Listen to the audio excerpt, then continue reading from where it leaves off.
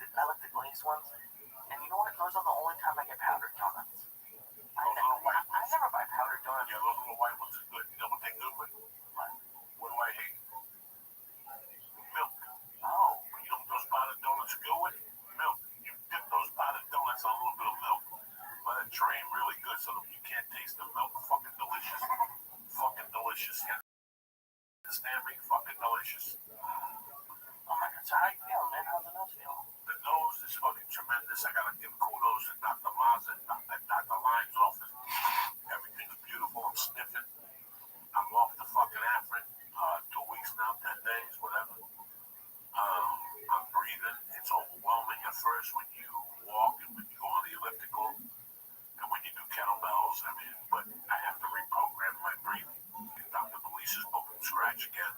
And that's what I started doing Saturday, was just doing those exercises that she teaches, you know, the cat cow position, exhaling and breathing, sitting down and feeling your fucking pelvis. So I've been doing that again, just to try to get. The next mission is to get the sleep apnea mask off. So we gotta shrink the fucking neck. I'm not going into surgery. That means I'm going to deep fucking murky waters and exercise. I got a new plan going on. So you lose weight. You'll be able to get rid of the I hope so. I hope so. I burned a lot of this fat around my fucking neck. If you look at pictures of the longest yard and shit, my neck has shrunk a lot. You know what I'm saying?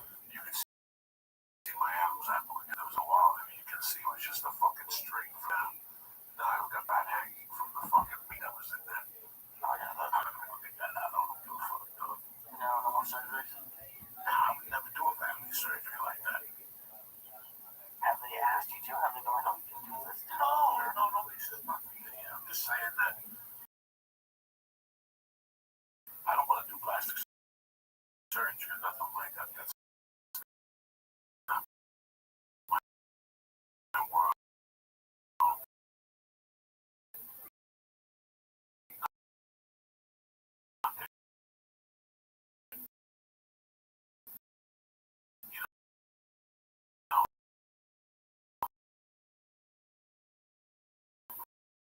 I don't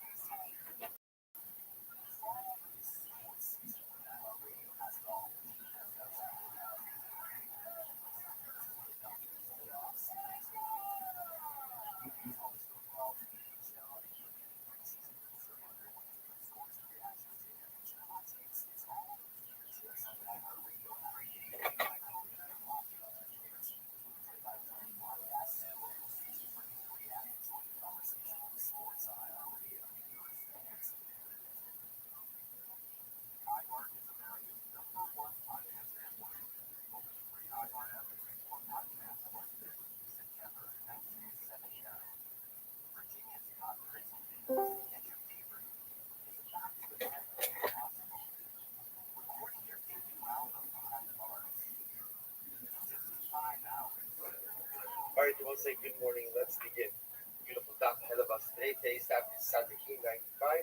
We are picking up on Sadik Dal over days 94b, and we are picking up Amar Rafuna to from the bottom. Our shir this morning is dedicated by this Samuel Lambert, his beloved wife Esther Bassi on the heel of Mayor Cohen of the American Arab Torah of the Shalom Abanabi and Rabbi and the Chama.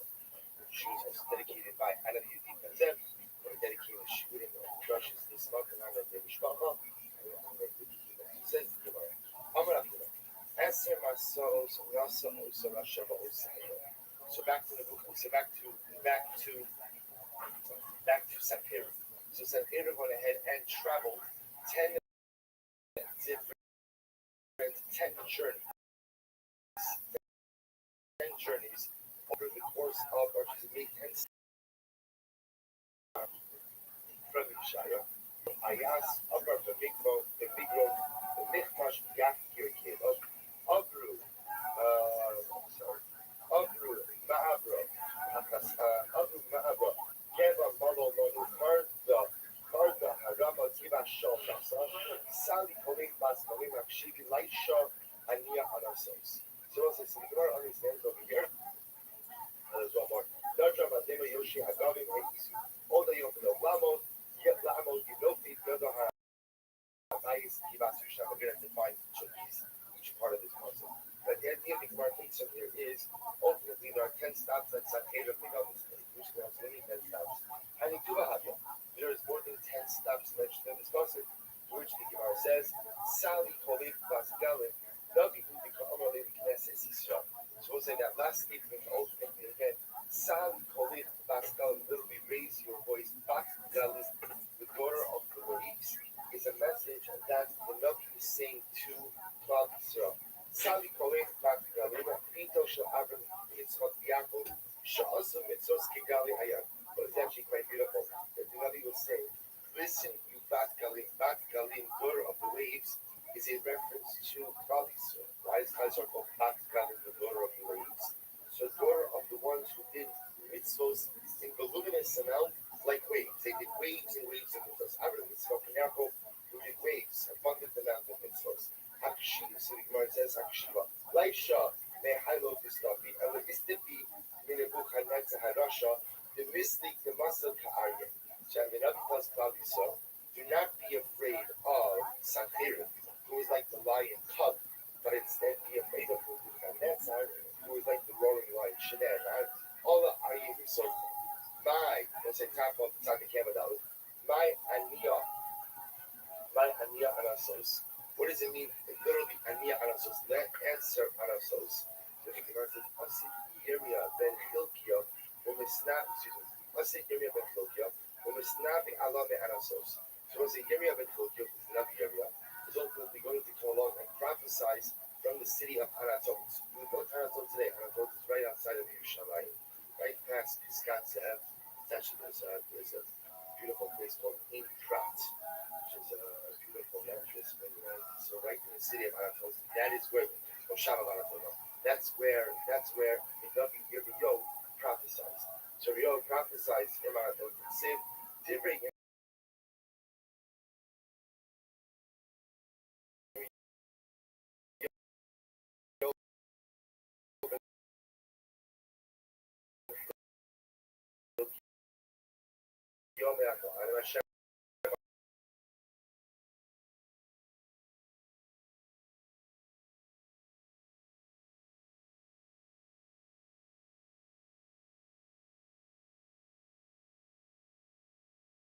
Mentioned by the stops of Sanhedrin, to which the Gemara says, Agru, Ma'abra Tartinenu, there are less than 10, Agru, Ma'abra Tartinenu, to which the Gemara says, Agru, Ma'abra are actually two different places, okay?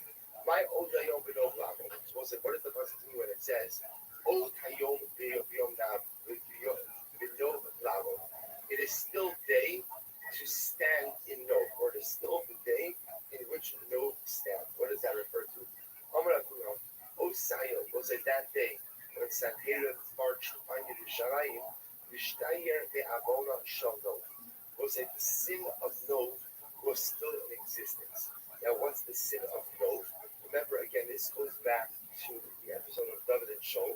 David is coronated as king. Shaul has been as monarch and refused to push a throne and admit his mistake with Amalek. So what happens? He versus David. David chooses to run away. He's not going to fight. He's not going to fight his father-in-law. He's not going to fight So he runs. He can't tell anyone about what is happening. So he goes to the city of Nob, which was known as the Kohanim, the city of Kohanim, and the Mishkan was there. And what happens? He sets down a secret mission from the king. I need food and I need weapons. They give him food, they give him weapons. In fact, the only weapon they had was the sword and shield of Goliath, that David had kept in the Mishkan. David takes it. Who sees all of this happening? We'll discuss all this. A man by the name of Doeg who was one of the trusted servants of Shaul. And he comes back and he tells Shaul that the city of Nob has sided with the rebellion of David. The Kohanim of Nob have no idea that there's any rebellion. They think that they're helping the king's son-in-law on a secret mission. So what happens, to make a very long story short, Shaul brings some of the soldiers to Nob. They wipe out the city of Nob. There is one survivor from the city of Nob, as we discussed. They wipe out the city. This was a huge stain we'll see on Klal, on Shaul, and on David for reasons we'll discuss. So the Gemara says over here that on that day, look at Rashi for just a moment. Those 4 lines down the short lines of Rashi. Because Klal Yisrael killed out the Kohanim of Nob,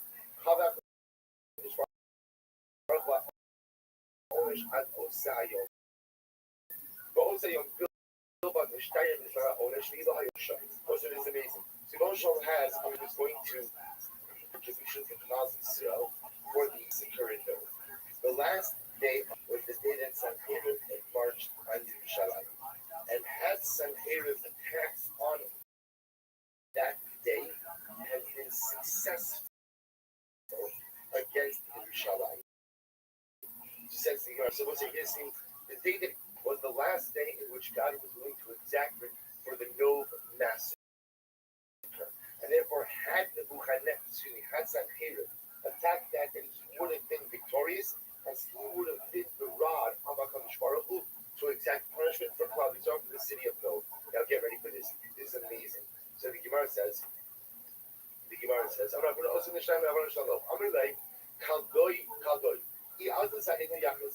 so interestingly enough, so on the day that Sanheriv shows up in Yerushalayim, outside of the walls of the city, his astrologers tell him, King, if you march now, you will be successful. So what happens? But ultimately, again, if we wait till tomorrow, we will not be successful. So Sanheriv responds, So Gemara says, I'm sorry, Furthermore, when coming to Yerushalayim, Sanheriv had what we call the Princess Haggadah. The journey was short. The journey that would normally take 10 days took 1 day. Kimat Yerushalayim. So the idea over here is that there's the perfect storm. The recipe is perfect for Sanheriv to conquer Yerushalayim. He makes incredible time getting there. And number 2, this is the last day of no retribution. Kimat Yerushalayim. When he came to Yerushalayim, Shadulei is Darki at the son of Yosef Me'ilu Yeshua at the Chaziol Kuli Yerushalayim. So let's say what happens. So Sanheriv shows up in Yerushalayim. What he does is he keeps piling rugs, one on top of the other, until it's high enough that he can see over the walls of Yerushalayim. Get ready for this. He looks over the walls.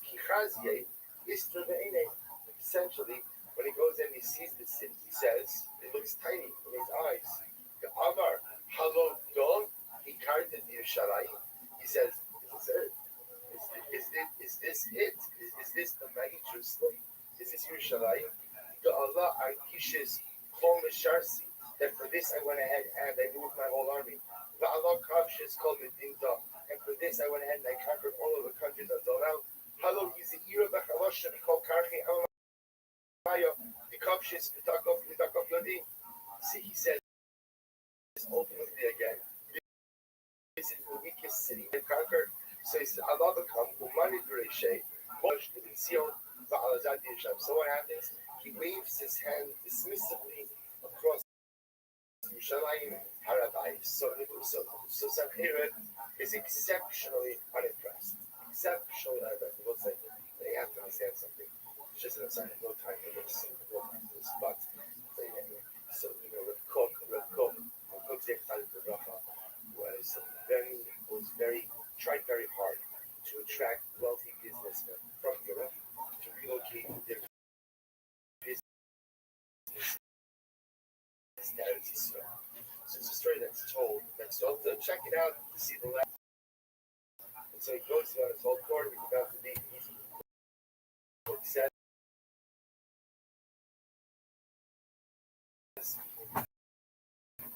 Cook says. I always look it up. So whatever some.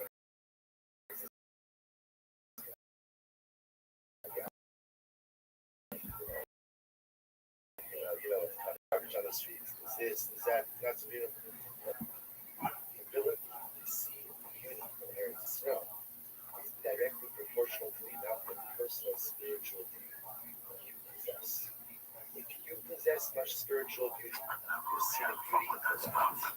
If you don't possess spiritual beauty, you see garbage of the streets. That is absolutely the nature of Eretz Yisrael. You just have to see Eretz Yisrael. You should be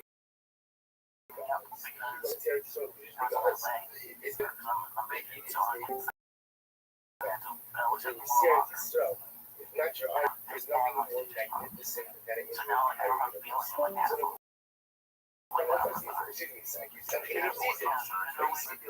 Gentile eyes see it, that's it. And the guy told me, he's reading his whole campaign. His soldiers have been on the road for who knows how long. This is it. It's like one Shwana story. This is the whole thing. So he says like there's a huge. And by the way, couple this with the fact that he was also a ridiculous guy. He was ridiculously arrogant. What I charged for. He goes out and goes to the following. Okay, Mishneh Beyada Hanika. So we'll say something.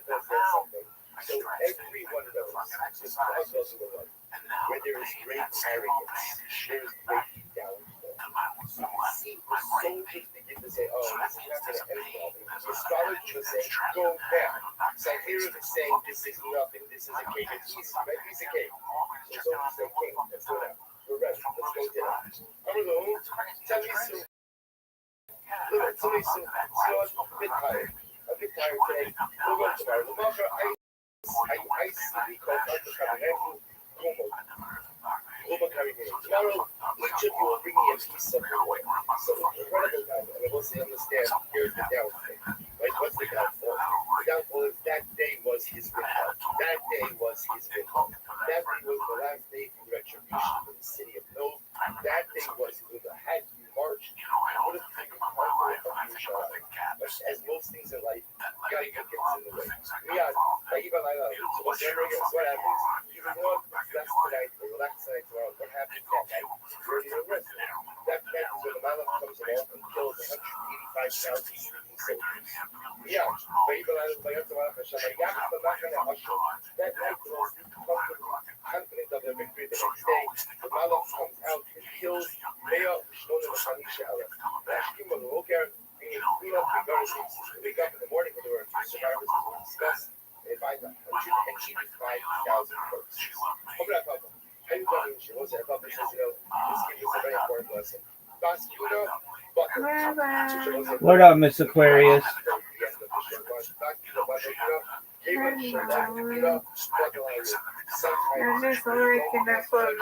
All right, you go back to sleep. You need your beauty rest.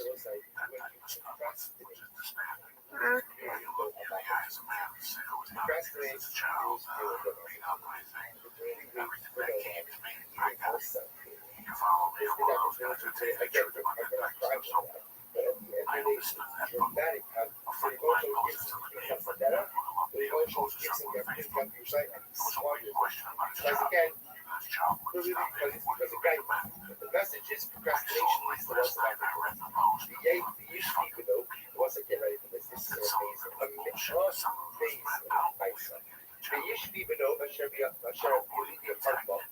So we'll say now, the Rabbi over here is Israel based. He speaks about the node, who was of the descendants of Arba. Harpa is Arba. We're going to see in just a moment. This is the sister of this. The Mishnah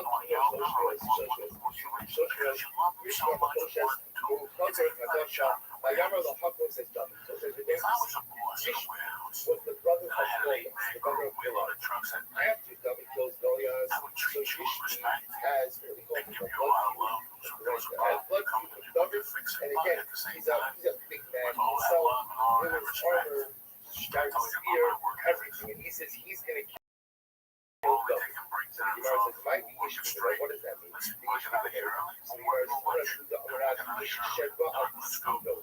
We'll say he got ready to listen to that. But Rashi said he was a man who came to David Malach. He tells us episode ago. I want to David Malach episode ago. Get ready for this. Only I want to talk to the David. And Osai he says, because Rashi says, David, how long are you going to time is sin of those? A good talk, never got no fear of God. Wow. The city of North was wiped out. Because of you, we tried going I don't remember it like I don't because the Ayatollah there who showed because of you, Shaul and his three sons died. Remember again, Shaul and his three sons died. They died in war against Plishtim. They died in war against Plishtim. So the problem is nothing above all of this stuff. What does this mean? So we're going to learn this something of it. He says, Satan is responsible for negative things that happen as a result of his actions, even if his actions were not illegitimate. So at the end of the day, actions set off a chain that results in massacre and hope. Now, David Amalek was trying to do his best, ultimately to shield the people of Noah. He was doing his best to try to happen on but at the end of the day, it was his actions that caused their death. So let's say this is a dramatic idea, because the Ben Yoda says that sometimes in life, we go ahead and I do something, and as there's a negative repercussion, that wasn't my intention. And again, I actually do the same idea. But understand that as a result of my action, someone else becomes someone else suffers. Even though again that was not my intention, and I acted in an appropriate way. It just happens to be a byproduct of my action. Someone else is being suffering. There's a sense, there's responsibility that now these things like Sasha can't happen by people. So the Jewish man says, your actions set off a chain reaction of different events that ultimately result in massacre of those, the death of Goliath, and ultimately the death of Shaul and his sons. Remember again, the Dinosaur loses the war against the Plishtim. Dinosaur loses the war against the Plishtim. Why? Why did Dinosaur lose the war against the Plishtim? Remember, the very extensive love studies. Why did Dinosaur lose the war against the Plishtim? Because Shaul diverted all of the resources of Dinosaur to pursue David because he was reckless and irresponsible with military resources. They were they're chasing David. Shaul gets word that the Plishtim had invaded. He thinks twice. Should I continue to pursue David or should I go after Plishtim? That's how so messed up everything is. So it's like David I'm small. His responsibility for the repercussions of his action. So it's a dramatic idea. The word was like this. The Gemara says, so God's stuff, you have all this responsibility. Here's the choice. So some you come inside. Oh, serve the apple. But here's the choice. Listen to this choice. And you either wipe out all of your descendants, or you can suffer. Which one is it? Your children going to suffer? Again, or you can suffer. Which one is it? So if you want to have another real shoulder, Mutav M sort beyond Oyevelo Kola Zaki. So David says, I would rather suffer than cast a shadow and have my descendants right now. David went out hunting. Let's say it again. See, when Rashi says, somebody died, he went out to hunt, and again, hunting Asa someone bit me like it had. So I happened. So the son came along and appeared to David as a deer. Asa big hero. Well, the match changed. So now he's done about shot narrow, but he missed it. So he rushed the match. Well, match. He had to feel the Paris push. So it's when he done enough was running after the pitch. But I feel like he brought him into Philistine territory. Done enough wanders into Philistine territory all by himself without an army and detached the snap off. Who did to Gas brother is the first guy he has to turn into a Philistine. I calculate with Goliath. This is the guy with Goliath, my brother. What does he do? Comes John brother, ties him up. Interesting thing that he did. Osvik is Shaji to say they touch him. He ties that up and he puts him in between the two stones of an olive press. So what does he plan to do? He's going to sit on it. So you should take big guy. He's going to sit on the olive press and essentially going to crush him down on it. This everything he saw, not what they are to say, so miracle of never going to happen. The ground and the decided to tell the trust between souls. So it usually sand, the press, salt, instead of crushing governor belt.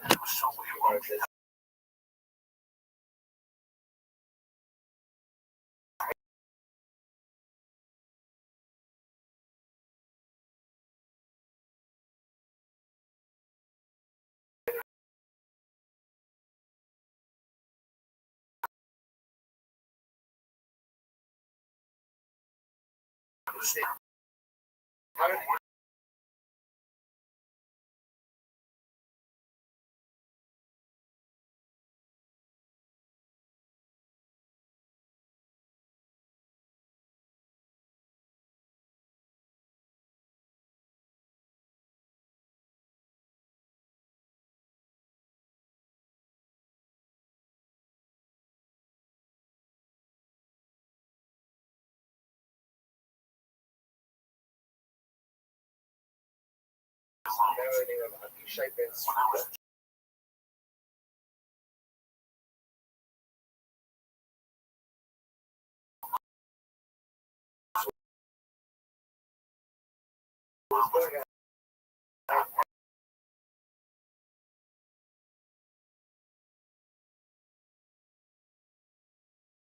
washing his hair.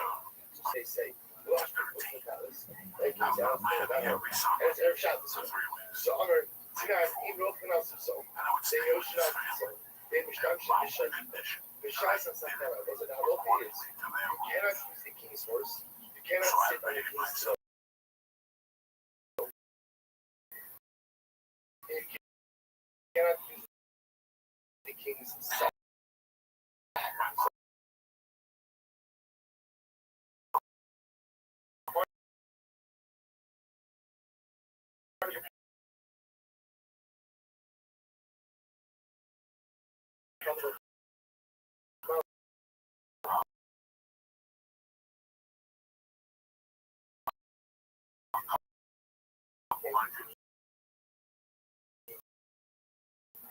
I'm kind of sakana. Yes. So let's say first of all, say I shall sakana this one person comes with. So that's what I want to do. But they should say it. What's the lesson I go to? So sure, are they? Jumps on the mule, comes to it. I know. So it's guys here.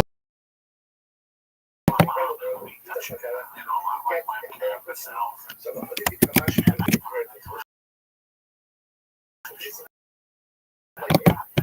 are they called? The star study cast.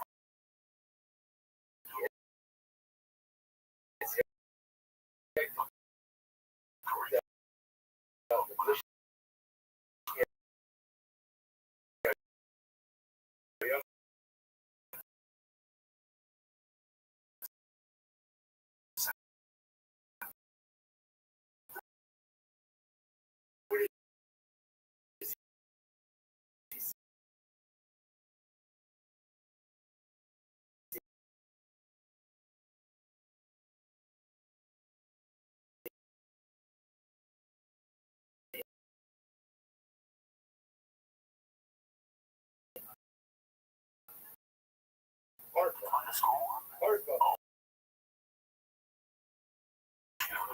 Several of them. So what happened? As Arba sees Abishai the tree, so Arba must have known that this should be a captive target.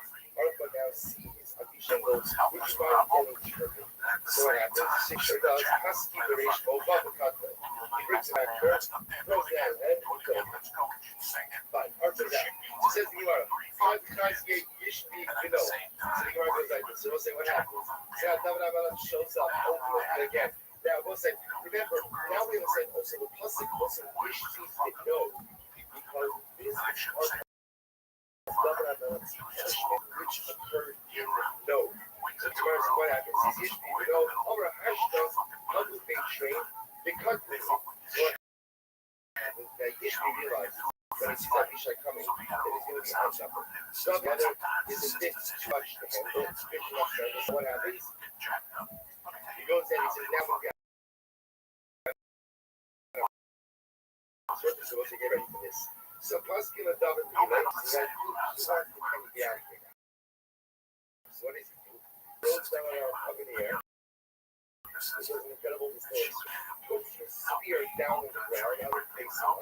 The thing is going to land on the spear of the dog. So what happens? He shows up just time. Amar Abishai comes right out of midair. He says to Shema, Hashem Hashem, ultimately the seventh day Shema Hara. So ultimately again, he says to Shema Mafurash and suspends David and David midair. He wants to get ready for this. Get ready for this. Says the Gemara. So Benema lady, why did say Shema? That was going on also in the sacred name of God. So again, why did David say the name in order to sustain himself? Krishna tells us about his soul. Aim Kavush Motsi Atzarisas. Because he was a incarcerated individual and cannot extricate himself from his jail. It was an incredibly important soul. Again, generally speaking, sometimes again, we go on this on Shabbos. Sometimes when we are in a situation where we can't see the trees or the falls. We spoke about this in the Seder Chalav. Again, Rabbbi was actually a red book. Like Rabbbi just decided precisely to allow somebody to see your life and see you outside of you. Rabbbi is a think like this. He cannot think clearly. He cannot act clearly. And therefore, even if he learns the same shame of words, Abishai already. So it's a great place. Overlay, my Bar Shama. So the first thing Abishai said. Abishai says, what are you doing here? Right? What are you doing here? Overlay, talk to him, so he tells that see, so if you would have done what I was going to say, listen, I was chasing the deer and I just ended up here. I was going to feel like this is a stuff about this. So he tells Abishai the whole story. What's the whole story? The story is God told me I was punished. He asked me, do I want to get the punishment for my kids? So I said, I'd rather get punished than have my kids right now. I'm like, how come he says it's safe? So Abishai says, the David changed around his kingdom. Ask my punish Baruch to punish the children and not you. So listen to this. He says, barbarate this guns, but I'm loaded down. So as people say, better for my grandson to sell wax, but I should not suffer. So this is what that means. The natural response of parents to have a promise on their children. So often people say, think of chapters like this. What I meant to you says, listen, all you can plan for is the present. Right now, Baruch is giving the opportunity for Shek and Shalom and Shabbat in your presence. So take it. Allow for the children to be proud of the future. You have plenty of time. You have problems with the children upon your children. You have plenty of time to slip and to write and write and share. And when you're not giving you opportunity for children to now grab it, take it, use it to change your circumstances going forward. So swap your tefillah around, switch it around. Amalei, he says, Arsilavi, Saya Ba'adar. That is it by Hazra Abishai and Sriya. So it's something about that. But Abishai, can you help us out? So we look at what it says. And Abishai and Sriya help you. Amar Abishai, Azur Tefillah. Abishai, David to have sincerity first. Sarah Abishai.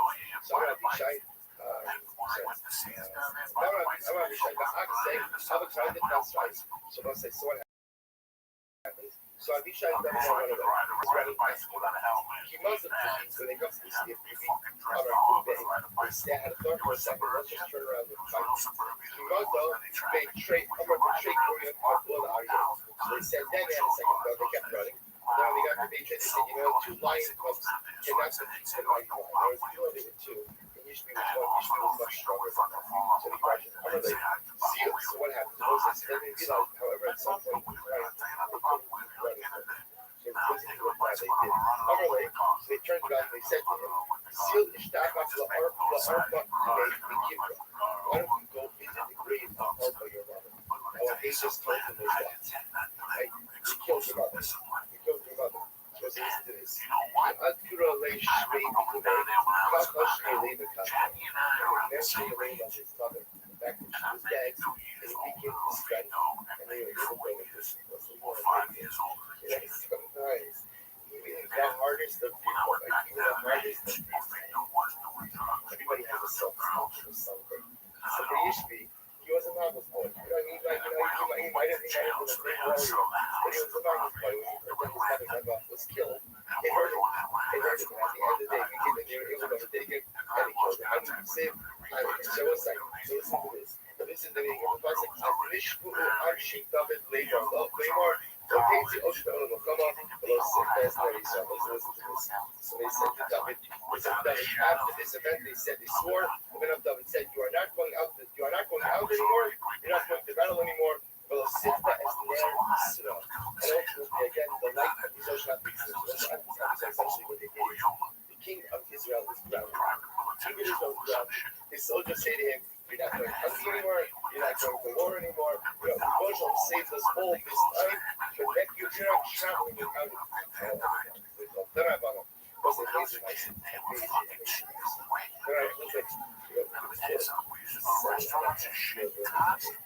Just to go ahead and see because the story of the world, there's so many incredible lessons just from the story. There are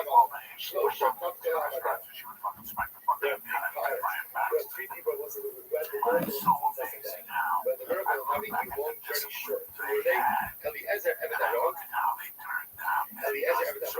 Yaakov Avinu, and Avishai ben Tzruya. So Avishai ben Tzruya, hold on. So Avishai ben Tzruya just spoke about Eliezer Ebedaron, Eliezer son of Avram ben Siv, but Avo Hayom Elai. I came that day ultimately again to the Ein Duda. The Beirah, Dahu Yom Anachah. So this is what Eliezer in Parshas Kaisar. And he comes to for white Yitzchak. I came that day. I traveled from Canaan to Haran and I made it the same day. Yaakov, the Lord of Yaakov, was a Sid. I hate Yaakov,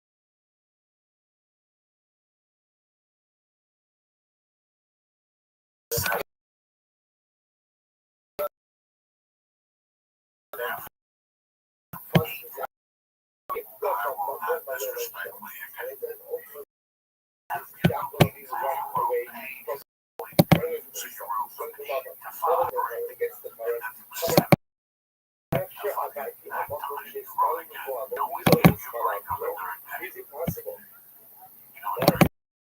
That's my place. My forefathers have this.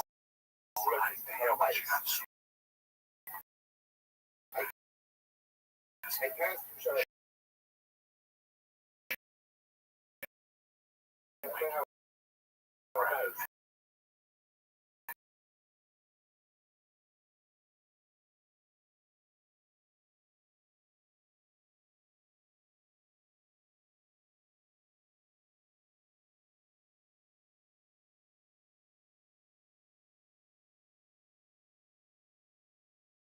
Positions historically, so I have yeah, but you know about it.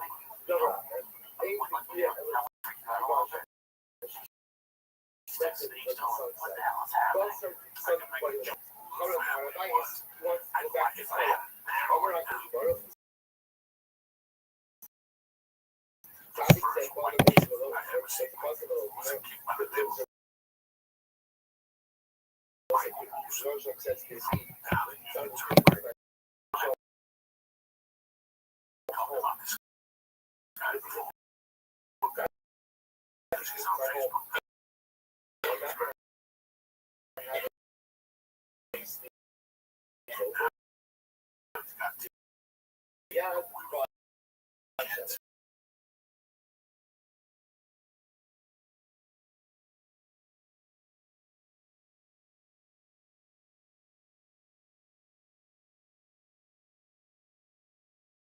אבל תספק שמש שבוע בעבודות ההתפרס ותספק ביקורס תסלימה הרבה so after the episode the consult wrote has two girls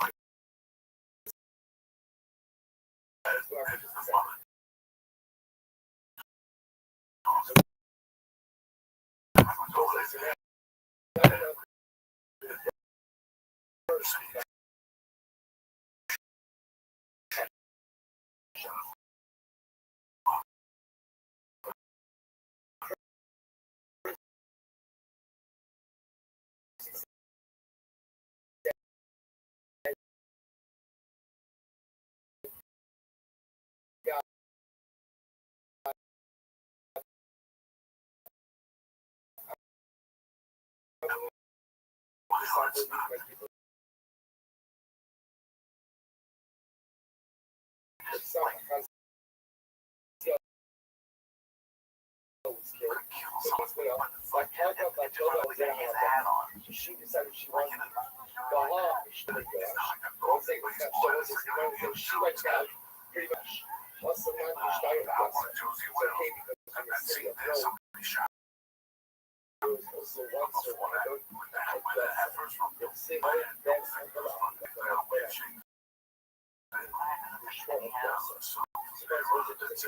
survivor from Joe, he was survivor over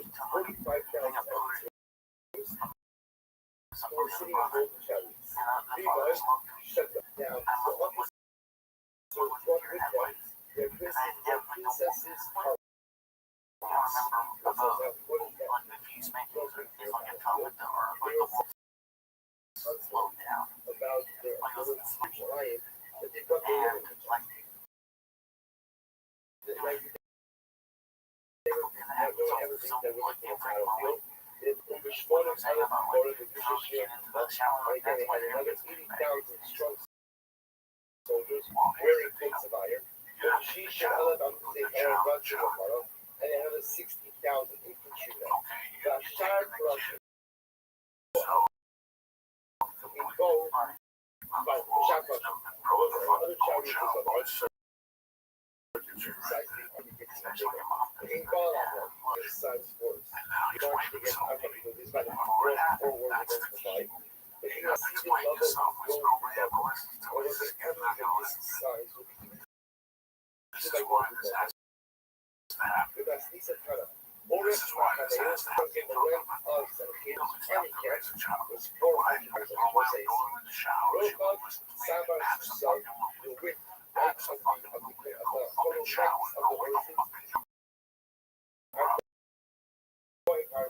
45 days. This is the fucking deal in this house. This is how you remain. The total number of people in Sanhedrin's camp.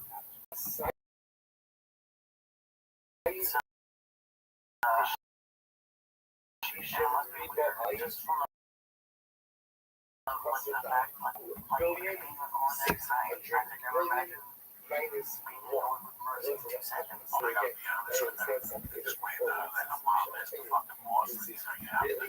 Really? You can make fucking passport down there.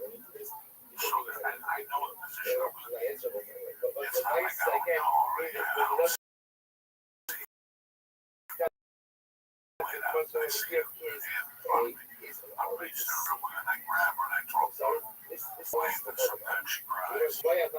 this sometimes she gets it. She just gets it. Let's The see, way they we do are it back then. the Let's lay cluster, the board right? back when we That's started our from alpha. The I cluster, told her, man, I what's get your my nose. You know what? 3 of those days she gets my nose. less 100, less She than 1. didn't jump on Because top you of as a me. big, She's not but that you guys, I you know. didn't put it, I But didn't watch when she gets to the because I get arms when it's Okay. 6, that's I probably. mean, it doesn't matter. Like, we're not asking you all of this. I've always said that's what I mean.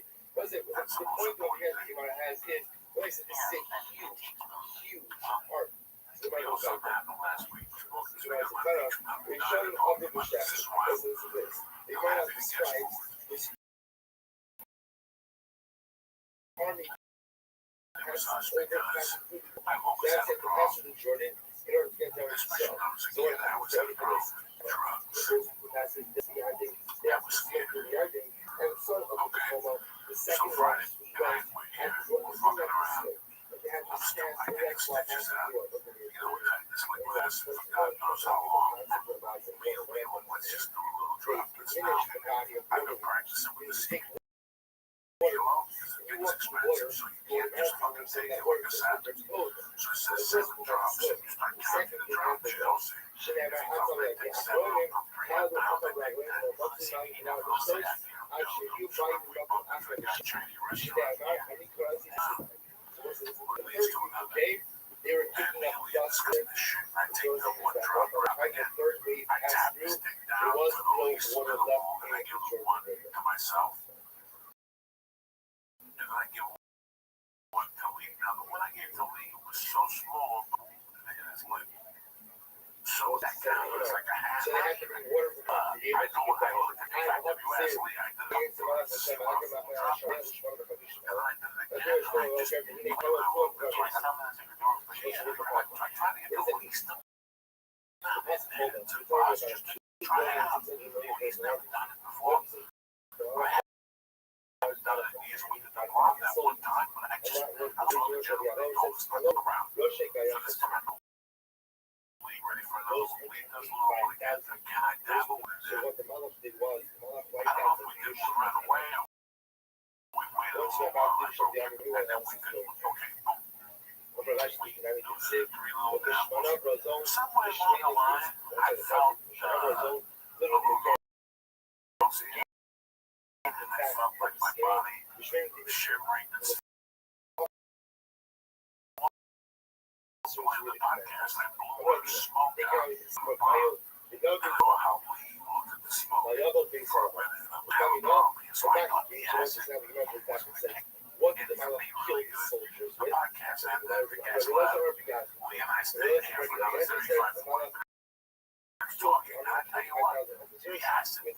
Rattled my cage a little bit, but it was a light game where I had almost drink orange juice and hide. The headphones on, you're the sitting there in the shower and scrub your toes and all this shit. That's why when you do the first one, you don't go work. Okay, so I had to do it because I got 3 of them, right? This is the finger. Okay, I put with it 3 and half. Drop my middle school drop. So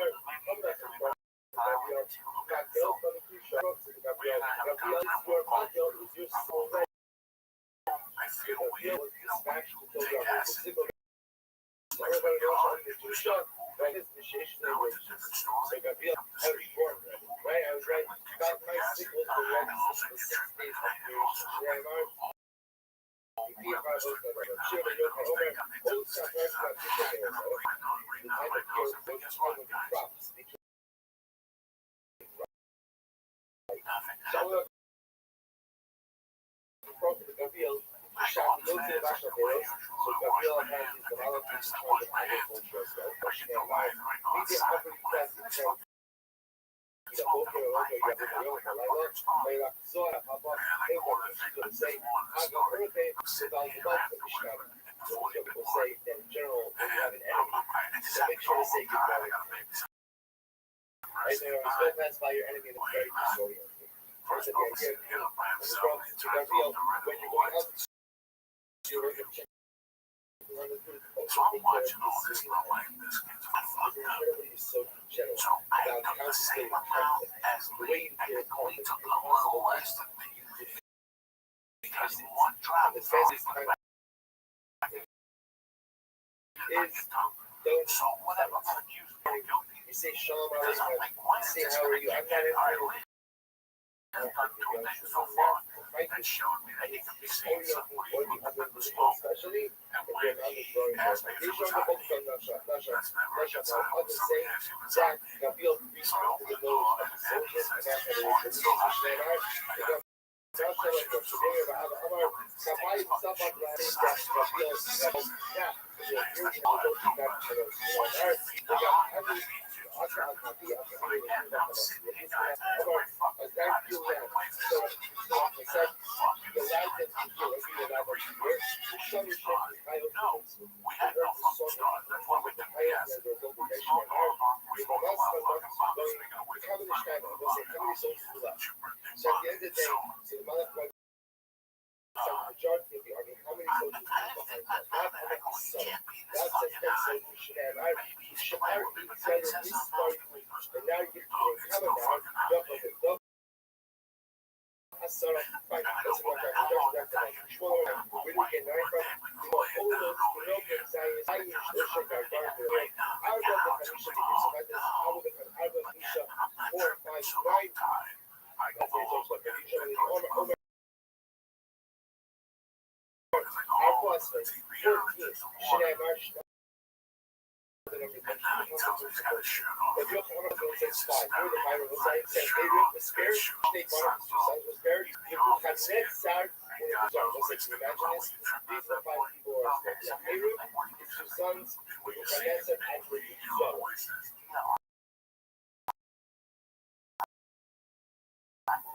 Zara, Zara, Kibara, just hanging on the Bible. So Zara's Kibara, it's like not more tradition. Say, the Rabbah, the Rabbi, Dama, the Mara, so those are because remember, after Canaan, the Shah Nazar, the Kishon, so the Nebuchadnezzar says, I see 4 people, and one of them looks like an angel. How does Nebuchadnezzar know what an angel looks like? We love the Chazye, we know how the God. How does he know what an angel is like? Because Nebuchadnezzar saw the angel that night when everyone else was wiped out, and he was there. So here was Shneimar, so see, like you wish that for that case, this sort of love, the Agadela, the Shaphat, so they say, again, because Sahira and his son. We see that Sahira and his son are alive in the boat of the again, so it's the fact that his son, the sad thing is, which takes after this event tells us that Sahira and his son were spared from the wipe out of the entire Syria. Here,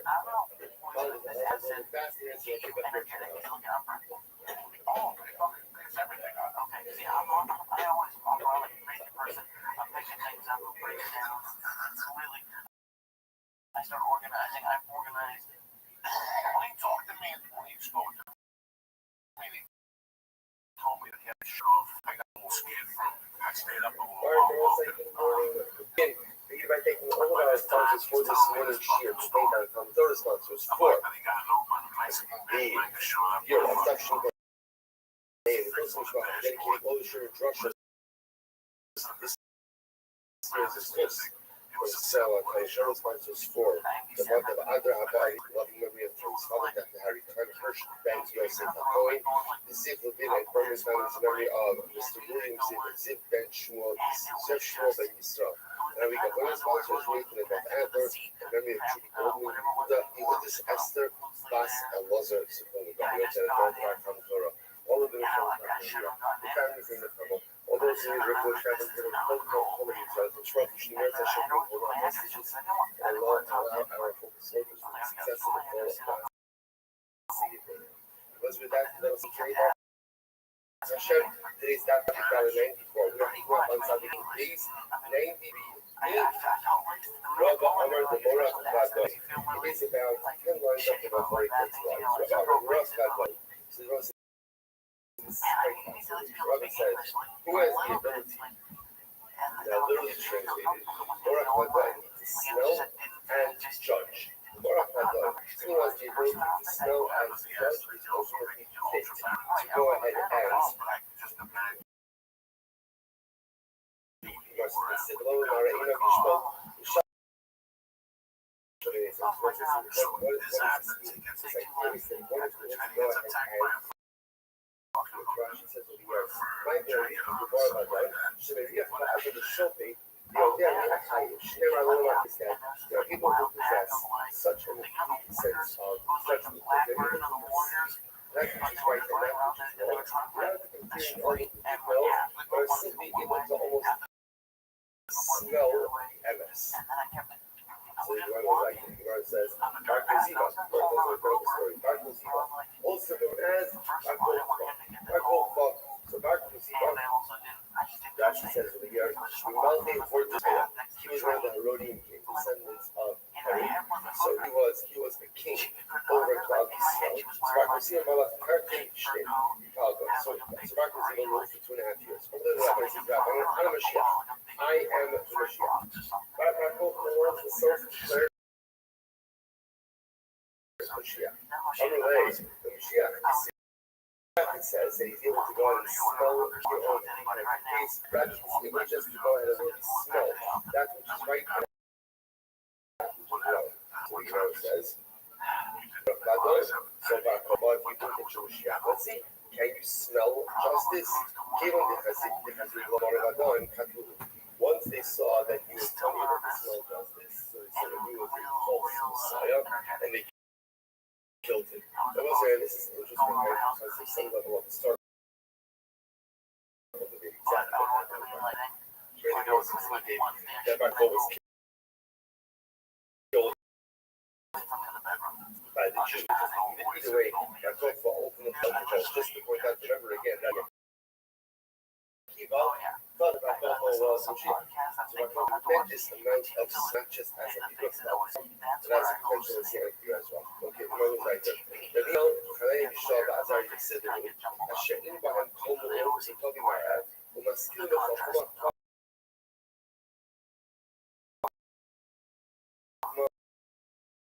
Yode, Das, Kure, Mado, Asher, Kok, Bahan, Labo, Behekal, Hamela. The London Sefer, the Lashon Kasta, was through it. Daniel, Khalei, Yishal, Maya, Asher, what is going to be published?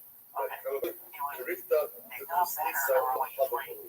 It didn't even have like the picture of a needle of blood. They were helping publishing, they never even needed blood money. Maya Asher Kafran Lama Behekal, which is the movement he had to strike to stand in the palace of the king. Or any kind of resident, anyone understanding Otunas Hashem Nasto, Uminasicho, Uminashio. It means that when they were before the king, they would refrain from any type of laughter, or any type of frivolous chatter, from sleep. And they would abstain from going to the bathroom. They would pull back their knees if they eat us because of the reference for the mother. So as the ask yourself, so just the shot, like, what is the so what does it matter for us? Just like on a very simple level, perhaps the idea is teaching us like this. We're able to abstain from frivolous laughter, frivolous chatter, sleep, able to scream or bodily release because they were in the presence of the king. If they could do all of those things in the presence of the king, then Allah has the ability to have precise circumstance, and the ability that we have is to engage in frivolous activity because we stand before the king as whatever was it. So amazing that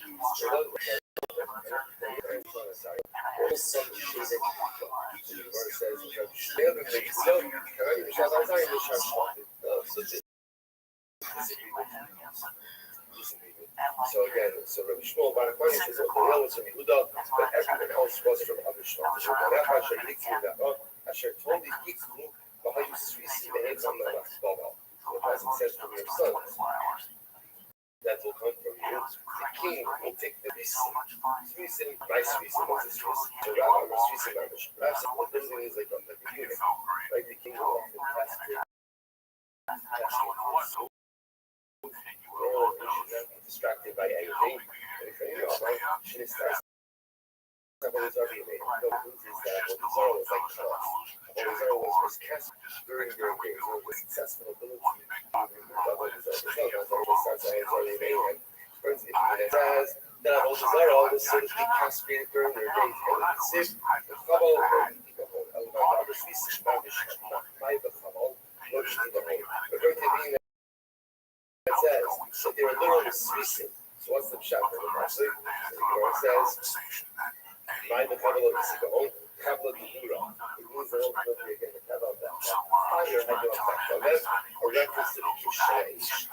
Story of the furnace that we spoke last yesterday. Back Sid, the Reach nor the Adas behind, the Chavla Bularecha, it means as again there was no fire nor the descent of smoke impacted as well. The Shalom Adavar should start some of the Zarah Mayhem to break the opinion that says that all the Zarah was cut off during their days, and it Sid Kamar Shul Sari, so much Ishmael Shaf Society. Eleman the Or, Swissim, Mamish, Ishtaikra, according to the opinion that says that there are Mamish Swissim.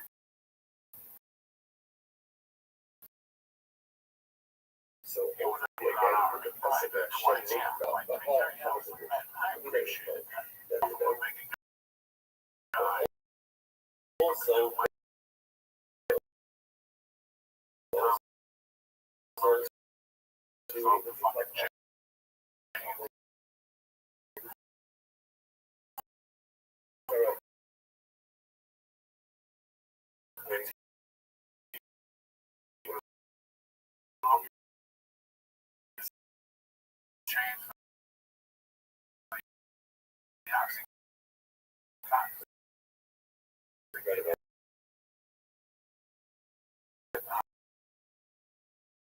they were being Swiss by the king, they had children, unfortunately, was system. My shame that we're going to try to watch all the pirates. What is my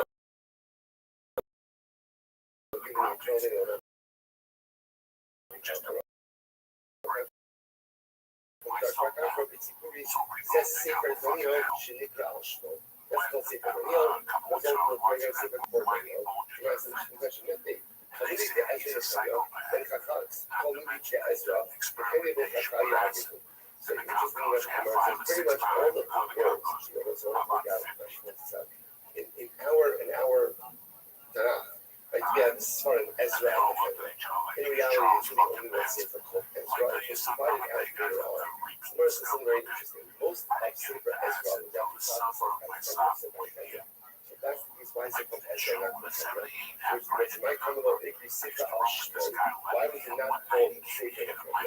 Or Rabbi Meir Bar Abba really should call it Ezra. Because ultimately, again, the Chemiyot took a little bit too much credit for himself.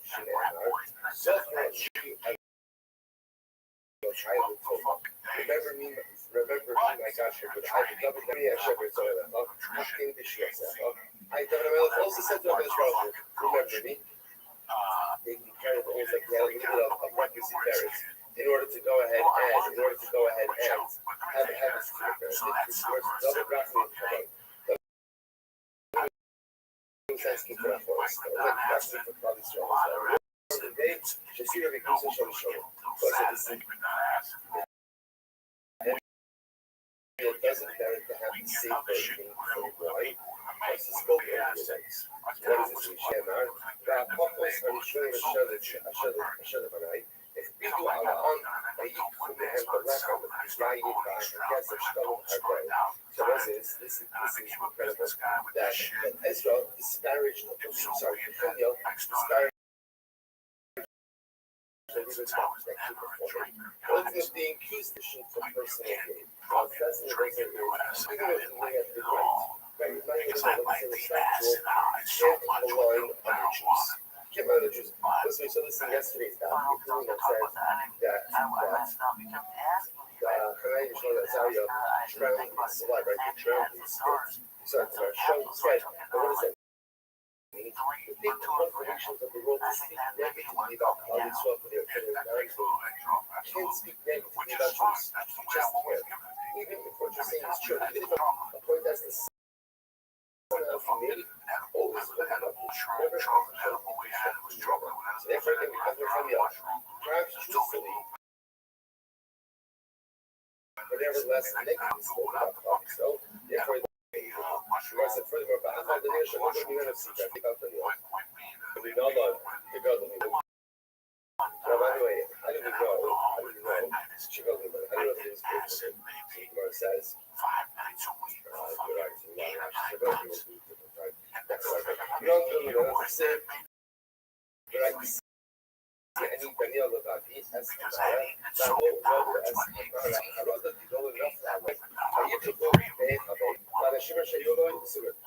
says, so how do you know that Daniel was good at these other people? Plus, a construction episode where there was a dramatic vision that no one else saw that Daniel. Not that Daniel saw it, no one else saw it. Daniel.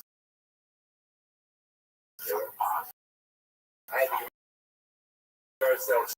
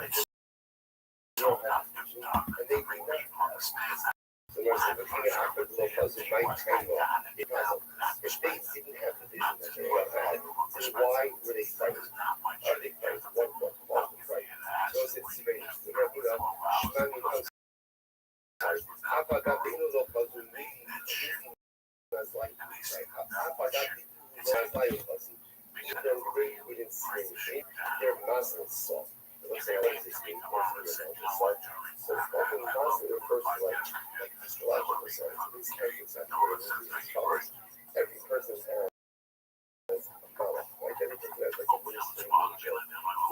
advocates for them.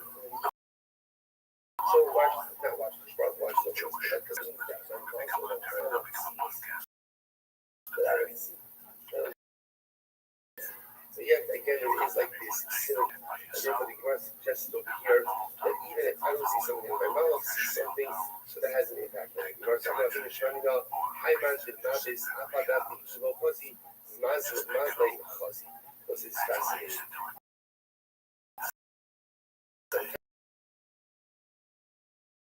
There was a sense that the fear itself could be a logic fear, but they don't know why. So whatever I was going, my father saw something, I don't know, accident that age, just trying to figure out why. Incredible. So he was Maita Kante. So what's the term for that? Let's say a person is gripped by fright. They're not exactly sure, right, what the fright is, but I know that I want to get out of this emotion.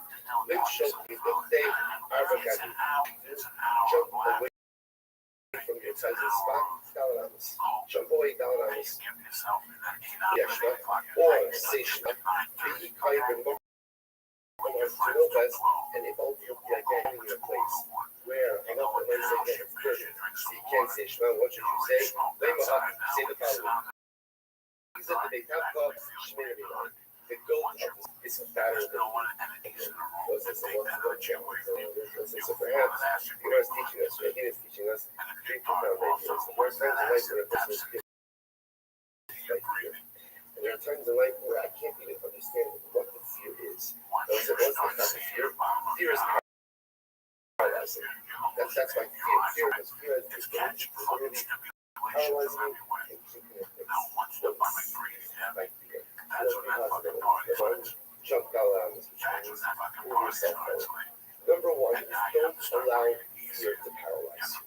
Move yourself forward. Even if it's only $1, whatever you do, don't remove your face. But one of those things, if you remain in your place, what's going to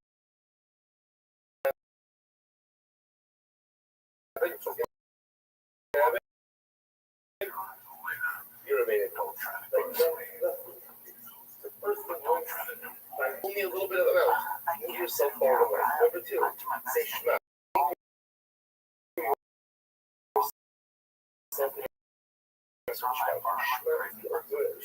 Like unintelligible, paralyzing fear. Say Shema. That would be the question.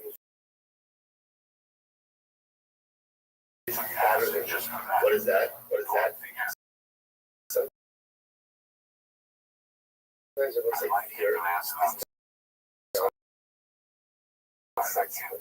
So sometimes the way to shake up fear is to say, this isn't good. This isn't good. So that's the thing about the goat in the slaughterhouse is better than beef. It giggle a little bit, right? Like the idea is so many times alive is paralyzed by things that are in reality, they're perceived. So sometimes it's just break the whole idea by saying something like shtickle nonsensical. So say nonsensical, kind of like be able to move yourself forward. Like how move yourself forward and yourself forward. You do those three things, or even if it is real, it's not as real as it actually is. You'll be able to move yourself forward, even in the midst of most immobilizing fear. Incredible. So you are the main row. The main row. So the Gemara says, as a short of Hashem indicates, and I'm from Darsh Bakar Tzimori, Neman, Hashem, Shabbat, and Sefiba, Asua, the Sassos, in general, both sides, the general of man in the middle of the puzzle. Right? He's open. He's open. And only the mem at the end of the word is closed. Yet in this word, mem in the middle is closed. Because Krishma, the last is Kisko Mashiach. So it's incredible. So this is by Kisko. Kisko, the king of Yehuda. So like Krishma wanted to make Kisko Mashiach. They said, hey, go to Mother. And then they said, hey, who comes out to the battle with Kisko. I think you go to Mother. Never again. Or a boat. Which is which shows that so Hashem wanted to make this yoga and Sahel. Jogging was maybe there's a little bit of trouble. Rothschild. Mata Israel Shamar Kamishos Shamos the Banafas. Lost Isa Mashiach. He does have the actual just Rothschild. Rothschild was almost like there's like a system of checks and balances like the Havla Masharafu. Rothschild is ready to go and make his yoga. This is what David was greater than David was greater than Kisko, and he didn't make David Mashiach. So the Gemara says, "Well, as the Mashiach, Kisko Shasi still call Nisim." Right? So Kisko Shasi call Nisim another. But lo Amar Shir Lefalecha Taseh Mashiach. So again, Kisko ultimately again he did so many miracles for him, and yet unfortunately he didn't sing Shira. David sings so much Shira. David Dillon. Kisko did so many miracles. He didn't sing Shira. You're going to make him a Mashiach, you never despair, never Mashiach. The mem is closed. It was closed. Hashem wanted to make this young Mashiach, and then the mem was closed because the leaders didn't shut it down. Prevented Kisko from becoming Mashiach. I'm going to say, what do you see from here? What do you see from here? What prevented Kisko from becoming Mashiach? The lack of Shira. The lack of Shira. See from here the power of gratitude for the name of Hashem. And the ability to bring us upon it. There's not only Shira, and Shira at all times. Shira in times of good, Shira in times of challenge, Shira in times of happiness, Shira in times of tragedy. That is the ability of being. That is the quality of Mashiach. The ability to sing Shira to Akash Baruch no matter what's happening in life. This was it.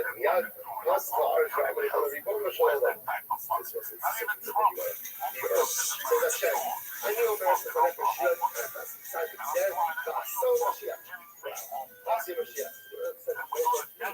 Make this go Mashiach. Why he didn't sing Shira? I'll sing Shira. I'll sing Shira in his band. Gemara says, "What's the other Shira? Neymar, yeah, for arts, no, show us what's our Sarah Owen follow. If all show us, you know what's the like that. Well, okay, again, Sarah Owen. Interestingly enough, actually says, "Malach Shekala Owen also the other." Whatever this means. Apparently, there's like universe, he's the Kodesh Baruch Hu delegates to him. So Sarah Owen said to HaKadosh Baruch Hu, Shamana Tzila Tzadik. Sarah Owen Shapasa Tzipyon Shal Tzadik. So the Sarah Owen says, Kodesh Baruch Hu, again, it seems like the universe that never has on the Tzadik. Yad Sabas Kova Amra, Razi, Li, Razi. So we'll say, so the Sarah Owen says, the Baruch Hu says, so, big Tzipyon Mashiach. Now the person said Shira on his behalf. Like he didn't say Shira, he says Shira is that. Nothing said. Razi, the secrets of the world are elusive. This is a change by mind. And his skill is not going to be Mashiach. Rabbi, Amar Nabi, Oili, Ad Mosai. So the Nabi says, woe to me, right, for how long? Now the Nabi now is lamenting that Mashiach has not yet come. So he's saying, when will Mashiach come? Yaz is a baskova Amra, both him,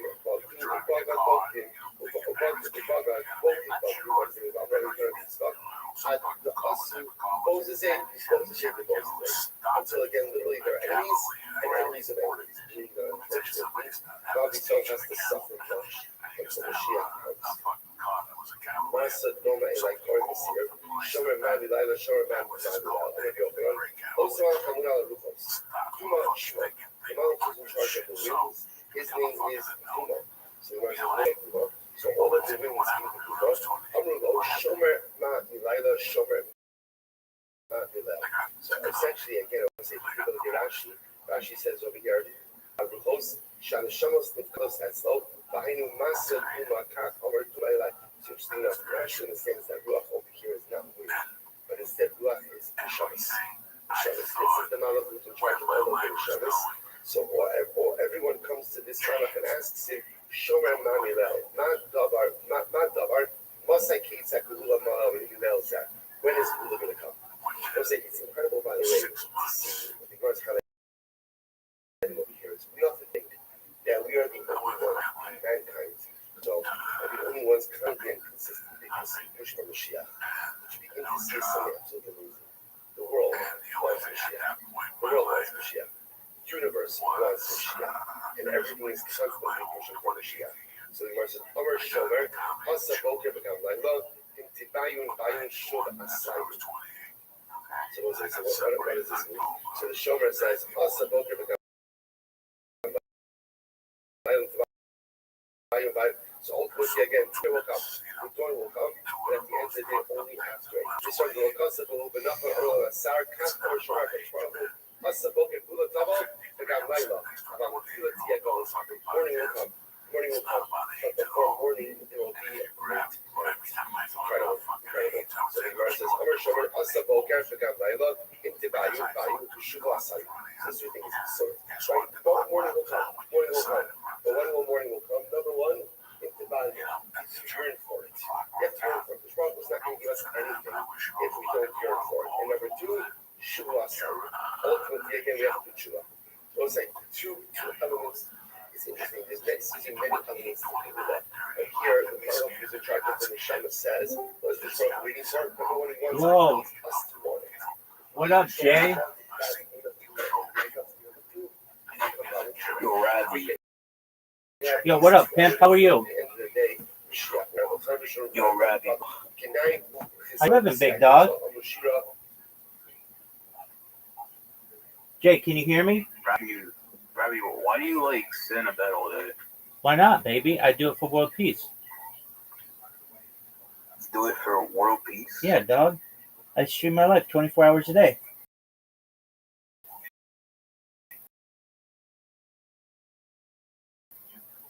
But dude, like, it's not kind of... My Discord. How many do you have in yours?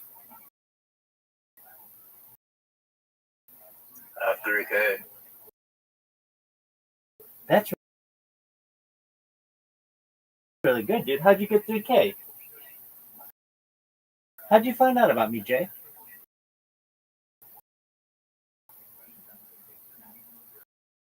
Well,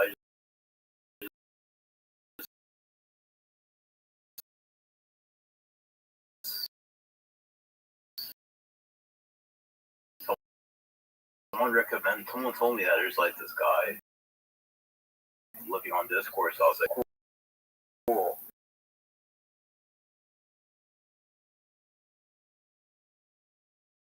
Movie The Truman Show or the television show Big Brother. I have no. It's basically a story of a person whose entire life is on camera, as is mine. If you didn't know, The Economist magazine stated in 2018 that data was Earth's number one resource, more valuable than food, water, gold, air. And I have data archived on the internet than any person ever. So, Jay, that may make me a very influential person someday, and if that happens,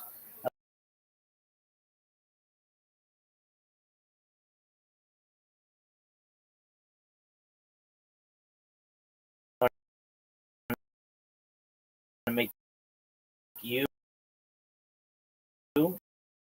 your friends, your family, all financially independent. Actually, try to stay apolitical. President, So how is this world peace working? By you Absolutely. So, firstly, it shows the world gender, creed, we're all basically the same. 99.9% of all people have the same shared DNA. And we do basically the same things, and we enjoy the same things. We enjoy laughing, we enjoy making friends, we enjoy traveling, we enjoy learning, education. These are all things that human beings have that we have in common. Now, additionally, I talk about change the world, like ending world hunger through the use of technology such as agricultural drones, floating greenhouses, saltwater greenhouses, hydroponics, vertical farming, cloud, and world thirst. I'm sponsored by a cryptocurrency that's worth about $100 million, and one of the things that we like Nigeria to help the less fortunate. I'm an advocate for the livestock program, and most importantly, I'm an advocate for desalination technology, pumping seawater onto the land to make it drinkable. All of these ideas will change the world. Wow, this cannot end longer though. Like I don't think this is really. Well, we've already built wells in developing nations, so that's something that we've done to actually help end world thirst.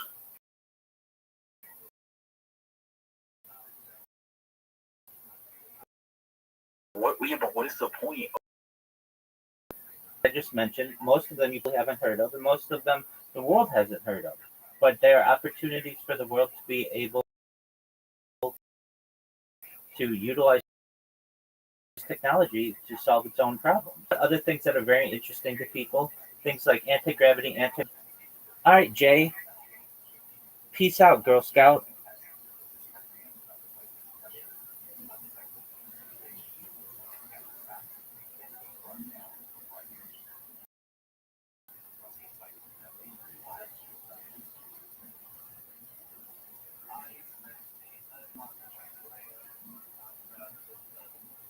Actually, plus cars, I was Shiro.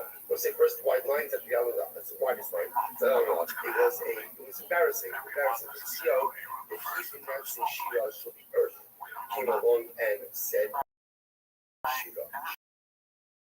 They cannot arts and Jones and their answer. America say other examples of situations where probably so we not say Shiro. So someone else reminded us to do this. Baruch Hashem Yisrael says, "Blessed is God who saved you from Israel." So, verse 10, Shlomo Kabbalah, Rabbi Kabbalah, B'nai the Moshe Shishim Yivon, Shlomo Amru Baruch, Ad Sheba Yisrael V'Amar Baruch Hashem. It was embarrassing to Moshe and Klal Yisrael. And Moshe and Klal Yisrael didn't say Baruch Hashem, but to Yisrael belongs it. Now again, remember, Moshe and Klal Yisrael said Shira as Yashem. No one used the formulation of Baruch Hashem until Yisrael came out. Klal Yisrael. Vayichad Yisrael. So what's this interesting? What does that mean? Rav, Amar, Shever Cherev Chada Al B'Sara. He circumcised himself. Yisrael was so impressed with all that Klal Yisrael wanted to generate supply, so he gave him some Bris Shmuel says, Shirasa Chadidim Kol B'Sara. He got goosebumps. Why? So it says, someone say, it's interesting that it's right. Everything's right. Again, as much as he was born, he was a member of the most holy. He was a member of the nations in the world. He was very overwhelmed by what he saw happen to the Gentile nation of Egypt. So there's another aspect from the Rangarim, as a Sarah relatives that are about so we're very important. So, and in front of the converts, do not disparage Gentiles of the 10 generations. It's such a fascinating idea. On one hand, when someone converts, what does it say? Rejection is any person. It's true that he's any person. I would say rejection is fascinating. Just because I'm a person doesn't mean I don't have a past. Doesn't mean I don't have a past. Which is sounds like contradictory. The only people who live in the world of contradictions. The Lord says, he sensitive to the fact, no, what you say about Gentiles in front of, because at the end of the day, you can't come that world. So if you're direction of that world, that person is going to do like we say, Israel left that region, no from Israel. He's a Gera, circumcised all these things. But at the end of the day, that's the world he came from. And because of that, there was a sensitivity there. The Gemara says, sensitivity. Fascinating. So the Gemara says, "L'chein, Shach Adon Hashem Tzvah B'Nishmar Azazot, Ma'am B'Shem B'Razashilos, the Yif Kami sent him Sheish L'Shmar Hashelos." This guy was saying, remember, there's a lot of unusual. We're going to see more over here this battle between Sanherib and Chizkiyahu. So let Chizkiyahu, who has 8 names, let him come. Well, actually, overcome for exact punishment for Sanherib. But that's what just was doing. Chizkiyahu could say, he yelled at Yulad Nanu, then it moved to Nanu, Nati, Hamishra al Shitmo, the Gershmo, Peliyoetz, El Gibor, Abiad, Sar Shalom, Iva, Ikar Chizkiyahu. Okay, what about his actual name? Chizkiyahu. Chizkiyahu might not have been his real name, but his descriptive name, Shechasku. This is what the Father gave him strength. Chizkiyahu, Shmash, Chizkiyahu, Shechizek is all being transferred. So say other possibilities. Once again, Chizkiyahu is not a real name, it's a descriptive name. I.Y.C. but Chizkiyahu, ultimately because he strengthened the bond between God Israel and the Prophet. We'll see more about that in a little bit. Sanherib, what is Sanherib? Also, okay, his name. Okay, Tiglas, Pileser, Blaneser, Shalmaneser, Sargo, Asanfar. Okay, I have Ika Sanherib. What about Sanherib?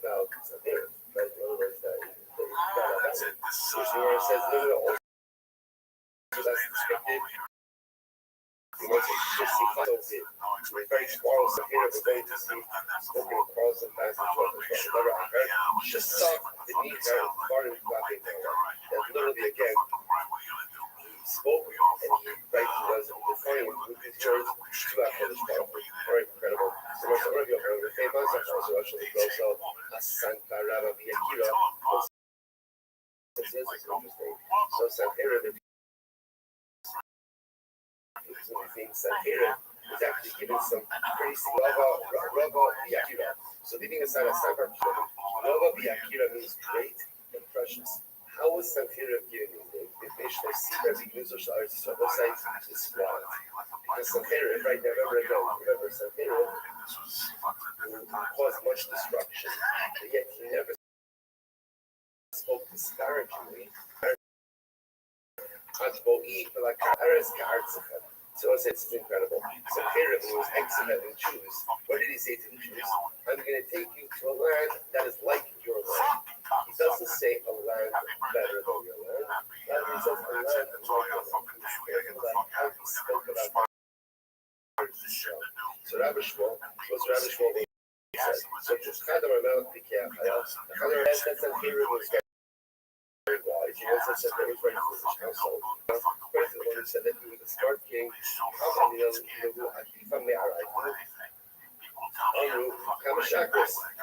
So ultimately the reason he was a smart king is because so Herod knew if he would tell the Jews I'm taking you to a better land, it's nothing better than this.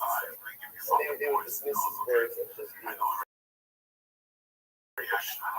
Yeshaya. So therefore, it was a land like your land. The Amen said this is a foolish king. Yeah, I'm sorry, whether or not Yeshaya, it came my say. What it says that he was foolish is apparently something that was trying to get the buy-in of the Jews. So if you're going to get their right for the occasion to tell them that they're being moved to a suit, you should have told them it's better. I mean, we have more ready to that. Okay, in Gemara says, where should so this is so going to have incredible places and here is talking back in Charles. Why? Because he did not speak negatively about Eretz Yisrael. Killed Jews, exiled Jews. Shabbat said that he never spoke negatively. Hello. Incredible idea. So one was like, Yo, can you hear me? What up? How are you? What are you? What are you talking about? How are you? Good, how are you? I'm well. What's new? What's what? Hey, you're the same person who was in here earlier. Maybe. Okay, cool, man.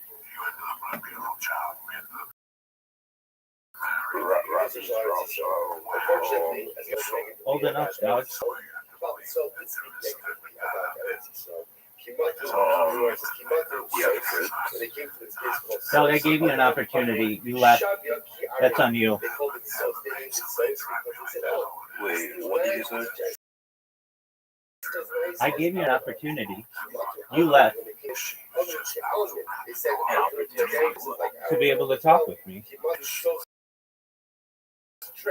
they came to a place called Sos, they said, this is good as Eretz Yisrael. So what shall I say? This is the downfall of God's churches. We find ourselves in the universe. We deceive ourselves into thinking that we're not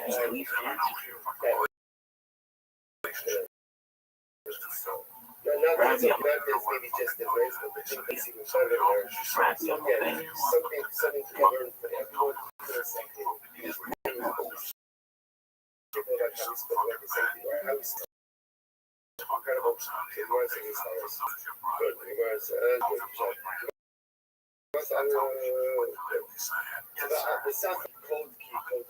Takas to hold the low banish. Takas become a shadow. This is talking about again when Sanhedrin's army was defeated. So how was it defeated? So the words Takas Shout out to Blue. Sanhedrin's army. There's a point to see. They were killed. The body was weird. It's not size. Like when Yochanan cult was killing those things that get beyond it. Those are actually very reminiscent of the sort of yesterday. That even in this time of Sakana, a person can short himself with that. Like the most explains that. Even when burning the furnace, they made sure that they were wearing proper clothing.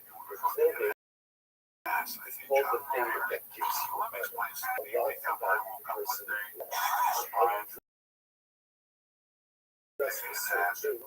Ultimately telegraph, so that's to that particular object.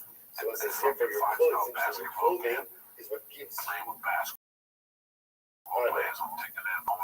Those are takas clothing, مش كسيفاس على الله سيفاس نشوه بكفاية. أفكار سيفاس نشوه بكفاية.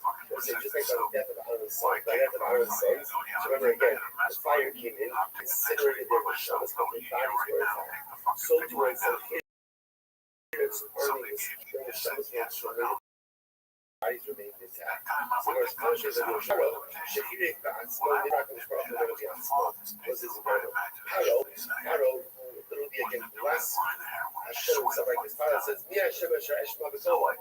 So Paro himself, to blaspheme, his punishment comes directly from HaKadosh Baruch Hu.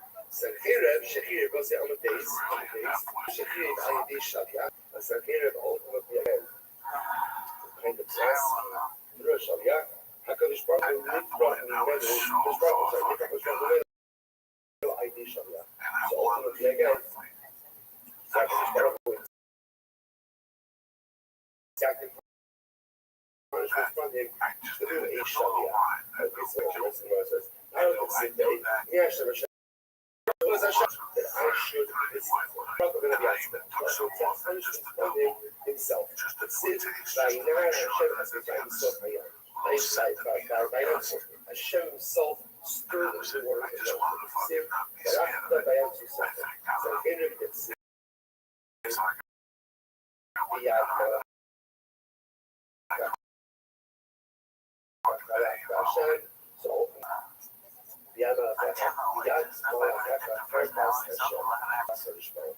so Nifrach doesn't say straight words. A statement so congregation says indirectly. So therefore again it makes no sense. Nifrach will be Ayadei Shalia. Which will exact this punishment for which Shalia has what he said. But Yitzim Malach Hashem Vayat V'Nachem Hashem Melech. Remember again, this just this like incredible story where there was no information so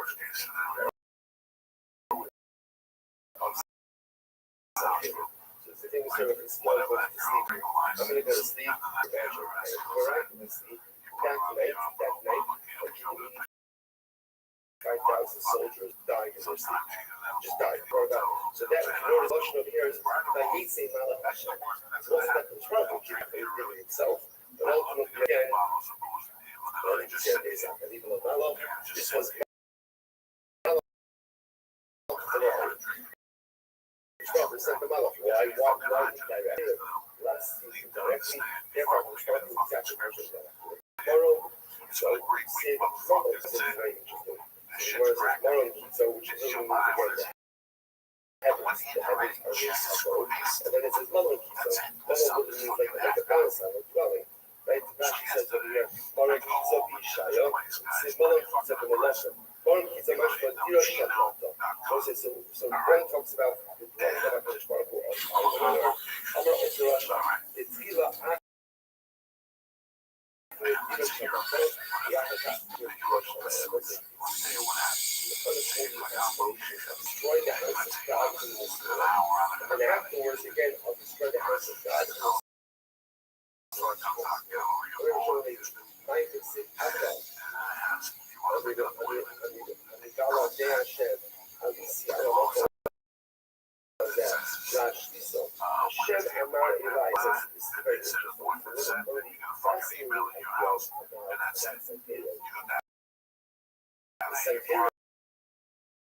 Felt that he received divine instruction. He felt that this was a divinely orchestrated process. So Rashi says over here, so again, according to Rashi, so here it says, when I march against Yerushalayim without explicit instructions, Hashem Alei Allah. Hashem has said to me, pretty wild. So it's an area by the word of God. So my three words is what is talking about? What is that area? This is right.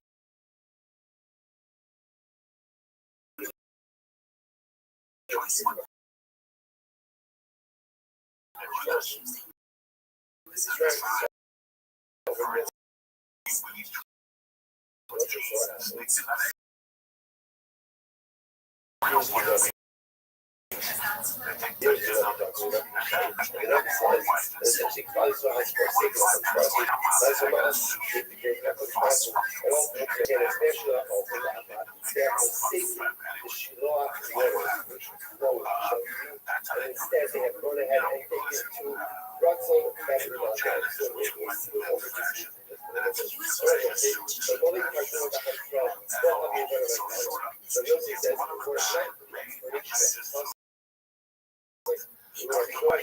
News with Jing Jing.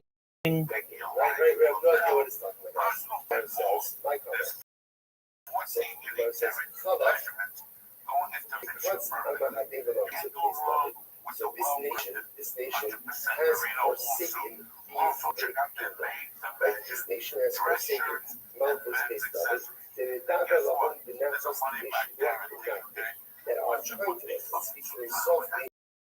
The way the Shiloh words, so right, the Shiloh words so this nation governed them and looked after them and set them down and do the way, and they do that all right.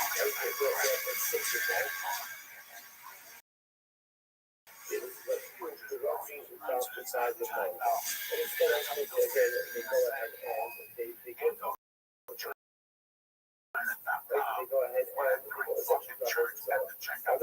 and so Sanhira, here is a loving cloud soft dance.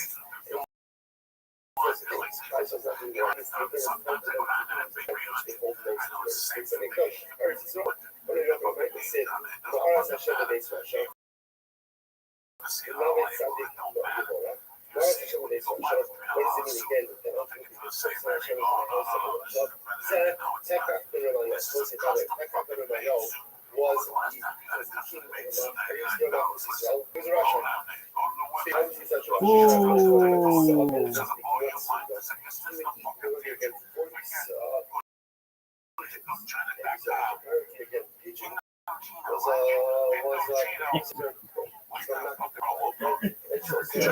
Go to Indo.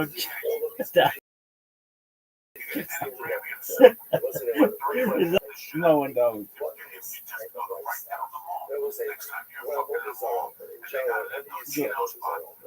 Go to Indo.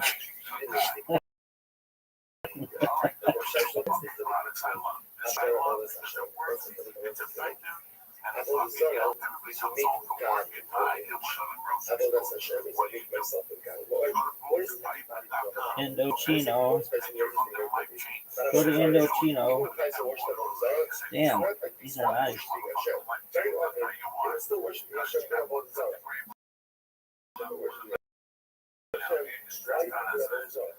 Indo. We're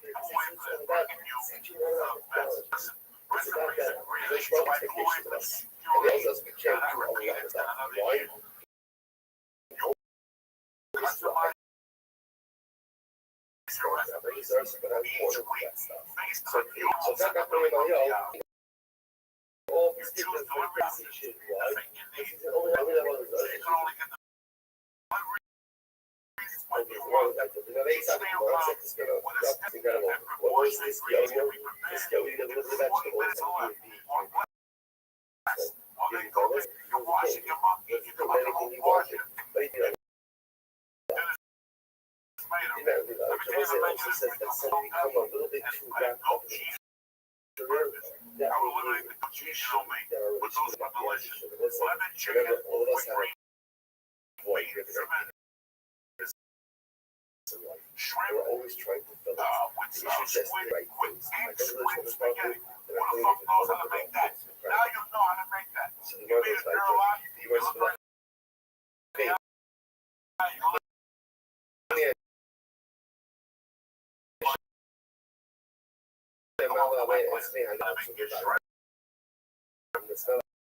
Every fruit has like a different melter come in, and they'd be like, I want a pineapple. I'd be like, okay, and then you could like fuck them in the parking lot. I was like, I remember how I got the job. It was this person who used to work for me, or I was their manager. They're like, yeah, you just work here, man, and like basically like most they'll just have a fruit, and you can just like check them out, and then like they'll give you the number, and you fuck them after. And I was like, this is the greatest job ever. But I never got to fuck any of them because I was every time I tried to sell or whatever, then these bitches would, then the fucking owner of the business would be, you leave the stand. Oh, this is the best job in the world. Anyway, and there's this one lady who kept coming back in and is like, you can just fuck them. I'm like, well, I'll lose my job. So I was a very loyal employee, and I just fucking sold fruit. It's just wonderful. Listen. We're the tired nation. But interestingly enough, not tired because of suffering, tired because we toil and constantly building a relationship with HaKadosh. So ultimately, again, the nation that's tired cannot be handed over in the hands of the Gemara says, my king, be sure to kill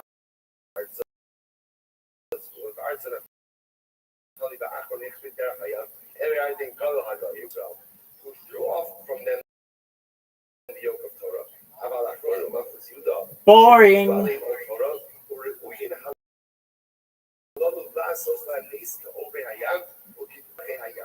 So it is fascinating. So Sanheriv does not put himself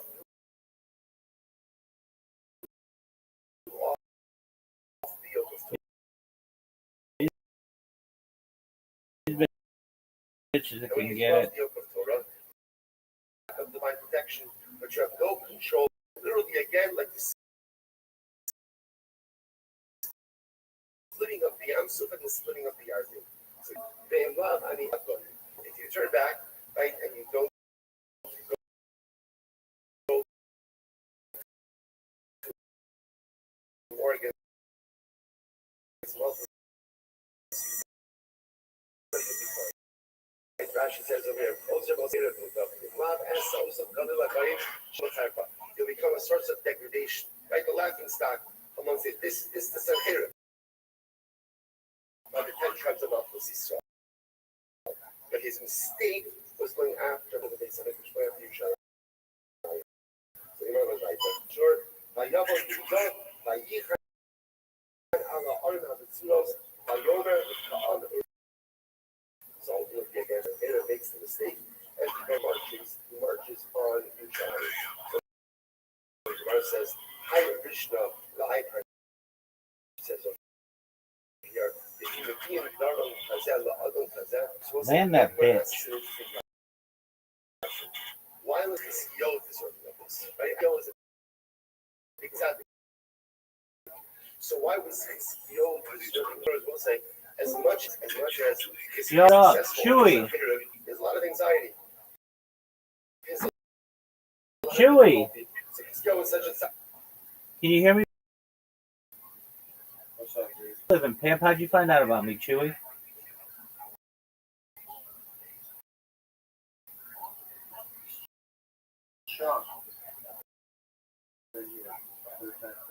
Yeah, I think I remember you. But how did you find out about me? Okay. Those servers.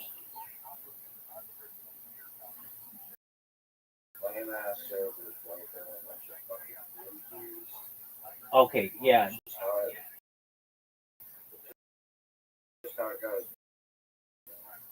I'm in agreement with you on that. That FAG on it, and he said I could stream in there all I wanted, which he was absolutely right. I could. But the people in there were so toxic that like I didn't really want to enter.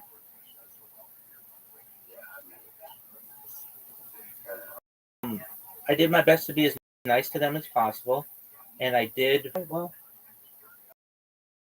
Chewy, go pound sand, dog. Go, baby.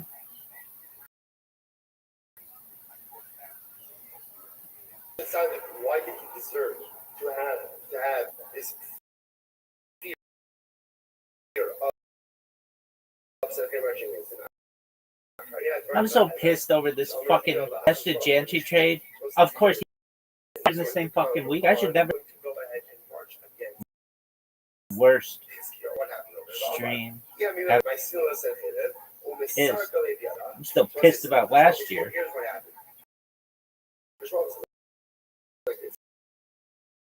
I look at him like 33 points. Taylor Nation. That's not a country. You want to know what is a country? Is Trinidad alone a country, or does it need Tobago?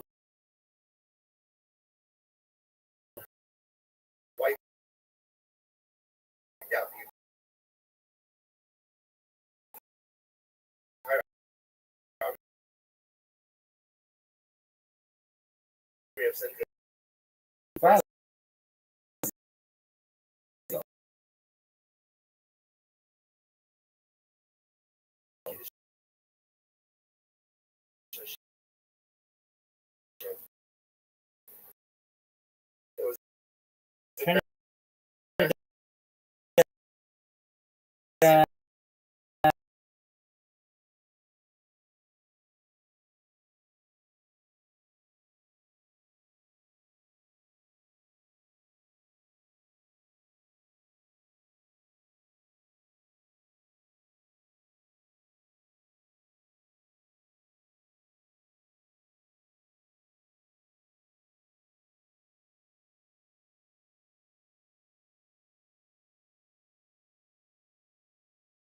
Mark Lemon there, who I thought was better than Michael Jordan, like maybe. And I'm like, oh yeah, can I get a basketball? He's like, no. Why? Because we never, ever, ever, really ever got shit at stuff. Why? Because it's expensive. Why don't you instead watch? And I'm like, fuck. And these motherfuckers are spinning the balls. And I'm like, man, I want a fucking basketball. All these kids, they got basketballs. They're bouncing them all around and having a good time. And I'm like, man. And I don't know. As the game is ending, my dad goes to the bathroom or something, and I'm just sitting there watching these motherfuckers spin the basketballs. And he sits back down, and then I see him reach under his chair and plants a fucking basketball in my chest. And I used this basketball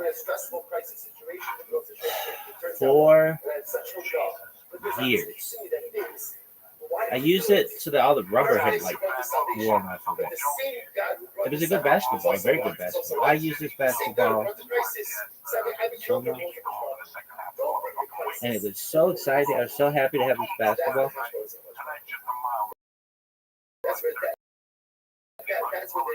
Anyway, shout out to the Harlem Globetrotters. Look at this Levinson.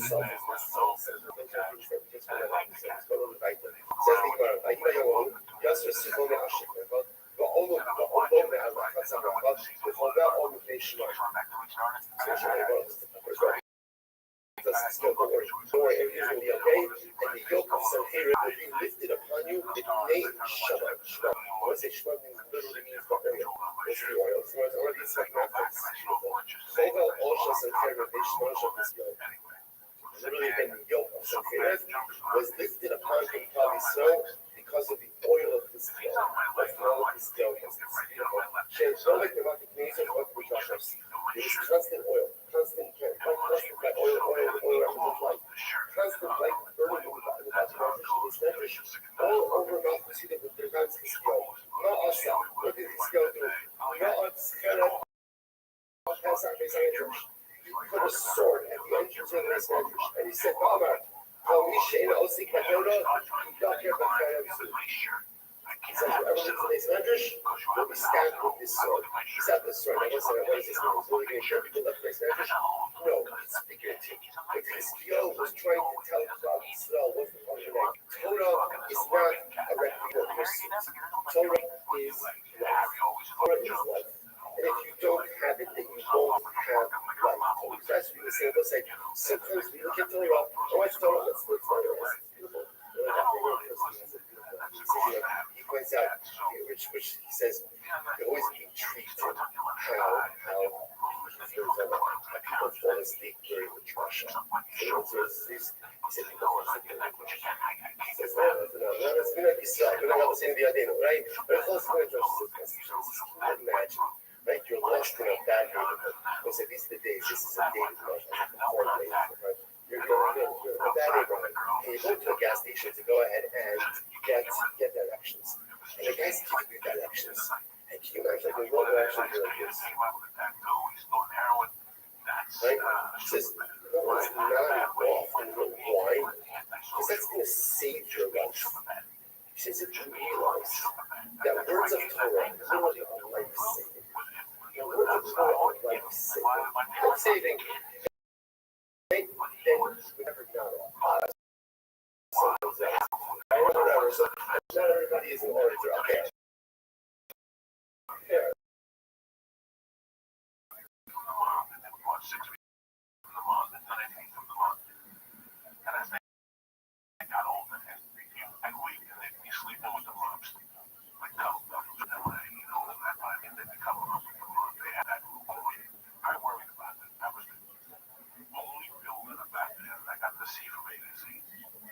For a while there, it was just cats popping up and dying.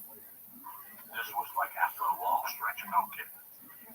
This was her last letter. And then she had those poor cats.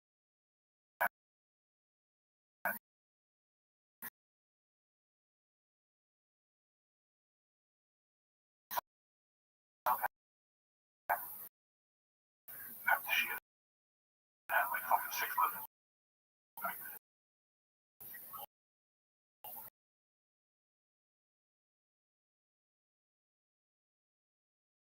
It was 2007. And I was doing Kempo karate with these dudes. Okay. And they would always do forms. And I was 380. They said to me, listen, man, forget about it. I want you to do this during the week. Just stretch out your joints and get your legs thinner. And I was doing these Tai Chi things, these stretches. So I would go outside and all evening.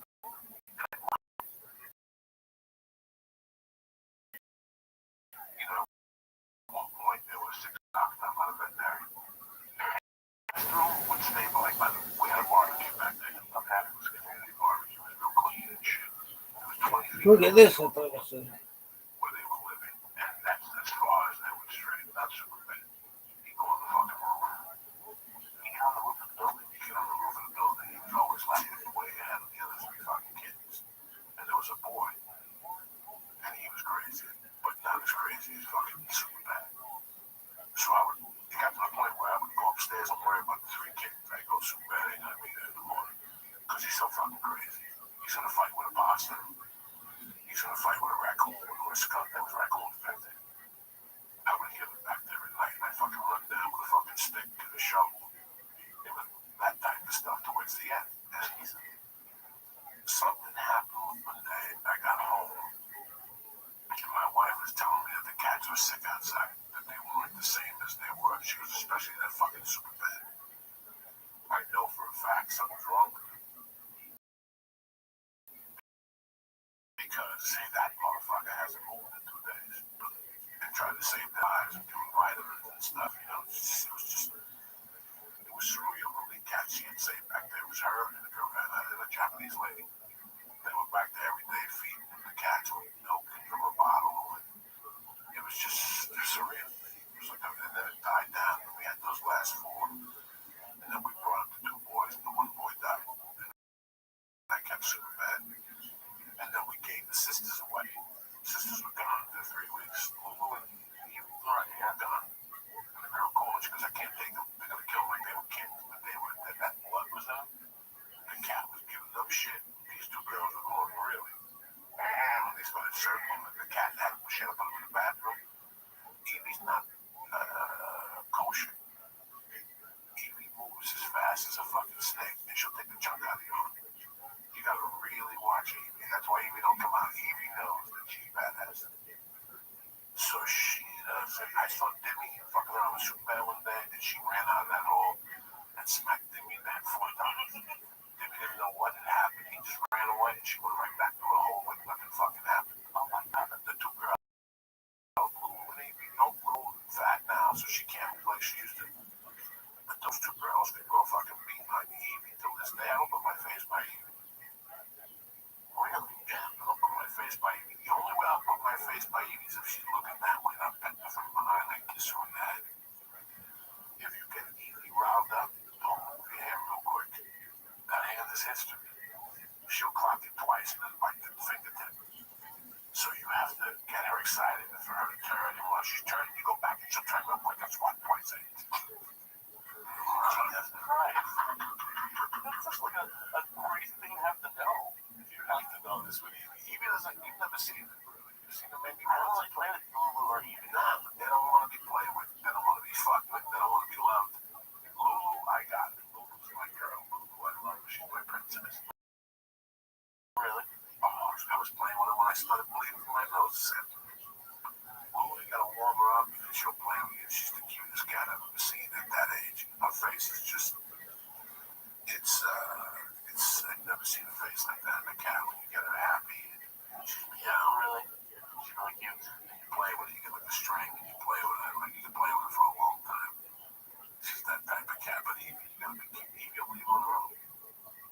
Because she knows I'm getting pissed off already. Like she'll say it to herself, like I'm getting pissed off at this motherfucker. So I gotta leave. Like if Demi's there, and I'm giving Demi love, when she comes up, I gotta drug her. She doesn't want no games.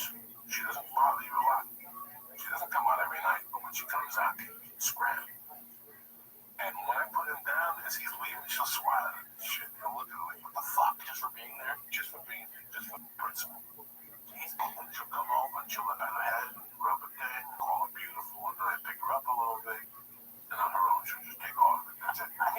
cats like get a bad name, because this is like why I don't have a cat. Like besides monkeys, this is my only experience with cats. Either they hate it or they mean. So like your cats are like really enjoyable to be around. Oh, they're very enjoyable to be around because that's the love I've given them.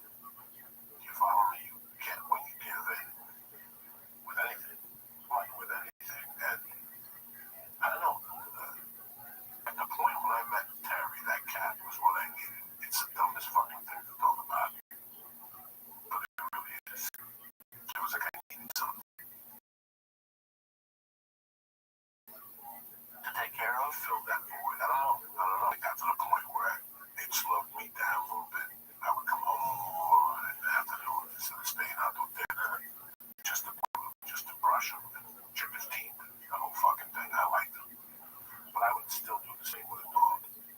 When I had Hercules, I gave that dog all the love in the world I had. You set it up in a way that, like, okay, you're saying something that's factually And one day I'm sitting in my fucking house. Now, let's be And real clear. George I Brown. don't necessarily think they know what's going on And yet. we There's used a to lot walk of in weird for a while. shit Yeah, going this on. dog, Sarge. First of all, there was that one Sarge, guy shit, who was the Sarge was fucking the goods. all right, so you got this Sarge was the goods. He's just one of those dogs that live in who starts Colorado. yelling out, did he take his pants So down? George Took his said, pants down? This guy was at 9/11. take Sarge. He was at the Boston bombing. So he called in a fake bomb at another So fun. and then he did this at this thing. Right after somehow or another, this guy has the state of mind that the moment someone gets shot, he yells out and says, I did it, takes his pants off, something like that. I don't know exactly what he did. Then, ready for this? No, He it gets was arrested long. for I jail had him about a year and a half. right away. So it was a long Right time. I was off on the time. So what Jail happened? for jail for me. Why is Came that? back from San Francisco.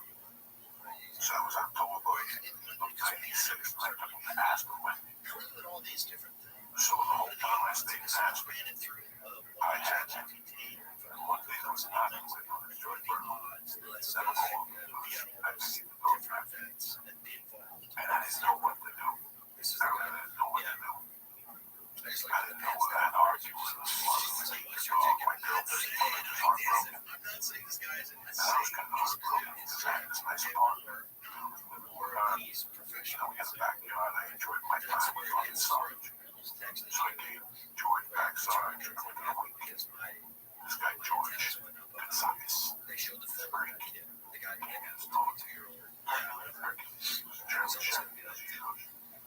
He was probably 8 weeks old, 9 weeks old, just a little ball of fat. People who look like that that have the capability. So when he gets to me, it was the off season. My wife went back, the girls were out there, and I went back to Oakland. 200 yards from a prone For position, 4 weeks. dead on rifle. So I had that dog for 4 weeks. Number one, there's no You work. set this Rabbbi, I you was set not your 0 selling. to 200 yards. So You can tell how far you go can back shoot. to looking for our money. Go back home, see the family now. The stores are open. Very If you're from you or experience it, Very this is someone that's never shot. You need to go back to Jersey. 100%. Yeah, I They've think never shot. a good time. The last place I wanted to go was Jersey. I had Jersey, so I stayed.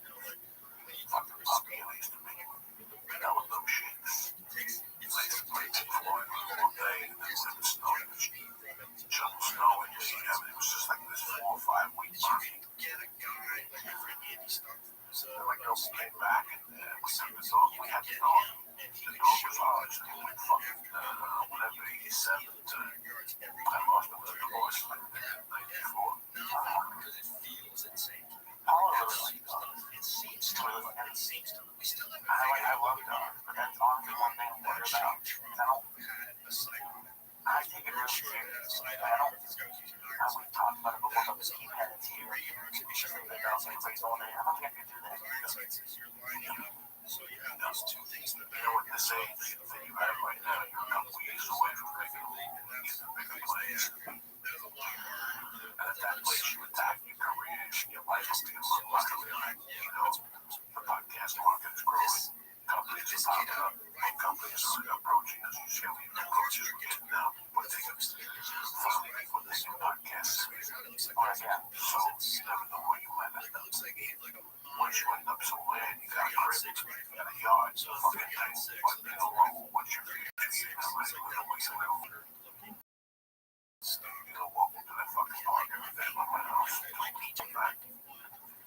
it's hard to tell. But if you showed me that, and you said, hey, this is my cousin's friend, is this anything that I know? Looks like a standard sophisticated But I take the The dog. narrative is, You know, this is his my grandfather's fucking whole rifle, gang is like a little backyard. Nothing to do with doesn't it. have a I serial got a number. little dog. I got a dog. It's a German Shepherd again. Interesting. Yeah, from start, from day one. Pick him up when he's 8, get him sent over from Nazi Germany. That's kind of crazy. Fuck it. Give him Is some it rest. possible that Watch him it go. could be that accurate? Just watch him go. Smith, and they work on My it. mom Yeah, used to it's get totally the possible. females You're and really that. good Gunsmith, and he said, So they would bleed. if you're like a nostalgic person, like driving a Fuck, car, you can't control him. But they bomb with women. It's crazy. so if you had a good gunsmith, and you took It's a look crazy at how that, and the intelligent action dogs was they true, are. It really is. How little doors to, they know. They you know a lot can of see little from the things. shoot They all have a quirk. years. Right? So Just some of them don't bite you on the way in. necessarily Some of them go bite you on the way out. expired, right? Some of them Especially bite you because on all the the way stuff out. like the trigger and the action and all that different stuff is German Shepherd that was also just so it's karma. That's their not. It's their hips are weak. That's the other thing. But by now, technology hasn't changed. Now, those fucking dogs have something to shot, they can give them a bird or something like that. So, you know, it's something real crazy. To do that, if you're highly skilled, It sounds weird, but disassemble I had a dog rifles so from you can get it in a better 7th grade, and I think he passed away. Not gonna fit. Not gonna fit. And then somehow or And so another, I can't just become a part of your family. And I don't know, and part of me is like, I don't know, like my mom, I brought it up, she says, it's Adam's the other one of the and dog. then he's supposed to get it in that stupid fucking backpack. I know it's literally like at one point, like, Makes no sense. it's still, So and that's this the is whole just a thing. narrative, right? Okay, Watch a it's guy like 10 jump or off 15 past years, and and then, then like, it seems like it is setting yourself up for sadness. But so if you have a guy you don't that's mix up like that. I shot him, now shoot me, I shot him, now shoot me, and then that guy gets arrested for child porn charges. Like, what is You know, when one you day leave you the house, find like, this you might rifle and they leave, say, that's okay, a so whole then you fucking way to reassemble live. it. Fuck it, who cares? You might last 5 years. I love it live. Don't be move on. You all fucking move on. There's something that, you know, for the last month, you said to me, you seem a little stressed out. You're telling me I was a little upset about the White Nation getting canceled, but the line of that was to calm him down. I called Frankie last week. Frankie come home. where he's sitting in those I don't know why. I would never bother him. I said, it's the elevator company. So And he goes, what's up? I go, I'm having a hard time with Carmine's step. He come over and put a few jumps in breakfast. So And for some reason, I broke down right there. there's a video of him jumping. So this guy, whoever it is, jumps off the roof and lands. Whether or not he's even the guy who shot him. Maybe he thought he was I going to put my shoot him. own, I held up my rifle, and I felt a lot better than I came up with that. We all move on. That's, you know, no matter how horrific it is. For some people, it takes a long time, but there's a kid out there. In fact, my wife and I were having a conversation. That fucking alley really misses the house. My wife said, I don't just that. She changed as soon as the doubt got. She got really sad because we brought Allie in. She was a fucking kid. And she took it to the like sometimes the big cat takes the little cat too. She followed the dog everything. In fact, we took back one time. And the vet was like, what's going on, Allie? Like, he was like a bunch of Shit that doesn't make any sense. And you spam it out there at the same time. Believe it. That was a fucking man. It was 20 fucking pounds. She's like, but she followed the hell everywhere. So she was a dumb guy. You know, that was weird. That was something my friend called. And I came on maybe 4 weeks ago to tell me I think the dog was cat died. I haven't been the same for games. She used to watch football with me for the last fucking 15 years, you know. It's like a kid, but I'd rather have love than not love at all. Because I love my animals. I fucking love them. I love my cats. I love coming home at night. If you come home and bother you, or some fucking asshole says something in the store, and you just get in your car, you drive a ball gang and pissed off, and you fucking make a right and stuff. Instead of having to get some nicotine gum, when I walk in, there's always one of them. There's always waiting for me.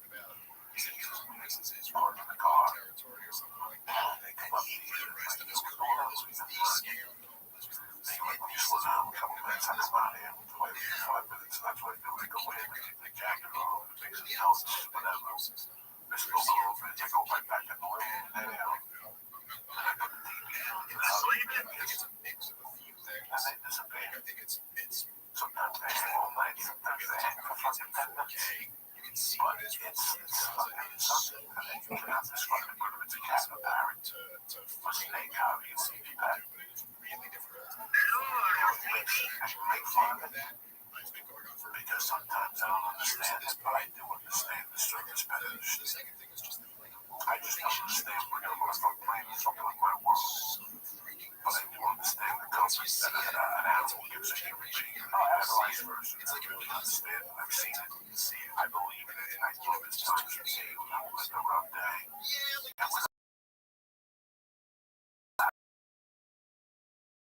I didn't know it, they jump on me and somebody wants me to email them.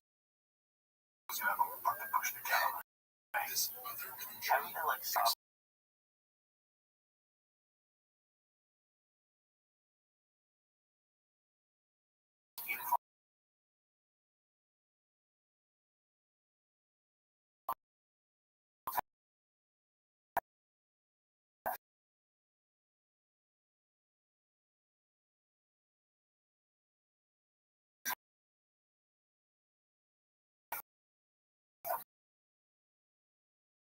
Before they stop me from passing out, cursing out a motherfucker, you know, they really do. They're confident. They fucking hang your toast. So, you deserve this. When I come in, whatever.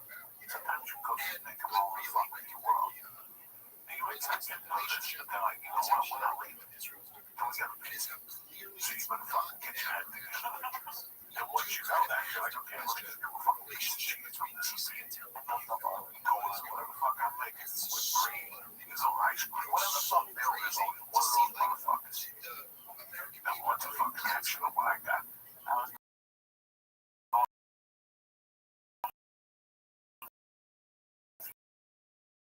The old man, there was one man.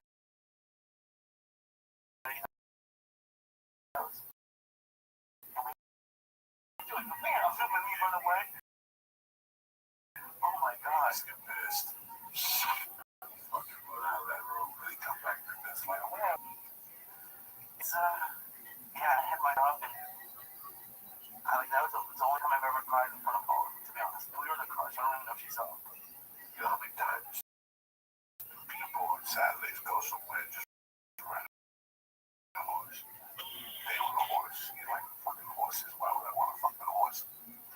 That people like these a fucking dude put that fucking hard hat on, horse boots, and they go for a fucking, they know how to ride a horse professionally, not professionally like doing shows or whatever, but they know exactly where to go and they take a fucking 3 or 4 hour horse ride. Can you imagine what that feels like? On your horse, buddy, she stops. He jumps up and does that fucking low range thing. Horse people take a lot of pride in it because they come in with clean hooves. This is all It's a body. big thing. When you look at those guys, there's something to be done. You don't hire nobody for that. You can't hire someone. If you hire somebody, it's when you brush them. Which I love brushing my cats. You do it like every day. Yeah, I have to. I like brush every day. Blah, blah, blah. And have a system so they don't lose their mind because they get over stimulated. Yeah, they fucking. So there's a way you brush. You paddle with your hand and then both. You know, they give the brush with the hand and both. You know, it's really interesting. I didn't read this. I fucking learned it by doing, by seeing what it did out in the field or in at ease. So these little things you just fucking learn by seeing them. I'm a fucking cat pro just because I watch my wife. And I watch that. And I watch, you know, and for years growing up, I was a dog bro. I had dog all along until the minute my mom fucking broke out of fucking being. And I died with Krista. Who I would break into time to time into the yard and go in the doghouse with Krista. I think about that fucking dog all the time and how bad I felt in the life that dog lived. That dog died like me. Living in a house with an air conditioner, people giving you love, Nina.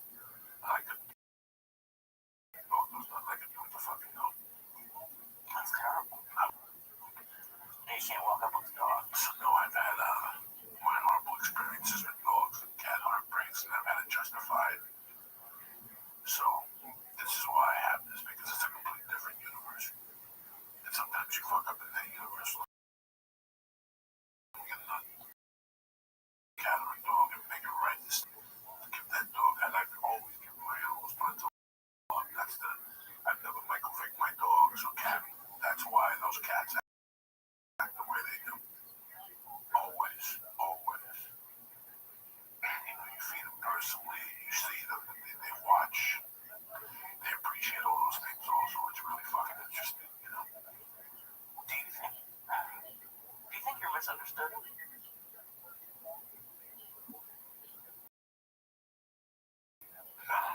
because I was thinking like cats. I have that name sometimes among people, and that's I think you and you're special a lot. Just because I got to go to Austin, it was great,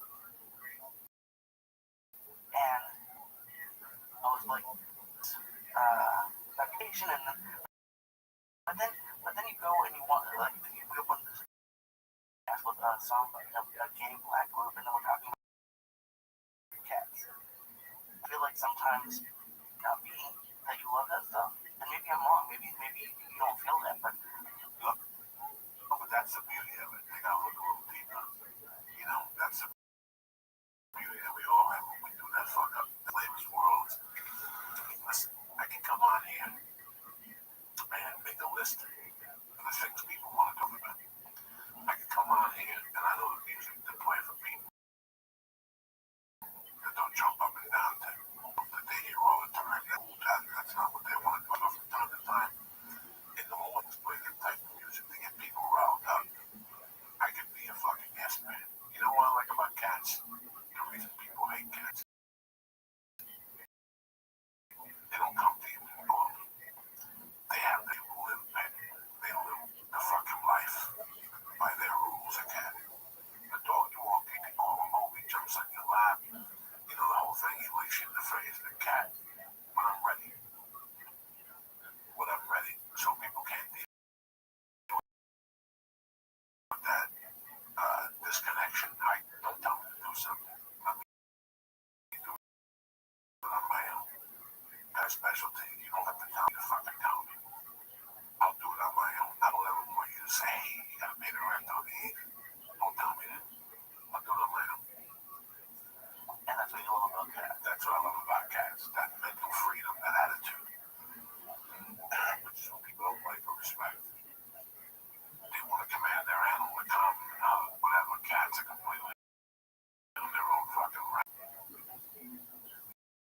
I wasn't really, when I liked dog, I wasn't really a fan of the cat. I didn't hate the cat. I light the cat on fire. So look at that motherfucker. Thank goodness. But I didn't own a cat. If I went into your house and you had a cat, I avoided that motherfucker. And I remember going to homes and people wanted to do it super bad. And Harry do now, and I would be scared to death. They would go, no, that means he likes you. And I would go, what the fuck kind of animal likes you by putting his claws in your fucking leg? Fuck that fucking bat with fucking legs. I hated cats. But it wasn't that. I wouldn't go, since a kid, I go out of the way for squirrels, you know, I don't want to fucking hit a squirrel. I still don't think I would pick up one of your cats. I love all your cats. I don't think it would go. I'm still a little bit. Harry would let you pick him up, really? Debbie wouldn't. So the bad lady fuck with the ass, you know. You were fucking your pet burn out and let you fuck with the ass. They won't let you pick her up, the girls let you pick them up. I wouldn't even know how to go about it. Just sneak I don't want to see this fucking Sharpie commercial ever again. Harry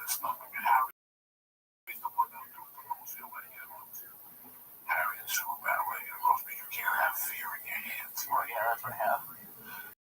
It's offensive Have to fear me. in your hands. And that's you have to learn over the years. I've been so much by dogs. I got rid of that fear. I hate this one, man. Got rid of that fear. Don't get me wrong. When I was coming up here before the black fucking fight, it was like a fucking one of those devil dogs that protects the devil. You ever see those dogs that protect Satan? That's what that dog looked like. That dog gets a hold of my fat little fucking thigh. That's all. It's like a Chinese buffet. You want to go to Austin, take everything. I have fucking oyster balls, my thigh, you know, but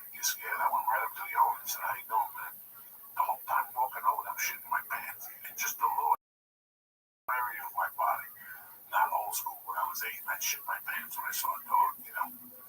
Yeah, those kind of dogs get scared. Yeah, so you have to control your fear around those motherfuckers the same way I gotta control my fear before I go on stage. It's once you do it one time, you say to yourself, how the fuck did I do it? And then you go, okay, now I got trained when I was probably like 18. My friend, Stinky, had that motherfucking Coco dog, the German Shepherd. And every time you walked in there, the guy was like fucking Liberace. You know, he'd suck your dick, he'd light your cigarettes. But as soon as you told Coco you had to go, he'd take a chunk out of your ass. Really? Have you believe? Oh my God. Oh, I've never experienced You that. gotta get the dog, put him in the bathroom, you gotta run out of the fucking house.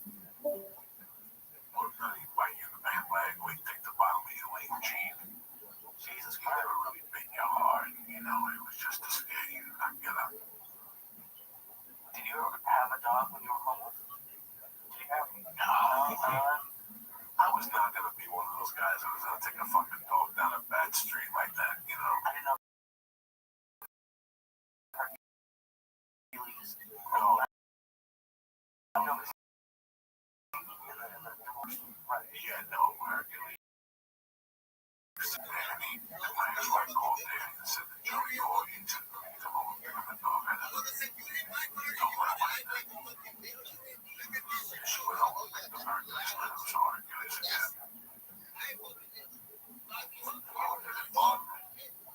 It was all rolled up in one fucking thing. All fucked up, you know. I can't fucking dissect it.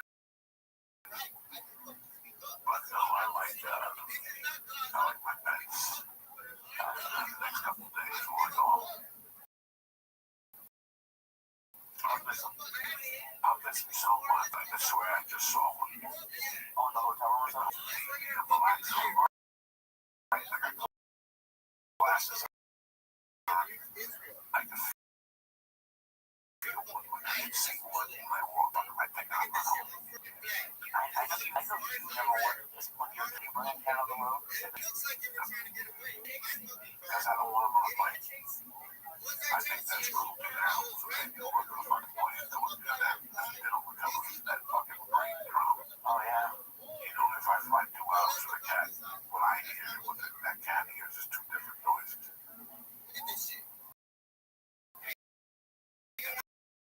She's going to fucking die. Here's the bottom of that plane. Yeah. That plane is being filled.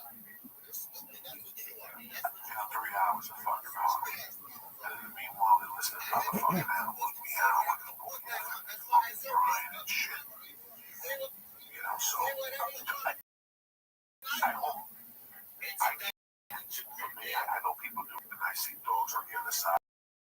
I know people there, and the dogs fly out there, hug the fucking home. And they go, it's great to see, you know, they go. Someone played like, I know for like the service animal thing, but they also don't let touch like a dog like in the carriers. Play now. Oh no, it's how you start saying. So the comments that are Or the back, no, but no, we don't go back. Walk down that fucking back. From New York in 6.5 hours. What's gonna do that dog wants to piss of shit?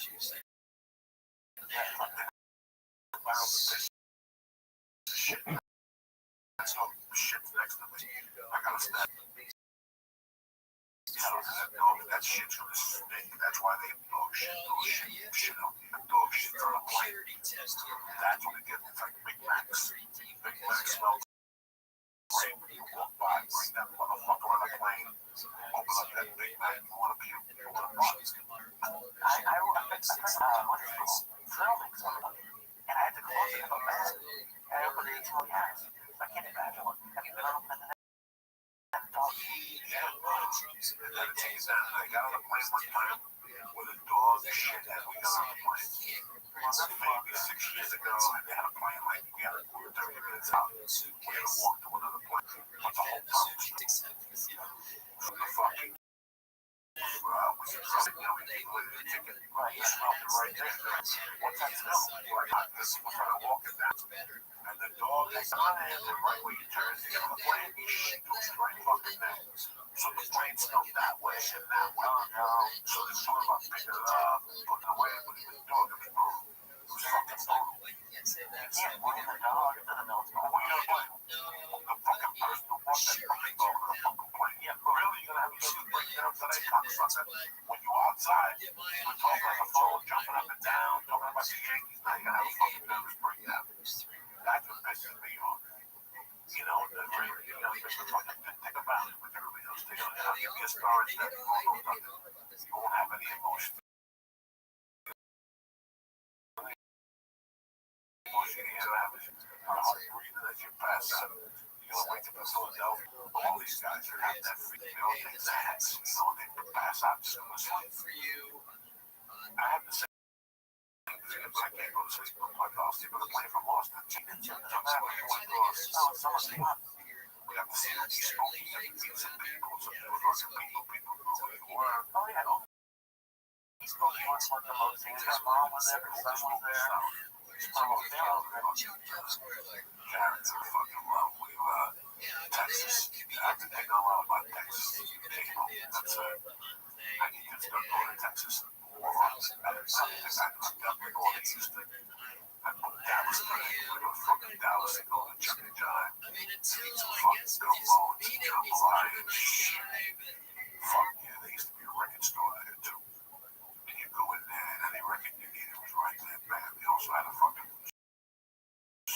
ice cream place to get house. It's a fun fucking big day. We might have to take him to the Kennedy suite. The suite where he slept the night before he got shot and shit. Like that. The great he was in his 20s. He has tacos named after him at the place where they had like tacos. Like he was like on the radio, so they like named it tacos. Dallas is a good city also. Dallas is good. Like I said the other day, there's a lot of great fucking cities in Texas that I went to all of them. I cut my comedy teeth in Texas, man, and they didn't give a fuck. They didn't move me. They didn't throw shit at me. You know, it's, I don't know if this back pain has been stress or you know, something that's been on my mind that's been bothering me the last couple of weeks, which I've had a couple things that have been eating away at me lately, but nothing serious, just, you know, different situations I have to get into. If this situation goes down, do I really want it? That type of shit. You know what I'm saying? I'm really happy when we just sitting there doing a podcast. But now if they offer you this, do I really want to fucking drive to the Gower Studios and fucking spoil now? I don't think I could do it anymore. I can't. I did it for a long time. Guys said that those movies and those TV shows. And I gotta tell you, some sad ass and take pictures or whatever. I talked because you have to be sociable, so I talked to different people, and there's people I really like, and there's people I saw right through. But you listen to me going, Joey, you fucking retarded. Exactly, but here's the thing. Guys, it's a complete different thing than selling the show and owning your own show and having your own show than doing somebody else's show or somebody else's fucking movie. And, you know, man, when you have the freedom of being a stand-up, you know, like I have the freedom of, I'd love to shoot a movie or a TV show for 3 weeks, you know, just to get me to love stand-up that much more. And then I do stand-up for 6 months, and I'm like, fuck, I gotta write new material. Hey, you wanna do a movie for 6 weeks? Fuck me, it gives me a chance to write new fucking material. And not really give a fuck. That's the system I wanted. But with all the fucking union things and the insurance and all the differences, it's like, you know what, man? They gotta pay me to be unhappy. Do you know what I'm saying? I mean, it sounds like a fucking whiny thing to say, but we've discussed this 1,000 times on this podcast of being happy. That's the most important fucking thing that I'm scared to sign on for something, and after 4 days, I want to shoot myself in the mouth. That's what I'm fucking scared of, to be honest. Doesn't that happen to everyone when they start a new job? I mean, I think that's, and I think what the difference is going to be when you started 20 years ago. Yeah, you call me tomorrow, Joey, I want you to work out something for one day, so we don't pay him any personal.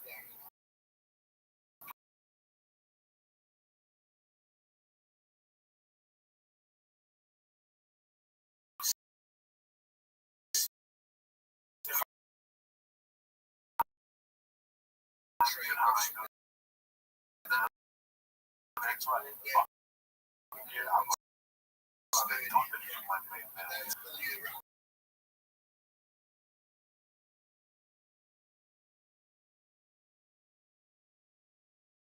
experience.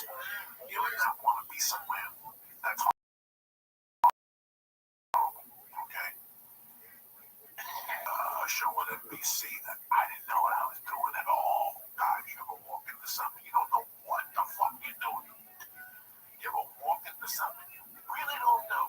Like you really don't fucking know, like where to start. Like I didn't know action. Basketball, I didn't know that. They made fun. Those guys just made fun of me. I didn't know nothing about action. I didn't know about cut. I didn't know nothing.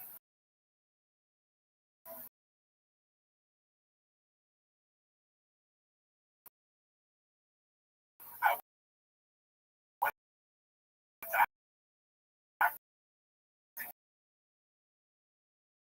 to just talking that show.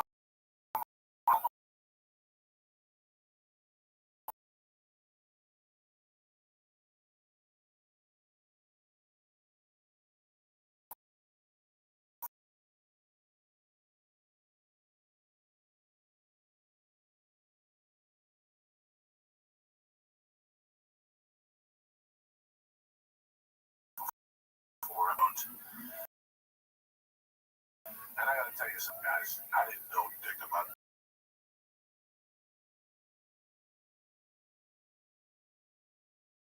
You go along the way, and all those experiences were good along the way. Tina Turner. While I was shooting, but it didn't matter. It was something I wanted to do. It was something I thought would take me to the next level. Okay, the long shit. What is it? But the longest shot I pissed off a lot of people was that took the matters after. Tell the story. I didn't fuck around with the rest of the mafia. I just went straight to the fucking gun. There was this fucking. Rabbi, tell the story. Alright, there was this fucking episode of Bel Air where they were singing this slave song. Can we say slave? I think you could still say slave. Anyway. And this is a really like powerful episode. Let me see if I can find it even. It's really powerful. Because obviously I didn't have one and stuff like that. But if I would have thought of that the night before, I would have showed up with a job the next day. I wasn't that good at that time, but my mind didn't think that way. I thought about it while I was there. I saw the locker room. Yeah, here it is. I didn't see it while I was So the mom on the show, who is the superior model, no offense to the other lady, class, she teaches Listen, as a stand-up, I can't go up there and fuck. they call these things? When I got the reason about this, it was because I became dangerous. They were called back in my day Negro spirituals, but I guess like African American spirituals. And she talks about like well, one of them was Wade in the Water. And I'd never heard this song, but and this show's not like a show about this kind of topic, but anyway, she teaches them this song, and apparently this song, I don't know if it's just like basically the dogs that would try to find them not be able to find them as well. In the water. So here we go. What is this bullshit?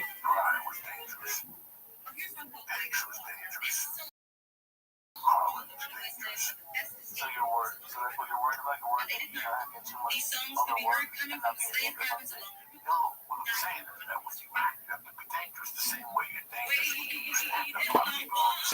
She's got a good voice.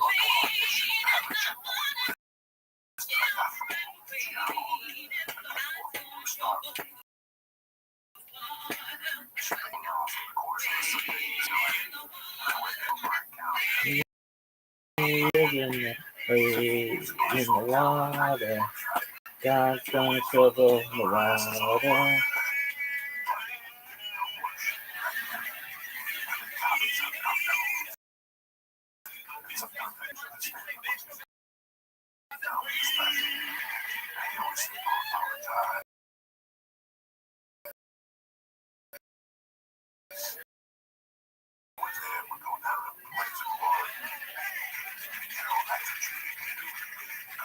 I was doing this. I was fucking a child, and I'd play with my little toys, that which I had, and I was playing on the kitchen floor, and I had like in my mind, like I created this whole world, and I made this.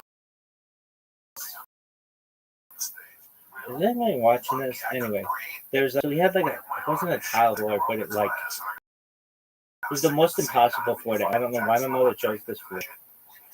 It was so difficult to keep clean. It was just the most difficult fucking kitchen floor to keep clean. No doubt. It was pure white. Oh, fuck. And it had like these little indentations in it that were, it was just the hardest floor to keep clean.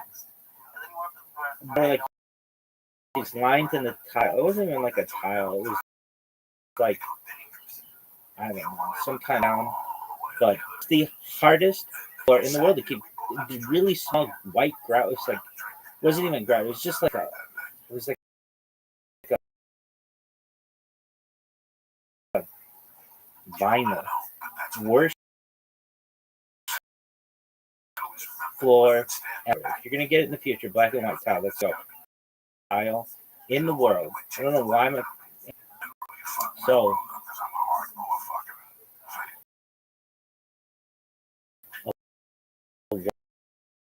White fucking floor is so hard to keep clean. Anyway, so fuck happened there? That was crashed. Cool. And I remember, fuck, they like went out at the same time. I was.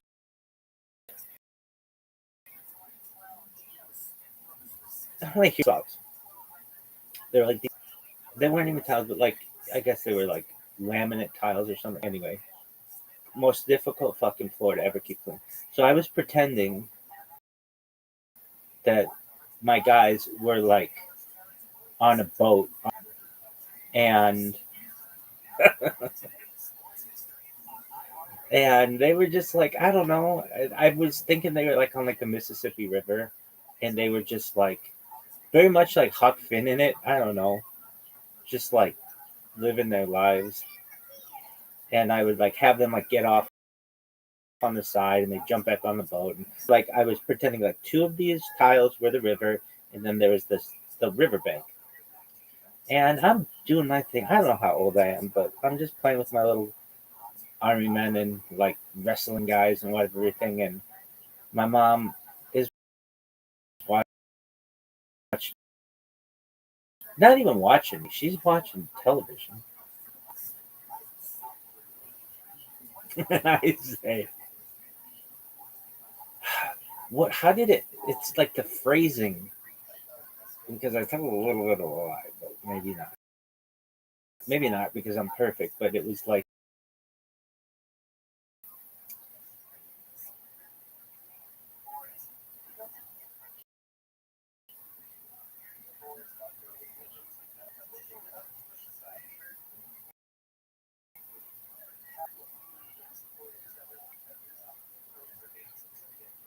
I don't know. Maybe it came on TV, but I think it was Creedence Clearwater Revival, CCR's Rolling Down the River TV or something. Something like that happened. And or maybe I was thinking,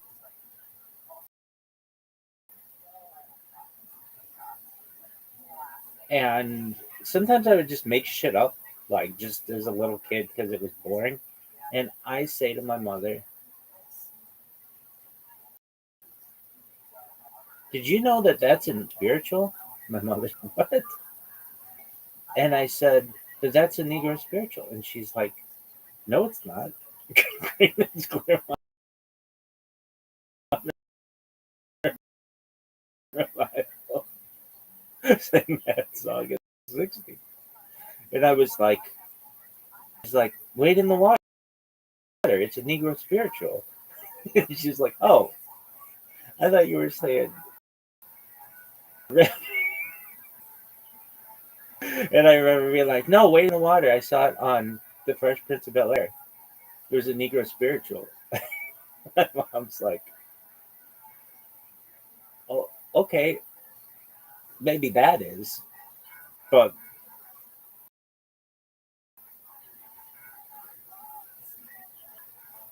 Rolling Down the River is from a band, Creedence Clearwater Revival. So I don't know, it had to do with water or rivers or something, and I just kind of was like, well, Tina Turner, when she sang it, she kind of sounded like she's just belting it. Anyway,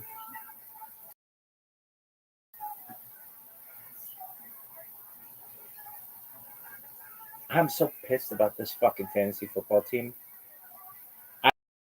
I like fell asleep on, like, even in bed, I'm like, fuck. Are you fucking serious? Regret it? Fuck yeah, I regret. What the fuck was I thinking? But then again, I'm like, well, I probably would have done it.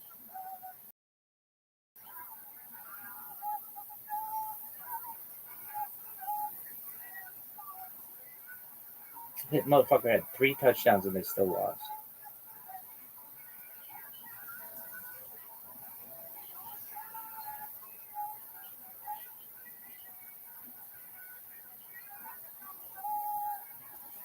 Anyway, so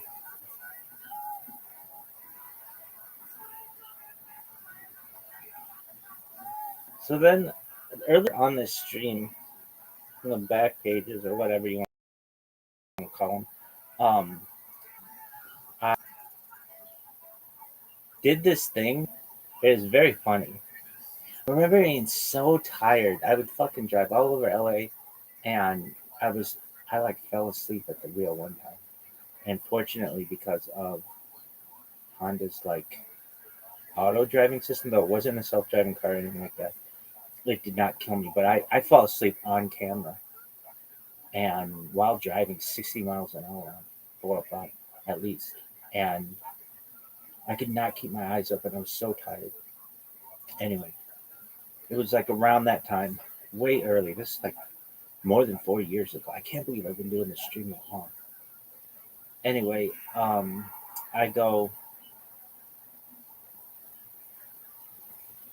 would always try to start the song. I would be like, Israel, the Rebetza, listen to me. If anybody asked you what it was like watching Rabbi's live stream, first you have to know it's a worst stream. But then you have to ask them, have you ever heard Tina Turner sing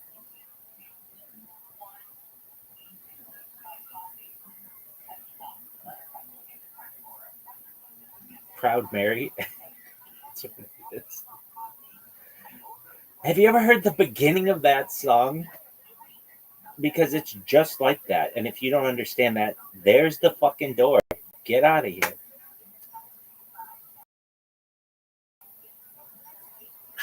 This is the worst shit ever. What is this bullshit?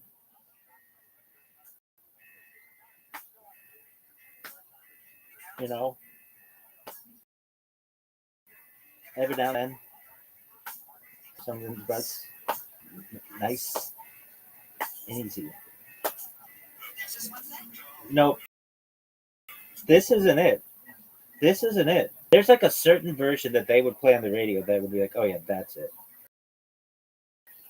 But that ain't it.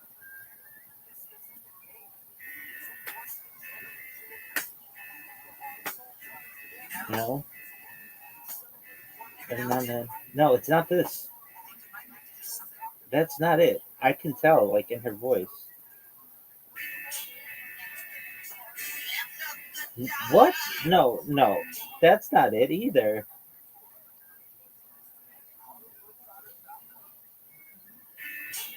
That's not it. Dog, there is one fucking version of this song. No, that's the one that I fucking would say was like, no, it's not.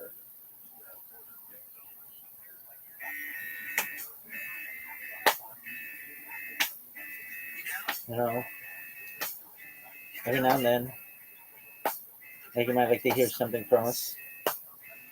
Nice and easy. But there's the thing.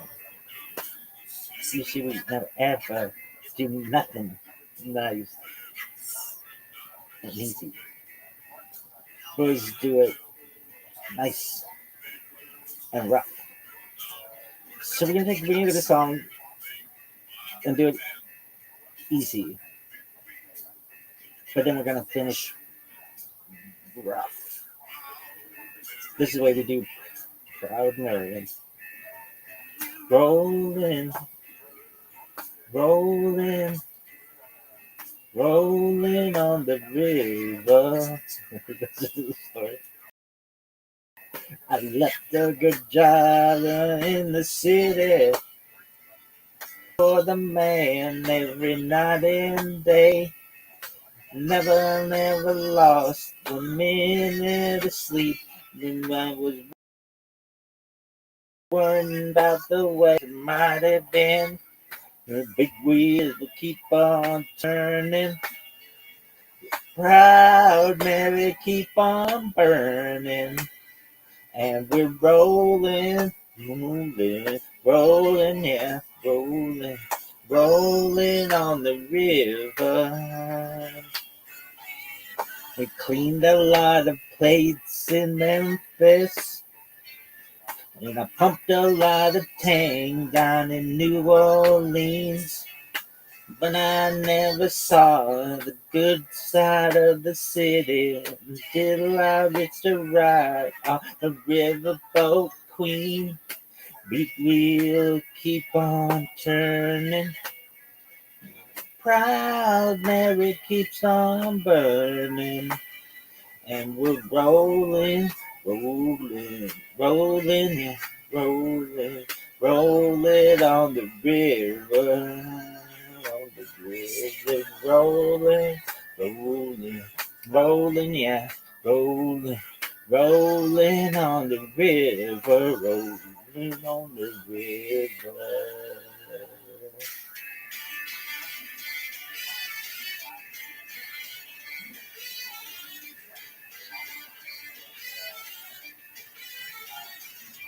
I left a good job in the city, working for the man every night and day.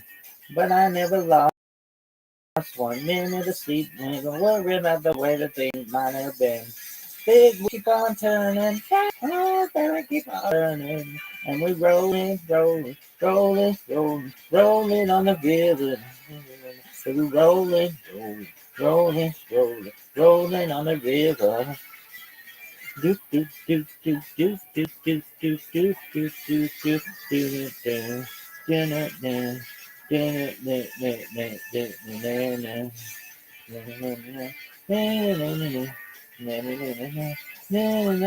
a lot of place in Memphis.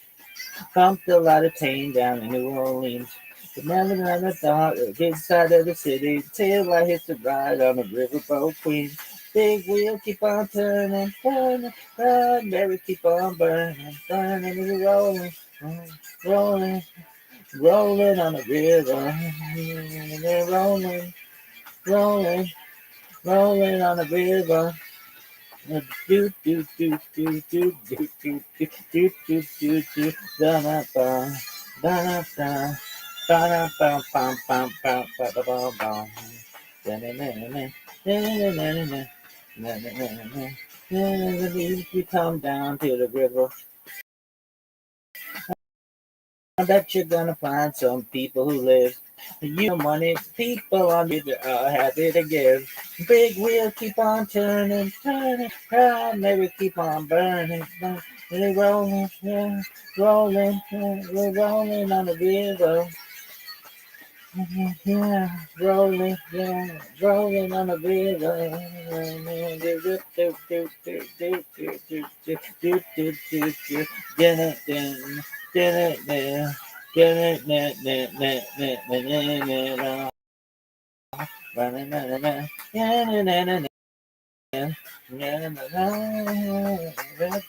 Rolling on the river, rolling, rolling. Rolling on the river, rolling, rolling, rolling on the river. And I knew you do. Yeah, na, na, na, na, na, na, na, na.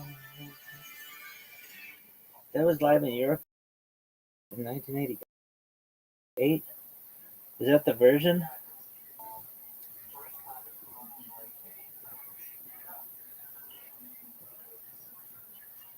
I really think it's a little different. I mean, maybe.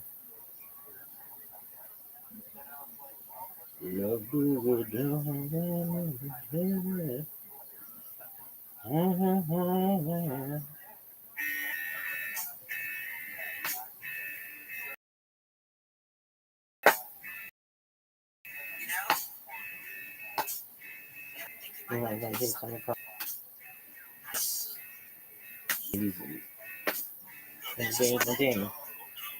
See, they never ever do nothing nice. Easy. We always do it.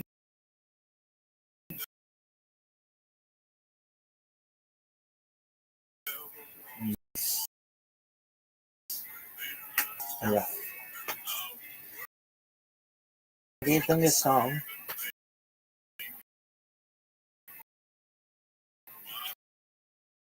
And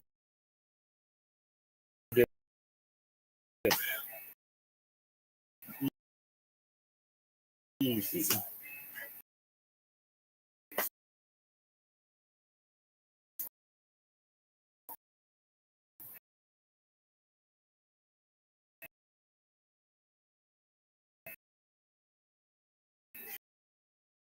But then I got to finish it. Right. That's what we do. Proud Miriam. Rolling, rolling out the way I think might have been. No, the big wheel keep on turning on the river. On the river. Sing a lot of plates in Memphis. The tame down in New Orleans. Never saw the good side of the city until I hitched the ride on the riverboat Queen. No, it will keep burning. Primary keep on burning, and we're rolling, rolling, rolling, yeah, rolling on the river, rolling on the river, we're rolling, rolling, yeah, rolling on the river, rolling on the river. Anyway, how do you say you're spiritual now? That's what it was known as when I was a kid. In not a bad way. It was just like spirituals, African American spirituals, black spirituals are spiritual music. Okay, so it's known about as that. It's still known as that. It's not seen pejoratively.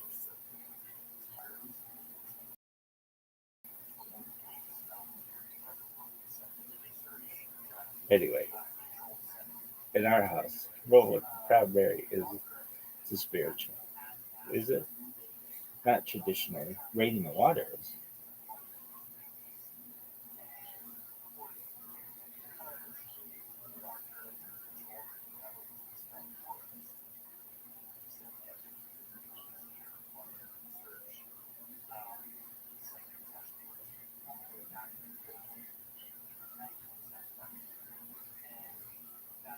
So it goes, wait in the water. Welcome. How are you, Mark? Mark, can you hear me? Mark, do you know English? Can you hear me, big dog? Mark, do you remember that time I asked you how you were doing?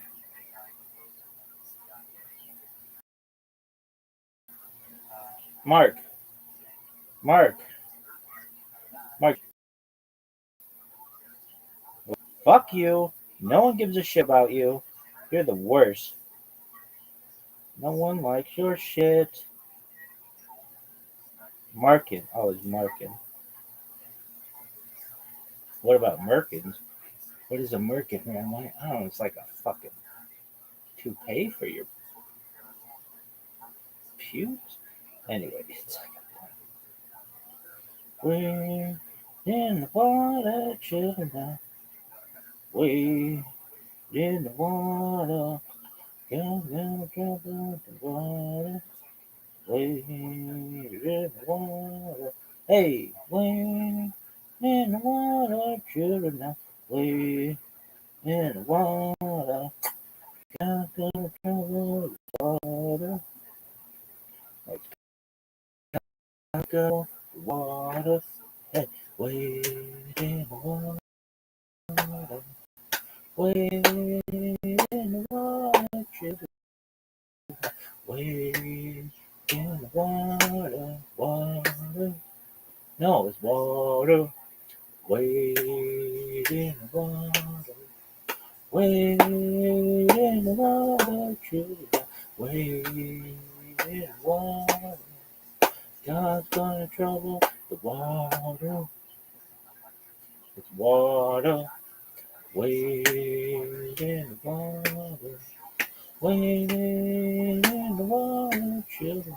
Wade in the water. God's gonna trouble the water. No, it's water. Wade in the water. Wade in the water, children. Wade in the water. God's gonna trouble the water. No, it's water. God's gonna trouble the water. Wade in the water. Wade in the water, children. Wade in the water. God's gonna trouble the water. It's water. Wade in the water. Wade in the water, children. Wade in the water. God's gonna trouble the water. No, why do you end it so awkwardly? Wade in the water. Wade in the water, children. Wade in the water. God's gonna trouble the water. Wade in the water. Wade in the water, children. Wade in the water. God's gonna trouble the water. Anyway, that's our, it was very much like the what is that Disney cartoon, The Adventures or some shit? That lady with the pink hat that's a mouse. And Bible goes west, that's the thing. Mousewitz.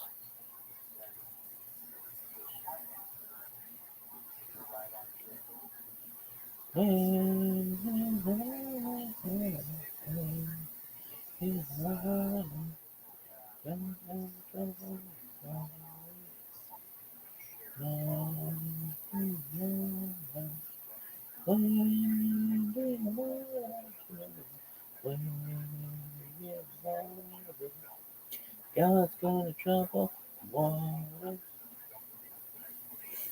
Alright. How many fucking impressions do you think this bitch got?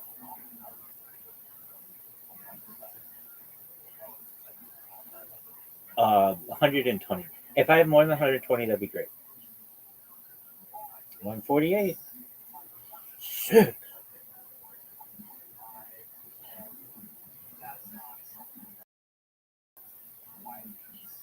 according to Economist magazine.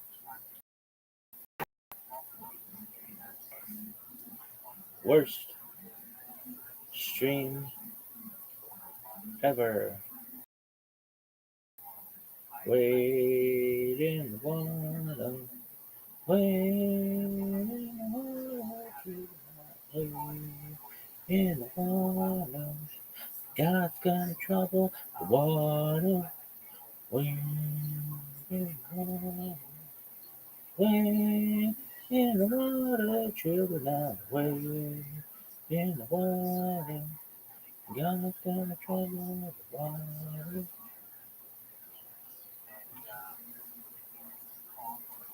Anyway.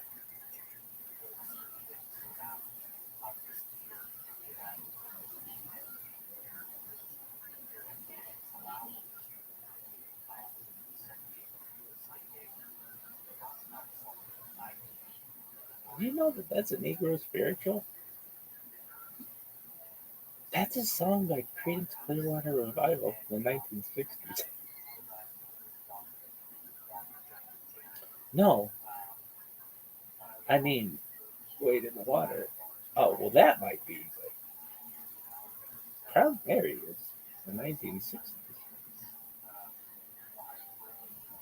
You know that big wheel keep on turning, Proud Mary keep on burning, and we rolling, rolling, rolling, yeah, rolling, rolling down the river, rolling down the, and we're rolling, rolling, rolling, yeah, rolling, rolling down the river, rolling down the river.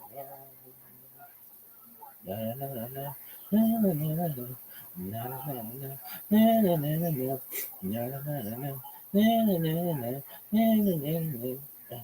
not a good job in the city. Working for the man every night and day. Never in the street. Working on the way things might have been. But in a weekend, making fun. And we're rolling, rolling, rolling, rolling, rolling on the river.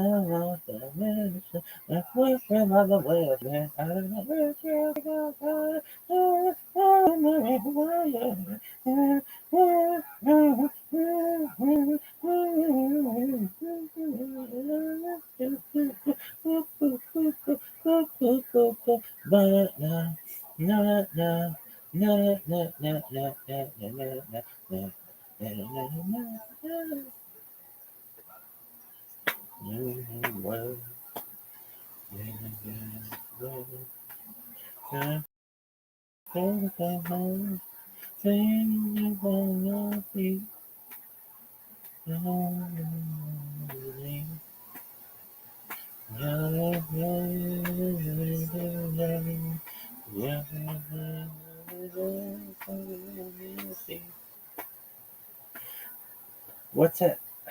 What would be the theme? Back? Is it called back porch music?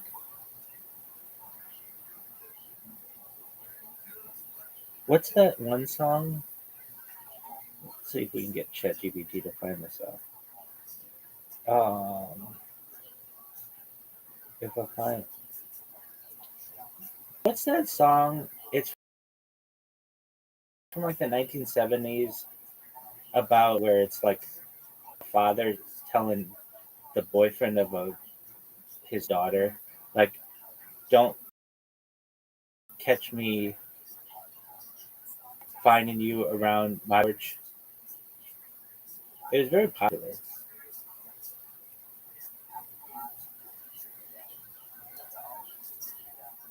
Sundown by Gordon Lightfoot. That's it. Sundown, you better take care. If I find you been creeping around my back.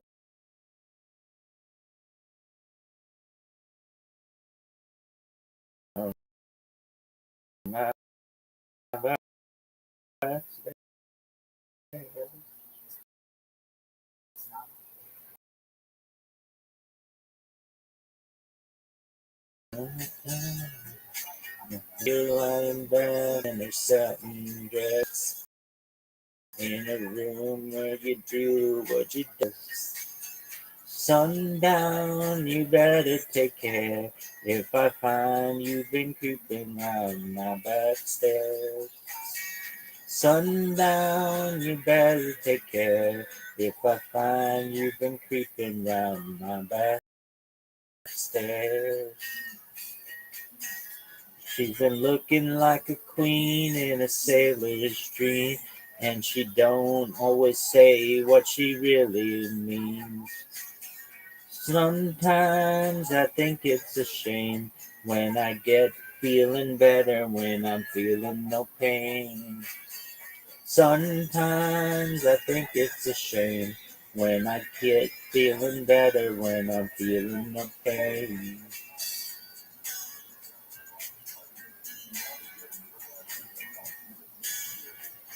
When they should have the move that a man could make, getting lost in her loving is your first mistake.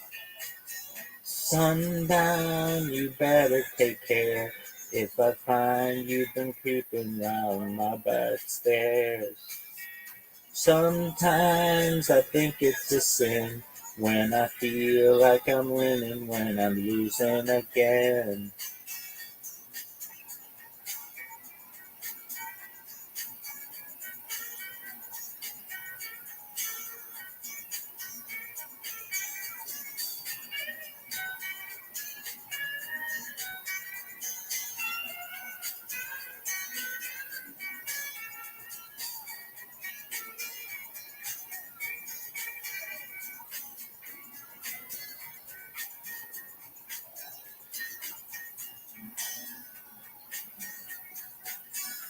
I can see her looking fast in her fading.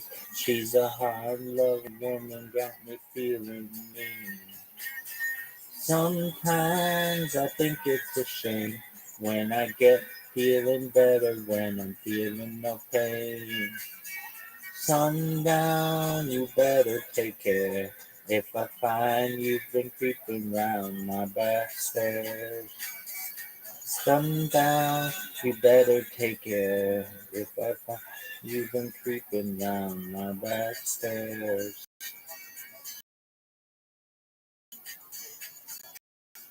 Sometimes I think it's a shame when I feel like I'm dead and nothing.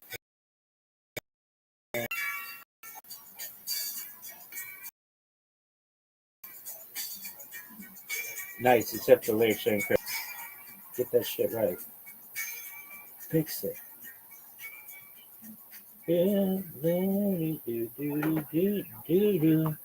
Look at this athleticism. Mr. Crypto Whale followed you. That's a mistake.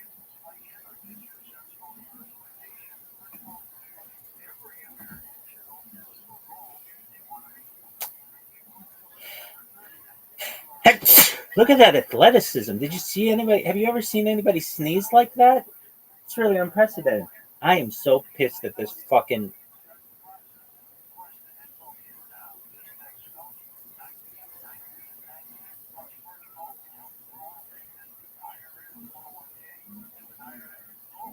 Fantasy football team. I'm so pissed.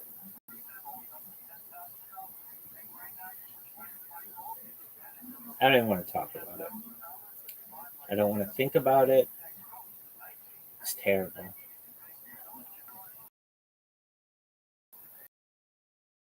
It's a real fucking shame. Do, do, do, do, do, do,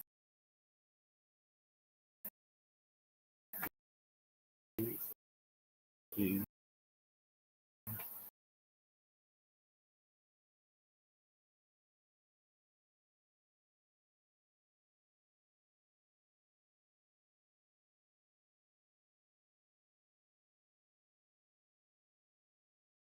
We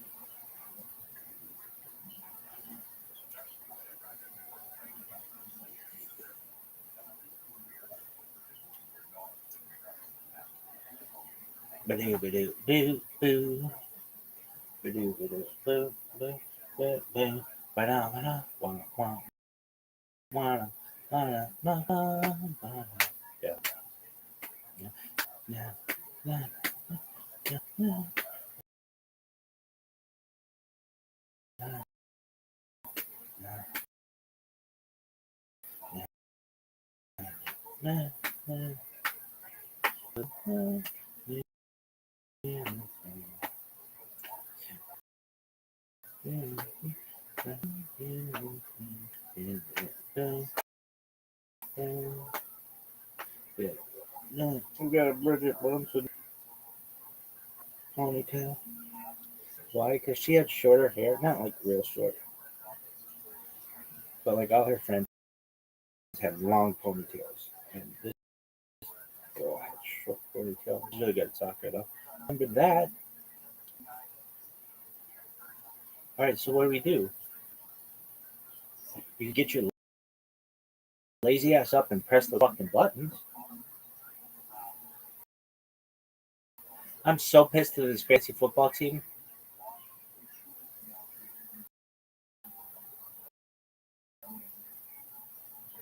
They can't even.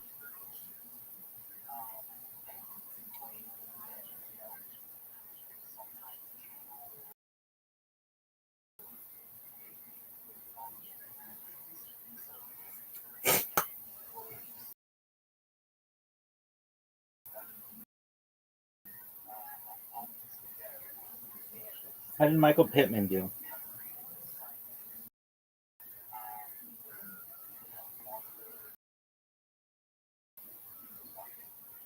Da, da,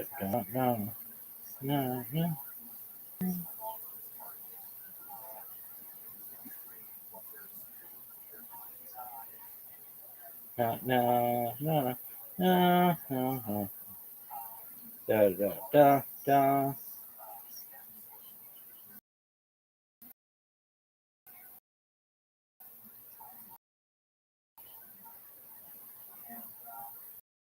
My memory sucks. Go.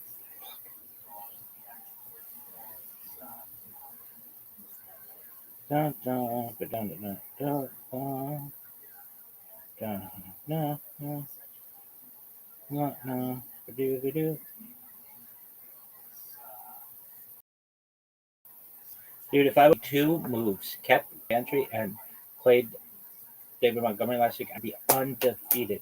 Sucks.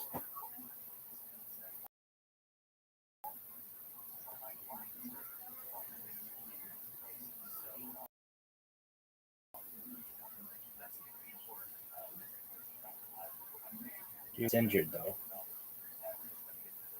He would have won the fucking. Okay, I don't want to talk about it. Oh, look at this move. Hey, why can't they just build shit that doesn't crash? My fetish is bimble milfs and software that doesn't crash. Those are my fetishes. Anybody wants to know how to get to me? Maybe through my stomach, but also and chachanis. That's my thing. So brought to you by MeUndies.com/Joey. Check out all their men's and women's sweatpants, shirts, t-shirts, socks, all their amazing products. Go to MeUndies.com/Joey to get 20% off of your first order or save $8 a pair with your MeUndies subscription plan. And shipping is always free in the US and Canada. MeUndies.com/Joey.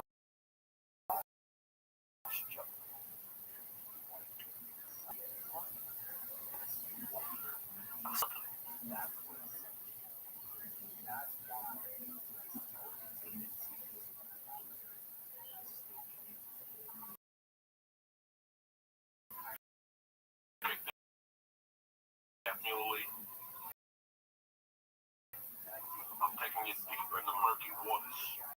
Here we go, cocksucker. I saw the movie FX, The Jam, but it was just a movie. The Church of What's Happening Now.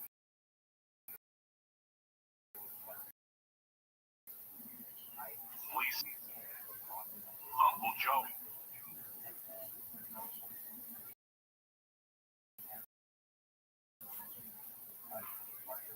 WUN. Oh shit, you haven't heard this in years, have you? I've never heard it. Dog. Look at this athleticism with footwork. Look at this move. Someone will never take care of you. Finally will keep in mind my best stand. Sometimes I think it's a sin. And I get in the middle of I'm losing again. I got a long week in New York City, so I think this podcast, keep you going for the second half of the week. But I'm losing again. Tonight, just a lot of friends. 22 months, you know, the other night I'm sitting there with the on the couch.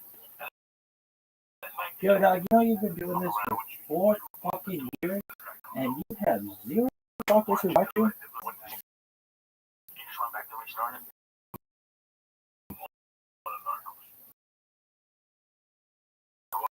When I get And I'm on stars, and I kind of watch that, so then I watch, pull out my shirt, and then I go back and I saw a bunch of things. I saw how Taka grew and all that. Look at this move. I'm sitting there. Look at this athleticism. It's really impressive, damn it. He's on my legs. Gotta take a whiz. On my legs, and I'm watching The whiz kid. right on my left hand Look side. at this. And once he reaches something, I gotta declaw the shirt and then hug him and play with him, and that's how it goes until he gets sick of it. He's cool as fuck. You see how he was with the wife that day? Oh yeah, he's cool as fuck. You can't get rid of him. He's like fucking to her, but you'll never get rid of that motherfucker. Yeah, well, which I don't mind, but yeah, you know, he's not trying. Then he climbs. If you have a nice shirt, I can't have him sit on you. And I got hold because he's a nightmare when he jumps on you. He doesn't mean it. He loves you. He really fucking is a loving cat, you know.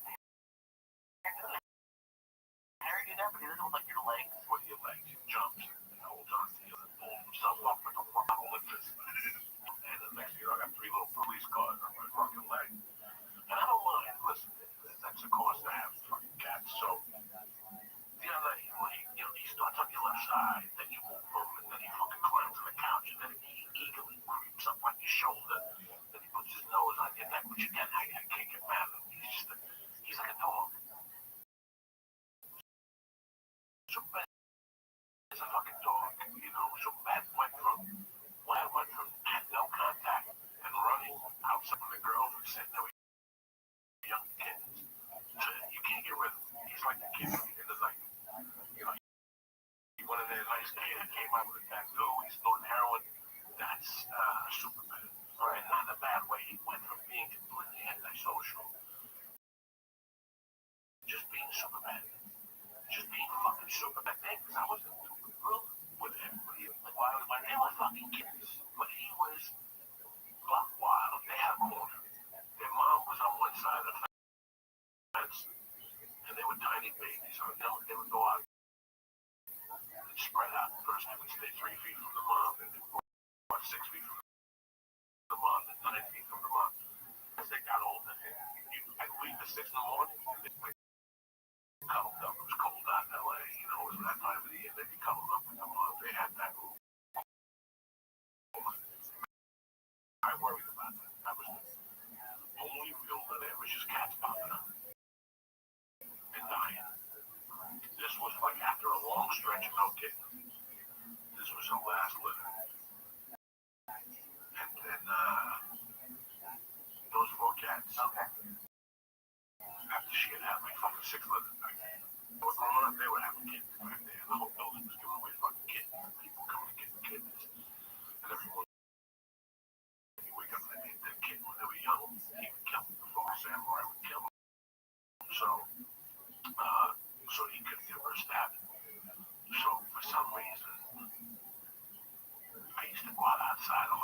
man. It was 2007. And I was doing Kempo karate with these dudes, and they would always do forms. And I was 380. And they said to me, listen, man, forget about it. I want you to do this during the week, just to stretch out your joints and get your legs thinner. And I was doing these Tai Chi things, these stretches. So I would go outside and they'd all be there. And I'd watch them. And, you know, at one point, there was 6, 8 weeks. I don't know. I'm not a fucking doctor. I'm not. The rest of them would stay by we had a barbecue back then. I'm happy it was a community barbecue. It was real clean and shit. What's that one song? As far as they would live in the bed. Go on the fucking roof. You get on the roof of the building. You get on the roof of the building. He was all, and he was crazy. But nothing super bad. So I would get to the point where I would go upstairs and worry about the 3 kids. I go super bad. They're gonna be there in the morning because he's so fucking crazy. He's gonna fight with a possum, fight with a raccoon, or a skunk. That was raccoons back then.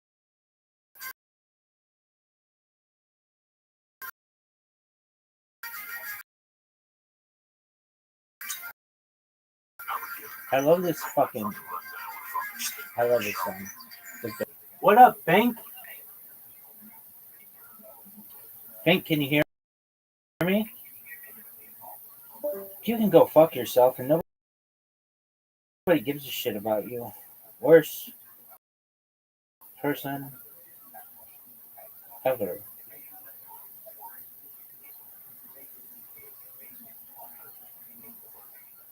First things first. Rest in peace, Uncle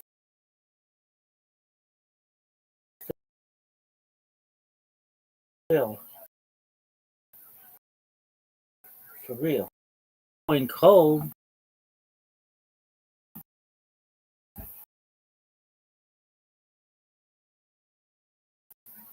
Bitcoin. How many people followed? Let's see. 75,000. Oh, no. 175. Now it's suspended.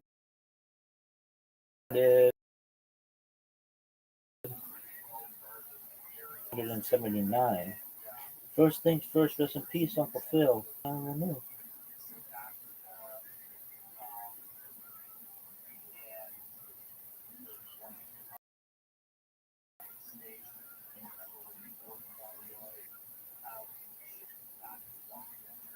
I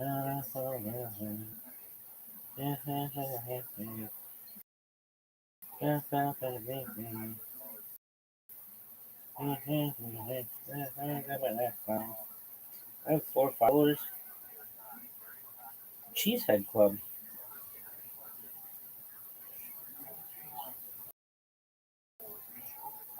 Rest in peace, Uncle Phil. For real.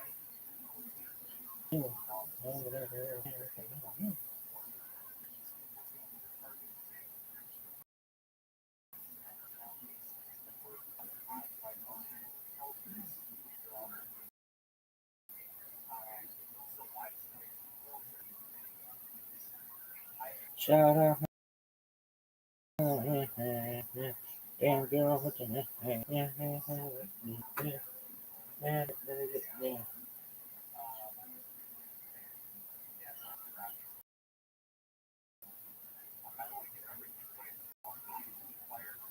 My white cats were sick outside. They weren't the same as they were. It was especially that fucking super bad. I know for a fact something's wrong with them because that motherfucker hasn't moved in 2 days. So she hunted those cats down and tried to save their lives and give them vitamins and stuff. You know, it was surreal. The cat she had saved back there was her and a Japanese lady. And they feed the cats from a bottle. It was just surreal. It was like, and then it died down, and we had those last 4. And then we brought up the 2 boys, and the 1 boy died. And I kept super bad. And then we gave the sisters a wedding. Sisters were gone for 3 weeks. Lulu and Eve were gone. And the girl called, she goes, I can't take them. They're going to kill my cat. They were kids, but that blood was in them. The cat was giving them shit. these two girls were when they started serving out, she had to put them in the bathroom. Evie's not kosher. Evie moves as fast as a fucking snake, and she'll take a chunk out of your arm. You gotta really watch Evie. That's why Evie don't come out. Evie knows that she. So she does it. I saw Demi fucking around with Superman one day, and she smacked Demi that 4 times. Demi didn't know what had happened. He just ran away, and she went right back to her hole like nothing fucking happened. Oh my god, now so she can't move like she used to. But those two girls could throw a fucking beat like Evie. Till this day, I don't put my face by Evie. Really? Yeah, I don't put my face by Evie. The only way I'll put my face by Evie is if she's looking that way and I pick her from behind and kiss her on the head. If you get Evie riled up, don't move your hand real quick. That hand is history. She'll clock it twice and then bite the fingertip. So you have to get her excited for her to turn. And once she's turning, you go back and she'll turn real quick and swat twice. Jesus Christ. You have to know this with Evie. You've never seen it. So maybe once you play with Lulu or Evie, they don't want to be played with. They don't want to be fucked with. They don't want to be loved. Lulu was my girl. Lulu, I love you, my princess. Really? Oh, I was playing with her when I started bleeding from my nose. Lulu, you gotta warn me. She's the cutest cat I've ever seen at that age. Her face is just sick. Never seen her strength and you play with her. Like, you can play with her for a long time. She's that cat, but Evie, you gotta keep Evie on her own. Because she knows I'm getting pissed off. Right? Like she'll say to herself, like, I'm getting motherfucker. So I gotta leave. Like if I'm giving Demi love, when she comes, I gotta drop her. She doesn't want no games. She doesn't bother you a lot. She doesn't come out every night, but when she comes out, scram. And when I put him down, as he's leaving, she'll swat at him and shit. You'll look at her like, what the fuck? Just for being there, just for fucking Jesus Christ. She'll come over and she'll let me pet her head, all beautiful, and then I pick her a little bit, and on her own she'll just take off. That's it. I think this is why cats like get a bad name, because this is like why I don't have a cat. Like besides the allergies, this is my only experience with cats. Either they hate or they were mean. So like your cats are like the first cats that are like actually. That's the love I've given. You follow me? You get what you give in with anything. Like with anything. And I don't know. At the point when I met Terry, that cat was what I needed. It's the dumbest fucking thing. But it really is. It was like I needed something to take care of, fill that void. I don't know. I don't know. Because we hit it off right away. And it got to the point where I would come home or in the afternoon instead of staying out till dinner just to play with him, just to brush him, check his teeth, the whole fucking thing. I liked him. But I would still do the same with a dog. When I had Hercules, I gave that dog all the love in the world I had. In 85. And one day I'm sitting in my fucking house and the door knocks, this George Berkeley. Can I rub with? From all lived together for a while. He had this dog, Sarge. Okay. He was an Austrian Shepherd. Sarge was fucking the goods. Sarge was the goods. He was just one of those dogs that lived in Colorado. So George said, I'm moving to take this job. Can you take it? I said, absolutely. So from maybe October of 85 to maybe January. No, it was a little long. I had him about a year and a half. So it was a little bit of time. I'm off on the time. So what happened? He gave to me when I came back from San Francisco. So that was October of 96, and I took him to Aspen with me. So the whole time I stayed in Aspen, I had him. And one never called him because I need the dog back. What to do? I really didn't know what to do. I didn't know whether I had heart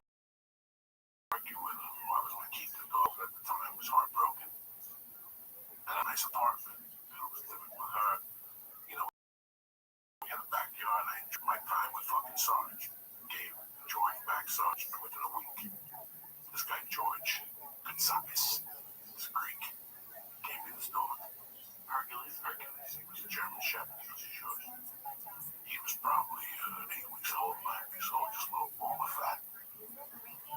So when he gave it to me, it was the off season. My wife went back with the girlfriend older than me with her family for like 3 or 4 weeks. So I had that dog for 4 weeks with no work. There's no work. Oh, and it's not snowing. Yeah, this was the end of the season. Everybody goes back to where they're from. People go back home and see their family now. The stores are open very limited. Very limited. And you didn't want to go back to Jersey? I had no life in Jersey at that time. The last place I wanted to go was Jersey. I had nothing in Jersey, so I stayed with fucking puppy, and I used to make vanilla milkshakes. I used to play Pink Floyd with him all day, and then when it snowed, he would shovel snow with me. I mean, it was just like this 4 or 5 week bonding. Then my girlfriend came back, and we took the dog. We had the dog. The dog was ours in like fucking, whatever, 87. I lost him in a divorce like in 94. Paula really likes dogs. She really, and I love dogs, but that's honestly one thing I'm worried about is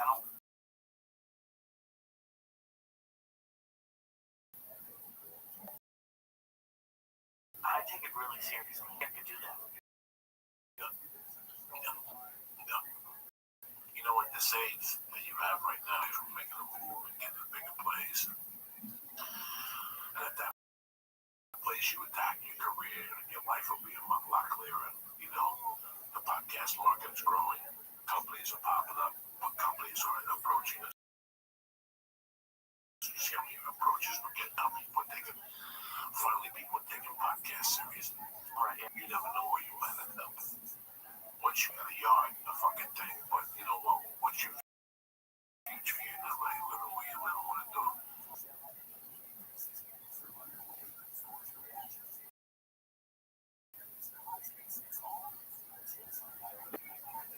What the fuck?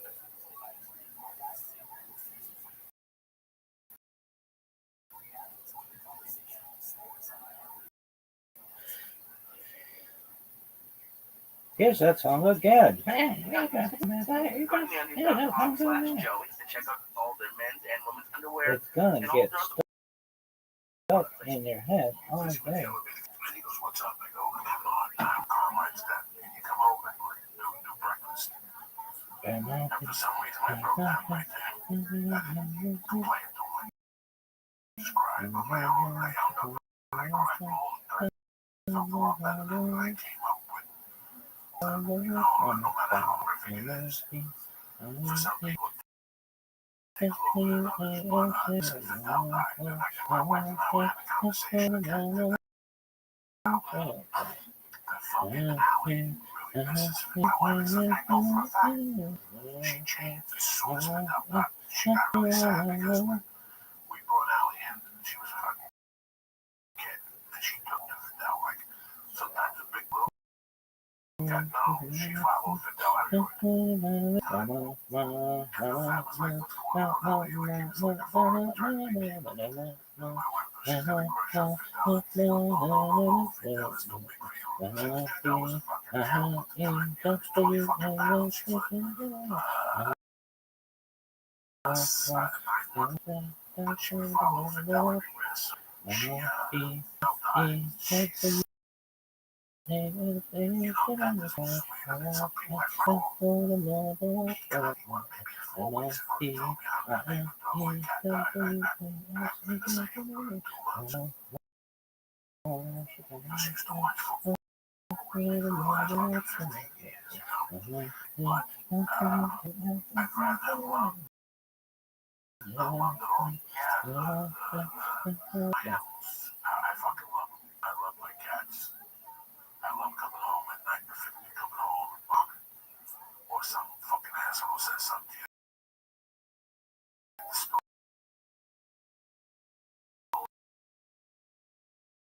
Just getting your car.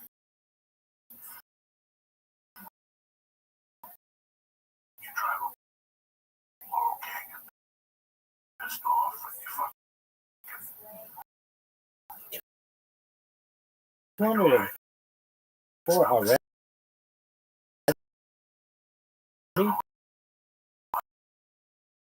Blowing up, baby.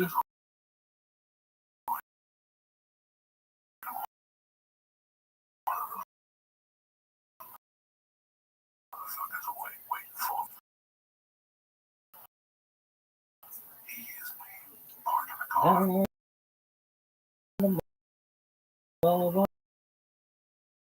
Understand the service better than shit.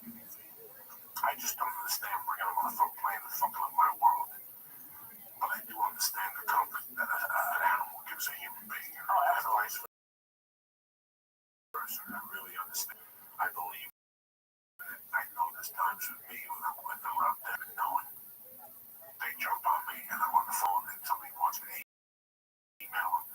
And as I go to get up, I'm about to push. Look at this motherfucker.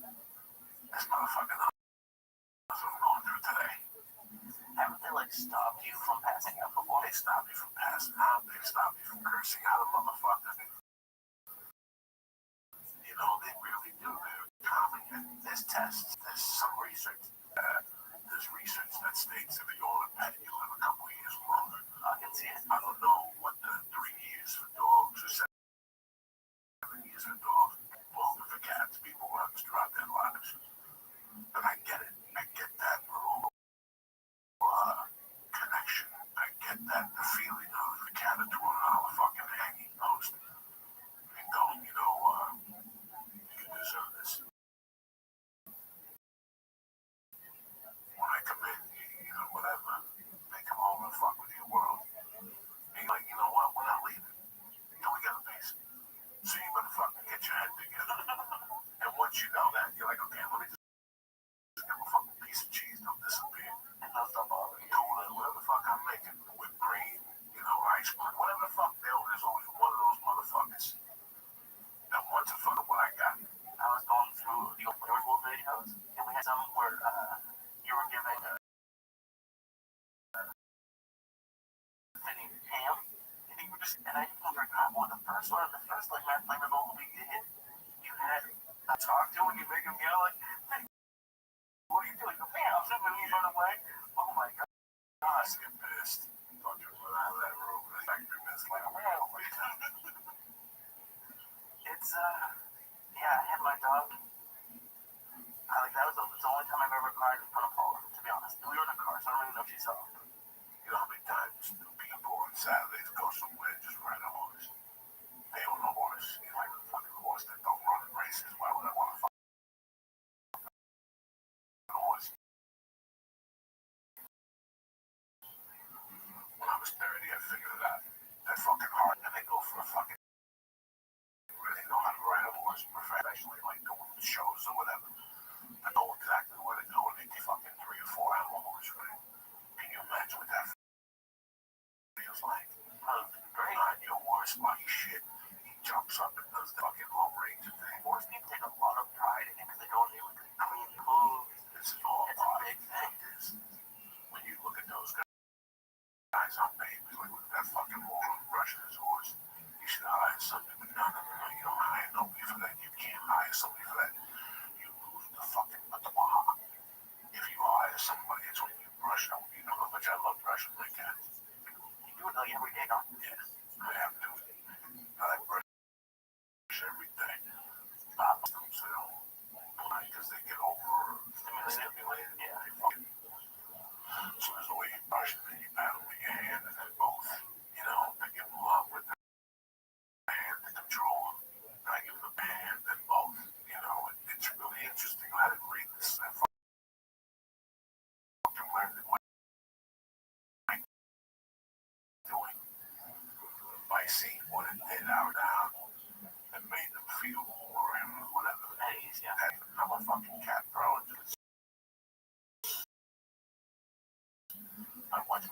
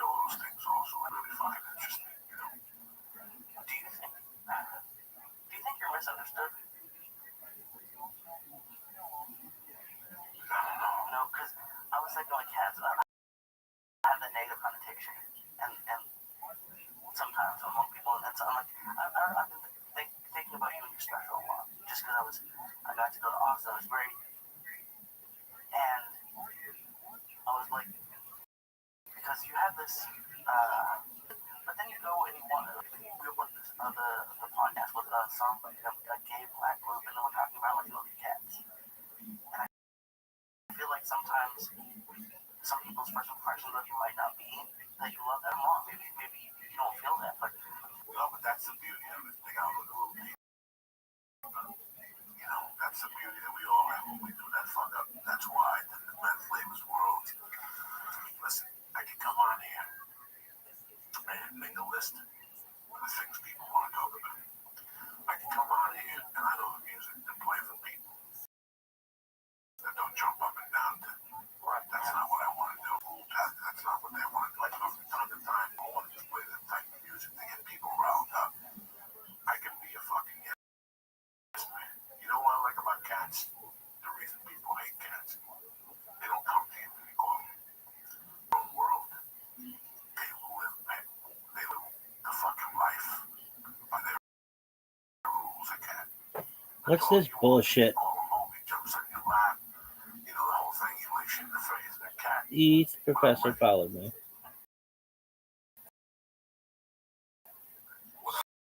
Sick. Some people can't deal with that disconnection. I can because I'm Yo, the baby, I same don't follow motherfucker. back though. Specialty. You don't have to tell me.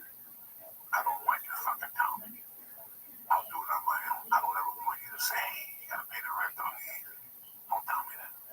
I'll do it on my own. and that's what you love about cats. That's what I love about cats. That mental freedom, that attitude. So people don't like or respect. They want to command their hand out, but cats are completely on their own fucking realm. Do you think I wasn't really like dogs? I wasn't really a fan of the cat. I didn't hate the cat. If I went into your house and you had a cat, I avoided that motherfucker. And I remember going to homes and people's cats would jump on and they'd do it super bad. Now, I would be scared to know that means he likes you. And I don't know what the fuck kind of likes you by putting his claws in your fucking leg. Fuck that fucking bat with fucking legs. I hated cats, but it wasn't that.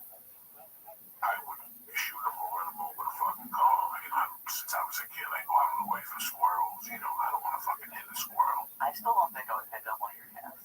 I love all your cats. I don't think it would go. I'm still Would let you pick him up. really. Demi wouldn't. I would let you fuck him in the ass. You give a fuck. You can pet him for an hour and let you fuck him in the ass. Allie won't let you pick him up. None of the girls let you pick him up. I wouldn't even know how to go about it. Just sneak up behind Harry. I'll drop. And you just rub him by the stomach. And Harry's the one that'll do it the most. He'll make you the most. Harry is super battle you the most, but you can't have fear in your hands. Well, yeah, that's what I have. You cannot have fear in your hands. And that's a complete other thing. You have to learn over the years. I got bit so much, I got rid of that fear. I mentally fucking got rid of that fear. Don't get me wrong, before the black fucking fight aside with that pit bull. It looks like a fucking dog that protects the devil. You ever see those dogs that protect Satan? That's what that dog look like. That dog gets a hold of my fat little fucking thigh. That's all. It's like a Chinese buffet. You want to go to Austin, Texas. Everything I have fucking oyster balls. When you're scared, I don't know what I'm shit in my pants. It's just a little area of my body. Not old school when I was 8, shit in my pants when I saw a dog. You know? Yeah, those kind of dogs get scared. Yeah, so you have to control your fear around those motherfuckers the same way I gotta control my fear before I go on stage. It's what you do, what time, you say yourself, how the fuck did I do that? And then you go, okay, now I was like 18, my friend, Stinky, go dog, the German Shepherd. And every time you walked in there, the guy was like fucking Liberace. You know, he'd suck your dick, he'd light your cigarettes. But as soon as you told Coco you let it go, he'd take a chunk out of your ass. Really? You didn't believe? Oh my God. I've never experienced that.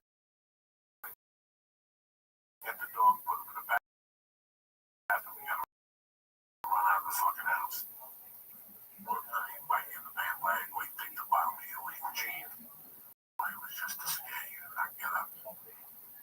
When you were homeless. Did you have? No, I was not gonna be one of those guys that was gonna take a fucking dog down a bad street like that, you know. I didn't know Hercules. No, The divorce. right. Yeah, no, Hercules, Elizabeth B. All the way till before I went to New York City. I left Hercules with Danny and my ex-wife called.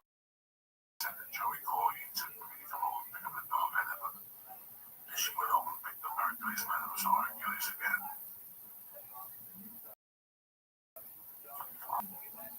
It was all rolled up in one fucking big ball of fucking helium. Right, yes, you can't really dissect. I really can't fucking dissect it. But no, I like my pets. The next couple days when I go home, I can swear I just saw one. Oh, in the hotel room or In the something? hotel room, late night, like 12, I'm watching TV, I'm relaxing, I'm writing, I got glasses on. I can feel one, I can see one. When I walk by, what the fuck am I thinking? I'm not home. But if you had a cat that was like attached to the group, would you bring a cat on the road if they let you? No. Because I don't want them on a plane. I think that's cruel to the animals that they do under the fucking plane. They don't recover from that fucking brain trauma. Oh, yeah. You know, if I fly 2 hours with a cat, what I hear and what that cat hears is two different noises. He thinks he's going to fucking die. He hears the bottom of that and he's going over. Yeah. Think of being in the engine of that plane. Being down. 3 hours of fucking horror. And meanwhile, they're listening to other fucking animals meowing and woofing and fucking crying and shit. You know, so I hope to do it. And I see dogs on the other side of it. And I think it was great to see it on me again. Yeah. Well, they're letting some on plane, like, I know for like the, just like dogs and like carriers, plane now or no. It has to be servicing.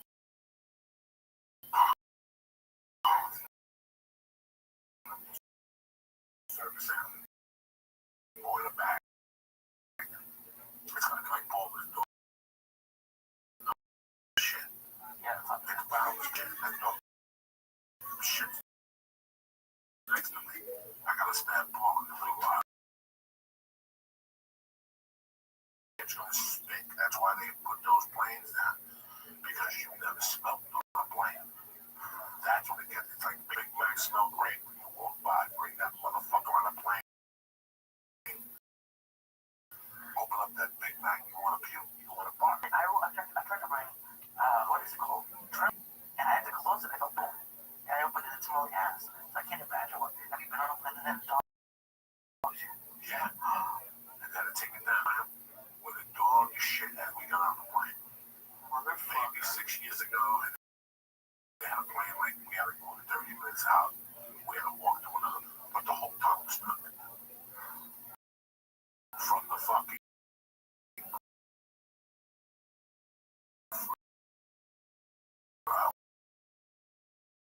when you come in, you know, you can lay the ticket right that way and that way. So the plane smelled that. It was fucking brutal.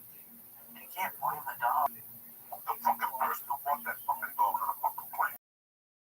Yeah, really? You're gonna have a good breakdown today, cocksucker?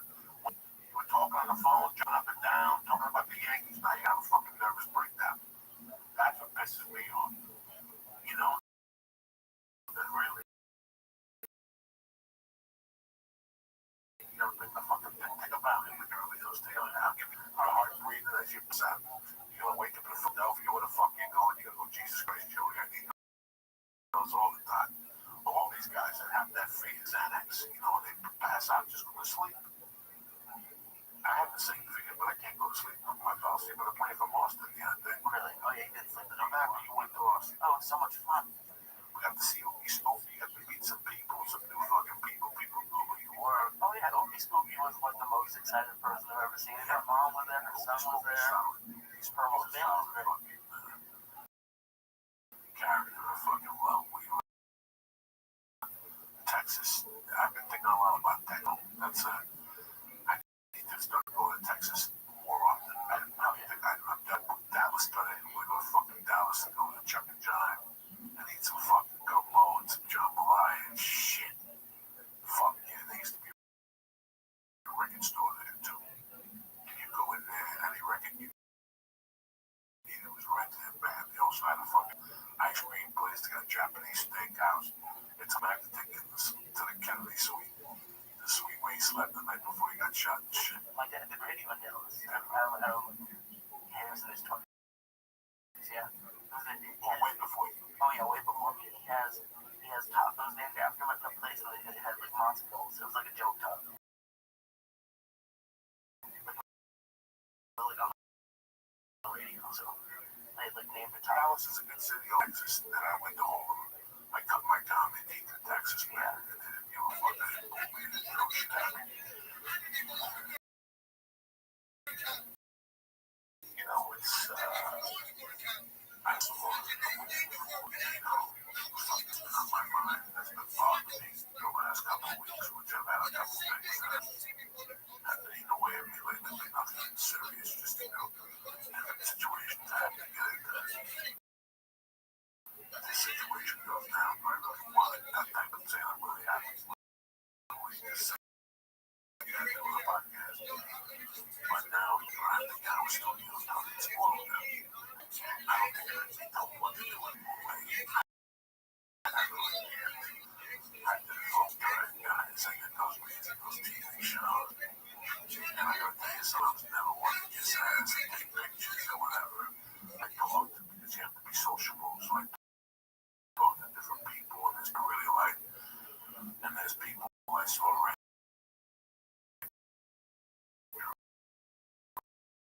You're thinking of me. Guys, your own show.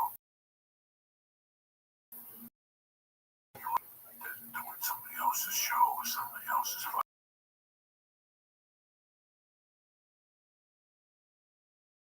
You know, just to get me to love stand up that much more. And I do stand up for 6 months. And I'm like, fuck, I gotta write new material. Hey, you wanna do it? Fuck yeah. Gives me a chance to write new fucking material. And not really give a fuck. But with all the fucking unions and all the differences, it's like, you know what, man? They gotta pay me to be a. You know what I'm saying? I mean, it sounds like a fucking whiny thing to say. But we've discussed this 1,000 times on this podcast. I'm being happy that that's the most important fucking thing that I'm scared to sign on for some leave. And after 4 days, I want to shoot myself in the mouth. Well, I'm scared to leave, to be honest with you. doesn't that happen? I mean, I think that's, and I think what the difference is going to be is when you started 20 years ago. Can you call me tomorrow and go, Joey, I want you to work on something for 1 day. You win me if I leave like 12 minutes, like now, then I can have a good time and get high and go down there. Yeah, I'm going to next 2 days or something. Preaching in his own country, That's right. like some states I control the country. I gotta be, you know, and I'm the boss. I can't read that no more. I dare them to say that's But sure, his I job. can't read on that shit. Well, that's what I'm trying to say. After that last fucking television. Baron, I had the hospital. It's humiliating. I can't handle it. And I should extremely rely hard. on my nation You would not want to be 350 somewhere. million That's to be horrible. forced Okay. into doing things that are bad for me And and when I my first children. got here,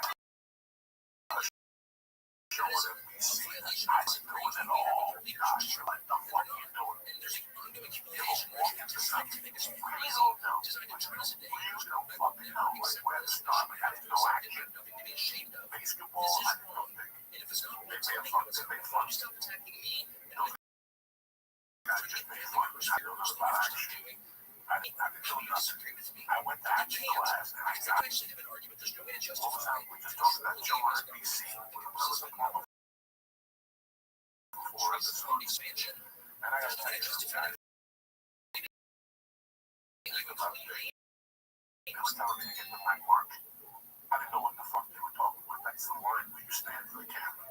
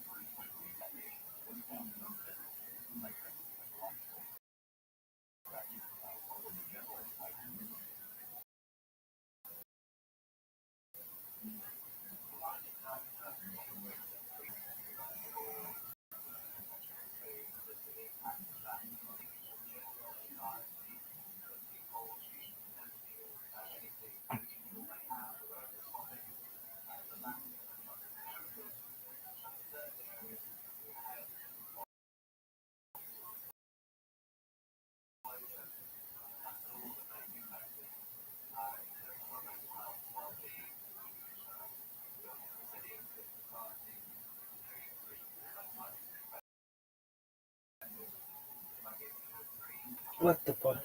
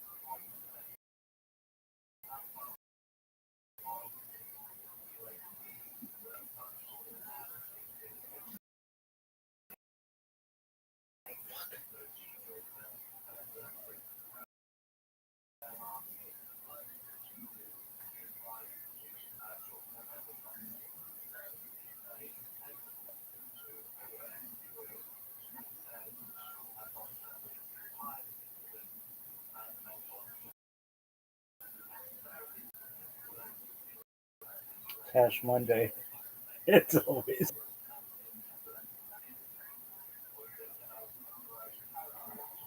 Joe Rogan Podcast. Check it out. Check it out. Check it out.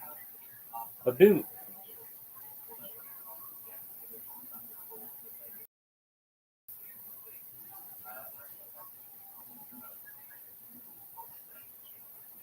The boot.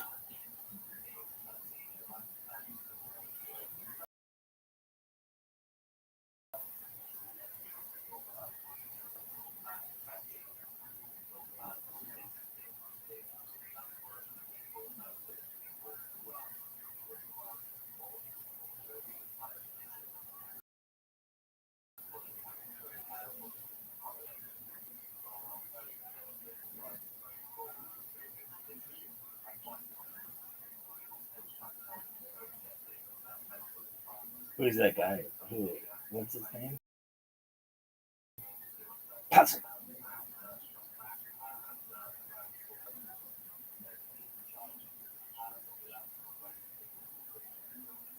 Brody. Puzzle.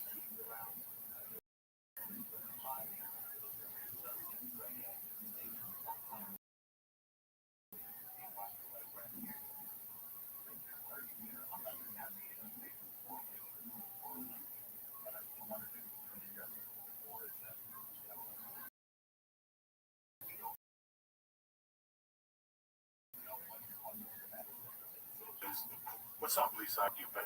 What's the question? You know, the little Mexican chickies. They're good, aren't they? Those chili cheese ones. I didn't know what's the Christmas thing for Mexican people. So I like our friend brought you some too. Solid bomb. Yeah, Solid Bomb. Yeah, Rodrigo brought you some too, and They use them as presents. It's fucking tremendous. they make 80 of them per month.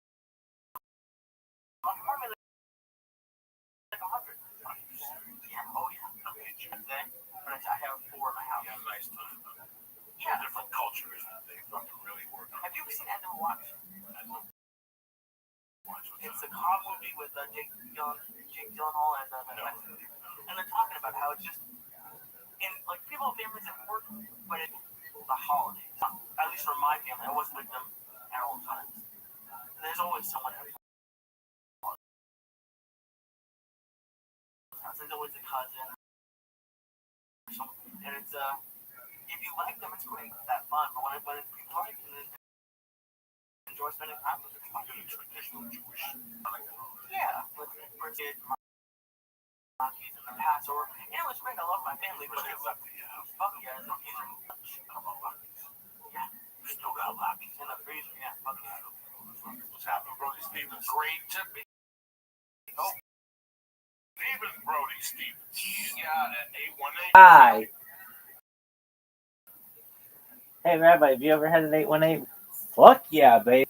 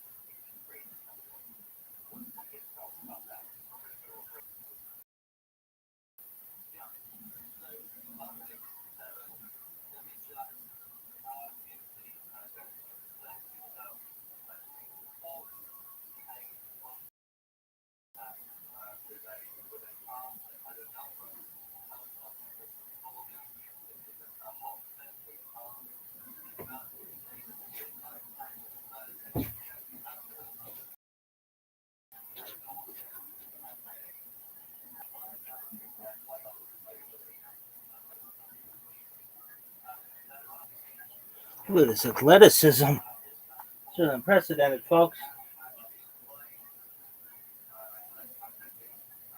Where'd you model at? Beirut? I've done some in Serbia. I had a photo shoot with ISIS on Friday, accepting portfolios. That's kind of fucked up. There's a lot of people going to ISIS, like Canadians and British people. And I want to get their fucking head chopped off. Fuck, don't come crying to me. Don't let me see your fucking pathetic marriage crying. We want to come and fuck you. That's what you get. I mean, why would you go over there? I mean, I understand that there's health workers and aid workers, but it's just always the guys are getting the head chopped off. They're very minded, which is great, but it's kind of what maybe got That head into chopped trouble. off. See? Yeah. If they would have been stupid and mind their fucking business, they still would have had a head. You know? And now they're walking around with no fucking head. The parents are crying because they got to be fucking walking, you know. Whatever the fuck Joe was in their entrance. Walking lit. Look at the zombie stuff. Yeah, like zombie stuff. I mean, it's still, I mean, People are desensitized. I hate to get. I saw Walking Dead, and it's over the top, I guess, right? Is that the fun about it? It's over the words of the story. I don't watch that shit. That shit scares the fuck out of me. Yeah, me too. Oh, it's cheer. Scares the fuck. I don't want to see that craziness. When I was a kid, I was about 13. I think they had a window pane ass, not a window. Like 8 rooms went down my door. What's code word from Gorilla? Something? I don't know what kind of podcast Not this is. usual people. My friends were not the usual. Not even like went to Starbucks where we talked about, oh my God, the interview was such a great movie. Those are not my friends. Was it a good film? Okay, go ahead, Joyce. That was the whole thing. So these were people who used to offer.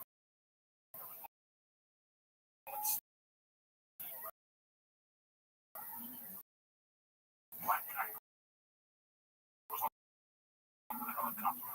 You go home, you have nightmares for a week. You never in all those movies when I was growing up. That was kind of weird. I liked them. But I don't know. TV show every fucking week. I get nightmares. I don't. That stuff is so. It's just so much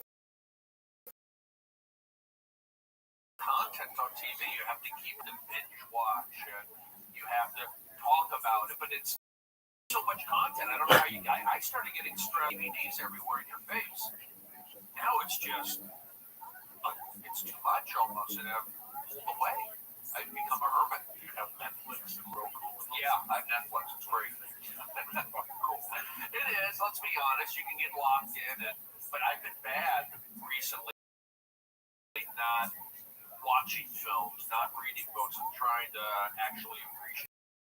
I go on the internet, but it's like Yahoo, drug, UK mail, Yahoo, UK mail. I'm just like wasting time, and I feel big action.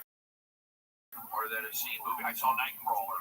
I loved it. It looks great. Oh, yeah, it's really good. But the thing is, say what you want about the interview, it'll be interesting to see how much money They yanked to you. The public again. They got Cosby together. That's what it's called. Getting Cosby lullaby. You get put in a sleep pill. Yeah. Whether it's iPhone standing online or whether it's something, you get swampy. Yeah. And now they get more obvious.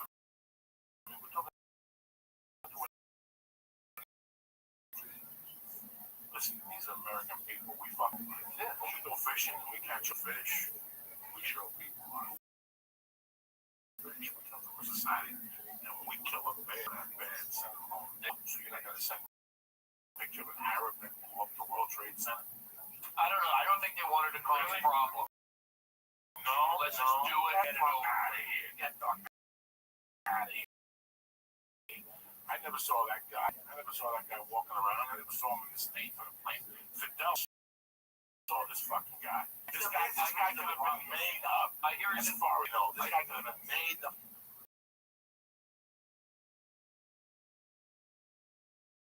He's still alive, and now people come up going, "You look like Osama bin Laden." He's like,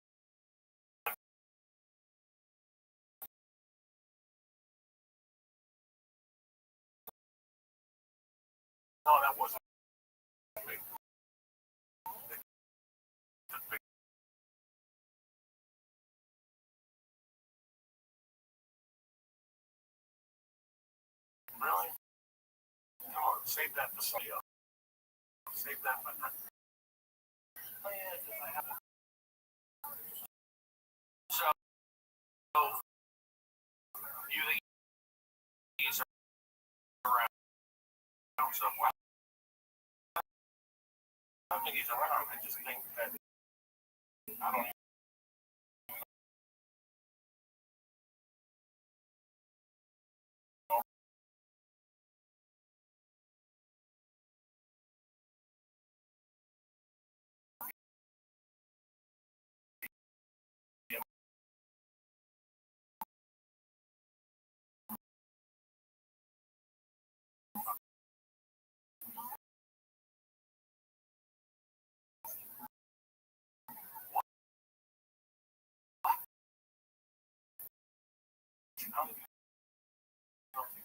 he was a holocaust.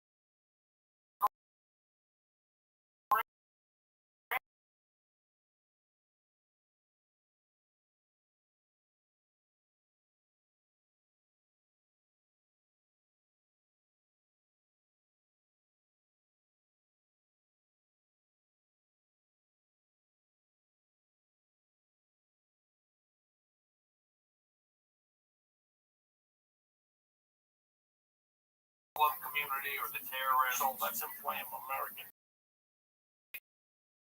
Pulling our heads back to slice our heads back. What hurts an American more? Seeing the guys that are in suits on television. What would piss Americans off more? Showing an American getting his head cut off. My picture will sound a lot fucking dying. We fire people up, it would get excited. Sure. You know, when you think about it, they show a video. Okay. So, you know, so now you're putting cameras on the cops.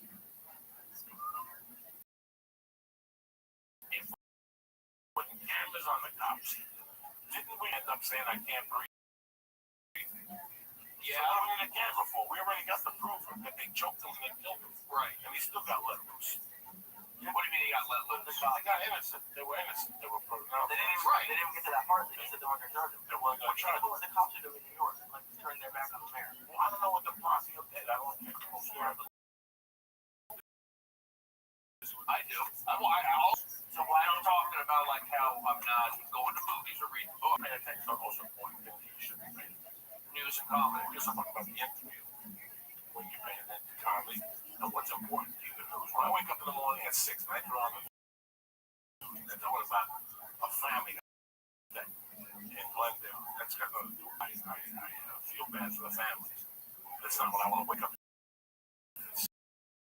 I don't want to wake up to the first brief. A car accident with 6 kids in the car. 3 kids who got drunk. Grandfather got shot. 2 Mexicans got shot at Harvardville. Somewhere. Some of them could be black people. I don't want to hear about it. You send me the light. All those great stories. So what we're trying to do is you want to get news for you. I want to hear that. So all the news outlets, I want to hit 10% of the 100% bullshit that well, you need to go on the internet for that. Yeah. You're gonna get the real deal.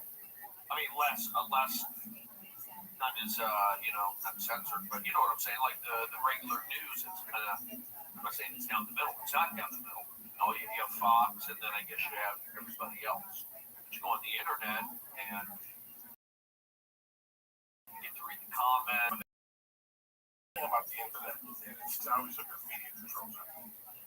Controls everything not a sly way. You need to know about that black kid that got shot on a white guy. Right, there's a lot of that. That's the sensational. Yeah. It pulls me. Yeah, I'm in. I'm there. I'm the white guy. I'm clicking. It's like now you don't hear about school shootings.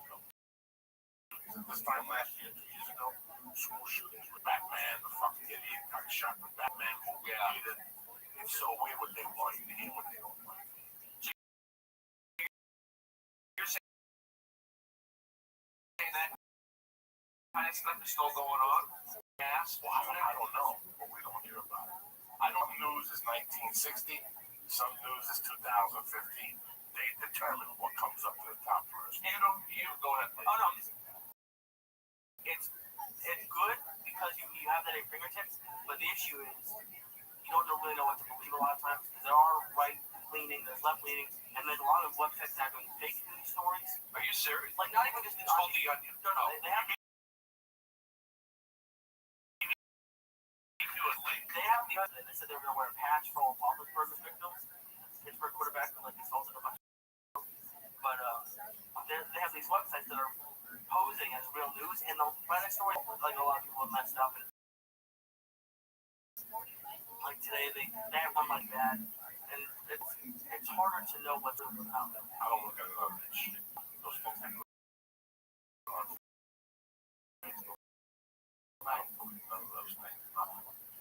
I go to, honestly, I go to ESPN, K-Mail, Yahoo is like cheese balling. Some of their stories aren't very good. And I do look at comments. You go straight to comments to see who goes.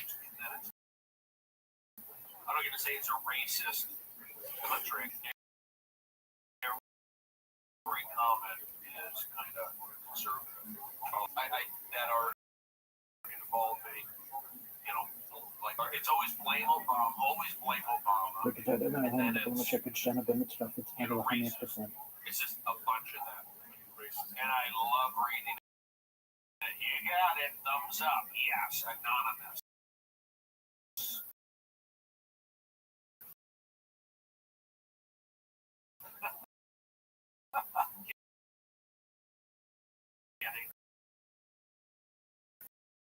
I think working's important for me, and you would say, even actors, they go up and down, they always talk about not having to speak up for those downtimes, and also podcasts and things have changed. But you know how people are always listening. You can always do this. My work done. Like just writing.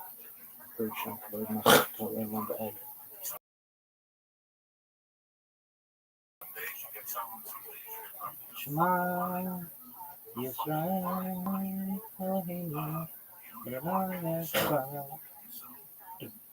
Shema Yisrael Elohim Elohim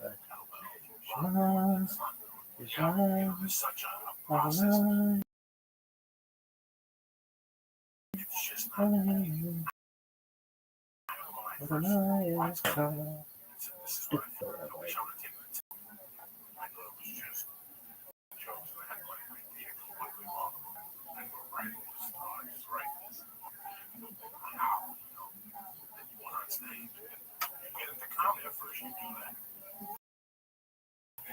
There's no book to tell you. Like, if I lived in Michigan, my day is comic. Yeah, but I will say there are books. Like, Judy Carr, yeah, shit like that. When was the last time you caught a headline with Judy Carr? Right. Well, you haven't. That's my fucking point, okay? So all these people that give you books are written by people that you don't even see through fucking comedy. Well, Judy is very busy right now. Doing what? Show. Open up. No, leave her alone. What fucking club Judy's at this fucking weekend? Leave Judy alone. She doesn't deserve this. Judy hasn't worked in 90 fucking years, so things change. Every year, if you're a comic, things change. Yeah, things change. I agree. When I got here as a comic, if you did a co-star on a TV show or you recurred, people went to see you on the weekend. Yeah, that's it. Okay. People signed you, an agent signed you, a manager signed you. They went to the comedy store, really jumping up and down. People wanted to suck your dick. Boy, is it not like that. It's the internet now, and it changes every year. Well, when we got that was a big thing. Then it became. When you and I got here in 98, let go out of the United States. Yeah. Yeah. Yeah. They're on there tons. You do all things.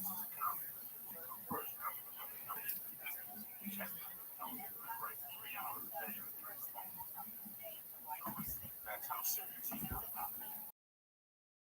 Yeah, but be like Kobe Bryant. And then when athletes that go into being a good comic or a great comic or mediocre. I knew when I was a mediocre comic when I was doing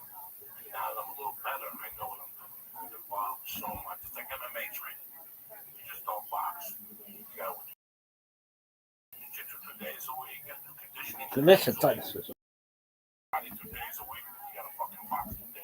In wrestling, you get your dick sucked. Radio, do promo. What happened to JoJo Siwa? It's just not getting laundry. It's just not getting it. I hate that. I know who that person is. It sucks.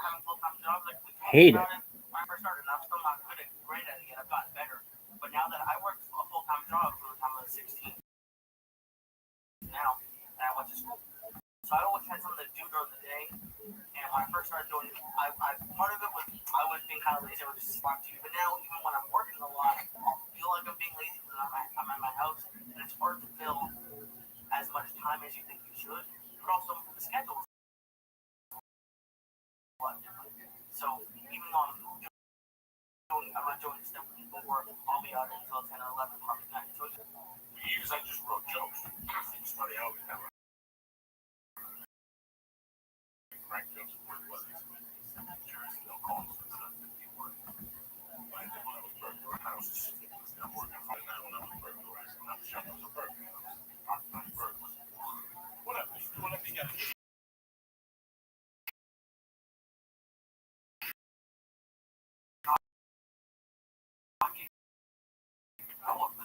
Fine. I do it on Facebook for an hour until I fucking write for an hour in the morning. That's it. Day up. I do something for an hour and she comes back. I have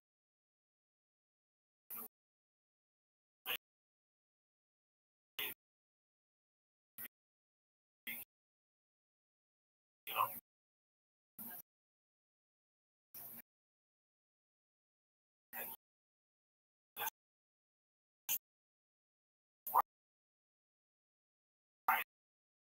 Involved.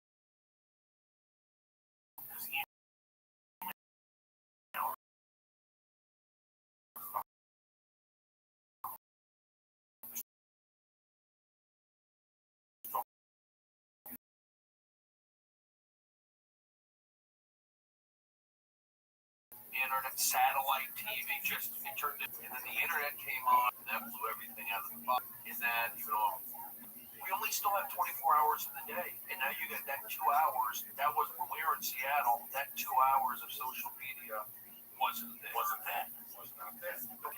and I say that from seeing comics and not comics who aren't, how much it hurts their career.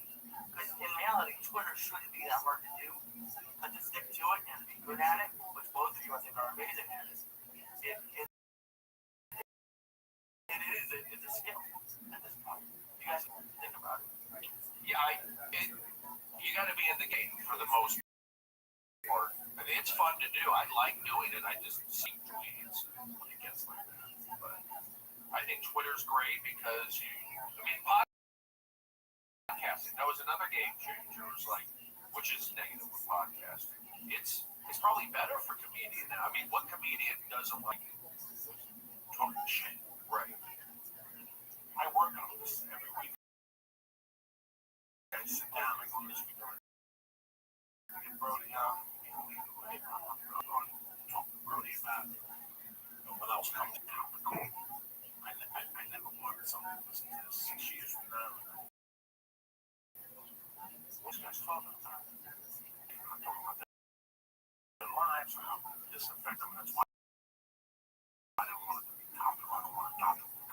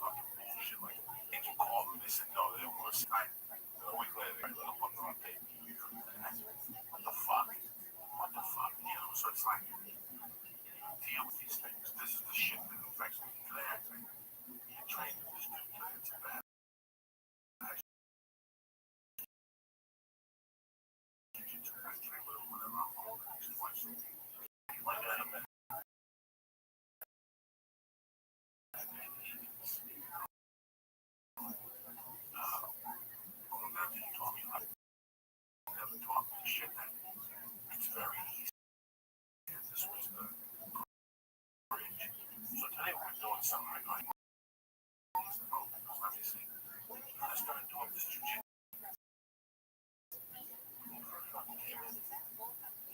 You throwing me over. You did it 4 times in a row. This isn't luck. You're doing this. And I asked him, like, why did you know?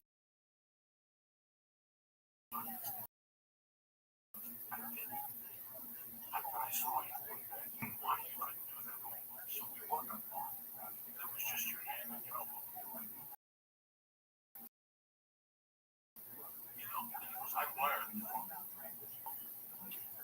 you and I have had discussions, comments on Twitter, had conversations with them. You said, and I said to you, if they want this easy, I don't Twitter all day. I refuse to Twitter all day. I got permission to do Twitter all day. I'll give you those for free. I'll do that all day. But I can't tweet.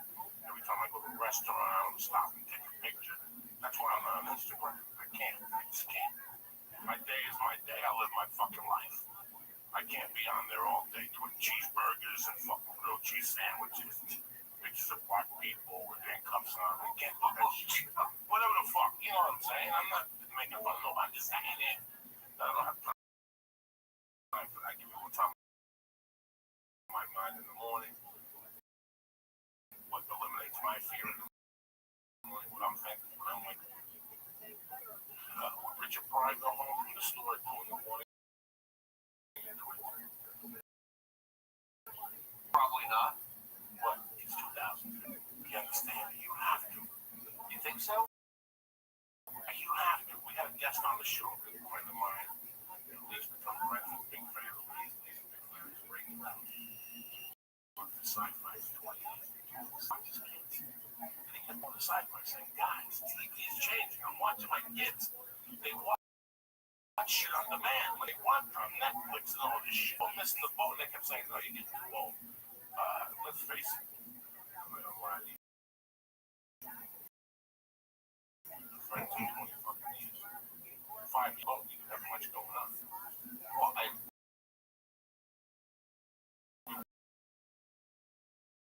all wait for the next movie. I hope you get successful. I hope nobody will do it. Next movie. Now,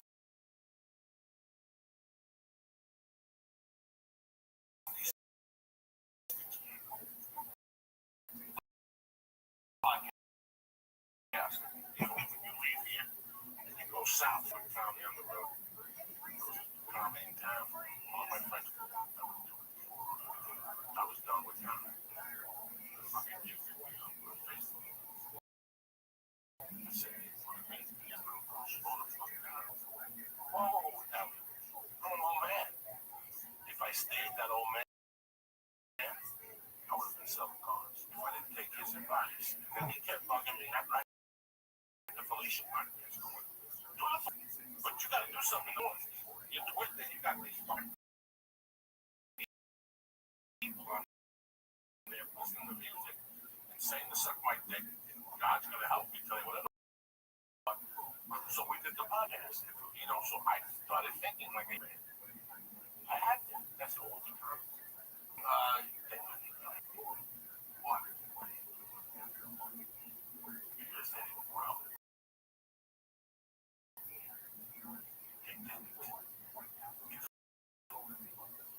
Comedy's in the wasn't making fun of Judy Brown. I love Judy fucking House. Judy Brown's comedy book is on my space. Judy Carter with the fucking tab ripped off. That's how long I have. How many times I've watched the Judy Carter book? 5 or 6 times. I've got that book, Perot. Yep, all right. That's what you got it. Gene Perot must have had 16 fucking workbooks.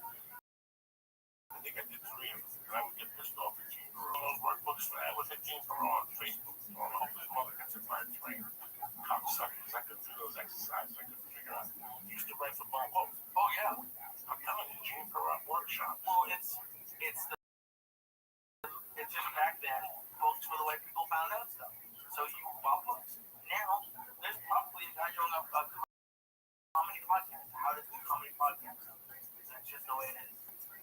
It is that way. But you get these guys, you know, stand-up is about doing it. You know, I don't want to compete against these YouTubers, but I feel like comedy is the real deal. YouTube saved me. YouTube is Comedy Central's never give me a 1 hour. HBO is never gonna give me a 1 hour. Right. So I got a couple options now. No, it's not. Even Netflix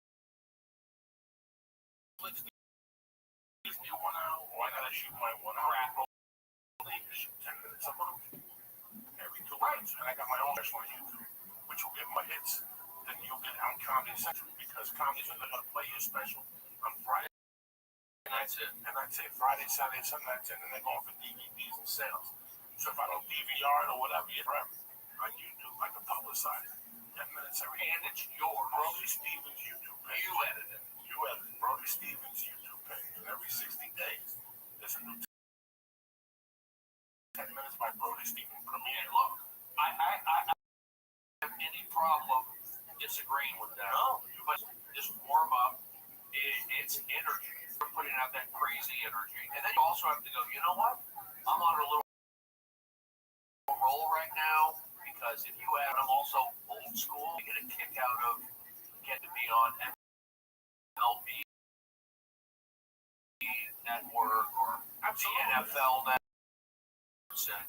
Those shows, I'm old, funnier guy, and like I said, those internet, they're more, but there's just some show on TV, I feel like it's more official. What I'm trying to say here, I totally remind me about that question. I'm high too. I can Spider-Man too. Sean, tell me what you're doing. Sometimes we're going to get out of it.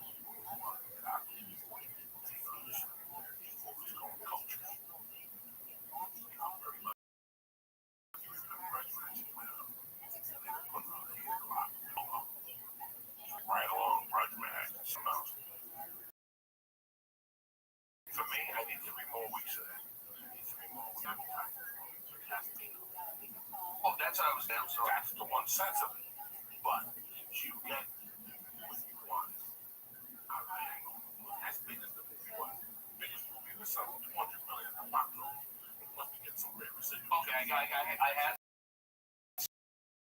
some decent ones early on, and once in a while I get it. I did some good, a little bit of validation, or just kind of cool. Absolutely. It's a cool little Absolutely. crush. Not just Spider-Man 2. Crush. But something that we saw you in Spider-Man 2. It was fucking cool. One line. Even I felt cool. I can't lie to you. Like shit all the time. Don't come to me. I'll tell you 10 times. It was a cool movie. My question. Shot the heck off. Back in. This is the one that's it comes out. Yeah, your friends come up and come up with something great. But then it really pushes to where it's one. I read it the longest shot.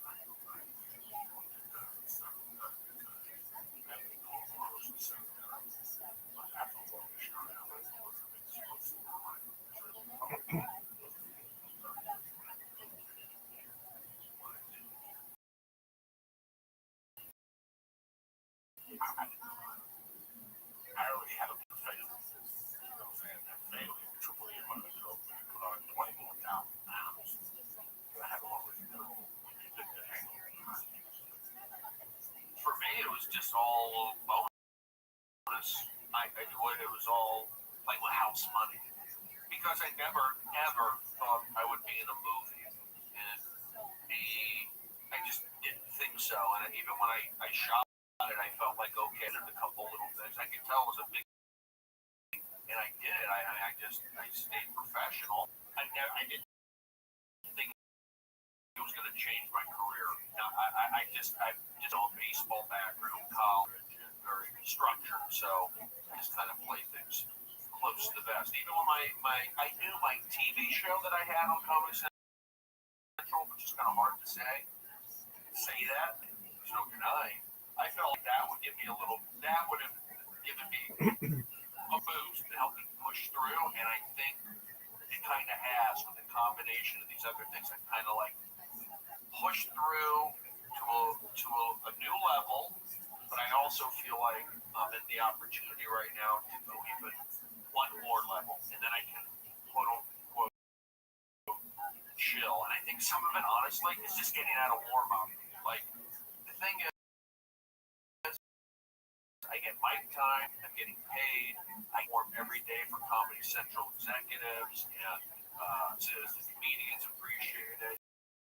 You know, when I did it at Best Damn Sports Show, I never auditioned. I mean, I auditioned for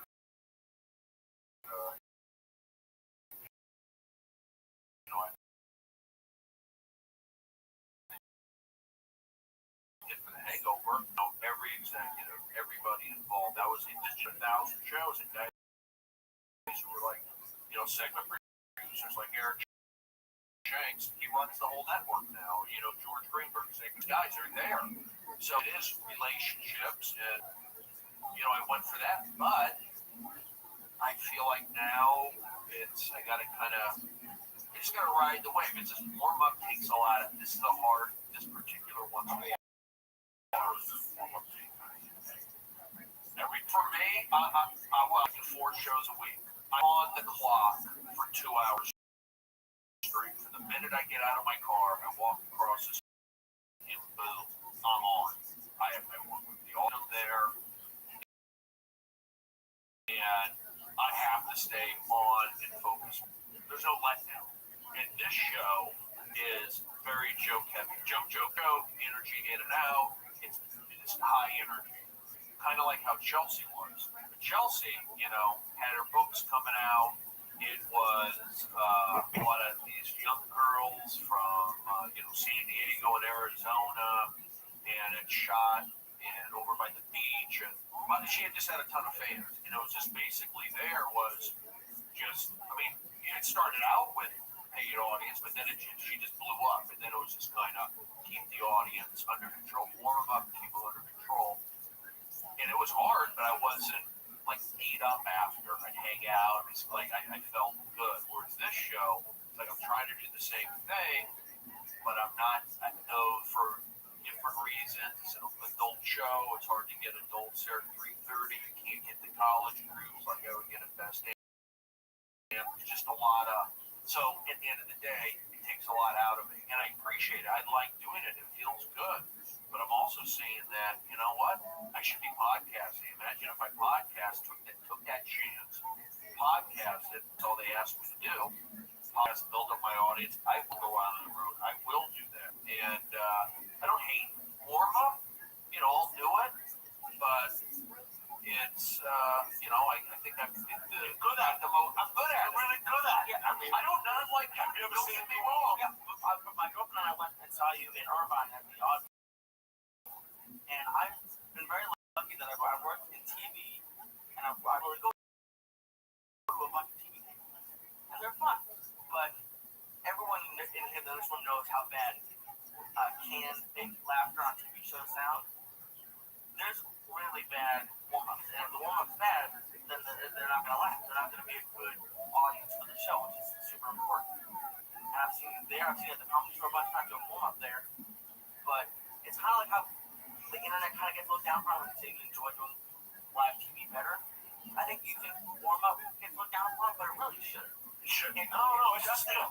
It's definitely a skill. When I see him on stage, but here's the deal. It's kind of like maybe I think you're talking about this. The warm up, you're in front of 115 people. You can be like Keel and the guys from Reno 911 or whatever. Chris Hardwick, that's who sees it. You do a podcast, thousands are here, hopefully. So I'm not saying it's wasted in there, but I feel right now I'm where maybe I could put that energy and go for it. But I also know that I'm good at it. I don't not like warm up. I just can't be beat up. I just feel I'm getting beat up a little bit. Yeah. Danny Vermont. Danny, oh my God. Long hair. Yeah, Robert Lundblade or a guy or Chunky B. He wouldn't have done it. No, there's a guy that I see now.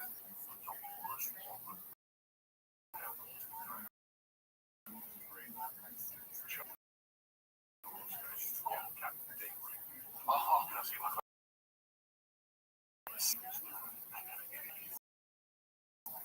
I mean, that is one thing where he was really bad. I don't really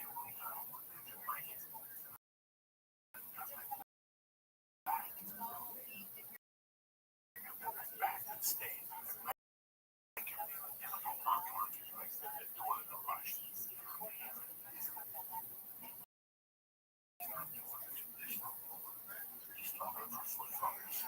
What's up? I'm fucking howling because they're looking at him like, what are you talking? Hey, he's just going off. He's not even looking at him. He's got a he's talking about foot fights. From a man and girl doing the makeup or the mic. But that we just look at him, look at each other like that.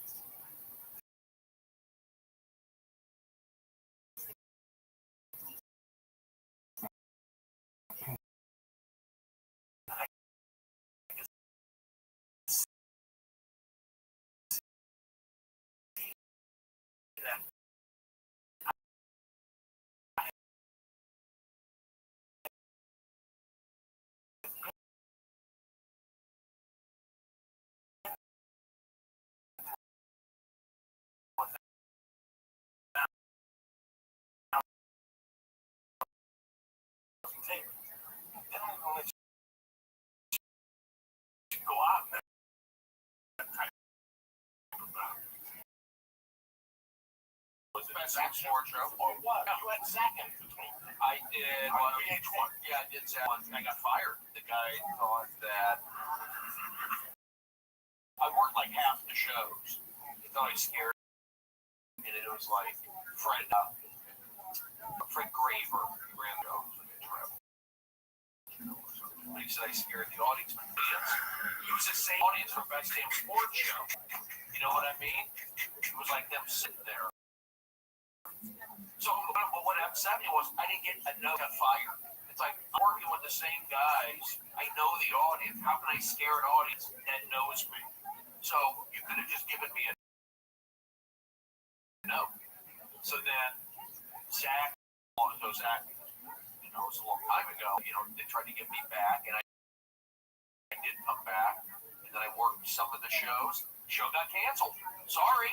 Best Damn Sports Show. Well, a couple times for the most part, I stayed with it. 1,000 shows. Chelsea, 400 shows. They left me alone. 7-year run. Ridiculousness leaves me. You know, it's like leave me alone. Wanda Sykes. They got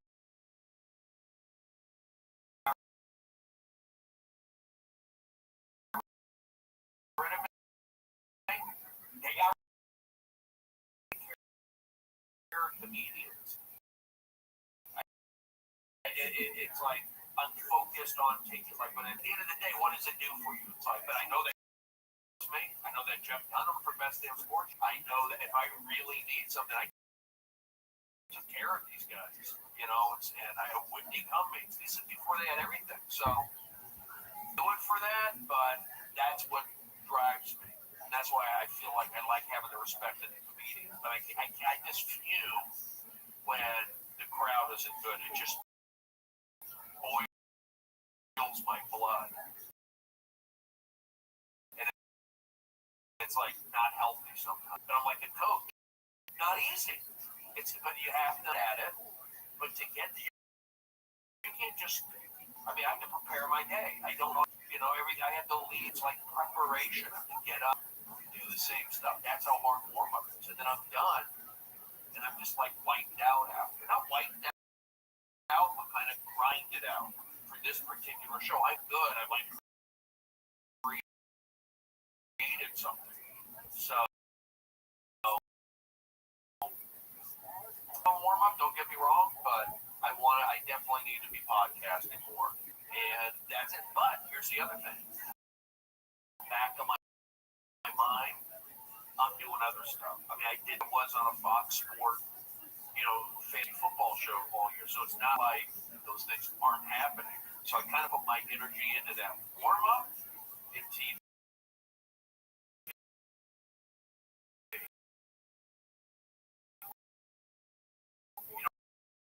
I went from doing and when the road stopped, still doing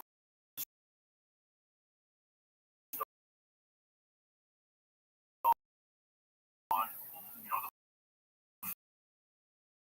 Fox Sports and do NFL. I don't feel like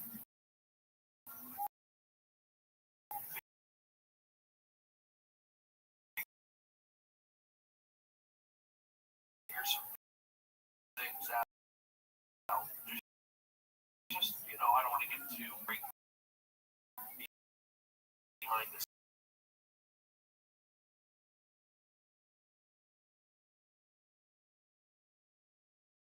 paycheck, but I've been on the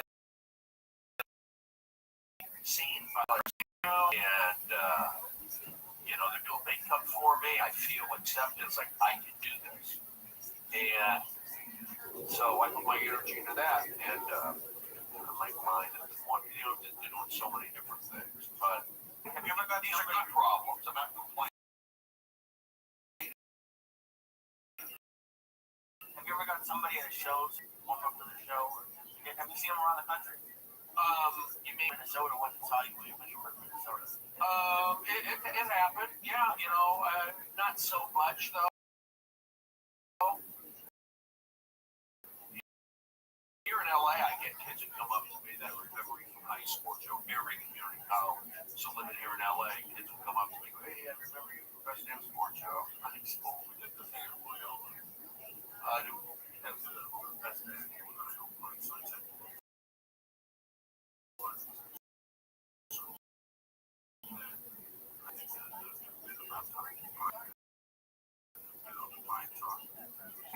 You were great on the show.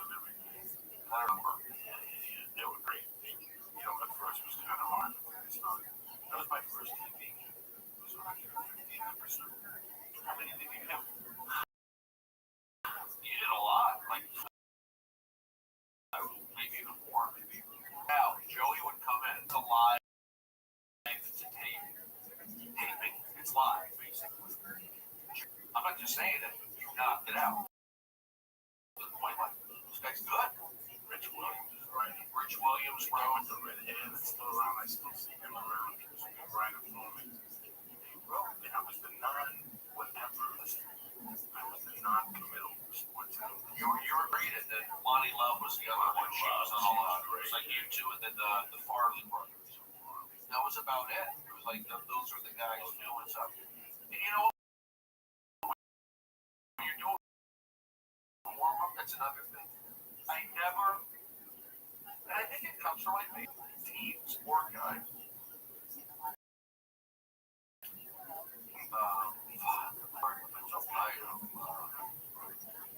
Talking about these pushing guys.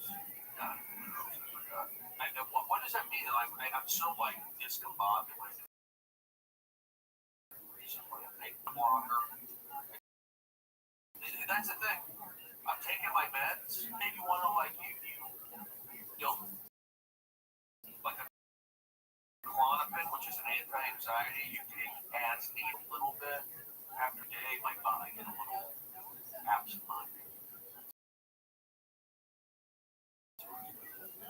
And plus, I smoke pot. Yeah.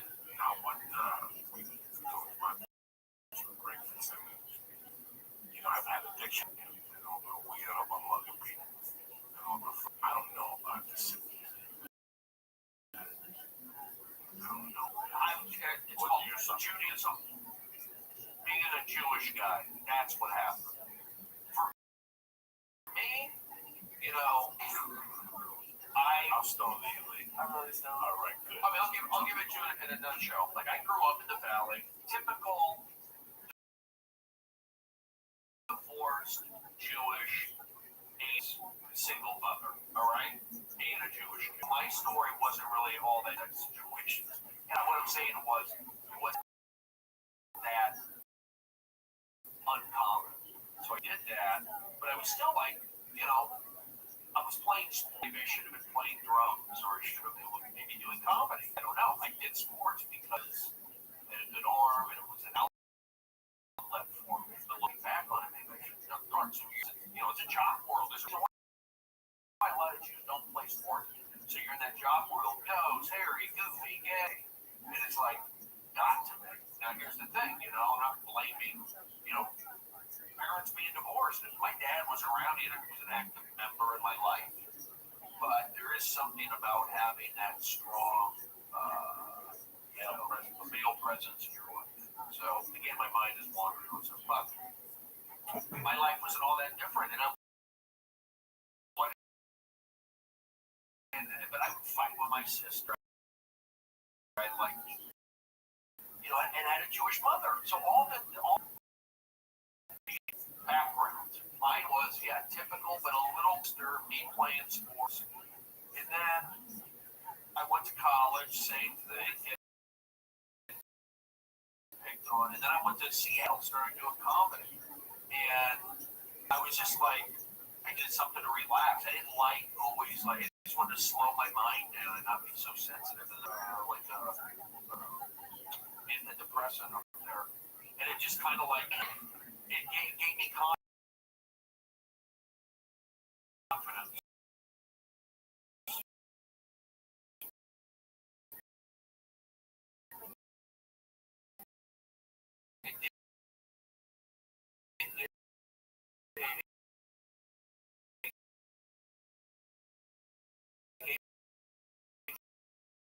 Like a little buffer,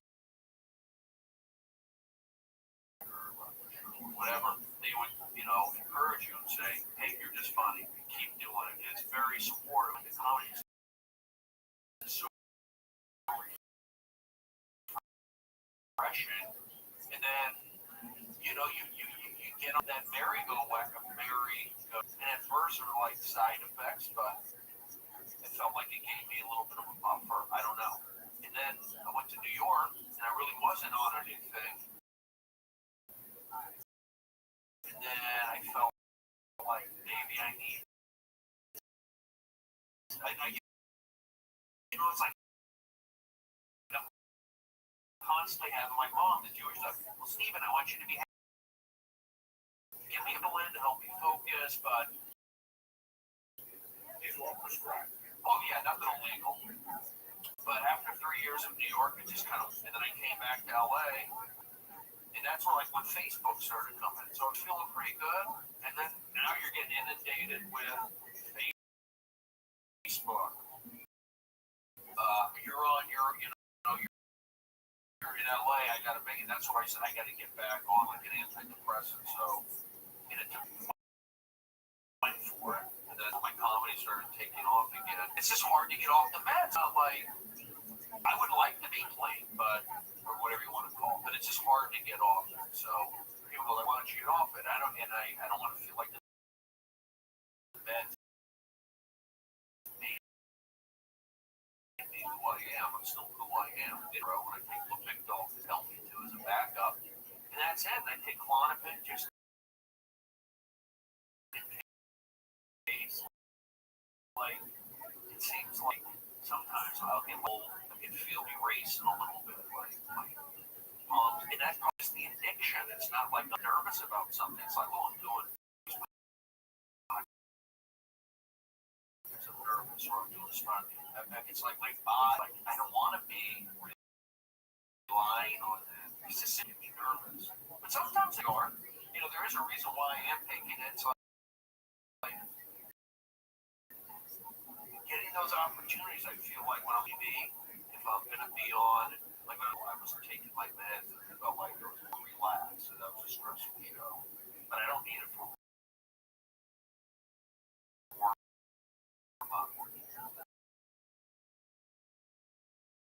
Sometimes I would take it on the Fox Sports show, but I think there's certain times it takes they do work with me to put her, and I always just, and there's no shame in it. There's no shame.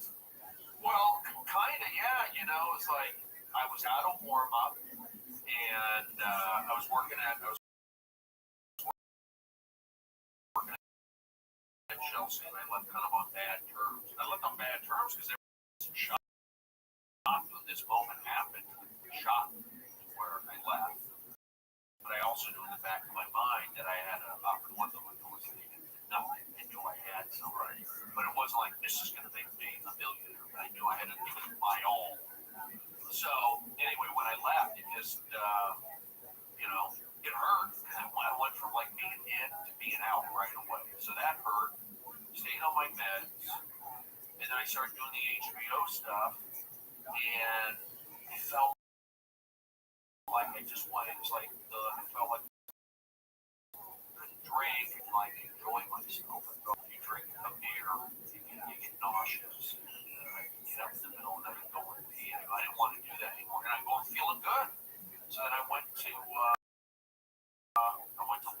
London, Scotland to perform, and do TMZ. I'm over there. I come back. I ration my meds a little bit, and I'm feeling fine. Drinking, feeling good. I felt like open, and it just kind of spiraled. And then when I went straight to Montreal, and I got super sick, and they gave me an antibiotic, and I stopped taking my meds. I just couldn't even swallow, but I got the antibiotic. 24 hours, I felt better, and my mind was clear and super open. I was happy, and I remember, people tell me, Brody, celebrate, take a victory lap. You're on you got the show. They got picked up, aren't you? Damn, victory thing. They was hearing all that. Take a victory, and I was feeling good. I wasn't feeling bad. I was feeling good. And then I came back and it was just I just kept spiraling up. I was not taking my meds, but I came back full of confidence and I did Montreal well. I did well over in Scotland. I'd never been, or Ireland, never been there. So those were two big things. Hosting TMZ coming up. I'd already been on like every week for the last month, and then they asked me to host.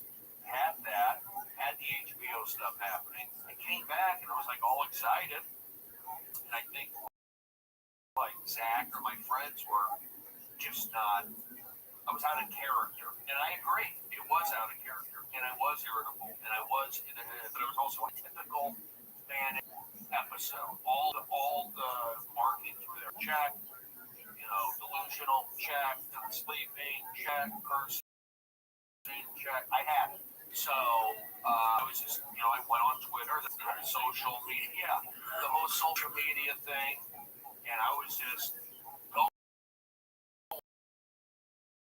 on it. And I was just doing that. And I was out of character, and I was also on an antibiotic. Throw that in the mix. It was a perfect storm. And so then I said some silly stuff on Twitter, basically within a 5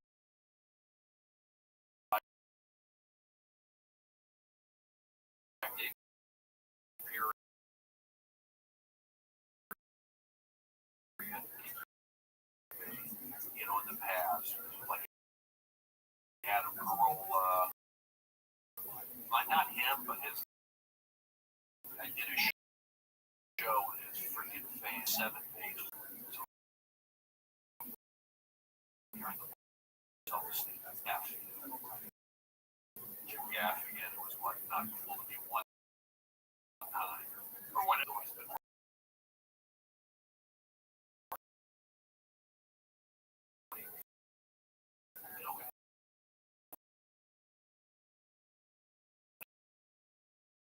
Wrong way. Lash at Jeff Ross. I was just on a roll.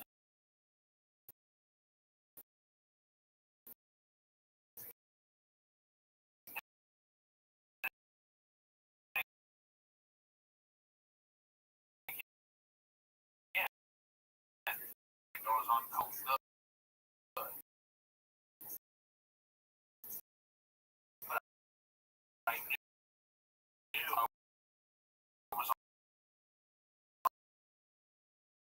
on a bender. I knew that I needed.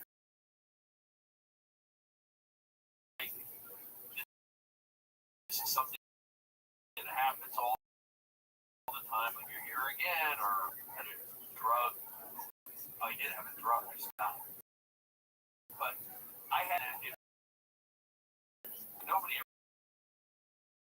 ever made jokes that, oh, Brody, you're going to flip out, you know, shoot somebody. Kind of like, not you. You know, you hear about those guys, but, you know, come out, no good. We have 3 stars over. He's talking about it.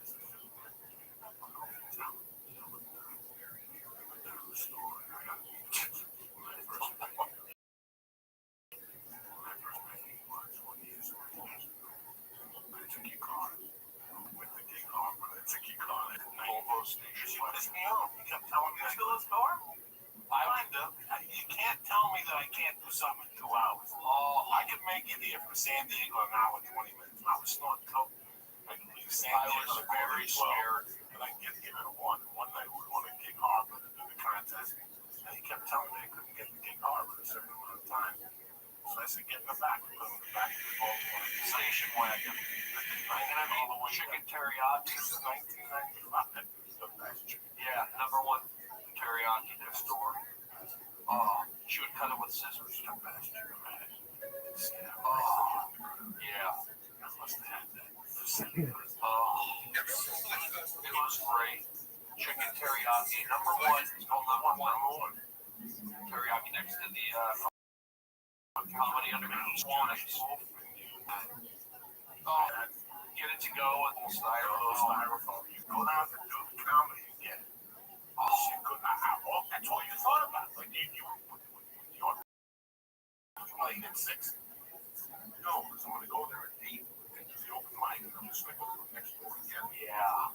And Josh, sometimes if you call Josh and say, I'm on my way, he would find doing it. You got downstairs, he goes upstairs and pick him up. They were good. Oh, my God.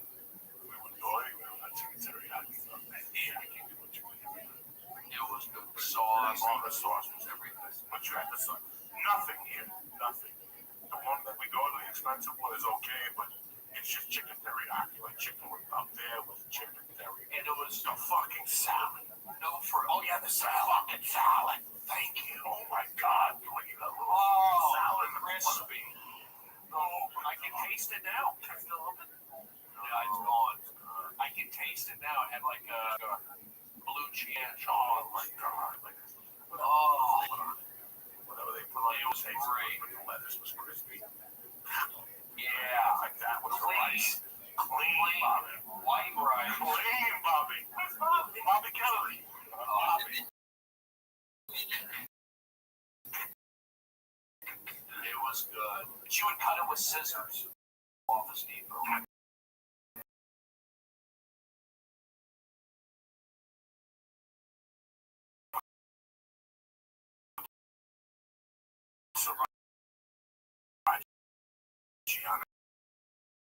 That motherfucker, the rice and the chicken, mix that motherfucker in with that salad, good googly woogly. And it was no frills. It was just table and chair. And the food wasn't all that bad at the Comedy Underground. They had good burgers, nachos were their thing. Fucking Lionel was the cook. I remember him. We used to steal cheese and nachos. Rita O. Stop it. Rita O, Al Fox, Jazz Abel. You find Al Fox. Al Fox was a handicapped lady. He got mad at me, but he also got mad at you. I have it on the video. When you went to war with me. Don't talk to me. He went to war with me, Al Fox. Like, God, days ago, I was sweating like Al Fox at a disco because he couldn't walk.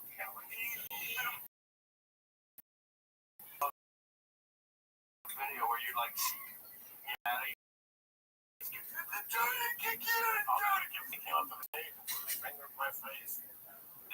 This one was in the back. The back. That's where it happened. Crazy.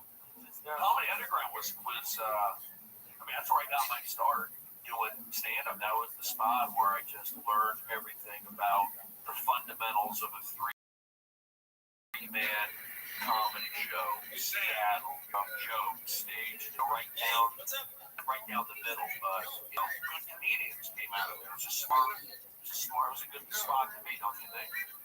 No, you have poison out here. I cut my teeth. Yeah, no.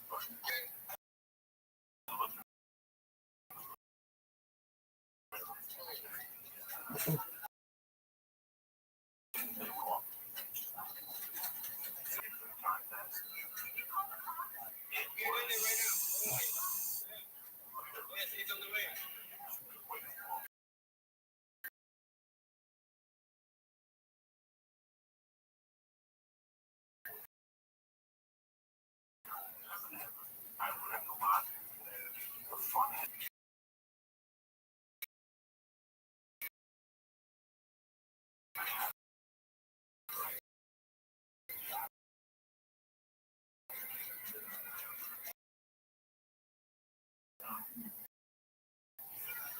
That was it.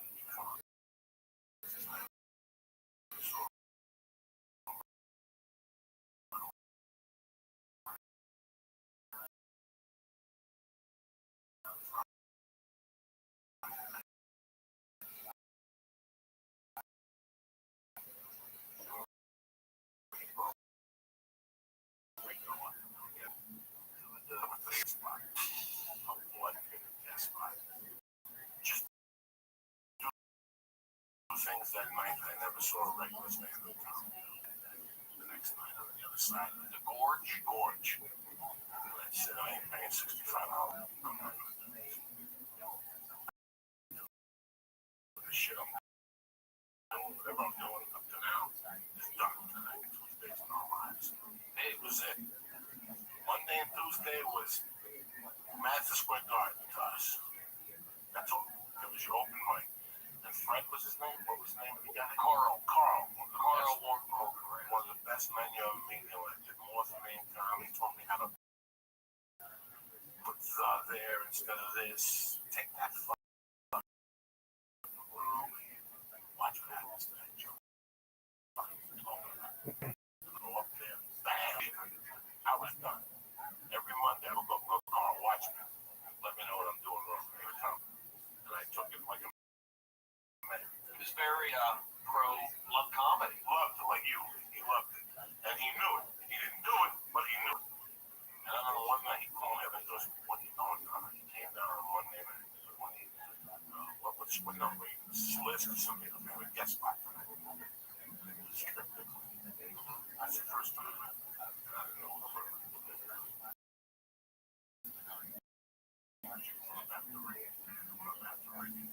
you follow me? If I would have known who Rick was, it would have gone into my head and I would have bothered it. I can't follow Rick. That doesn't move. He just did a fucking Rich Witherspoon before this time. Can't follow Rick. It's on a fucking night show. You're a Letterman. I'm going to follow Rick. But I did so well after Rick that I became friends with Rick. So Rick was my mentor when I came to LA. Rick was the one who got me the meeting with Tom Hanks after the long shot. Rick called me and he said, hey, bro, Tom Hanks, Rick's get back. That's how good friend I was from our woman. He's alive. That's what I got there. Brandon, that, but that open mic, if you were there, and then Wednesdays was 65% of the door. All of us could get a night. So we would all do the show, get the check. all one of those deals. 70% of the door. 15%. Tacoma at Crossroads. It'll be a contest, and if you won it, you come back and do like Thursday or Next Friday, Monday. something like I that. would drive down there with nobody, so you pick up another 100. Ken ran it. The guy named Ken. And Susan, She's out like a there big girl. on Facebook. She did like Seaman. Seattle was great. For me, Seattle was great for me. just first of all, coming from Phoenix to Seattle, those are two opposites. If you're coming from golf, conservative, to Seattle, range, open-minded. It was just somebody like I wanted to jump into that culture. Fantastic, vivid memories of doing shows and hanging out, being in the rain and fresh air, and I really enjoyed it. I don't think the minute I moved to New York, I never looked back. That's it. Never thought about Seattle again. What's happened to me? Maybe I go back to Seattle when I can relax. I do like it's probably too crowded now. But you told me, Joey is a Brody. You got to go. He told me he was on New York. I said, check every green light. I said, you're young. Got on the movies. You don't want to go away in the back. Go do your thing. You already doing the show and entertainer. Yeah. You had you in New York. Being in LA.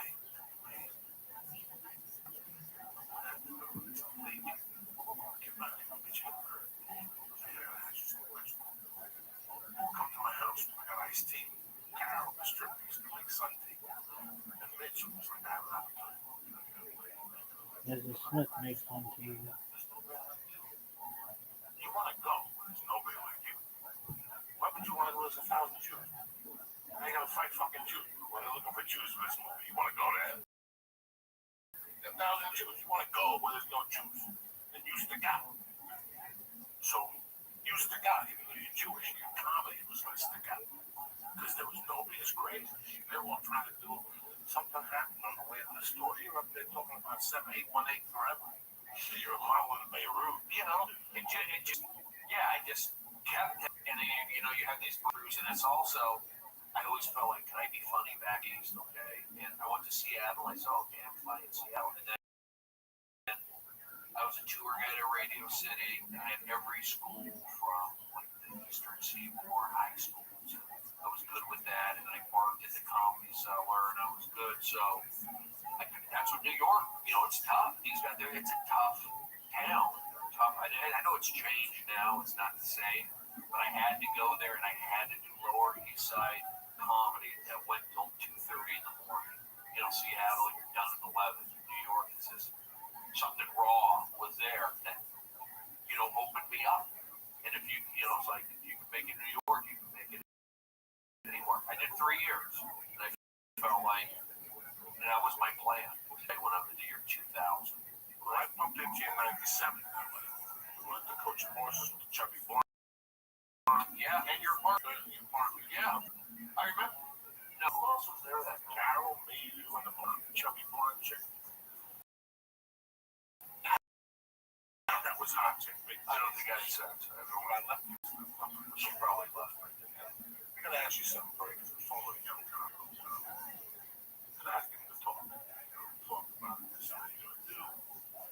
You gotta sit there on the balls, you know, up on the road. Talking to you makes me like I was feeling guilty about giving them talking to you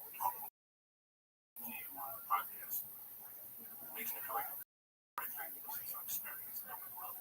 I'm missing that's a fucking strike. Lee, you could arrange this. What are you talking about? Shoot motherfuckers in the head 50 yards away with a gun. Learn how to open up cans of tap tuna fish with no fucking can opener. You're gonna learn shit. And you know, this is the thing with comedy. You just adapt. Then I get some tours I used to do by myself on a Greyhound bus. Strippers and going to Toronto. We discussed last week. Sure, I got something. I built character. I built a certain confidence that you can't take away. You know, you keep talking about these YouTube guys. I feel at times like I'm a YouTube guy. You know, me being a YouTube guy and these other guys, I got legs to back it.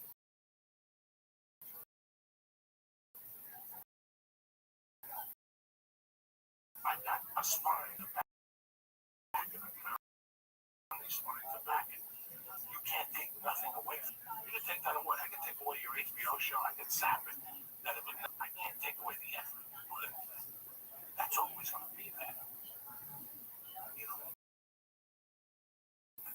the story I told, you know, I didn't sing it from Guns N' Roses go crazy.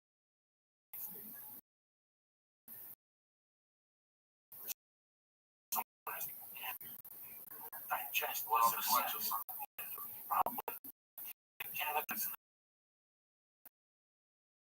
Whatever comes my way, I gotta absorb it because I did work. And I'll tell you, go away. You would say, like, leave LA for 6 months, come back, and they'll see that growth. You're gonna grow by doing, and then come back. Well, if you're there too much, you know, they don't see the growth. They don't see it. Probably isn't much anyway. Hanging around, they don't see it. Your wife, no.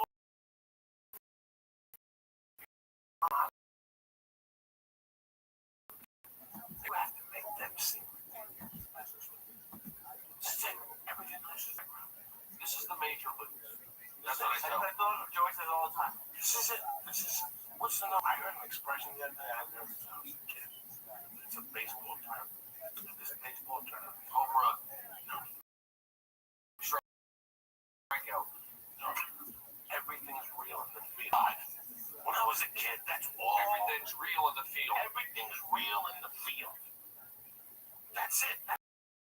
It's a baseball expression. Everything's real in the field. New to me. And I like it. This is it. What you can't have now, leave when you will. Don't knock me. Everything's real in the field, but don't knock me for trying to pay 7 years over real dictionary. Ain't nobody here, but I want to be heard. I'm your hot 9-7 every day. That's my boy. Women and women with their own condominiums, 5 plus 5. We got millennials. It's all about the Benjamins and what? I've come to this town that have come to you and said, I'm a regular at the Black Factory Empire. I used to employ a Montreal at the sign. Hey, Becky, with Gersh, where are they today? Well, you're still here. I look at the positives. I mean, this is what I say. I tell these comedians.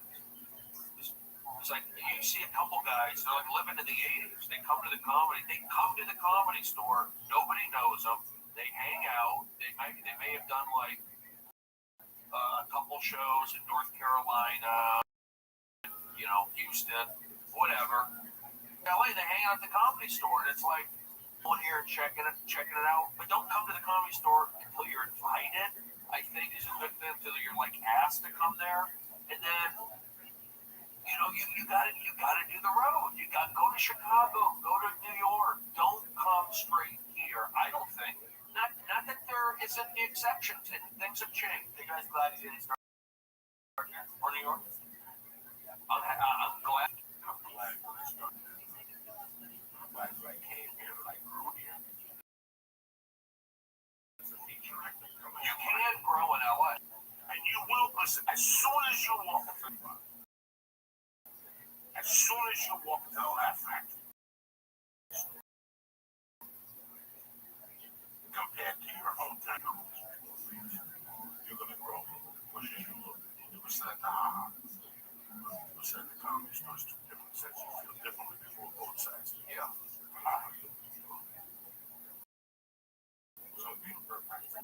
I mean, the comedy store room is a tough room. It's the toughest room in the world. It's the easiest room in the world. When you're flowing, it's a great room. But now, those lineups are killers rows.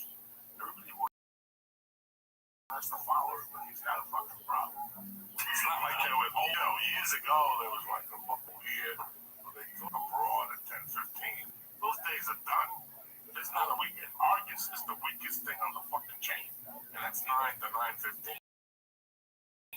Once 9:15 comes, I mean, I could be out because no, you're in that lineup. You know, you got Ian Edwards, you got Gerard Carmichael. I've seen Rob Schneider. I've seen the Sarah Silverman, Louis C.K., Dave Chappelle. These fucking lineups have one weigh-in, brother. Thank God. Most of them don't show up with their hats. Listen, bro, it's 8:30. You said you want to rush. If you want to stay, you're always family. I want to be around, but fuck. Let's do a few more minutes. Do it. Shit. Because, you know, when I say you can grow here in LA, I got warm. I mean, I got warm up. You know, I'm different. I'm an anomaly. Pick up the pieces. Somebody breaks. Is this Steve Martin? And it cocksucker. Is this a duet with Lady Gaga? Solo.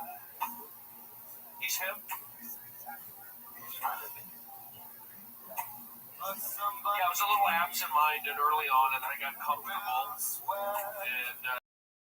I'm happy with the podcast. I feel this is family. Oh, word. This is not even a podcast. This is me fucking with you, like you, having a conversation about life. But when I say you could grow, I feel like here in LA, the crowds are pretty good. You know, they might be a little cheesebally at some places, but for the most part, they're supportive. They're, you know, like they go in New York, yeah, they are tough. You know, you're going to be cranking out jokes, stand up tight in New York, but you can also out here, you can grow. It's like a spirit. It's a care. I know it sounds corny, but there is something to like. It is the mountains.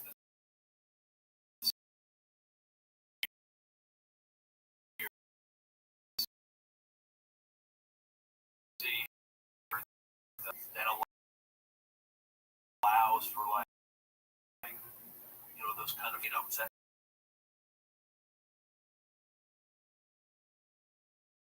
swings and everything's just over and over like Kobe Bryant over like John Wood inspiration. So you combine the two, you can work on stuff. Like I'm working on a lot of stuff, but that's the thing that I look at 2015, doing a lot of different things, and maybe I can tighten up and be smarter. But you know what? I got a great reputation. I'm happy, go out, and I don't mind. Have second nights. 4 to 5. 4 to 5. You know what I've been doing? I'm taking it easy. I try to get my naps in. When I do have off time, and I haven't much because I've done the road quite a bit in the last year, but I'll go down to my mom and I'll help her. And it's like, I guess that's off time, but it's not really. So, no, it's not. And, you know, when I unplug, I really try to unplug, be super lazy, and just let my battery drain. And Netflix, this is for you to grow. Right.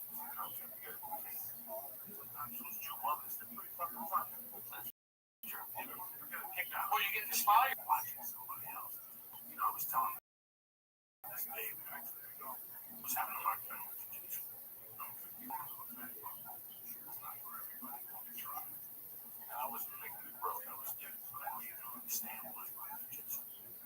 I don't go to jiu-jitsu for most people go. You go to jiu-jitsu as a whole. I'm like, you don't understand.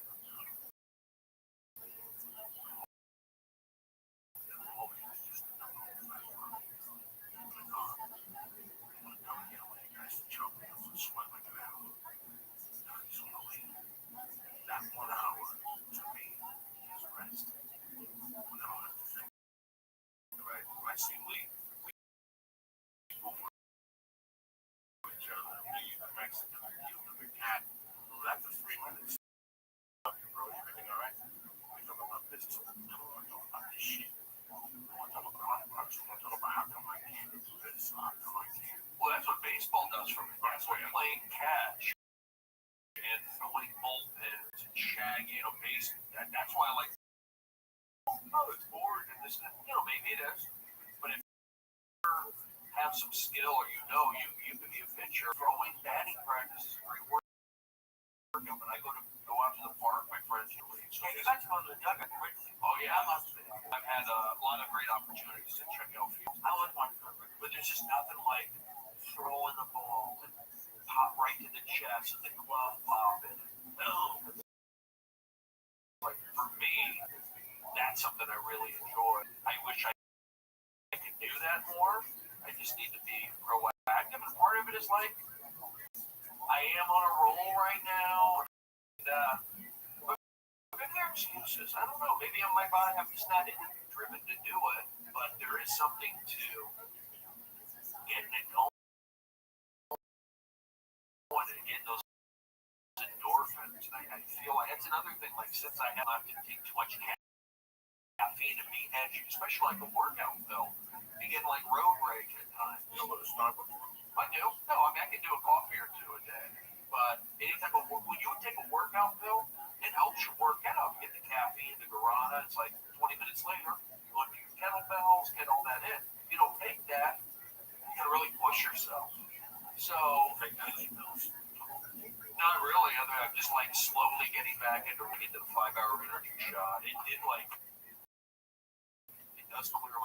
people have shot me those things.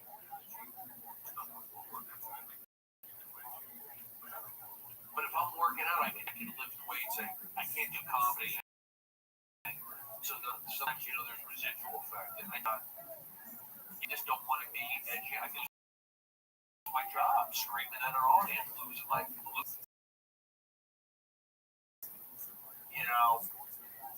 it's just hard, it's like I should have been able to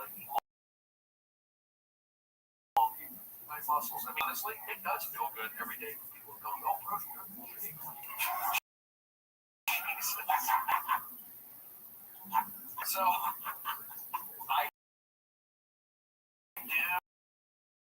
do enjoy going out and going to Starbucks. And do you fart all the time? Fucking kidding. Get up. Oh, yeah. Gonna play that chair pretty soon. You don't smell it. Yes, you do. No, you don't smell it. I haven't. No. It's an air fart. I've been in the car with the windows up. It smells. Did you take fiber, psyllium husk? I did it every day. Yeah. You work out a lot, bro. Does working out make you not sick? Ever since I've been working out, I don't have that, but I have to take fiber. What's going on here? Oh, they got me. I don't think I think taking fiber helps me, keeps me regular. And I never had to do that.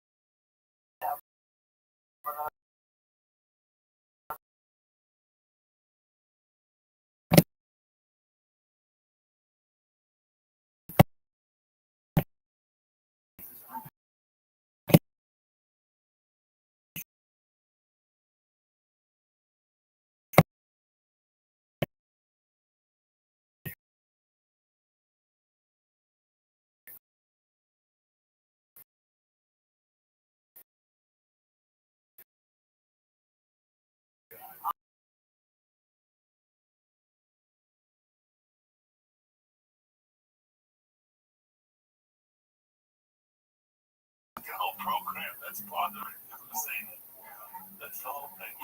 He gave it to me on Christmas Eve. I had to go to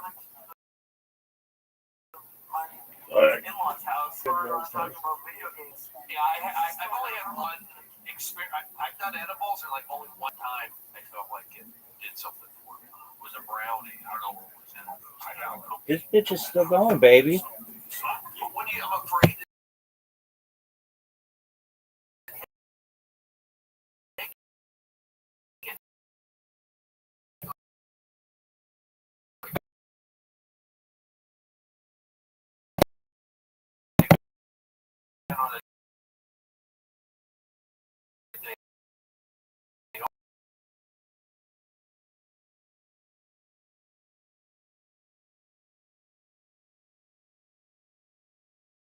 You don't do it. But Jim,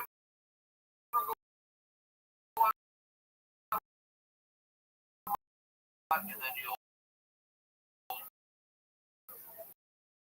let's say take a hit or whatever. Then you go out, get coffee or whatever. Okay, and you take a hit. Just like you get to be high, but the drawback is you're going to pull in some negative energy. I feel like sometimes, yeah, no, I don't think it's negative. I'm not saying because of the pot, but it brings in, it pulls in some negativity, like it pulls some comedy behind this door. Oh, they messed up. For the negative, it's like a negative.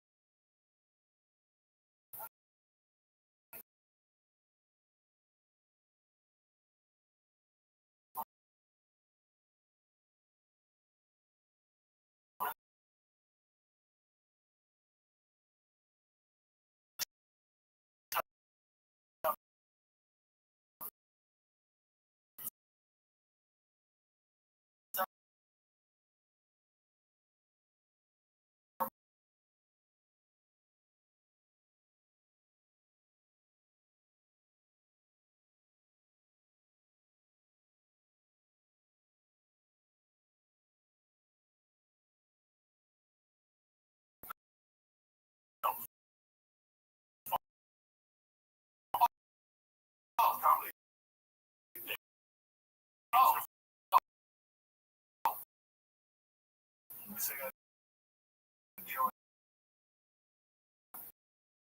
I will. I'm in town in LA. Usually at the comedy store. With athleticism. Anybody say anything to me? No, because everybody hates me. Hey, Ash. I just want to say, like, hey, Ash. Job, Like, what up, great girl? powers, and Lynn, we love you. We fucking love you. When the church Worst when you official, stream ever. That's all.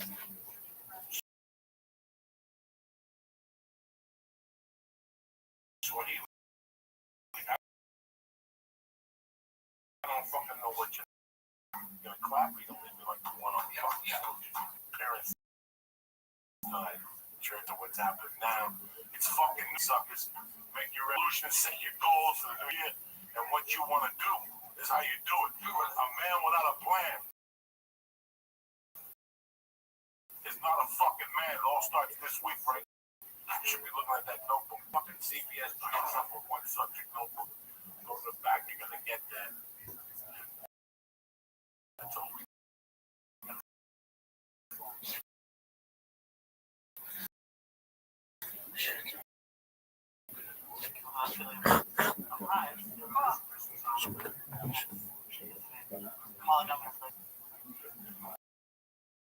But I PlayStation is on your ass more.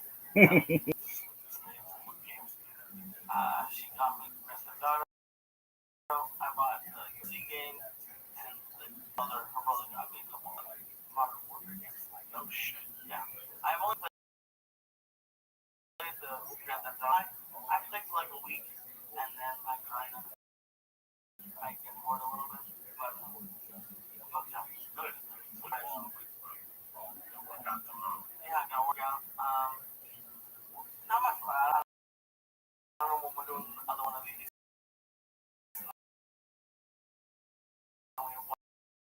Wednesday, I have it's Tuesday. I'm cutting tables like for the next 2 weeks today.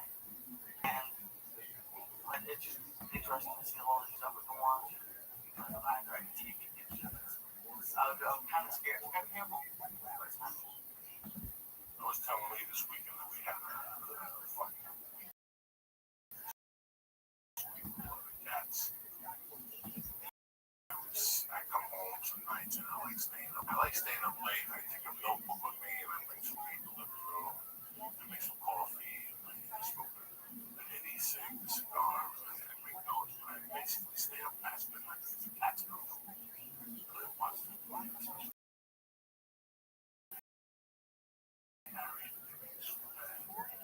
You fucking get me, Harry. So bad. Always a fucking my oldest.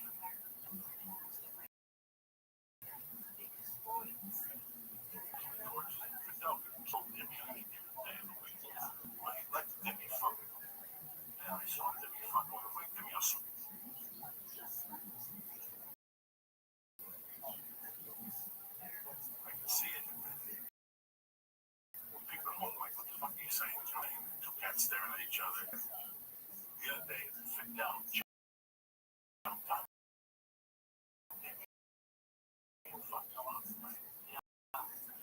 went after Harry, but then Harry got up. The dog just hit to stick up for himself. The dog freaked me out one of the first times I got high at your house. He went to take a shower and he chased me around the coffee table. Because he just looks at you and meows at you. He's really pretty. Really pretty. He's really got a good heart. So that happened Monday night. I said to him, stop it. He came over and jumped and started with him. He loves to fucking meow you. So I out there and I was watching TV Wednesday morning, which was Christmas Eve. Christmas Eve.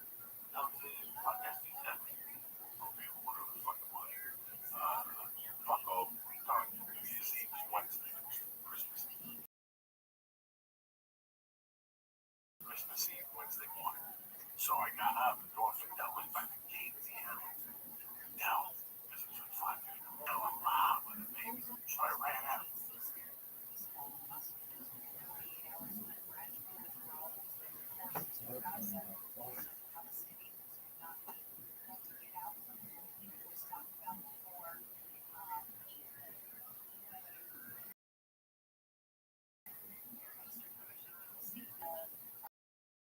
What's that motherfucker's name?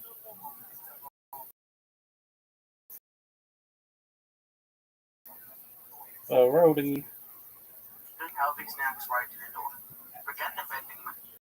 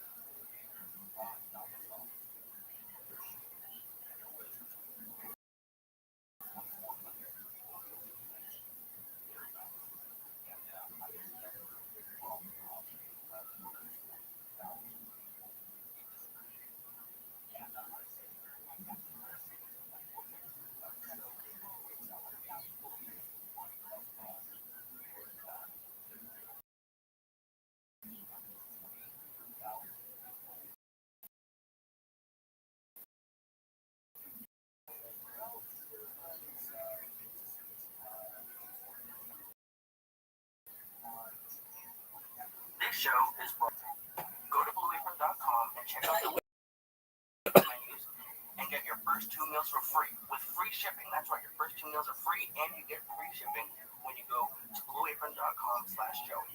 You'll love how it feels and tastes to create incredible home cooked meals with Blue Apron, so don't wait. That's blueapron.com/Joey. Blueapron.com/Joey. Shows are also brought to you by Club W. Now, Club W is offering our listeners $20 off of your first order, all of their great wines, and it gets even better. I know you hate paying for shipping, so Club W will actually pay for your shipping on orders of 4 bottles or more. So go to clubw.com/Joey right now to get $20 off of your first order with free shipping if you buy 4 bottles or more. And go to audit.com and use code CHURCH to save 10% on all of the great optimization products. A brand new move, SureTech Immune and SureTech Sport. Oh shit.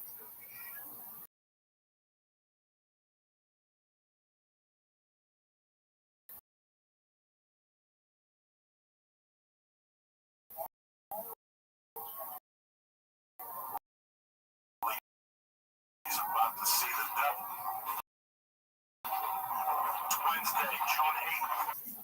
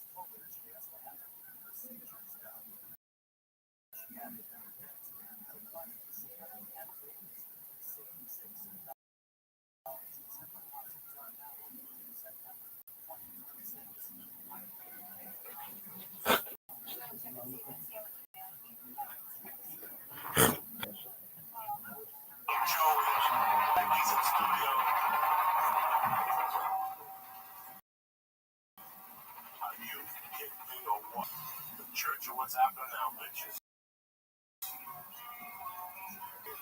Little home death weapon for you from 80 People were smoking bazookas to this fucking song right here. I was one of them. Yeah.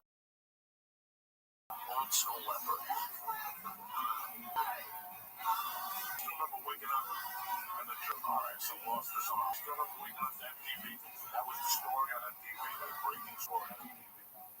They lost his arm, yeah. Lost his arm. I think it was January 1st, 1984. Or 85. In a car wreck in fucking Europe or somewhere. But he came back. Sure he came back. He's still alive. One-armed drummer. The one-armed drummer. Fucking give it hell. What's happening, bro? He's Steve?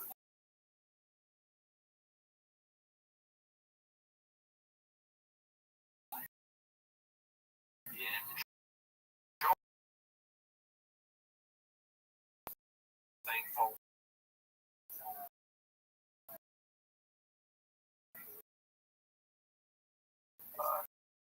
It's in the neighborhood. It's nice. Summer's coming out. I'm exercising. I'm happy. I'm very, very happy. I'm very happy that you're fucking happy. When I saw you a few weeks ago, see the happiness.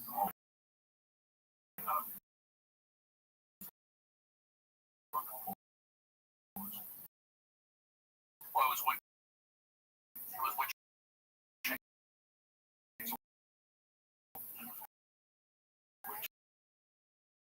they say I was one of you. I'm feeling great. Having a good day.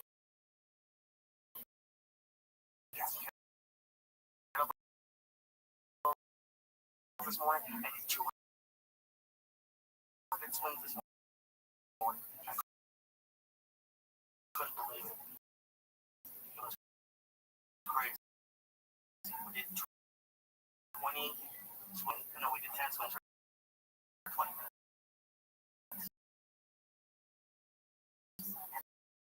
That was on the minute with 24 kilograms. So just super heavy, but 24 kilograms is 48 pounds.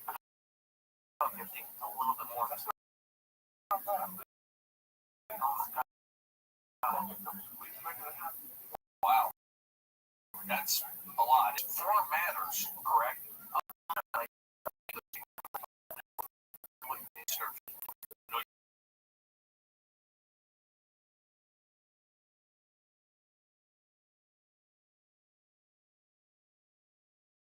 It's like, yeah,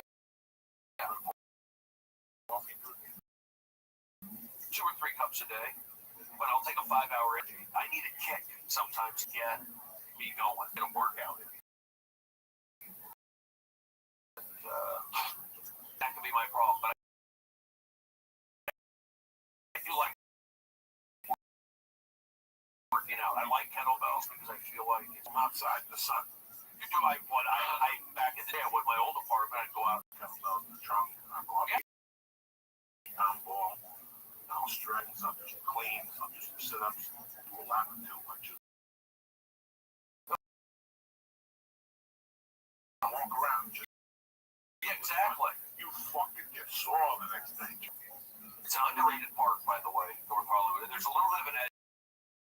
Drag them, throw them around. My thing is I'm playing baseball also. I like throwing the baseball. So I sometimes we're playing baseball because my arm can be tender, my elbow. That's why form is so important with the kettlebells. But because I've been building up slowly and my pitching mechanics are better, I've been able to avoid injury. I'm wiser now. I'm wiser and I'm able to avoid injury. And I'm actually doing rehab exercises to strengthen the tendons around my. How do you sleep? I can sleep at great. I do urine at nights time 5 times a night. Here's the claim. Yeah. You ready? Sure. Dr. Bowman to me said that's what killing me is. You gotta fucking feed. The older you get, yeah. Jesus Christ. So for about a year, my big thing was to stop at the comedy store, beat the clock, and get a Starbucks venti, a fucking flat white at midnight. You know, I can do a fucking venti at midnight. Okay, yeah. For the 30 years of blow, I broke that. Yeah, ain't no caffeine, no work. I drink a whole thing at Starbucks in 30 minutes. I can do that, yeah. So, what that does to you is, because coffee is a diuretic, whatever the fuck. Yeah, diuretic. So you drink coffee at night and you're off and running. You're having nightmares about people peeing on you. Yeah. That's how many times you gotta fucking peeing on you. Yeah. So I had to cut that out, but here's the secret. They say over a certain age, not really confused. They said they wanted to take an aspirin at night before you put it. Where does it go? Everything goes out the window. Because what happens with me, my sleep pattern is basic.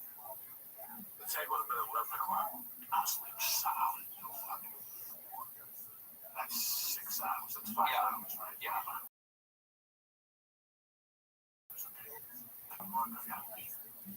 So as I'm walking to the bed, God, this isn't a long fucking day. A minute and a half, I'm done.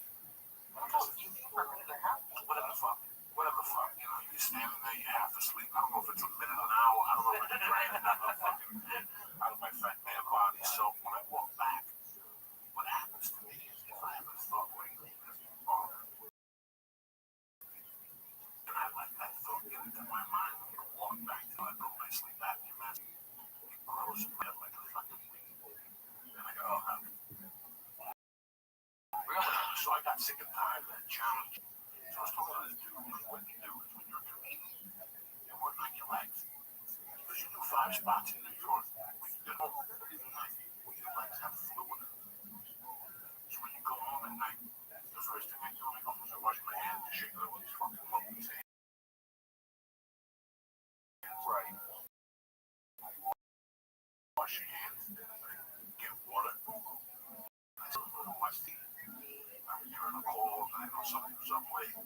But the whole time my legs are elevated. And you see that in that half-hour period that you cool down, you'll start peeing.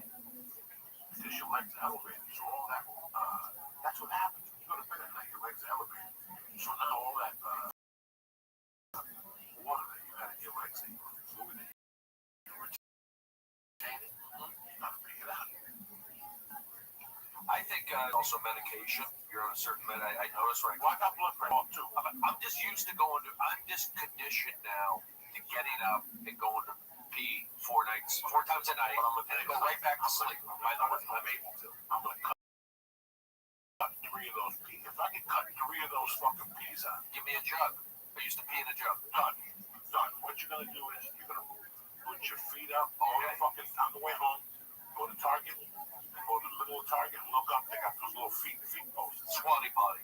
$14.99, and you can take it off and hide your notebook in there with your pen, your pot pipe, your lighter, your weed. So that's what I do. My shit's written in there. I got a notebook to write jokes in the living room because I can't. My wife is sleeping. Right. I put my feet up and I put a pillow on, and all that moisture in your fucking feet and your legs goes to your nutsack. And right before you go to bed, you drain your fucking vein. Incline back. But that means you gotta have to get up in the middle and fucking save you. That's what I did the jug for. That's not healthy. I used to pee in a jug and started that in New Pee York in a City. fucking jug, that's disgusting. That's like we should out the fucking window. I used to do that. Or pee in a jug, Not in jugs and like bottles or cans. If I didn't want to get up, hell yeah. that's disgusting. I was in a weekly hotel. I was sharing a hotel, a weekly hotel. With Lahai was there, and it was in New York. Peeing into a jug because you had to share. You had to walk down the hallway to use the restroom. We go, you know what? There you go. Hotels with a whole floor uses the one bathroom. Well, I did that for the $60 first. a week, one of those. Yeah, when I first moved to New York City, yeah, I stayed there for about I don't know a couple months while I was looking for an apartment, and I didn't find in a studio in Brooklyn, out off the L train in Williamsburg, Brooklyn. Brody, go to New York. He told me, go to Surf Reality, go downtown, just be you. That alternative stuff or whatever you want to call it. It's crazy how it just gave me a memory now.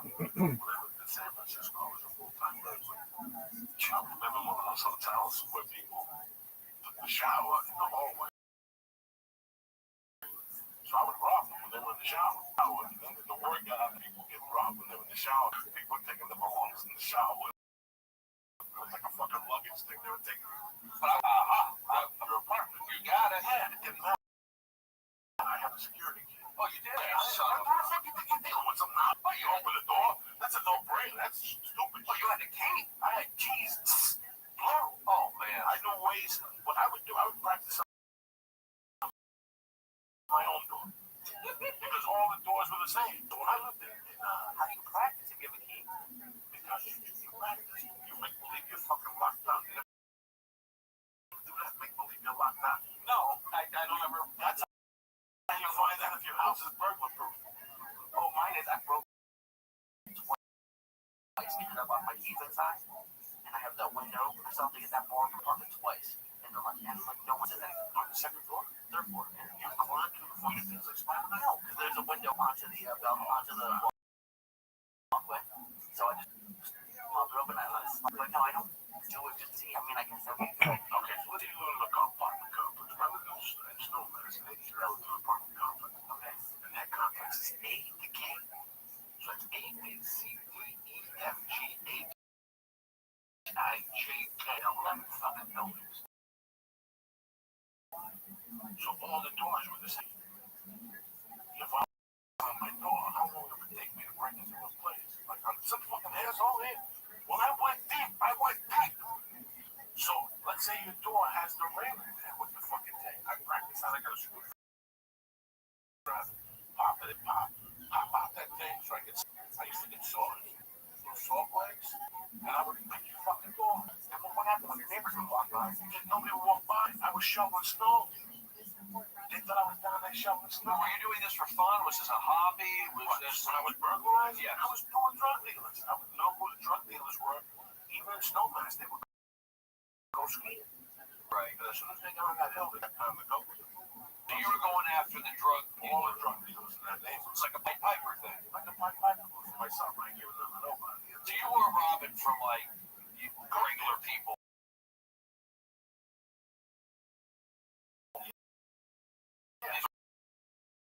I'm robbing the rest of the people. When I lived in a hotel up there, kind of tourists, I'm getting trained.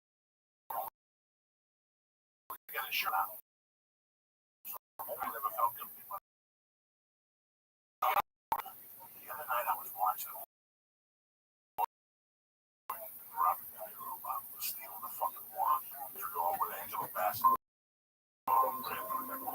Zoot, how you living?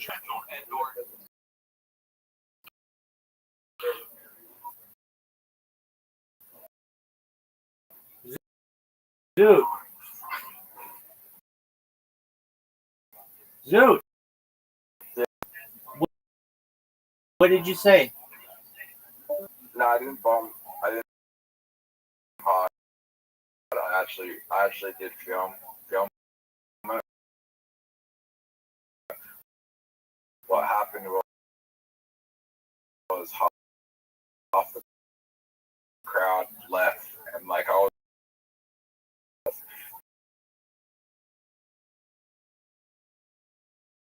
strong, which I was to perform well next time. I'll give you a cake. No fucking way, Zoot. Congratulations. So I'm just editing. I'm gonna edit all this shit, fucking awkward, and then I try and edit that out, make it funny before I then send anything. Certainly. Okay, so firstly, amazing. You had the courage to go. Secondly, I was harsh on you previously when I was like, well, I don't find you funny because you said I don't find what you find funny. So I get that. I was just throwing mud. You have said some very funny things over the course of our friendship and over the course of you being a stand-up comedian. And amazing that you got scouted for a paid gig. Dude, that's amazing. Good job, Zoot. Not yet. He said if I perform well next time. That's like really good. Okay, so what joke did you use? He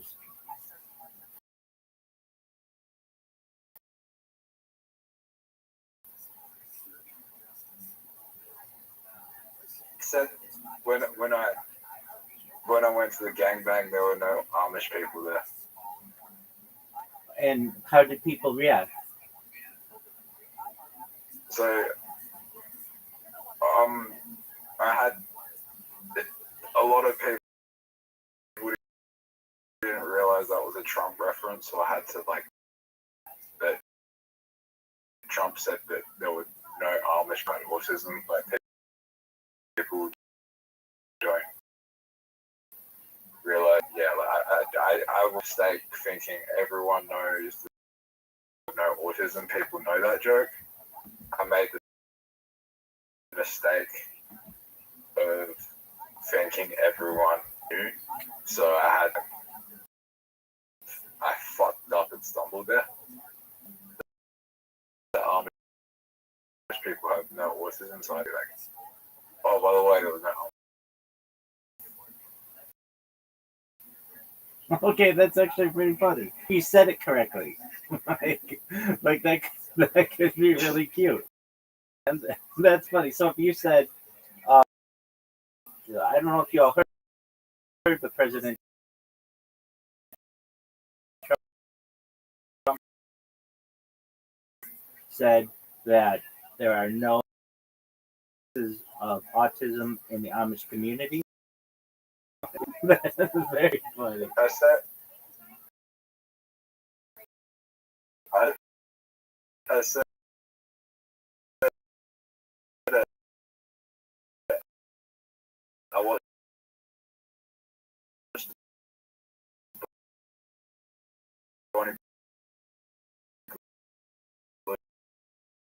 a documentary, and there was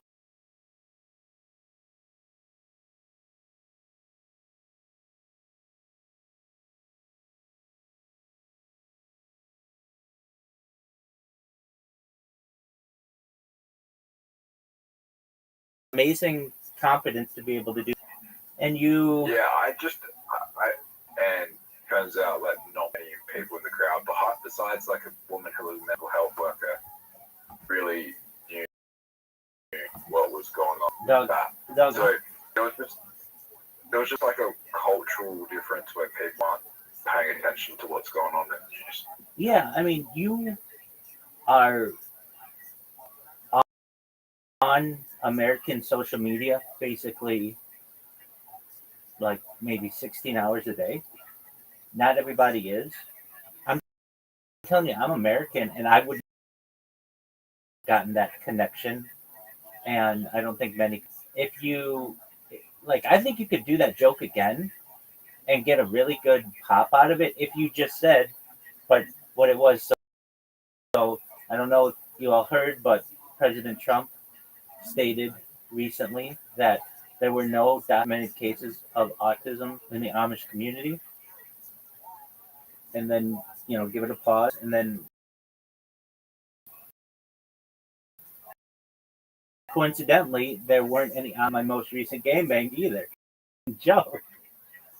That's a very funny joke. Like that's something that TikTok like. I've never seen an Amish person like at a gangbang before. No. Like, when I watched the Bonnie Blue dog. No. It's about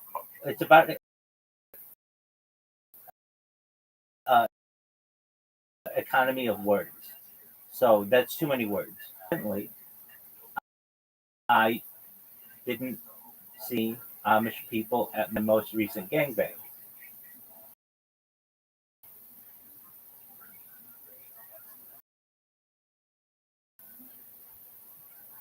It's your joke. But okay, so that's a funny joke. I understand it didn't land the way that you wanted. And that's why I always say, Zoot, tell me your jokes, because had I heard that joke in advance, we would have caught that right away. But that's all right. Okay, so then you said there weren't any Amish people at the Bonnie Blue, in the Bonnie Blue documentary? Yeah. Okay. Excellent. Did people laugh at that? I feel like a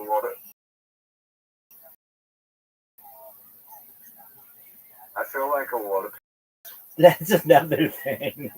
You hyper sensual, like hyper focused on porn stars, and like nobody knows who that is if you're not like always on the internet and like obsessed with pornography. Then I said autism is an STI, and the last time I got it before the gangbang was when I fucked Stormy.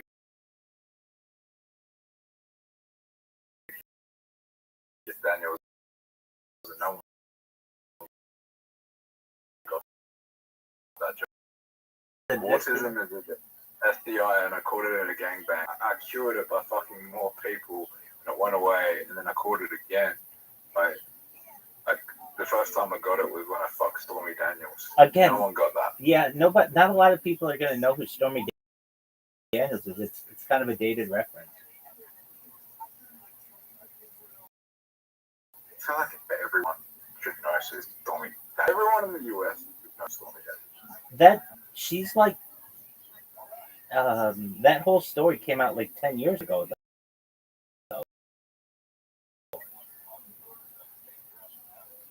Like, she fucked the president in the name. Like, it didn't. The fuck. Yeah, no, I get that. Okay. But everyone knows who. How does more people know who Monica Lewinsky is, but they don't know who Stormy Daniels is? Well, that was giant. Like, who the fuck is? That was giant because we only had 4 channels at the time. There was no social media. 24/7 cable really didn't even exist, but like Fox News didn't exist then. CNN was the only real one. Additionally, the president was impeached because of that. Trump was, I guess, maybe related to that or whatever. It was thought with his tax disclosures of it, which is related, certainly. But so, Zoo, you just with those kinds of things, you need to say what the person's profession is, so it helps. So you would say something like porn star, or former porn star, or former porn star Stormy Daniels, something like that. Okay, what? Okay, all right, dude. You've got your finger on the pulse of pornography, obviously. Like, but you have to understand, some of us in the real world don't like know all this shit. So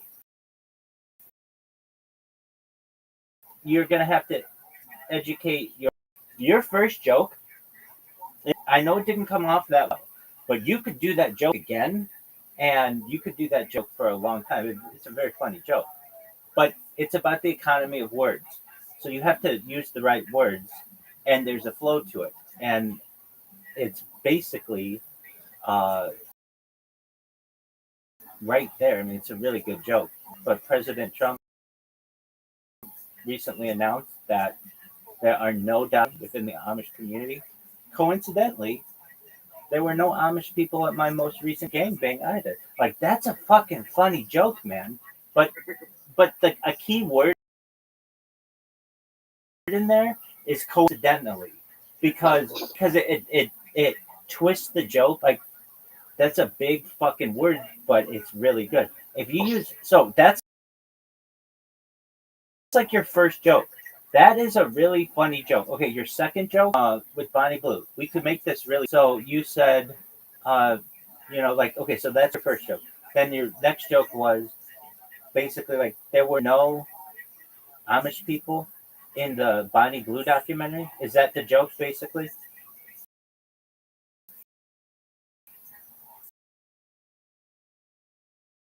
Yeah. Tagged off the previous joke, but you could punch that up.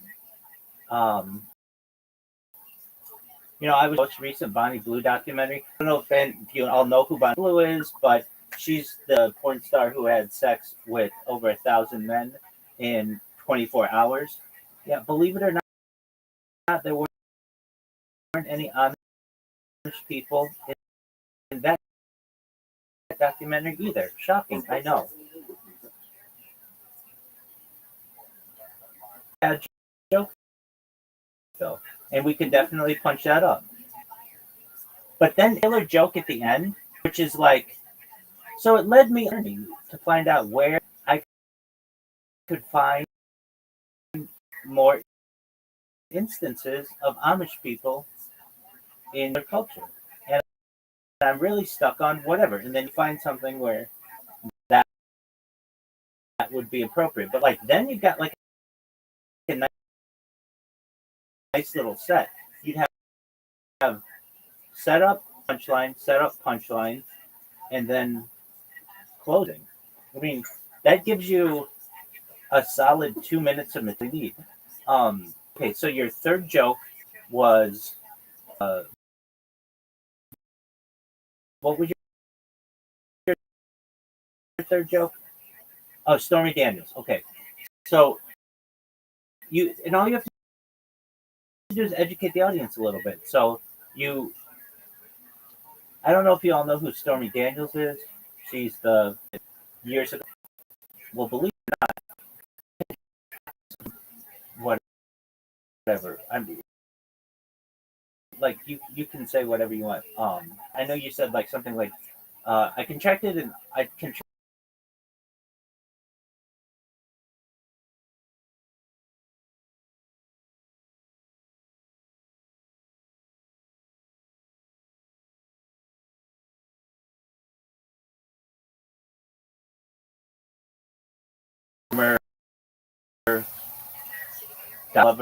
Donald Trump lover, porn star, Stormy Daniels. Something along those lines. It's too many words, but you can work on it. The first joke is really good. Like, I shit on you. Let me ask you something. If autism was STI,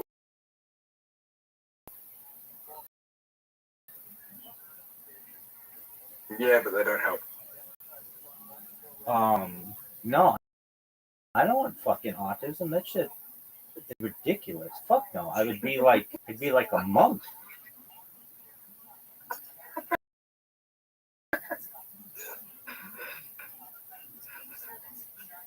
You're going to build the next. You got three options. You got AI, $1 billion AI startup. You're going to Yeah, or you're gonna be able to use in the world, or you're gonna just be like headbutting your head against things constantly. Like those are your three options. Okay, Like, I don't know. so I get what you're saying. The whole thing about being able to name all the Pokemon, frankly, that's a joke for like 9-year-olds. Like adults don't really get that that's like a big accomplishment. You could say, I'm not saying that that's not an accomplishment, but it's a little specific. So you could say, like now this. Imagine if autism were an SDI.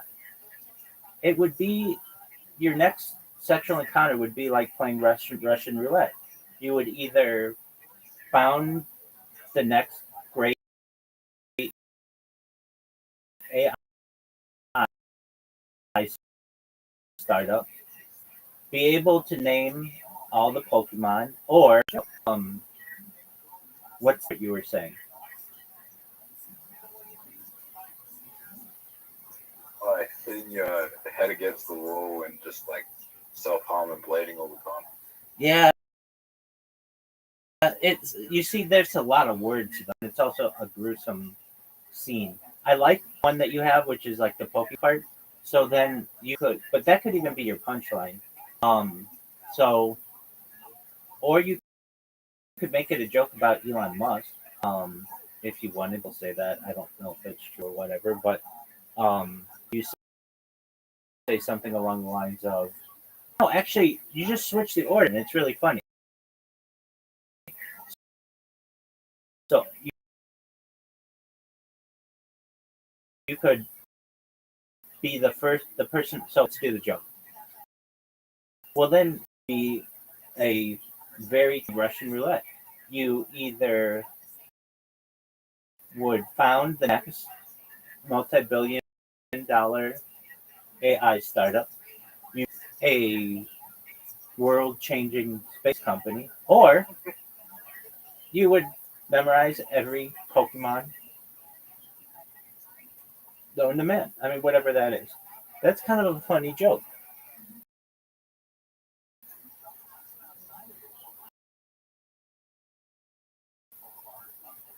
Zoo, I'm telling you, we're going to be able to use your material, which is your autism material, and we're just wording. So the first joke is really the second joke we're going to work on. The fourth joke is really good, and so the fourth joke that you said is about autism isn't discovered as an SDI because or STI of Russian roulette. You'd either found the next big, you would be the CEO of a space company, or you would have memorized every type of Pokemon in the world. That's not a bad joke. We got to work on the Pokemon, or you'll have memorized every Pokemon. Yeah, okay, so that's something. Okay, start the world's next big AI. You would be CEO of a space company. You'd be unemployed, having memorized every Pokemon ever invented. Not a bad, not bad. Like the reason why I say the unemployed part is the first one is a good job, the second one's a good job, and then the third one's like. But you don't have to include that. Not a bad joke though. So, oh, first joke though, solid. I would memorize it nearly word for word, which is, um, okay. I don't know if you all saw recently in the headlines, but President Trump has stated that there are no documented cases of autism within the Amish community. Coincidentally, there weren't any Amish people at my most recent game. That is, bracket that one. And the key word of that joke is coincidentally. Word, you're fucked. Do you think that there's no autism whatsoever in the Amish community? I don't know any Amish, so I can't really speak on that matter. Because I feel like autism is more personality trait than anything. But neurotype is more of a personality trait. I get that. I get that. Okay, back to your jokes. Joke 2. We're working with your material. Would be, I don't know if you all saw recently the documentary with famed porn star Bonnie Blue. For those of you who don't know who this person is, she's the woman who had sex for hours. It turns out she didn't have any Amish people in her documentary either. Okay, next joke, not that strong. We'll work on the words. Third joke is something along the lines of, I learned recently that I potentially contracted autism as an STI. No need to worry though. I had sex with enough chicks to reverse it, and it turned out the cure with famed porn star Bonnie Stormy Daniels. Not what I get. A joke. You know, autism is having sex would be like a game of Russian roulette. You either would found an AI startup, start the next big space company, or be unemployed having memorized all of the world's Pokemon. Not a bad joke. Not a bad joke.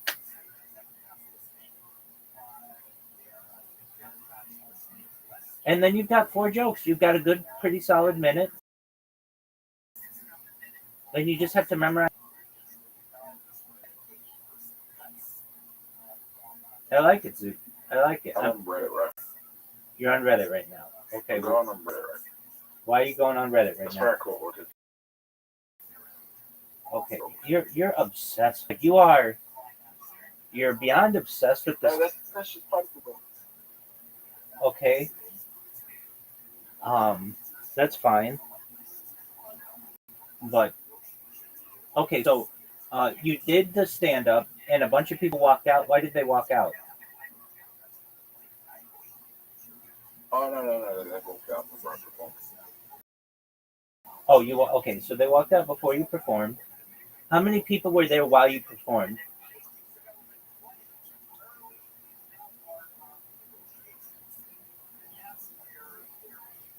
Probably about 25. That's really good. Were most of them open mic comics as well, or were they people who had paid to view comedy? I'd say. So, your first joke is really good if you use words. The second and third jokes stronger. So you work on the second and third joke. And it's about a little bit of audience. So let's work on the second joke. The second joke is, I don't know if you all saw it, but Bonnie Blue had sex with 1,000 men in 24 hours. I watched her recent documentary, and it turns out not a single one of them is Amish.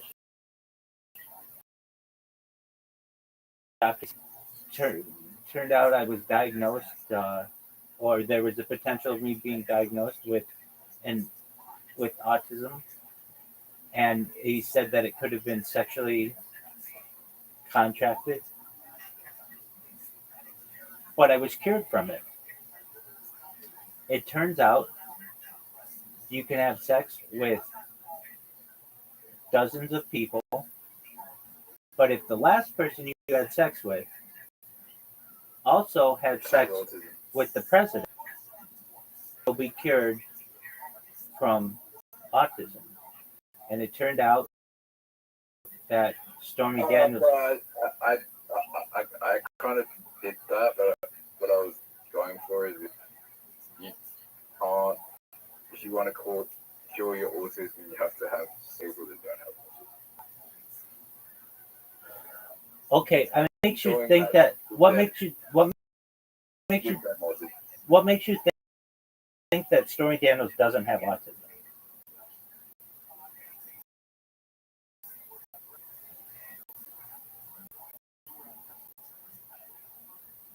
There's no real.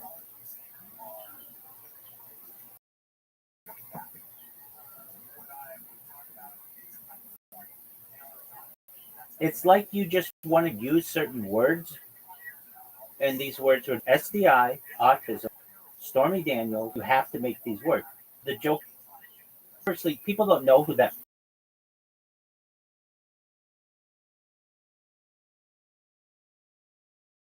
Most Australians do. And also, you follow porn far closer than most anyone does. So, like, those are two different things. Like, who's the most famous porn star in the world right now?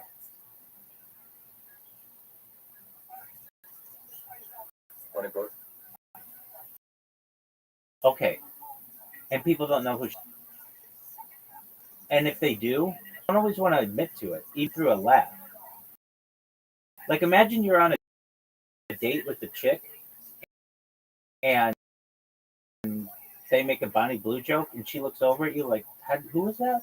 And then you'd be like, oh, well, it's this famous porn star. Like, you don't want to admit to that.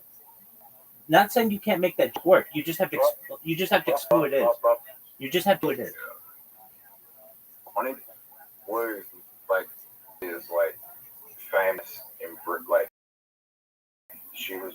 If you watch documentary in the British newspapers and the British media, it was like she was she was like one of the top news headlines. She was being talked about all over radio. Okay, but most people everywhere. most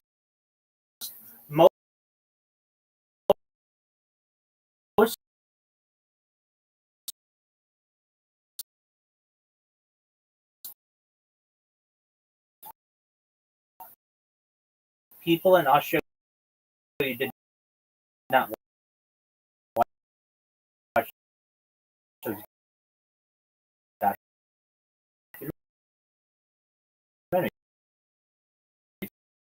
So all you have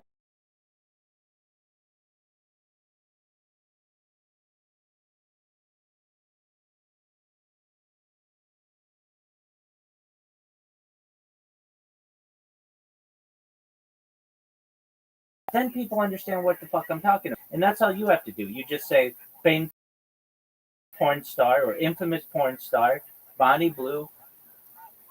So it's like crypto. Exactly, Zoo. That's a perfect analogy. You just have to put a little qualifier in there.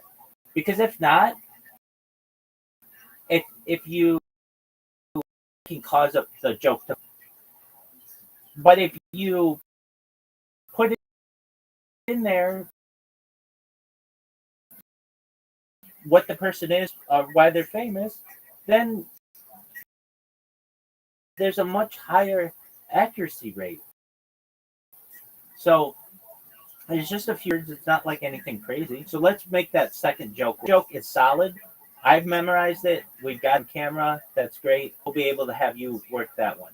Second one is, I don't know if any of you have documentary. For those of you who don't know, and like all of we are just explaining it, who don't know, Bonnie Blue is the infamous porn star who had more than 1,000 men in 24 hours.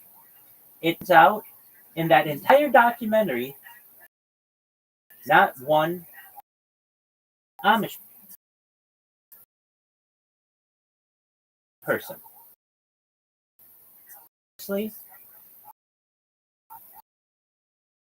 So it's not like people aren't expecting it, but it's okay. The third joke about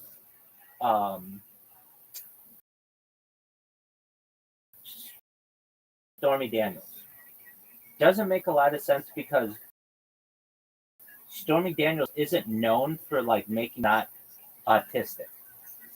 So here's a fucking funny joke. Wait, is this? Let's see. How would you say it? Okay. So did you recently in the United States, the president came out on Monday who acetaminophen caused. Do you see this? Is it Tylenol? It's acetaminophen. Okay, so Tylenol. Did you see this? Okay. Yeah. So We call it paracetamol. okay, well, whatever you call it, acetamin, Paracetamol. paracetamol. Yeah, paracetamol. But it is what you're saying it was. It is that. Okay, what Tylenol is? Yeah. Okay, great. Okay, so then you can say, I don't know if anybody has seen it in the news recently, but you can say, like, there's a joke there. I'm sure there are a lot of jokes there, but something along the lines of,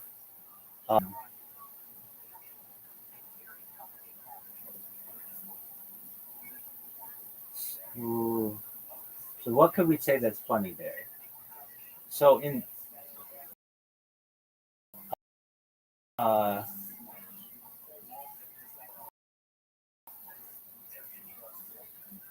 joke like a Viagra joke, like instead of so for those the next that you take Viagra instead of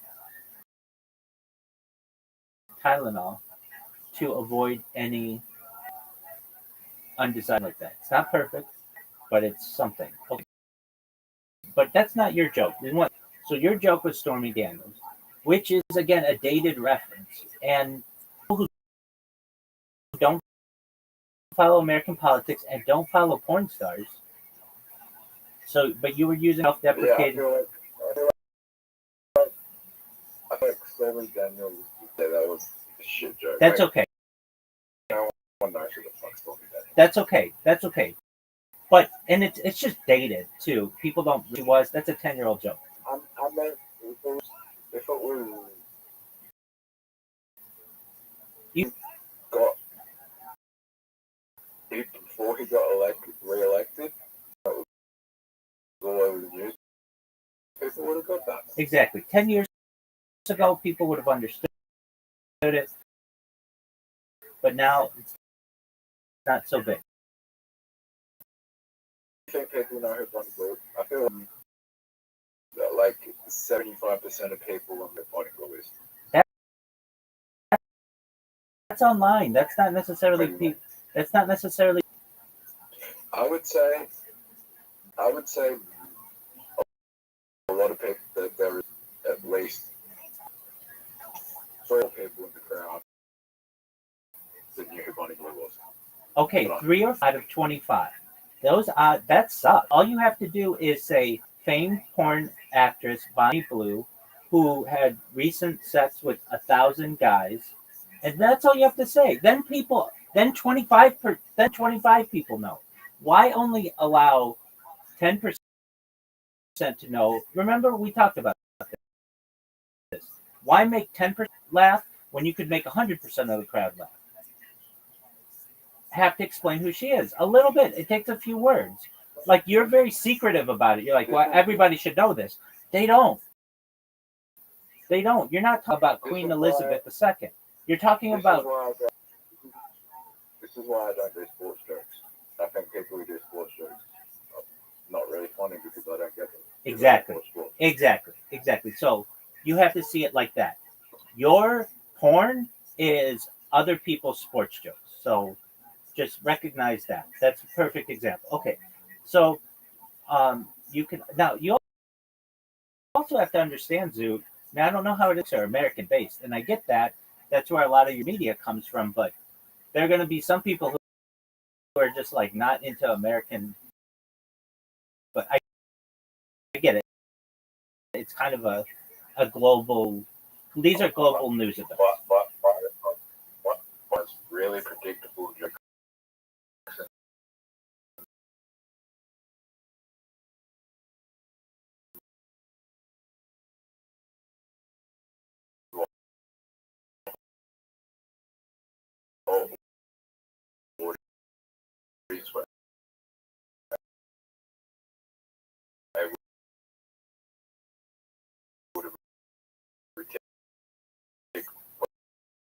what he was saying because he just steals jokes from Kilkenny. Yeah.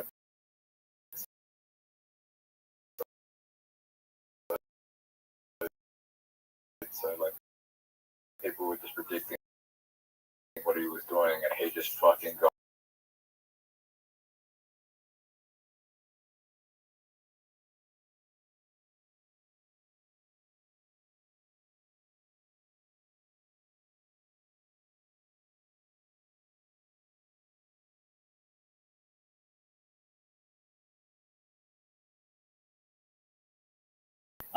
So President Trump recently stated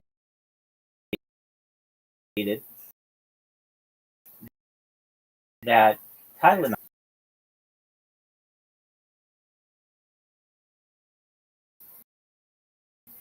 cause of autism. You could hold on. Let this. You could say. So I asked my mom if she ever before, and she responded. So let me ask, Zoo. Do you know what Tic Tacs are?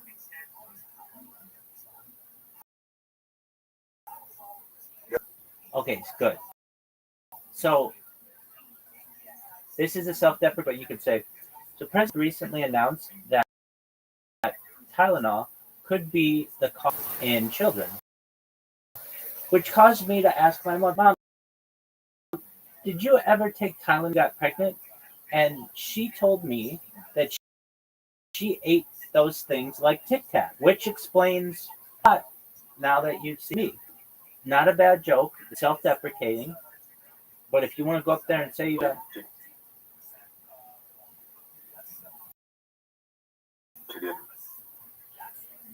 Okay, I understand she didn't, but like that's joke. Like that doesn't mean she did or didn't. Okay, if you don't want to use that type of self-deprecating joke, you could make about say something like, if you want, this isn't so President Trump recently announced that Tylenol could be the cause, which led me to read exactly how bottles of Tylenol did Elon Musk's mom eat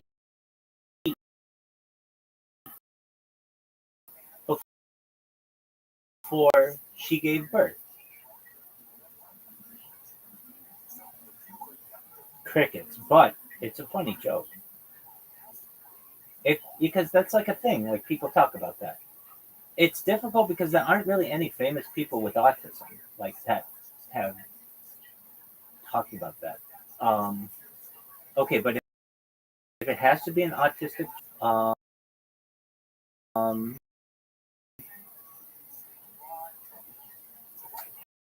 thing like,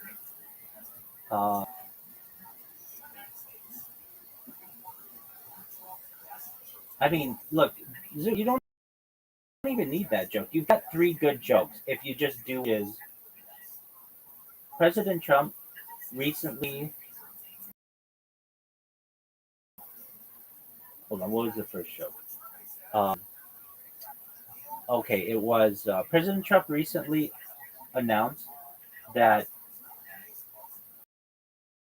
there were no documented cases of autism in Amish. There are no Amish. Second joke is, I don't know if you all saw this recently, Bonnie Blue. For those of you who don't know, she's the infamous porn star who had sex with 1,000 men in 24 hours. Had a turns out the documentary. Third joke.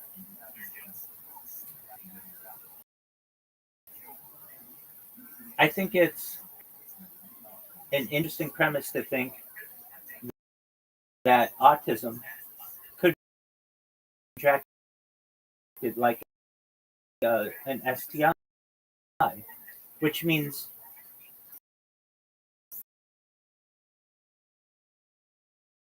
the results could be that you start a giant text on ever create. Those are three. That's like a minute. Hey, Rabbi. What up, baby? Just trying to sleep in my house. Let's go. Good job. You've got some solid material, big I'll dog. be back in about. Yeah, I'll be back maybe 7 to 9 hours. Well, you've got some material, big man. What do you think of that material? It's too much on autism, which I don't think is very funny, but if you're going to have to make it funny, you do it the way that I did, because my shit's hilarious. Coincidentally is a big word, but is hilarious.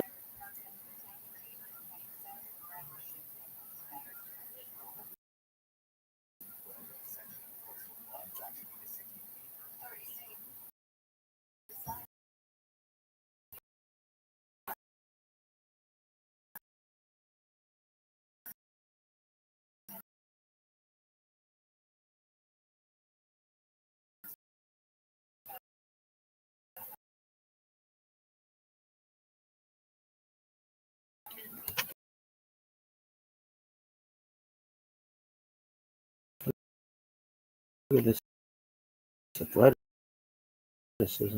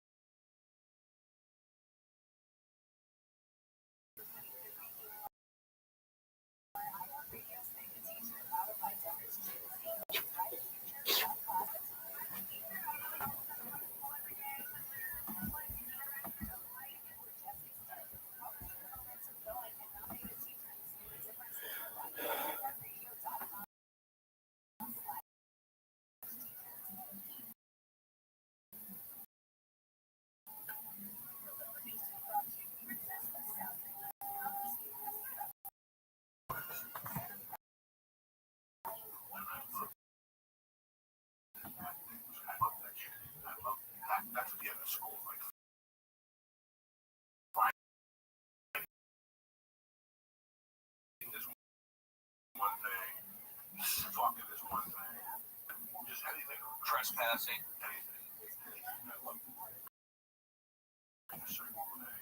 ever try to sneak into places like events? You say, oh, let me see if I can try and sneak in, get a ticket. Or you have a ticket? When I was a kid, I used to get to the garden for everything. Because what you do is you go to one game a season. So you go to that game, right? You get $15 and you get the tickets. Yeah. So you take $20 and you put on that stuff. Next time you go, you stop your way and then you kind of small. So you stop your way.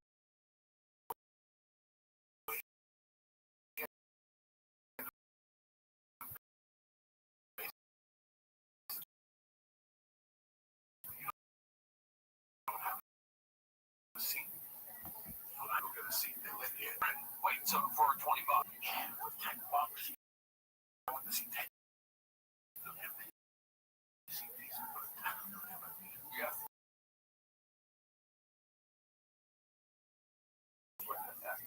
So we took the ticket and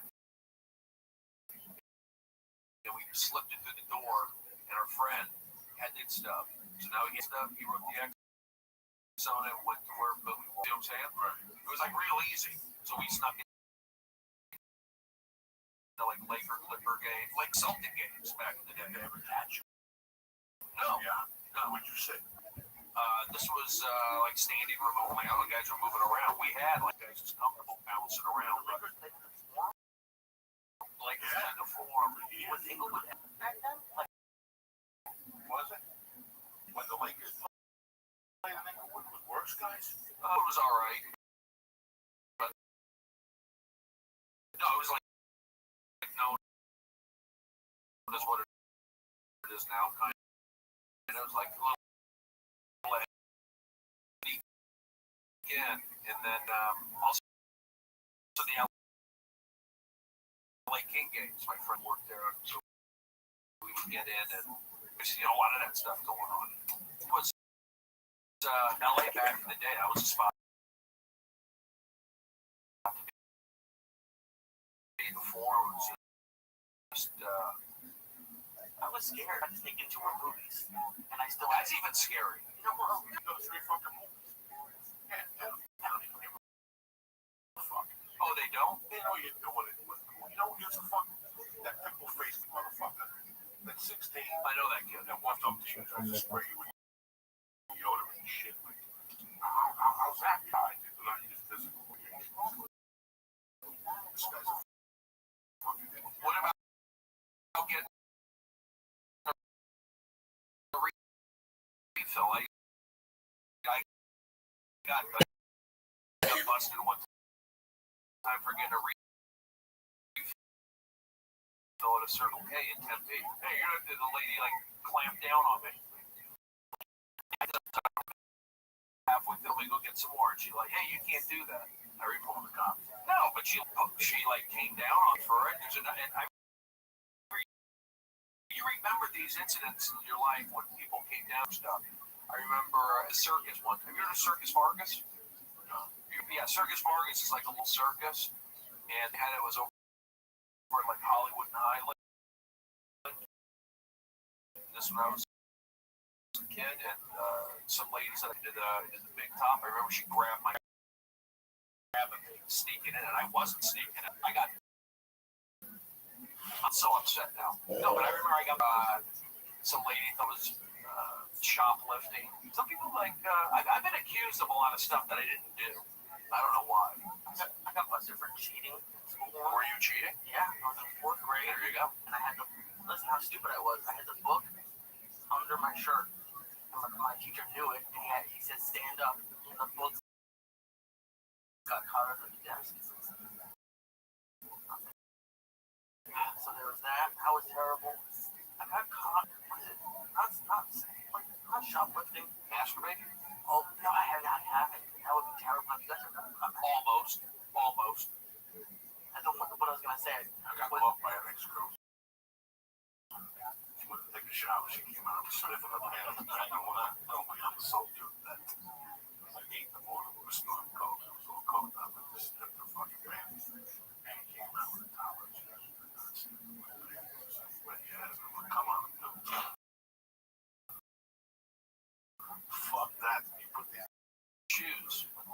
sauce. You don't have a foot fetish? No. Really? I like women's feet. I won't suck them. But if a girl says, look, here's panties or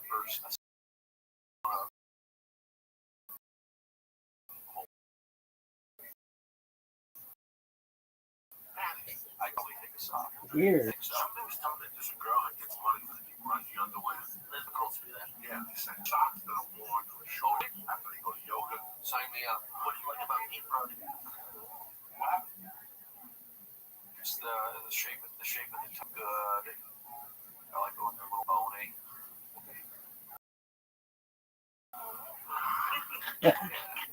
Clean. I like clean. I can get dirty though. I'm not a speed with a foot. I like a woman's foot. I think when I see a fat chick with fat feet and she has sandals on at the airport, I want to tell her husband stop. Getting advice before you left the fucking house. He got some pair of balls. I would have said, I love you. But you can't wear those fucking sandals. It looks like a truck driver's feet. I see it all the fucking time. And the guy should tell the woman, I love you. So everything. I love you. I love you. Great coat. I love how you dance. Put you on the shoes every time you wear them. I have a fucking heart attack. I wake up in the lights and I got next to my guy. Look at the size of your fucking, but I love you to death. You're the mother of my children.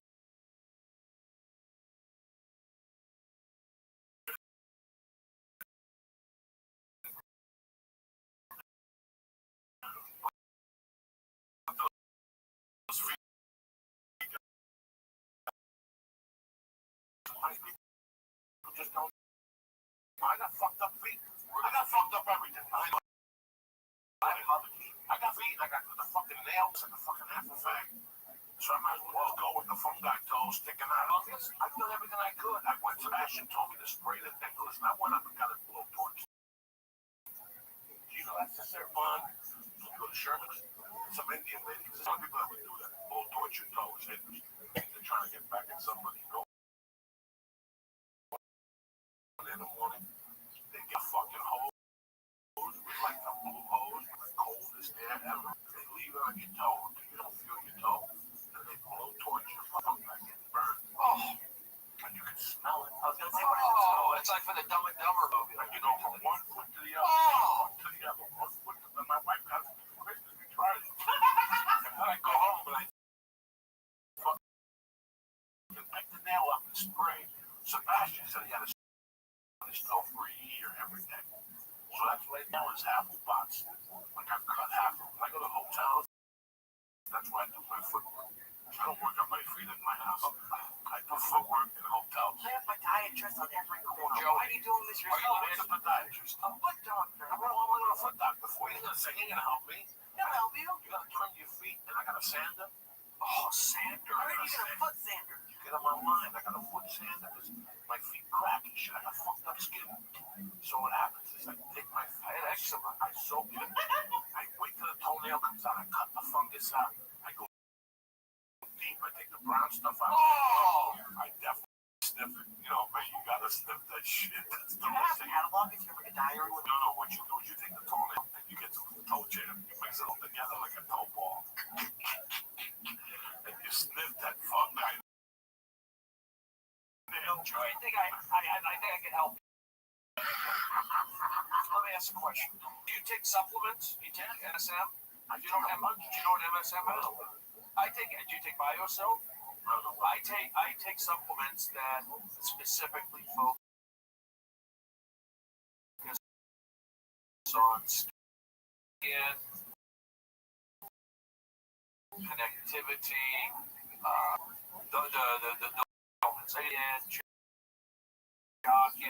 anal lesions. So I got a job. I got scar on my foot.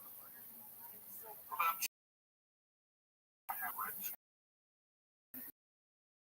Not on my dick, but away on my thigh. I'm growing up. But these are for collagen. These are for nails. I take it. My nails get stronger. My eyebrows get thicker. I don't. MSN? I thought you would. Do you know what MSM is? MSM. It's basic stuff. MSM. It's in chondroitin and joint stuff, but if you take it wrong, I'm being serious. For skin, hair, and nails. Look at my nails. I'll scratch somebody. That's how strong they are. I would say, when I heard that, I say give it a shot. I will. IOCell. I got GNC. I'm going to go out on the way. No, don't do GNC. I don't know. How many you want to stop, Joey? I think you like it. Man. Oh, just the digging it out. Like, if you're on the road, like, yeah. The main season, like this. There she is. Pieces of nail. I take some of the jam from underneath. Oh, What I think. Girl, I had death yesterday with my fantasy football team. I should have shut my fucking mouth. Played like dog shit. That's all I'm going to say about that.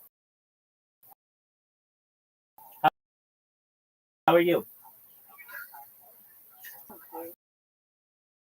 Oh, it was terrible. My phone, I was sick about it. One of the players that I traded away had like the best week. Yeah, you should have. Oh, it was terrible. All right. So what's good in your world?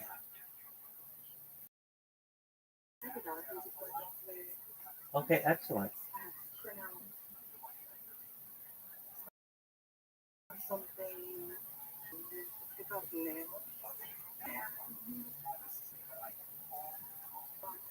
I don't know if I have to do anything else. Okay, well, that's kind of a lot of stuff. Yeah, I do things. No, I get that. I didn't think that you didn't. In fact, I think you do more things than most people with less city. So you do a lot. All right. You want to hear how my bots are doing?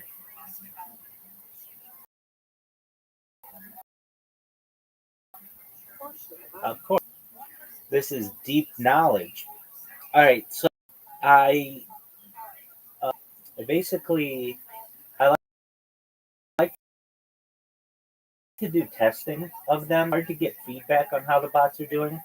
So like the bot that got you in, like sending a picture of my driver's license with like paragraph, which is fine.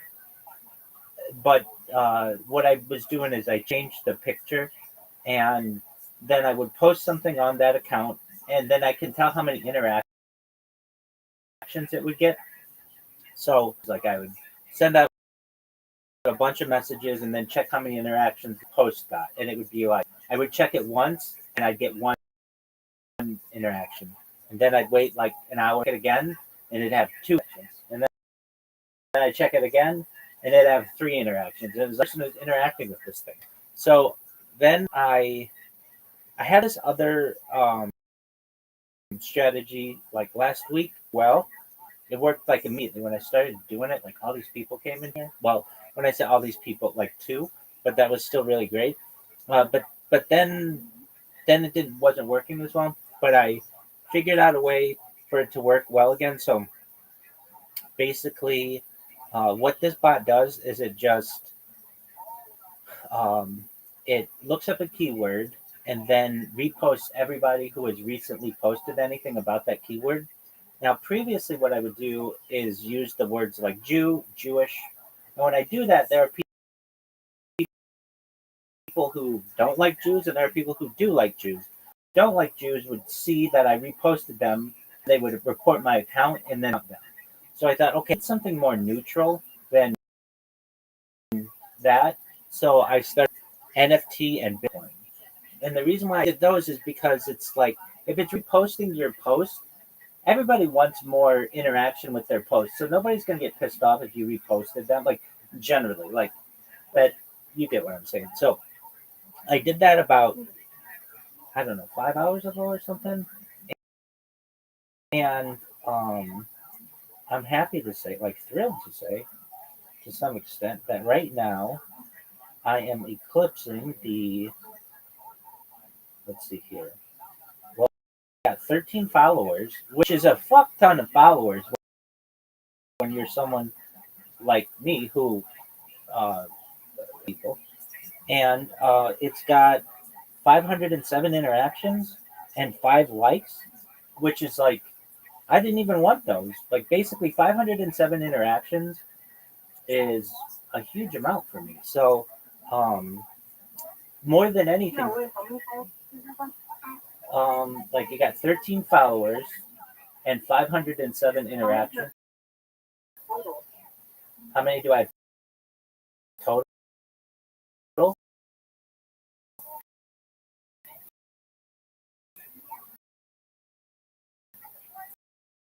I'm trying for people to follow the account. I'm not even. And what that means is, I repost their stuff, and that means that they sometimes look at what I did, and then they look at my account, and then I get an interaction out of that, which is like in its own way, like really good for me because, like I said previously, when I was doing the thing 24 hours, I mean, it wasn't a lot, and I think I was most of those. So this is a good strategy. Now the key is not getting the account banned. It's fine if the account gets banned. It's just it takes me a long time to accounts because I have to go through captchas or the Arcos, and it's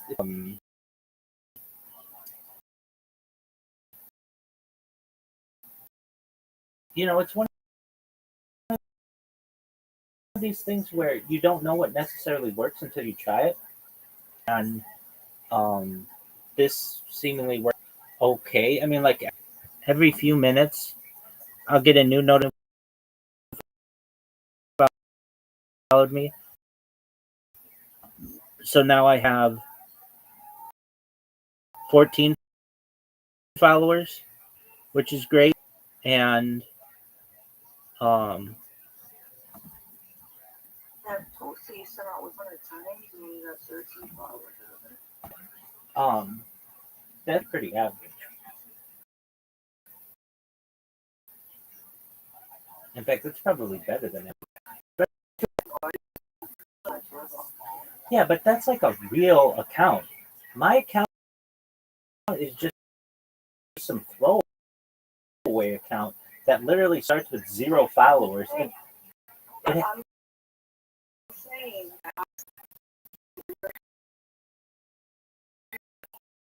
different way.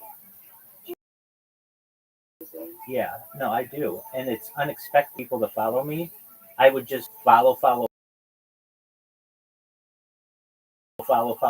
people. And then you get, I think those statistics are people, 25% of them or 25 people will follow you back. And so, like 2 years around this time, I created one of my first bots, which is Bot. And this was back in the day when, um, and what these bots would do, I created over 2,000 of them manually, and it took me like 6 months. Is just follow. All they would do is just follow people, and you can still find like archived posts that I have, or not that I have, but like people have written about me that are just like, who is this fucking asshole who keeps following me every single day? I get followed by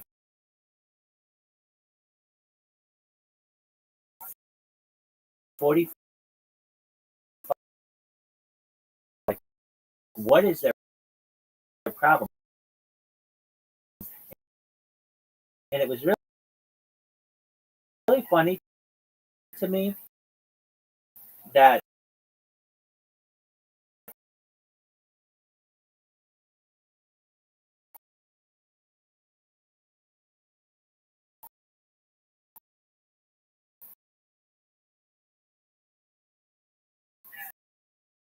the people who are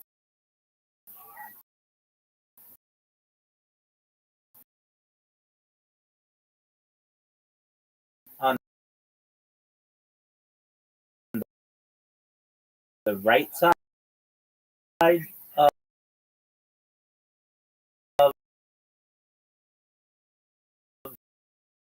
or like conservative people thought I was liberal, and the people who were liberal thought I was conservative, when in reality,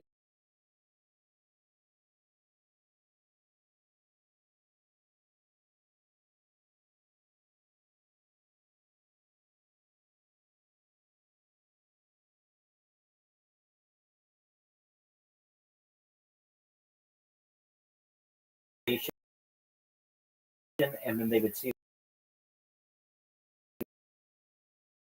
that I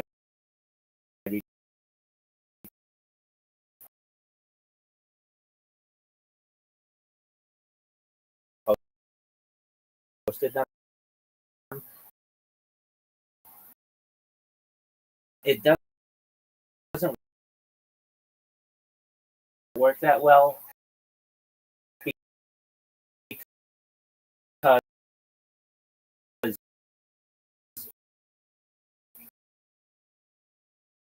um,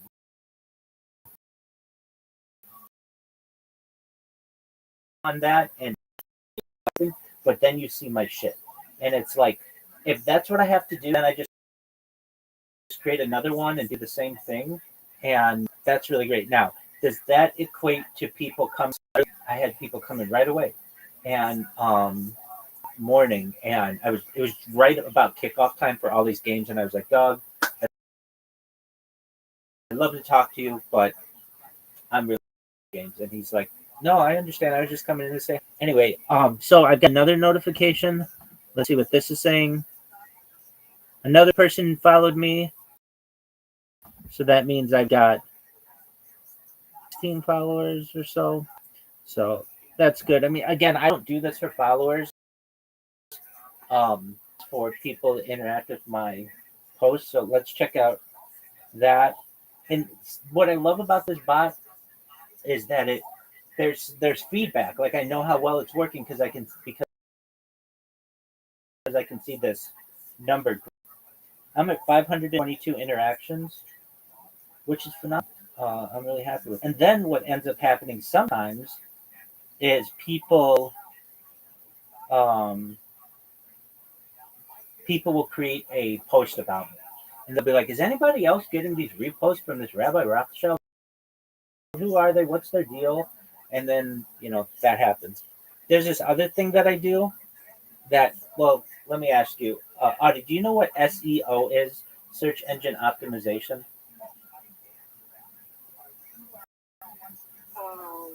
Like, I know what those words mean together, but I don't know what. I get you. Okay, so say you have a pizza place, and you want it when somebody types pizza near me, wherever you are, you want your website to rank highly. What you'll do is you might put something on, like a paragraph about all the good things that you offer. And then what happens is twice a day, Google for content, and basically, if it likes what you've written, it will rank you higher. That's how people get ranked in, like, highly in the search engine. Does that make sense?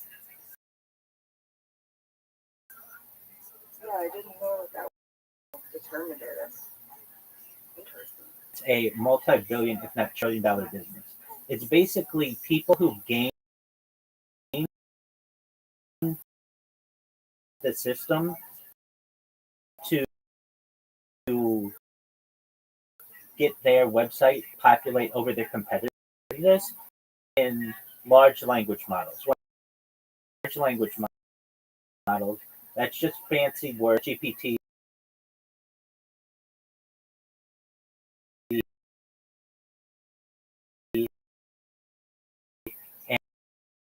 and, and Google Gemini, and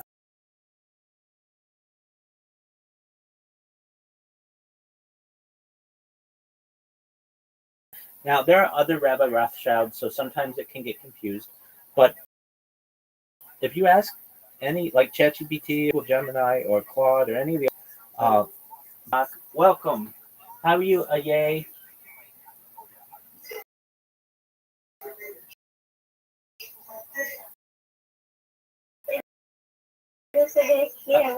Yay, you need to be in here, buddy.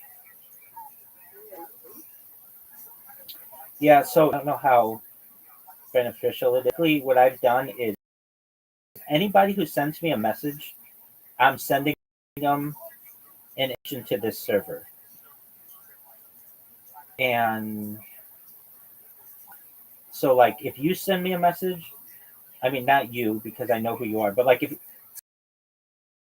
see, the thing is, and I'm sure you get these too, you know, people on Discord who send you a message, and a lot of times it's like, hey, join my Discord, whatever. Well, if you send me a message, I'm just like, normally I would just ignore them. I'm like, you know what? I'll send you an invite to my server. The reason why I do it that way is if you are the responder on Discord to a message, you don't get like in trouble for responding. If you just go out and send a Discord will get mad at you and ban your account. And I don't want that to happen. But if you receive a bunch of messages and you respond to them with your Discord. So like yesterday when I awoke, I had 70 new messages from Discord. And I went through, which is like a ton of messages, like within, I don't know, like 8 hours. It's a ton of messages. And the reason why I get so many is I'm in this one giant Discord, people in it, and I don't even really know what it is. It's called, I don't know what that is. I've been in it. It's got almost 6 million people in it. I think it has to do with Roblox. But I don't know. I don't do Roblox. I never do trading in Roblox and stuff, and that's big on Discord. So a lot of people ask me to trade on there, and I just send them my Discord link. Well, anyway, I get random people in there. A lot of times, like I'll get people cool, but then I'll get people who are like 8, and so it's like, okay, so I have to be super diligent. How old are you? And they'll be like, I'm 11. I'll be like, all right, well, have a good day, and then I'll just ban them. But it has caused this server to grow to some extent. But over the course of the past like 2 or 3 weeks, I've gotten like 75 new people in here, and that's fine. I mean, it's like now they're super. Go ahead. It's great. Yeah, I mean it's something. The big thing that I want to happen is people who see me repost their shit come in here. When that happens, like when you came in here, I still think about this all the time. When you came in here and I'm like, hey, how'd you find out about me? You're like, Twitter. I'm like, no. And I remember that. It was like I was just a message in a bottle and I threw it in the ocean and you somehow got it on some other beach and read it. And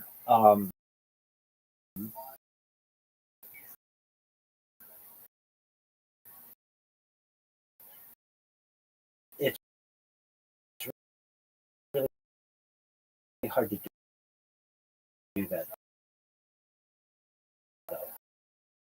Like basically you're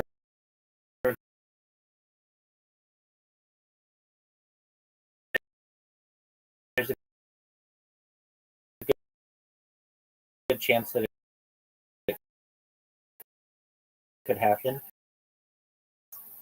And when it does, it just makes my fucking day. I mean, I get so happy when someone and they learn about me from Twitter or whatever I'm botting because it tells me that when I check right now. So, like last I spoke, it was 522 interactions on my post. 532. So within the last, like, I'm maybe getting like 1 a minute or 2 a minute or so. So that's really the thing. You have to get people out for that. And the key is that I'm using very neutral terms. So NFT, Bitcoin, crypto.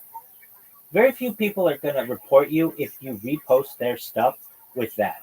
But if it's Jew, there are a lot of people who don't like Jews. And so they'll come out and just be like, well, fuck you. I'm going to ban you for reposting my shit.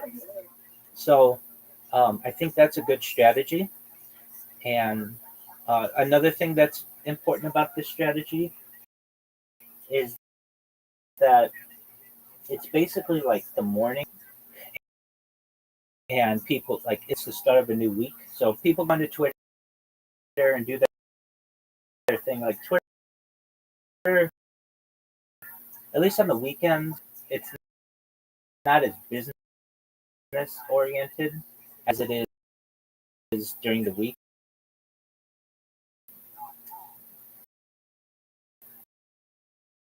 That's where we're at, and I've been using this analogy recently, which I feel is apt. So the Grand Canyon started, it was rain or snow in the Rocky Mountains that eventually started a little stream that eventually river, the Colorado River, and then eventually cut through and made this giant canyon. And it's like each one of these reposts is just another drop of water that I'm putting up there.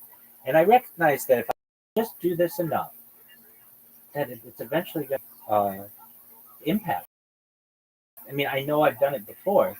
I know that spam people on Kick, it got the biggest people on Kick to find out about me and to interview me and to do podcasts to the point where I'm friends with a lot of them. It made people on Twitter previously know who I was and to annoy them. It's made people know who I am. So I know if I just keep doing this, that will have a significant impact that I've heard before. But if you just take your finger and you tap your arm like very lightly, if you did that for like 5 days straight, eventually would work your way down to the bone. Basically, just with like a little bit of impact over a consistent amount of time, you will cause a lot of damage. And that's what I'm doing with these bots. And I wish I could say more about them. Okay, I'll say this. So the bot is really interesting. So it's got a link to my Discord in the name, and I basically say like YouTube me. Like there are some people who say Google me. There are some people who say YouTube me. First person who told me to Google them. I was I had met this girl, and she and I like were sitting next to each other at some um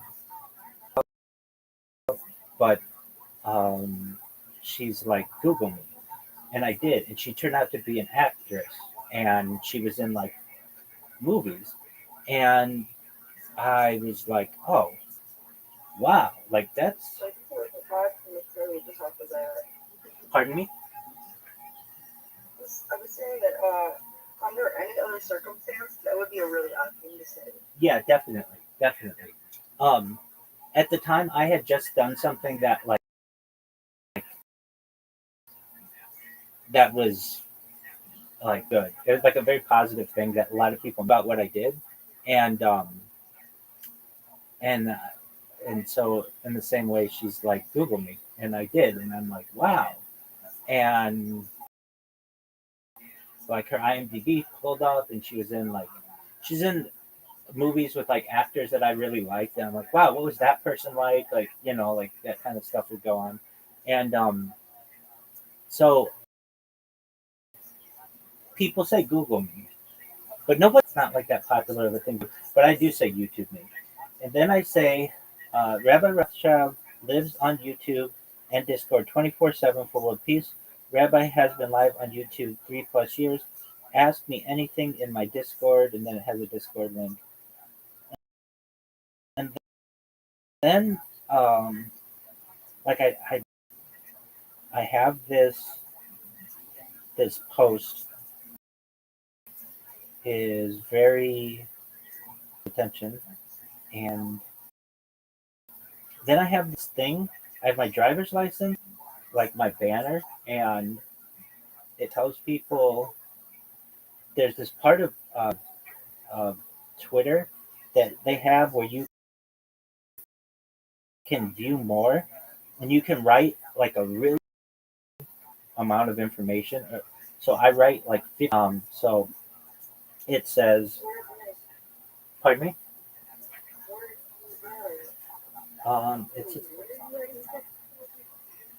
It's in a view more section, like nobody uses it.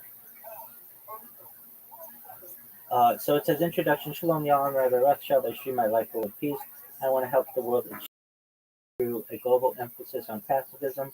I colonize space, terraform other planets, and travel intergalactically. We need peace on Earth. I want to help end world hunger through the use of agricultural drones, floating greenhouses, vertical farms. It's all the stuff that I talk about. And then I put all the information about myself. I mean, you can really just read this in the about section of this Discord. It's all this. It's like, I don't want to say word for word, but a lot of it's in there. So anyway, nobody really uses this section of Twitter because it's not that always that easy to find. So I put like instructions how to find it. And anyway, I'm just someone who is just trying what they can to trying to do what I can to get the world to unite. Yes, ma'am. Do you think that you will live during your life until death? Yeah, but I don't think I'm gonna die. But yeah, I'd love to. That's the plan.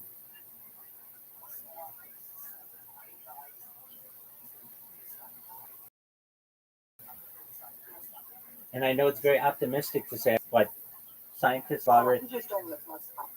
No. I do want to talk about it. I mean, you can talk about it. You can, yeah. I'm not as optimistic as you.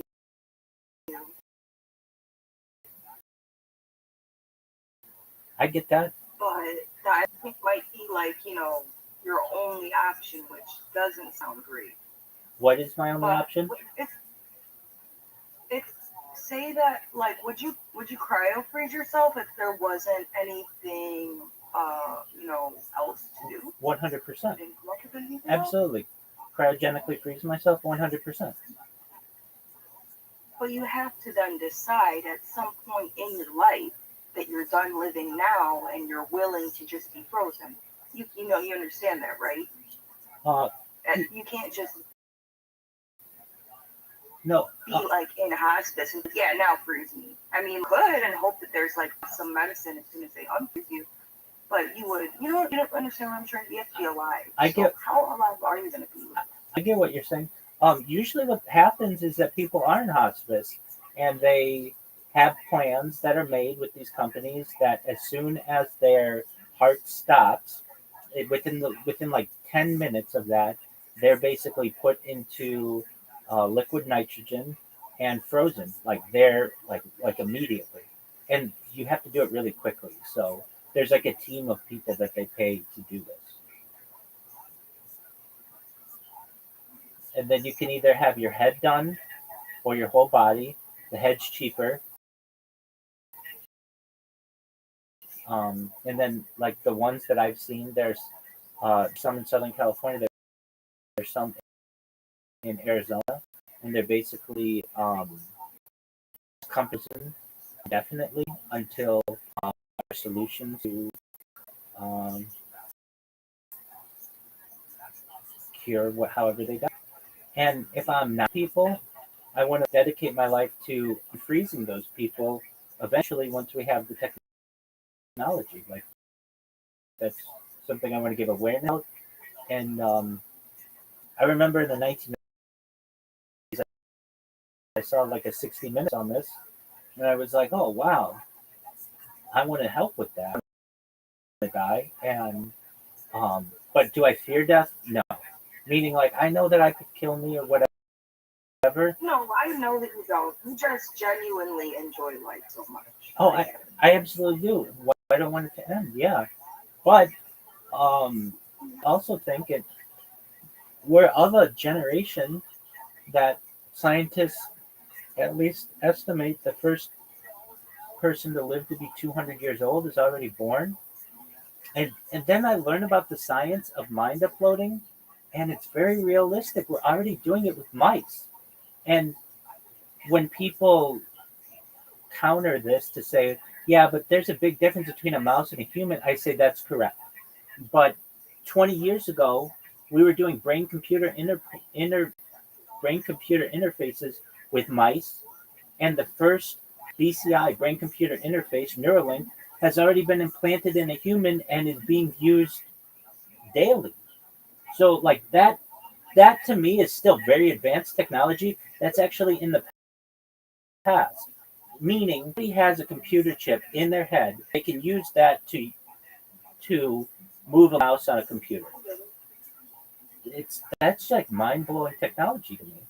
And so for me to think that, or like another one, which is really interesting, is like a test tube baby. Basically, like that's been around for 50 years, but that's still like a lot for me to be able, or like the womb, basically. That that's something that's like a reality today, and so there's part of me that's like even I talk about this stuff about life, mind uploading, and all of this, and it sounds so futuristic, but in reality, a lot of this stuff has already happened. The extinction, like that's Jurassic Park. It's already did it. We did it in 2003, 20 years ago. Advanced to me. And there might be a chance to be able to save it in one way or another. So why not try? And it's like the ultimate evolutionary adaptation that you can have is to try to escape death. And as a species, I'm doing everything that I can. Now, um, there are some people who would be like, okay, well, why aren't you like you talk about peptides and oxygen therapy and human growth hormone and stem cells and all that. Oh, that's super expensive. I get that. But I don't have the ability to just become superhuman like that or whatever immediately. However, I do recognize the importance of data and how valuable it is. And that so long as I do the stream, it's going to make me an influential person. And when that comes to fruition, I'm going to be able to pay for all that stuff.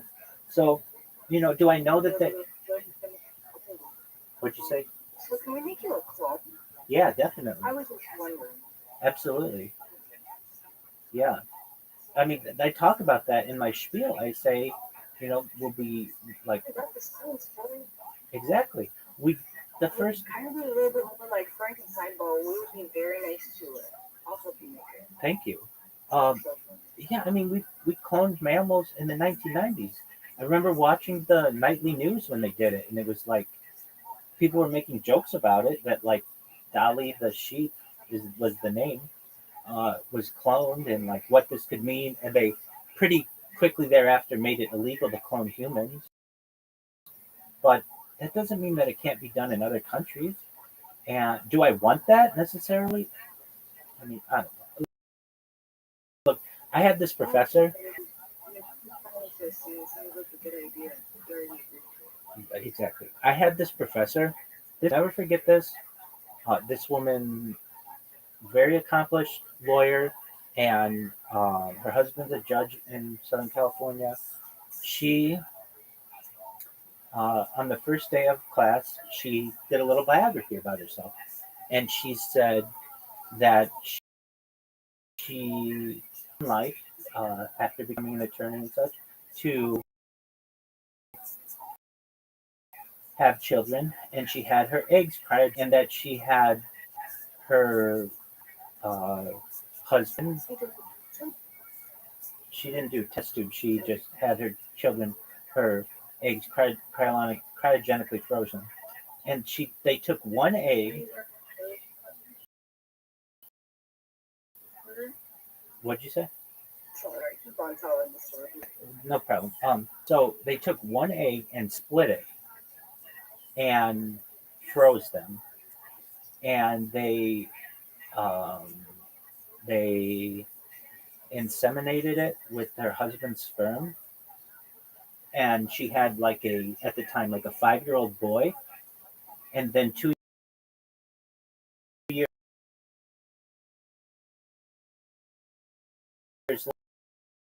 later,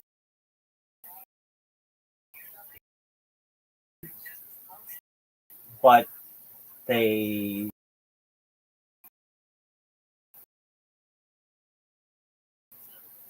were 2 years apart. And I just thought that was so advanced. I mean, I remember raising my hands and I said, "Are you from the future?" It's an affluent technology. Is split prior. Yeah, so I may have explained it incorrectly. So basically, I think they took a fertilized egg and froze it, or no, perhaps it wasn't fertilized yet. It was just her eggs, and they were just uh, born at different times. Well, there's a article that I read, I don't understand how that makes sense scientifically. Because in order to get twins, it has to be two eggs that are already identical. right. So Split. perhaps what they did took her husband's sperm, her frozen egg, inseminated it, and then froze it, and then split it. So it was exactly the same genetic material. It was just 2 years apart that they did it. But there was a case recently that made headlines. They call it the world's oldest baby. The baby from 30 years ago who was frozen, the egg was frozen, and they just fertilized it. So this baby's actually been on this earth point of view for 30 years, but it's like 5 months old. All of this is very advanced technologically. Something I don't understand, Rabbi, at first. When you first say cell wall birth, Yeah, so they do it at a very cold temperature using liquid nitrogen so that it preserves those cell walls. And they do it very quickly.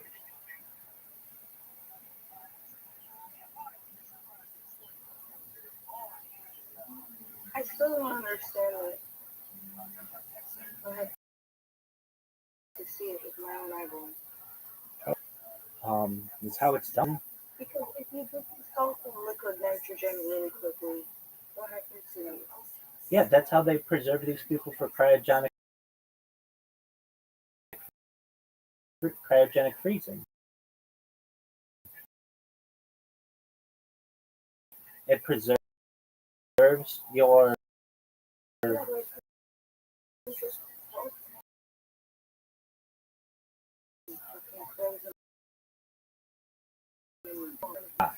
it's not like you can just take a dip in it. No, you just straight up die. It's like So how the fuck are you faster? it just preserves. What is that? Wait, it doesn't guarantee that you will be. If it kills a live person, Yeah. how does it not destroy a body that just is? It preserves it. So basically, there's no decay of the cell. but you still have to revivify them. They're decaying if they're dead. So you still have to revivify them or reanimate them, and that difficult. Listen, it might not be a good route of preservation if it's also a route for death. It don't sound like it makes too much sense to me, really. Okay. I'm just saying, I'll just see what my own eyes and maybe formula is about and see understanding. I understand. I can't understand it with you right now. You get what I'm saying right now. I know you understand that, so I know you believe in that stuff.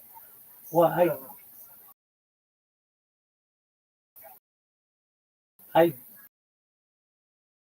I mean, I didn't always until scientists were like not even animals. But it's not a case you dip somebody in minutes after they die, and then you can pull them out and reanimate them by just warming them to room temperature. It doesn't work that way.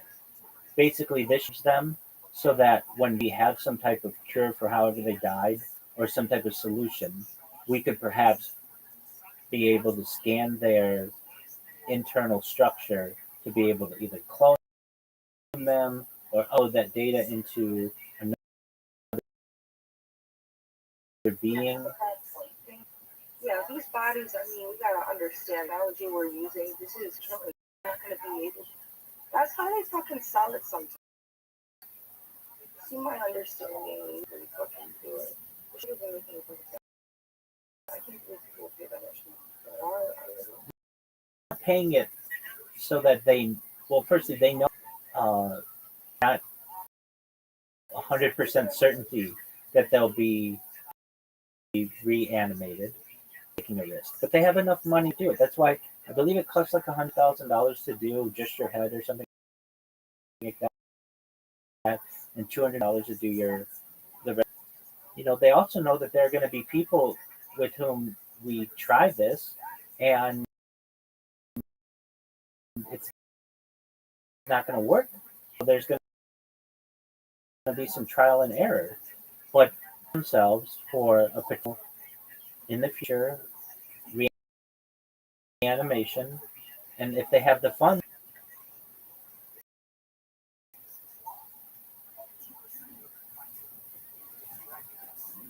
Do you believe in the actions? Maybe it's all unnecessary. I don't know what you do. Yeah, I don't think anybody knows traditionally, but from like a religious standpoint, I don't know how accurate they are. I mean, there are discussions that we spend a year essentially in a neutral realm, and then with enough righteousness of your basically saying prayers, no, uh, and you basically will sit at the right hand of God. I just think that these are traditional ways that rabbis specifically were able to have, but in reality, there isn't an overarching one doctrine within Judaism of what happens with you. I know in Christianity, many times, welcome, how are you?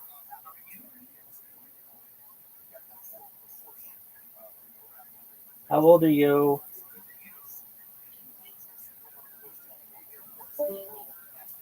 Um, like there's an idea of like heaven and hell and things like that. And while we have similarities within Judaism, it's not as cut and dried. And we believe in the world to come is what we call it. And Ha'olam, basically, and or at least with the world. And religious part of me, from a scientific state, dust you are and dust you shall return.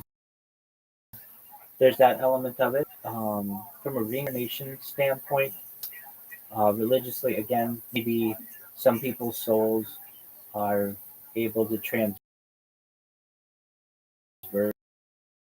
the metasphere and characteristics or traits from previous people. But again, that's difficult to prove.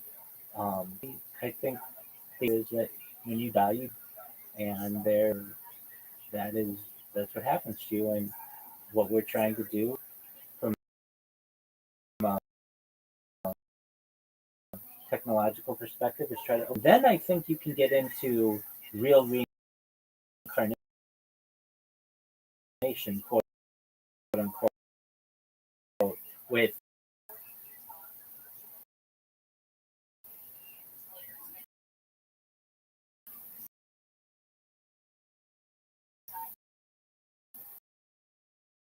import your central nervous system, your brain,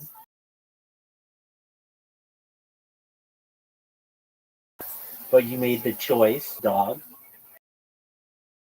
and now you're going to live a life of a dog, or you could be a bird, or a fish, or whatever you wanted to be, or you could be something that doesn't necessarily exist, type of creature, something that can maybe a type of superhuman-like creature. Until you mentioned superhuman creature. Well, what I mean to say is like you could be like a human, but with uh,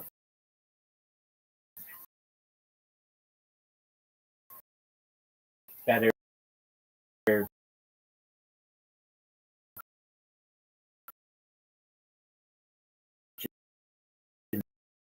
genetics.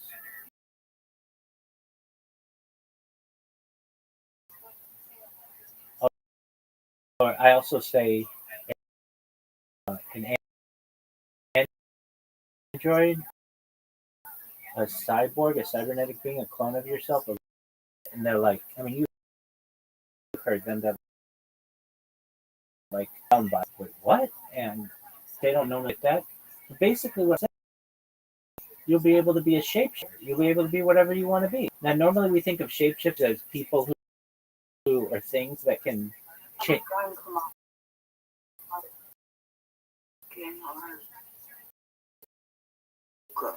Oh yeah, you could do that. That's a side game. But I don't want to look like a bazooka all the time. All right, a cybernetic being. And there's an argument to be made that cyborgs on Earth, those are people with pacemakers and artificial limbs. They're just the primitive versions of that.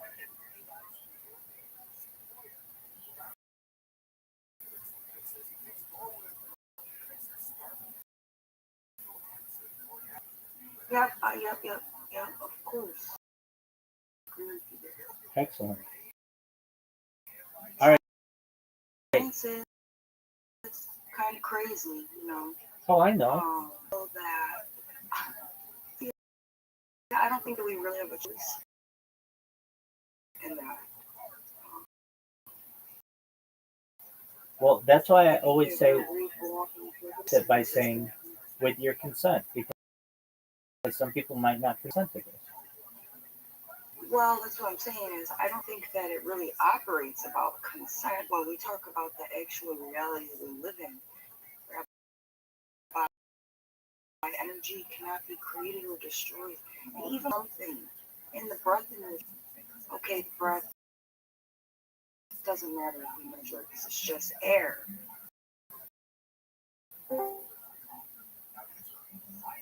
It's our capacity to get anyway, like a recycle bin. Excellent. I would not want to be if I already was a fucking animal. All right, calm down. We have our friend here. Good morning. Good morning. How are you, Mr. Aquarius? I'm good. How are you? Every day's a holiday. Every meal is a feast. What's up? Good morning, Mustafa. Good morning, everyone. How was your So far, so good. There's no money in my country. Good day. How are you? No, I know you know, but I just said that for the girl, for Right. this lady. That's fine. Yeah, because I didn't know. That's okay.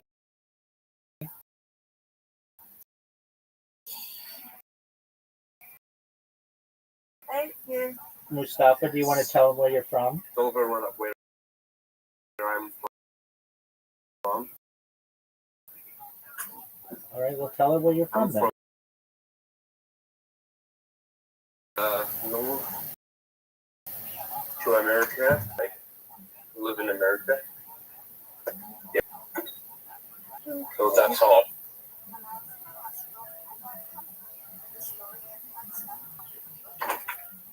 Okay. So you guys, I will be right back. All right, big dog. Okay. You got it. Okay. So Mustafa wants to move from Iraq to the United States, and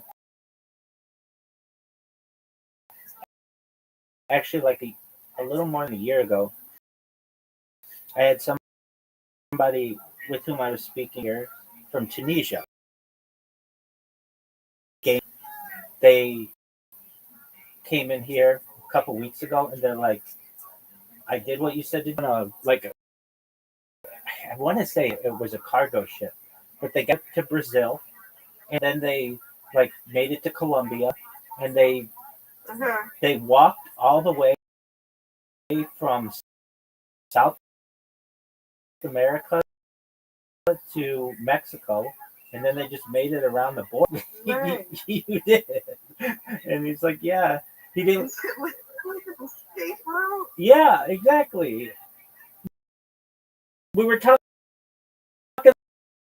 about. We were talking about. I remember, he was like, "There's no to him." Like I understand. Like we're talking about desalination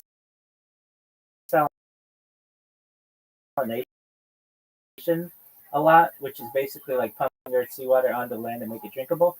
And we were talking about that in the Mediterranean Sea, and I was saying like I think this is really important for Tunis, the capital of Tunisia, and he's like, no, I agree, and that's the worst thing. Like that's where you already are.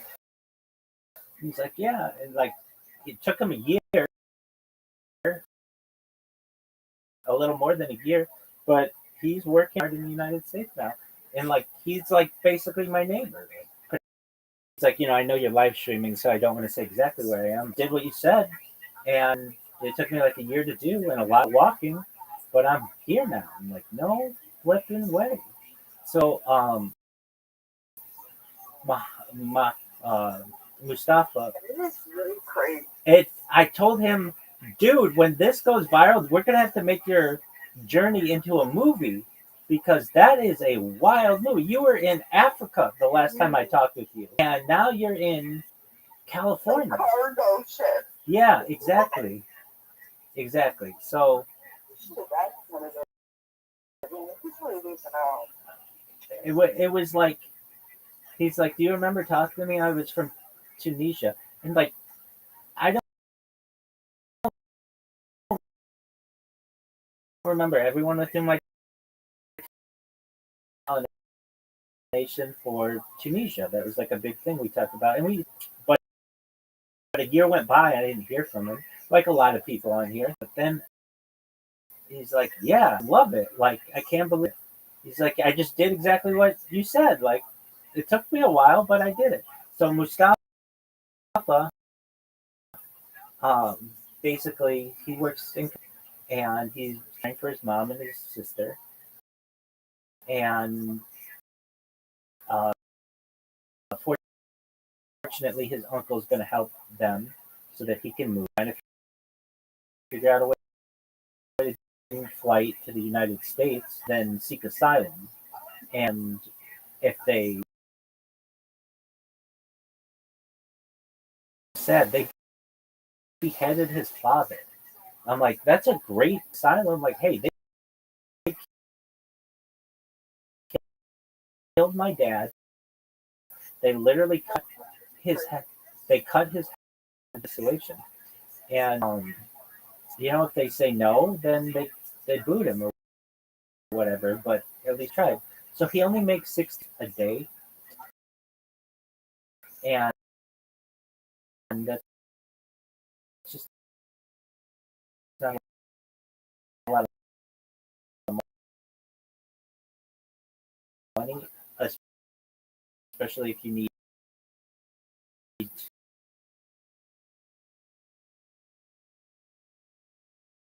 more than he makes in a day there. And it's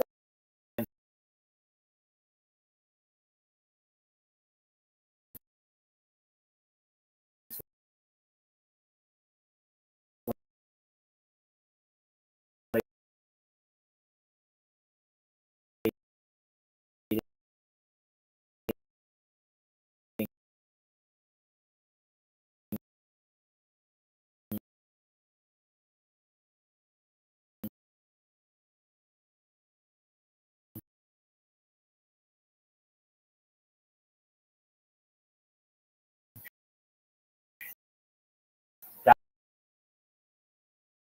documents.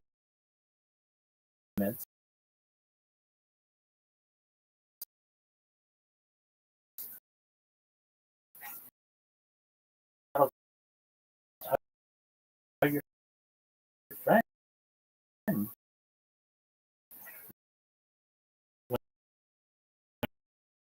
when you're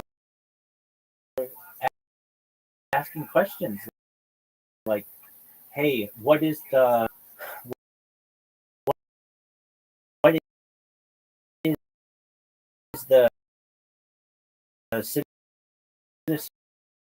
citizenship process for someone seeking asylum to the United States?" It'll tell you all the stuff that you need, and um,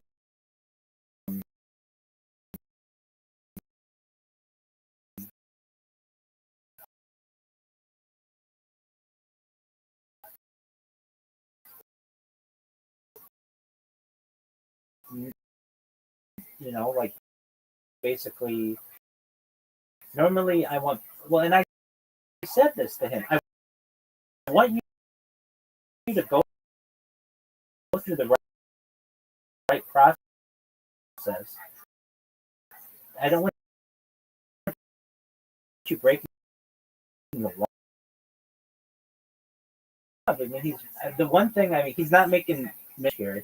Minimum wage is like $1 an hour, but it depends on what cities he's in as well. But that guy's movie, and um, I just think that it's like a wild story. Family's still over there?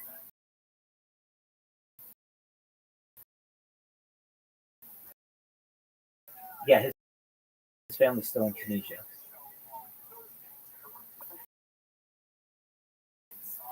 But he was a single man. He didn't have wife or children or anything, and he was able to do it. Mustafa also is a single man, but he has a mother and little agreed to let them live with him so that Mustafa could move. But I mean, like we went to like the UN website, how you can send there, like because I said, United States is fine. I mean, we take it for granted. There are places in Europe you could probably go that are a little easier. So I looked up all that information and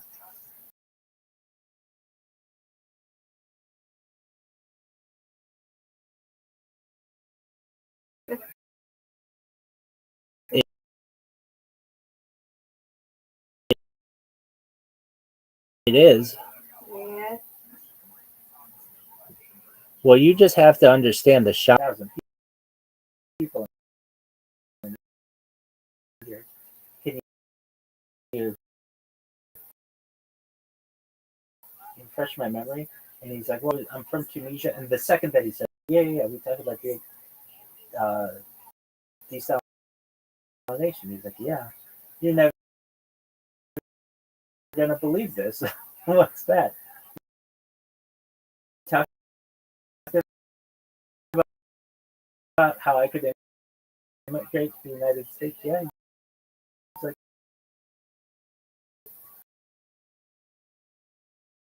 well, I did what you said. I got a cargo ship to Brazil, and then nights he liked the job. He's like able to be on the yard. Whoa.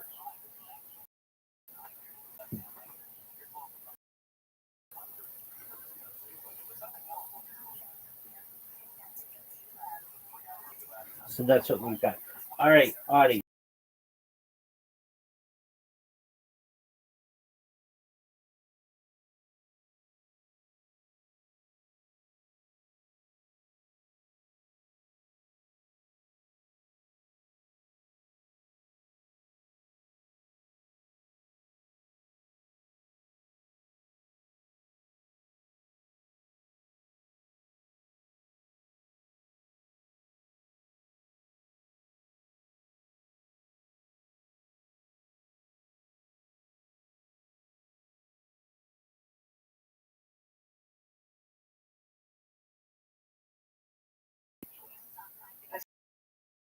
So you're definitely more popular than me. You can add that to it. There you go. I'm not even with two different people. Oh, I know. Right.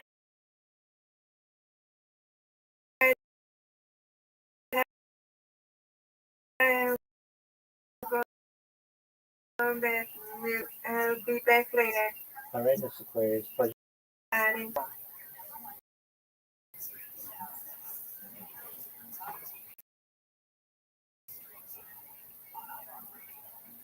For listening to this podcast.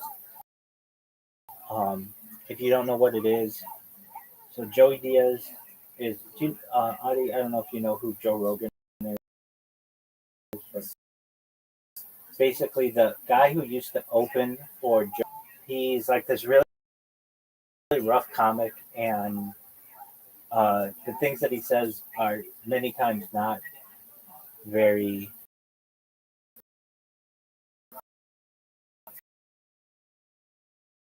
clean. But I think he's very, very funny.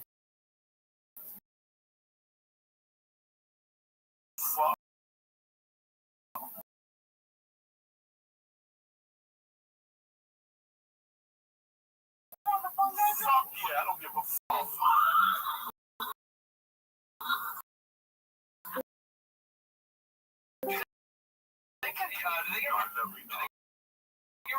When that happens, I go to my moderation stream and I ban them.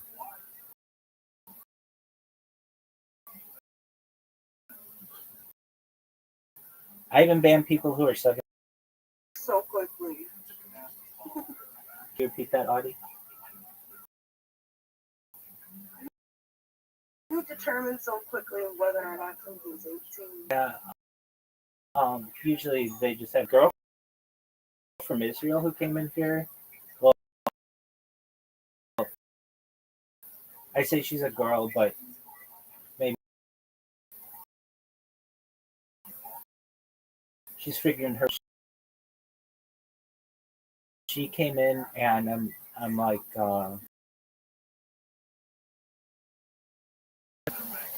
okay, how old are you? I thought she was a boy.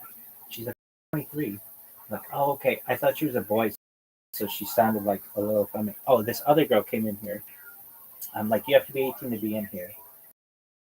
And she's like, or I said to her, so I have this way of determining how someone's 18. It's not perfect, but I say to them, how old are you? And she goes, like 18. And I'm like, oh, you're like 18 or are you 18? She's like, I'm 18. I'm like, okay, and what year were you born? And that's a good question to ask someone, because if it takes them a long, then I know that they're not 18. But if they're like, I was born in 1982, okay, well then, you know, kind of pass the test. And she says, I was born in 2007. I'm like, well, that would make you 18. Were you born in school? And she's in a relationship, and she talks about how she's really happy that she just started this relationship with this person. And we talk about like what she can do for a career. She's at a perfect time to get into IT. So I've been talking to her about that. And but like I'm very aggressive with people. Like, but that's why I have an appeal server. If anybody goes in the appeal server and says, "Hey, you're really 25 or whatever," I unban them. I also have a lot of other ways to get a hold of me. Like, I'm literally live streaming all the time. You go to my YouTube and just type, "Yo, dog, you banned me if you're of age." Um, but I am very aggressive with people, and I know recently, especially because I've been getting all of these direct messages. I don't know how old they are, and I just send them my link. I know a lot of them. As soon as somebody starts talking, if they have a high voice, I ask them how old they are. Yeah, I mean, even Mufasa, I'm like, how old are you? How'd you find out? He's like, I'm 21, blah, blah, blah, blah, blah. But he was coming in when a bunch of like younger people were coming in. I don't even know how Mufasa. Um, but that's how that is. I find it interesting. I get people to find out about me from all different types of ways. So I get people to find out about me from Kick and YouTube, and you like from Twitter. And Mr. Aquarius found out about me from the socialized Discord, and Brandon found out about me, I believe, from the Ada. Like, I put myself out there. You want to find me? I'm here.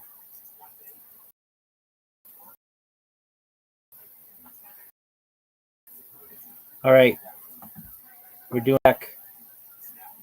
How many? So since I've been talking with you,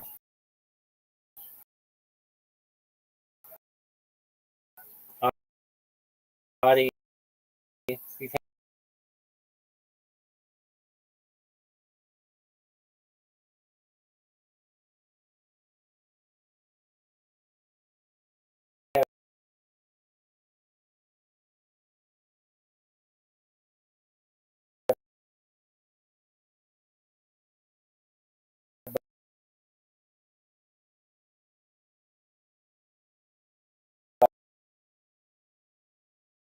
like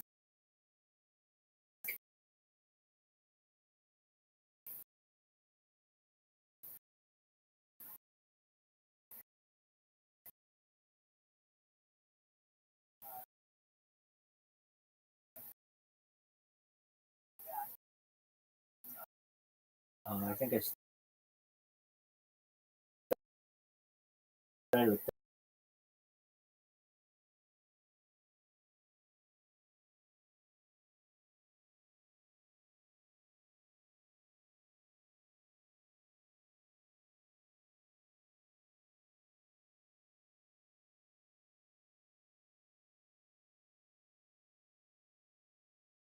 Road work when you're out there. Do you get room service every day? No. You gotta go out. Some hotels they put you in the industrial part. I always try to opt for hotel with civilization. Right. Vegas is one of those things. I'm going to let the room service because it's a fucking hike to the elevator when they put me in. No, I mean cleaning. Pressure you like, hey, what's going on? They want you. Service you. They call sometimes and say, show. I don't want to go in my fucking room. And they don't hotel I stay at that's actually called.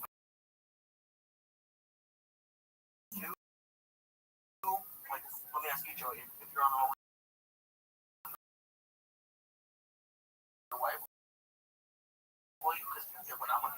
because she loves the bed made and all that. I never made my bed.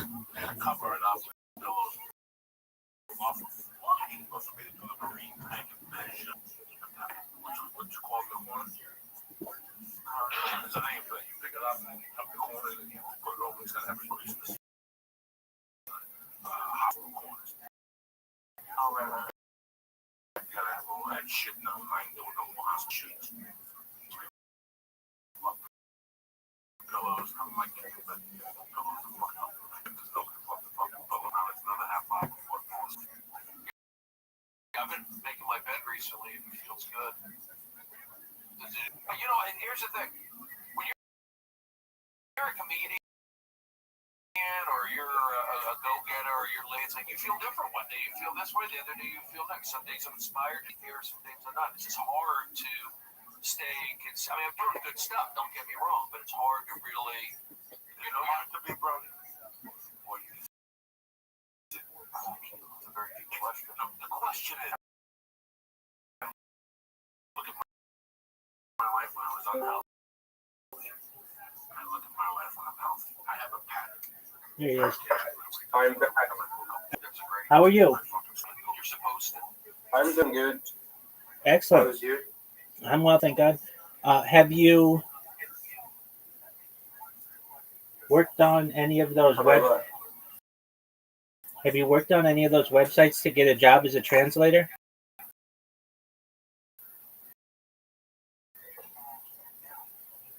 Yeah, like something about that. Like the money is not good, actually. That the money's very No, like the work on Baghdad, you know, on Iraq, it's not good for me. Doug. I'm not talking about Or working. make me Look, like don't. I when I listen when I want to go to LA, okay, so I have to get $6K USD because like when I go there, I want to get a home and a car, and You're not going to get any of that. You know how much cars in the United States? for much. Well, a car it's like $40,000. I'm not gonna buy it. I'm not gonna buy the much expensive car. Okay, even a used car, even listen, even a used car, Okay. even is gonna cost you a few $1,000s, maybe like $5,000, and then you need insurance on it. You have to have insurance. You can't ride it without insurance. The insurance,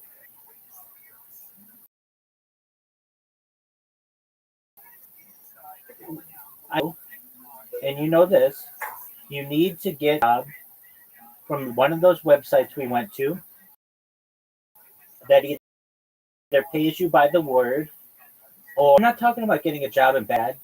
They're not going to pay you a lot, but a Western country will.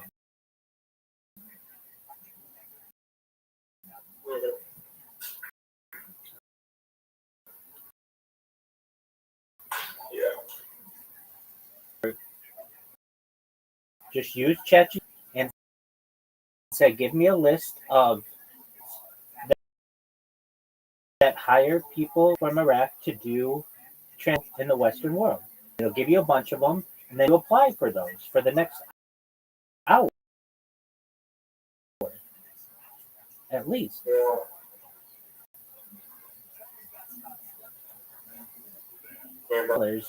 But you're not going to be able to get housing and all that other stuff you want. It's going to cost for just like a really small apartment, a place to live. Even just a room in LA is like $1,000 a month. The range. Gas here is very expensive. It's like probably by the time you're here, at least. And And so money to get here and to be able to have, I'd say, like 3 months of housing, and you need food. Like food's here very expensive. You're going to have to get food stamps and things like that. But at a minimum, let's say you're making everything yourself, it's going to cost you probably $20 a day. So that's like $600 a month. Now you can get food stamps, which will help you probably like $300 a month. But that's very limited. Like you smoke cigarettes, you're not going to be able to afford to smoke cigarettes here. It's very, very expensive to smoke cigarettes. No, I'm actually going to leave the cigarette. You're going to have to. You're going to have to. To smoke here, each pack, very expensive. No, my country not. Right, I know that. In fact, yeah, like you can see here, you can see like smoke here. I've got you. In fact, marijuana is arguably cheaper than tobacco here. Which well, actually, listen, whenever she's in Iraqi, she said, like, she sees Ramen account and she see my posted on Instagram account. Wow, you are a good photographer. I told her, yeah. Sorry. And she said, yeah, you're a good photographer. So I hope you can, like, take the photo, like, beautiful, just like for me. And I told her, where are you from? And she said, I'm from Arizona. And I told her, right, when I come to LA, so you have to, you can come to me, take a picture for you. So I think, and like maybe she will accept me. I mean, do want to do. They're just opportunities in Arizona. They're smaller.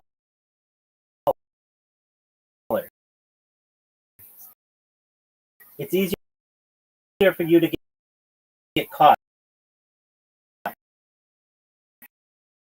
living here.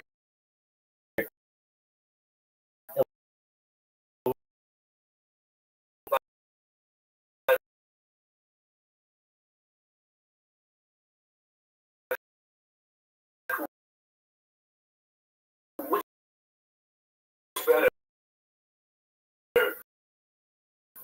Arizona or LA? LA by far. The average temperature in Arizona is like 120 degrees in the summer.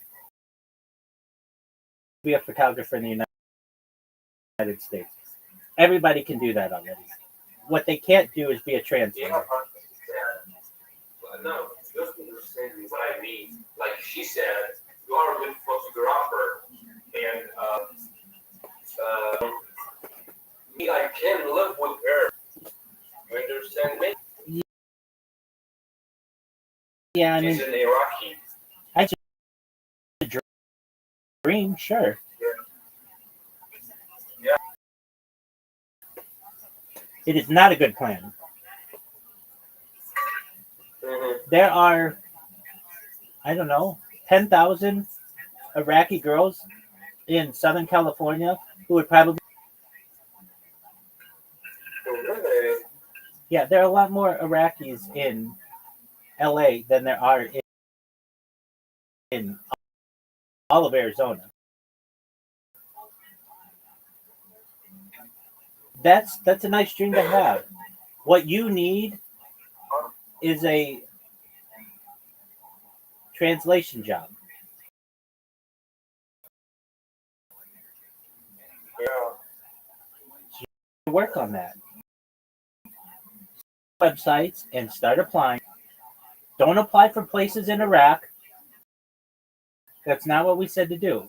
Apply for places that need Arab translation in the Western world. And you can do this by the minute, or I'm sorry, you can do this by the word or by the page. You also need to start working on your English if you're going to be a translator. Your English is good. You know, you need to improve on that, but that's what your kind needs to be. I should be better than this. No, you're doing fine. I mean, you just started with this dream. Right. But life is continuing. I should be better. My English life.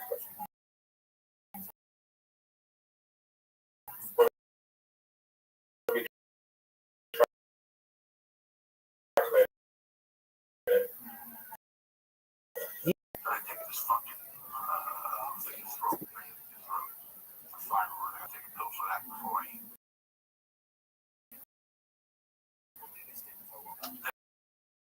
And after I pop that, I make a fucking fruit smoothie, a bunch of fresh fruits and frozen fruits to keep it a little thicker. You already had it again. Okay, nothing drops in my mouth. Break all the body. Summit and wipe them weight. You know what I'm saying? And I fucking spray my nose. Antibiotics. Here I am. All right. Well, you know what to do. For how long? What? You need to get a job. I wash my pussy. And then I smoke some wood. And I eat my eggs. My three meat, my one slice of toast. I don't eat egg whites. I don't eat yolks.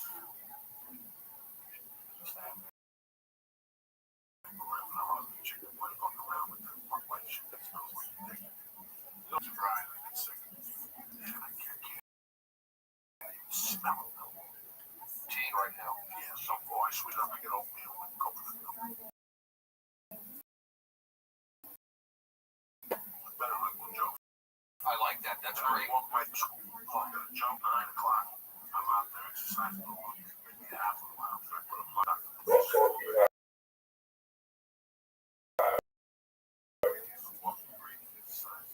What are you eating? Huh? Pasta. Pasta.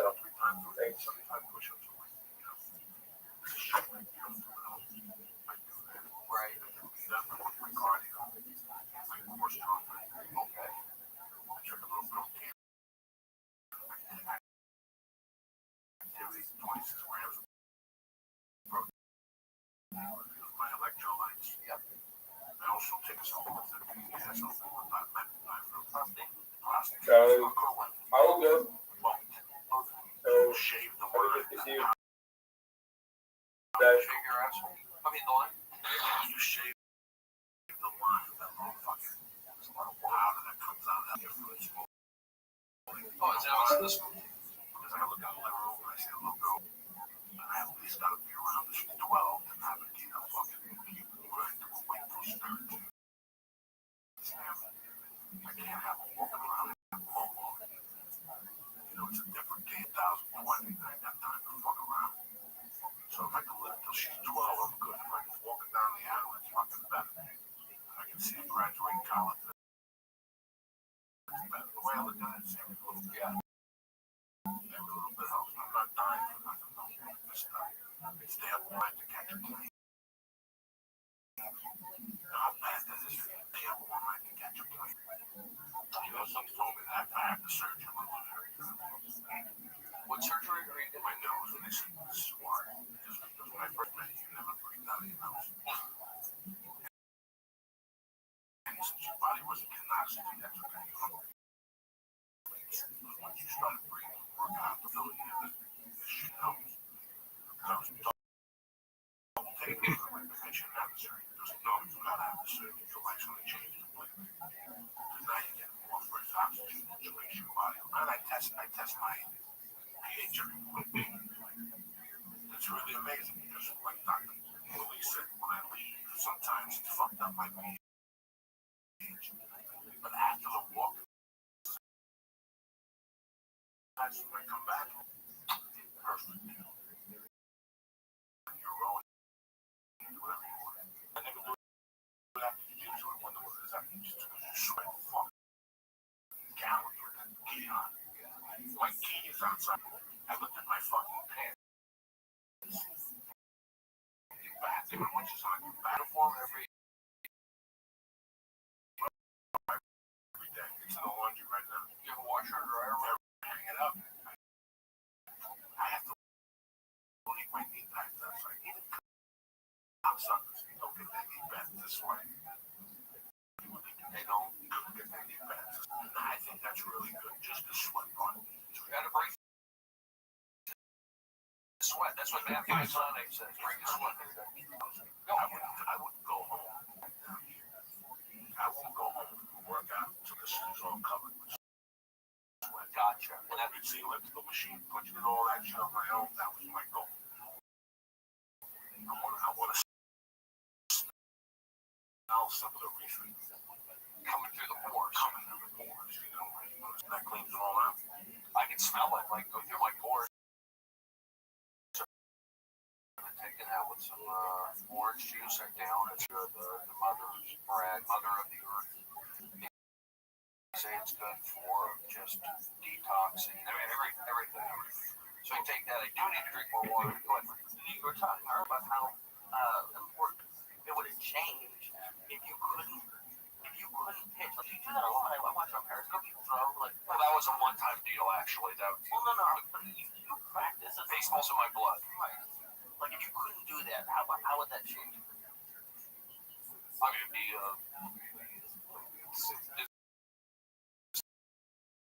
that question's coming out from left field. It's fun because like what I was imagining. Well, I'd be depressed. I mean, I like throwing the baseball. I did play baseball the other day. Do you ever bounce back in the yard? Just throw a bounce back one of those things. I do have a bounce back. But I need to put it together with a screwdriver. That's North Hollywood High School. It's hard to get a catcher, like get a guy to catch you. But my friend, who's a coach with the Cubs, he's a Major League Baseball coach, so we would always throw. I play catcher for spring training, so I always get like a month, 6 weeks in of a good professional catch with like a guy who knows what it is. Because find a comedian sometimes it's hard, like they don't know what they're doing, it's not as fun. But when you're with a pro, boom, workout. So for me, I'll go and throw against the high school. The tubing, I'll train like a pitcher, but I'm not actually pitching in games. But this this charity game came up, and I had been practicing. I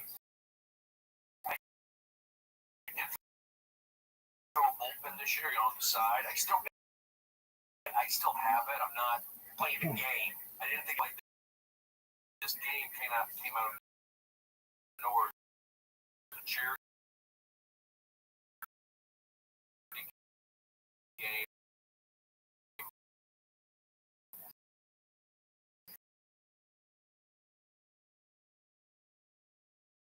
That former Major League Baseball player put on. So at the last minute, they said, "Brody, you want to go pitch?" I go, "I'll try."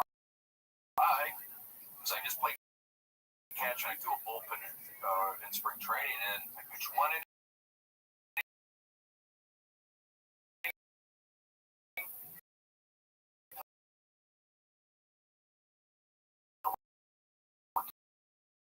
Two, 3 to 4, and it's like I look pretty good.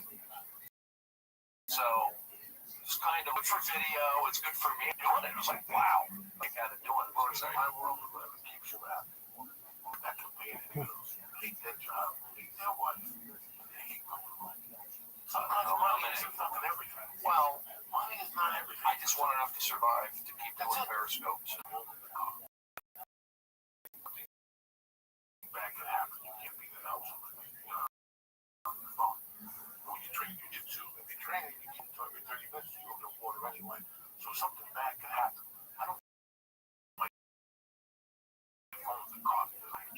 practice in the dugout. I checked between innings. It was pretty cool. All right, whatever. But I'm saying when you work out, she was funny. Just pitching against a fucking wall. I thought Hollywood High. On Periscope. On Periscope. That's what people don't understand. I believe keeping people's powder dry. People gotta learn how to keep their own fucking powder. It keeps your powder dry. Roll it deep in whatever way you describe it. Alcohol, drugs, any fucking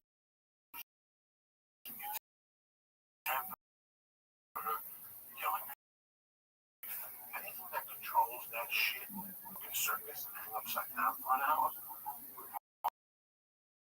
You shit in your face and you come back and tell me you gotta smile. Gives a fuck. This time I go on stage. I don't wanna go on stage.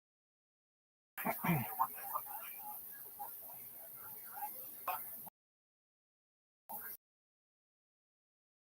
But there's times I wake up my back hurts. I feel like shit. I said to myself, I'm not gonna let you do it. What's that? My whole day's gonna be wrong. Do kettlebells instead. Well, bingo. I understand, and that's what I was doing for a long time.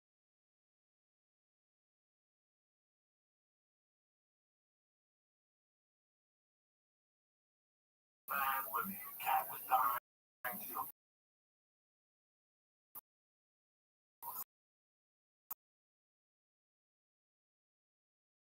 We would go. That was guaranteed. Every guaranteed. Somebody has to stand up. Your agent talking to you about stupid offers, your wife talking to you about you saw a cabin, whatever. It's just ridiculous. So for 1 hour, I just disappeared. I don't give a fuck. I get on the phone, I say, listen, this 6 months. You do 2 hours. Disappear for 2 hours. 2 hours is a little tough in my world because of the baby. I try and disappear for hours. How'd that work out? Not too far. I could fucking find it. Can't be it. No, yeah, it's. Look, I like the baseball, but of course I would like to do it away for it somehow. Oh, you know, when I do stuff on Periscope, You become a fucking announcer. Why'd you become a batter up. announcer? It's not that easy. Who said? I'm a pitcher, Joey. I know you're a pitcher. What the fuck do you think half the announcers are? Ex-baseball players. Good point. Well, players. You can work 6 months a year, make your half go on the fucking road. I should be an announcer. Are you fucking crazy? Hold on. They take care of you. So that becomes the point.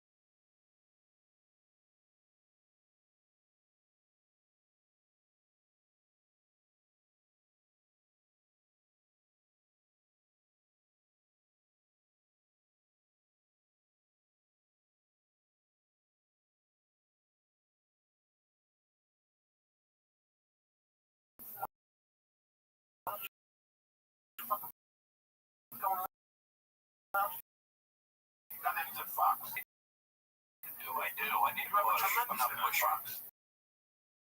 I'm not pushing. So listen, stop here with talent from games. You got girls in college coming out of high school now. I should be doing. I've already done that. Baseball.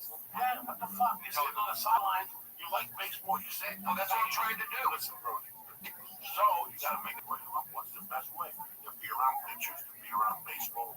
You were there. I was there with you on public access television. And see how. 21 years of Yep. Going for it. that's so. I had a big years.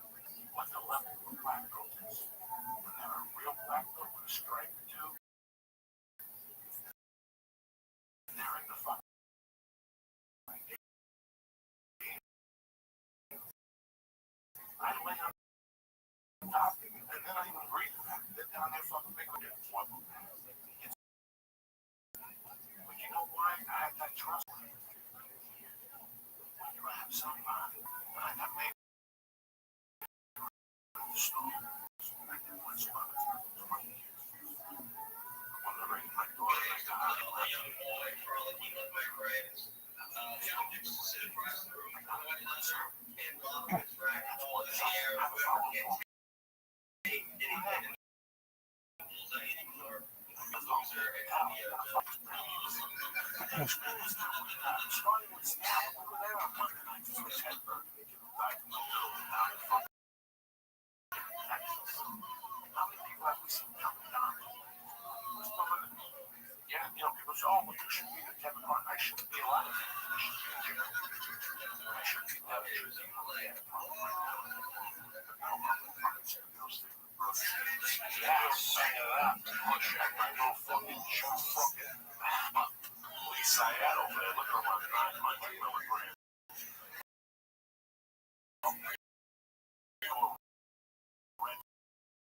Start dating. You want to sit at home. You're doing my life. Like, 8 milligrams at 4 o'clock fucking Pacific time. I kind of want to take a drug test just to see what it's going on. There's not much in Cabo. They always tell you, he likes to mess with me because I get in my own head. So, like when I go to get something, he has no test. And after this, he says that there's a taco place that I got arrested. No, I get this. Google last time I arrested ever. So, you gotta Google it. Yeah, I'm not always like, I would ask when I first moved to fucking South Beach. I said, what the fuck is school? I go to one state, one of my sports. Taco place in the whole room with me.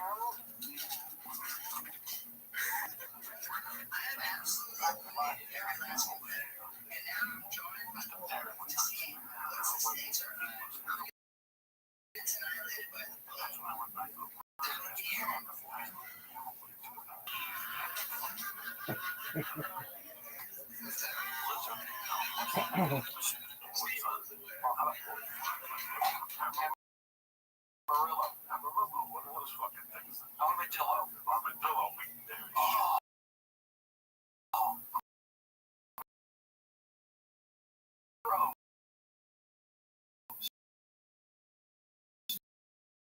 And they got arrested. Armadillo meat. Even if they don't have it no more, they still got the knives. They got the armadillo meat. You know what I'm saying? You don't want to be involved with that shit later. It's always coming on the way down. You know, when you eat lizard meat, you think the weird. You don't eat it. Some don't taste right. Oh, lizard meat. Would you eat lizard burger? No, I'm not that. I like chicken, steak, I'll eat pork. That's a good idea. Bacon, mashed potatoes. Right. Yeah, I can do it. I just need to put the energy up. Black soda look good. I think it would be funny. I did the baseball all-star game last year with Periscope for Comedy Central. I did that. I'm actually trying to maybe one day I like coaching, being a girls' coaches in sports. In baseball, they have, a few years ago, had a positive intercoach. They had a guy, a Russian guy out in Malibu who thought good, positive energy for the Dodgers, and they paid him like several $100,000 a year. That was the last owner of the Dodgers. But they do have mental skills, not just necessarily. But I played baseball. I'm a good guy. I know psychology. Bring a little bit of humor. Guys like having me around. There's a job there. I like being around baseball. I get excited being around. See you in an office.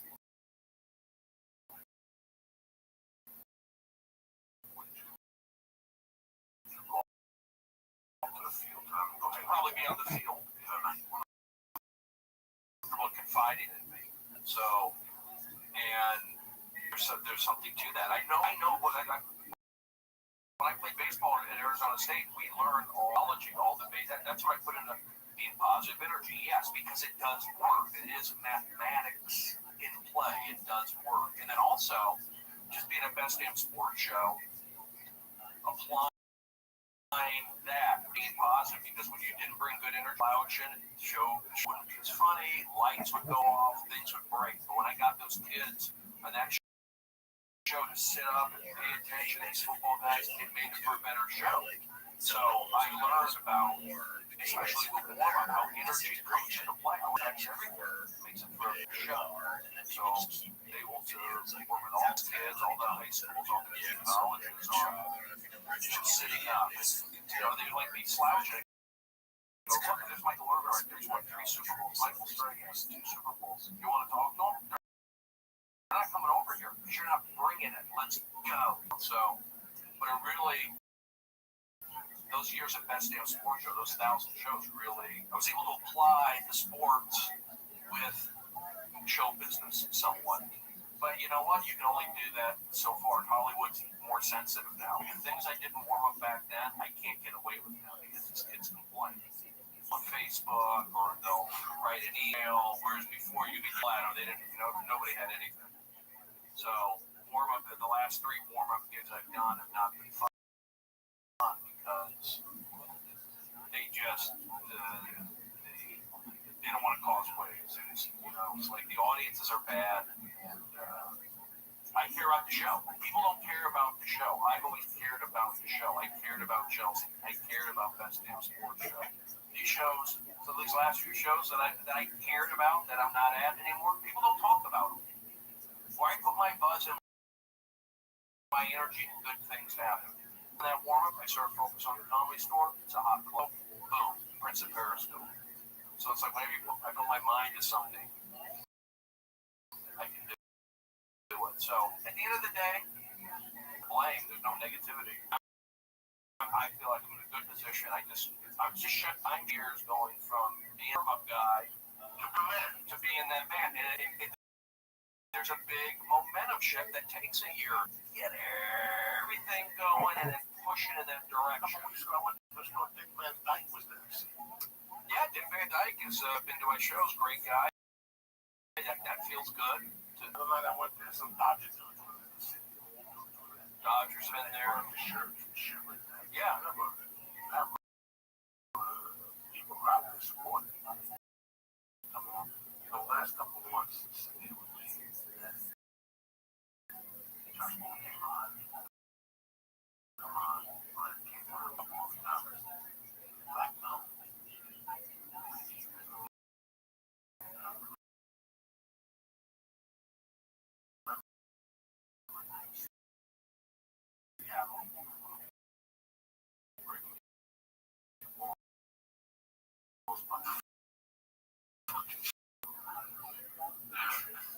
Down to Tacoma, Volvo diesel stashes.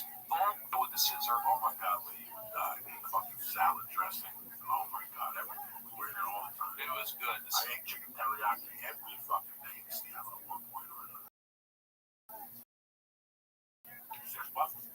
Yeah, it was a deal. They're friendly. Not friendly, but nice enough. Friendly, but they still had they're very Korean or Japanese, but it was right there in downtown next to the Comedy Underground, and we went down to Tacoma. I think it was a bunch of us. And for some reason, I just wanted to say, hey, and it was just Seattle was a cool time to be there, and those late those summer nights, it's daylight out. It's just like.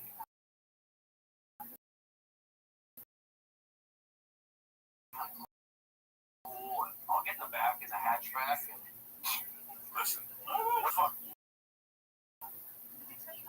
Listen, I was trapped back there. I love that.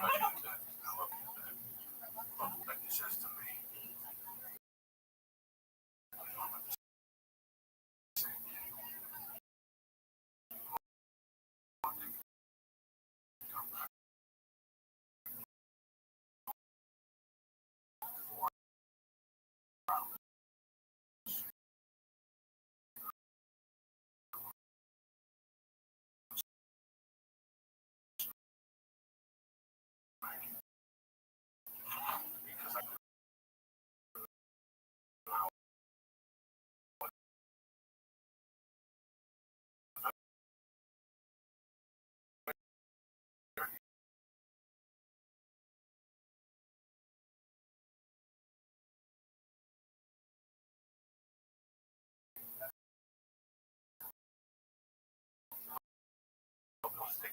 check yourself. It's a different fucking state of mind.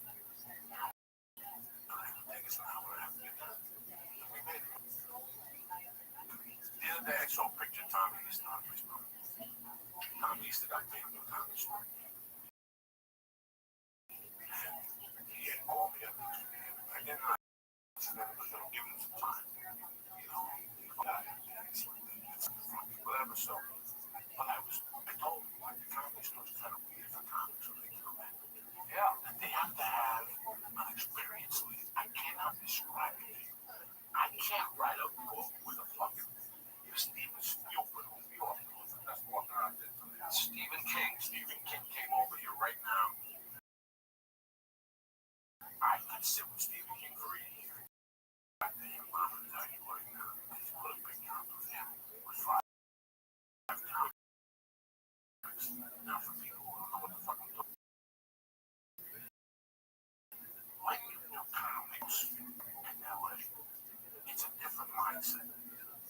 You get raised a different way. You're raised in an old-fashioned comic. The guy at the fucking bar is a cokehead. The guy that collects the tickets.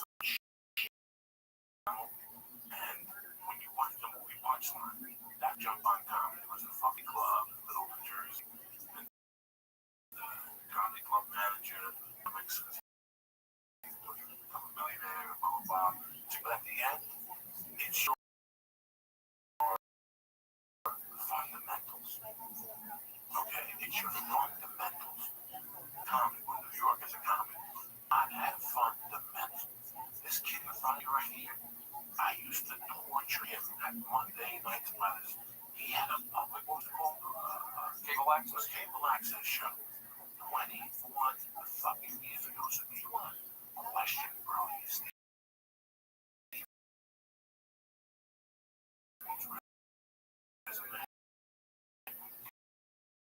Or any comment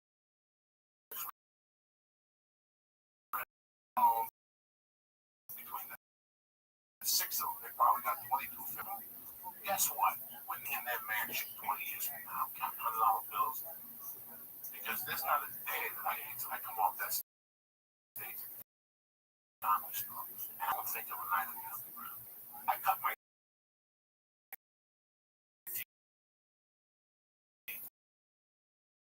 Paso Club. I cut my team from Houston. I started then the Comedy Wars. Where I became a comedian and where I become one is still around. I hope the Lord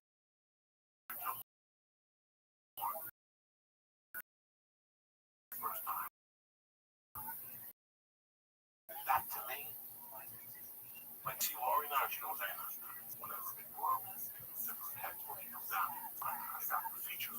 That's huge. That's huge. I got the feature nowhere else. Seattle. I call John Fox and features in September.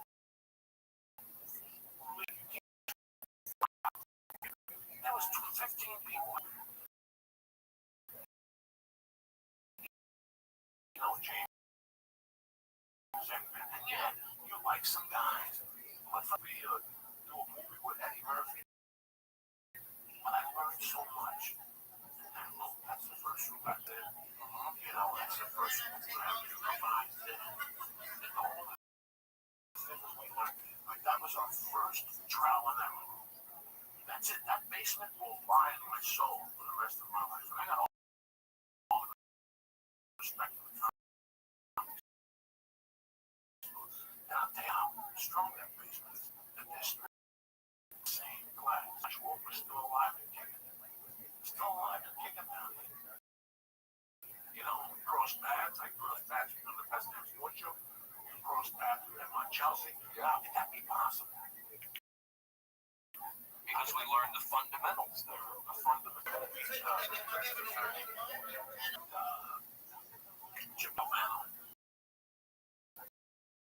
I've seen it. I keep saying that. I always think which would. because he did what? He taught us the fundamentals. He showed the basketball game championship level. And the guy throws a pass. He goes to reach with one hand. He goes, they lost the game. Why? Bob Wood. Fundamentals. You never catch across with one hand. You almost coward. You sit there and go, you're fucking right. But the basketball game, we have the fundamentals. I mean, I learned everything in that class. I learned three-person show. It wasn't a showcase club. It was three-person show. The weekends, you had open mics with a crowd. It was kind of a supportive. Tuesday was very supportive of people, but Wednesdays belonged to us.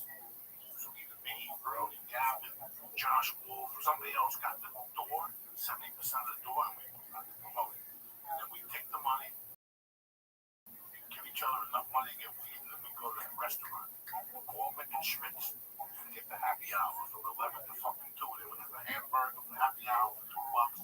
They have a shrimp cocktail for $2. Seattle was great. It was fucking good. It was, Summers in Seattle. whoa, I got arrested 6 times in 18 months. You understand, man? It don't get no better than that. And it's amazing that you're here today. And I was on the phone with him yesterday talking about it.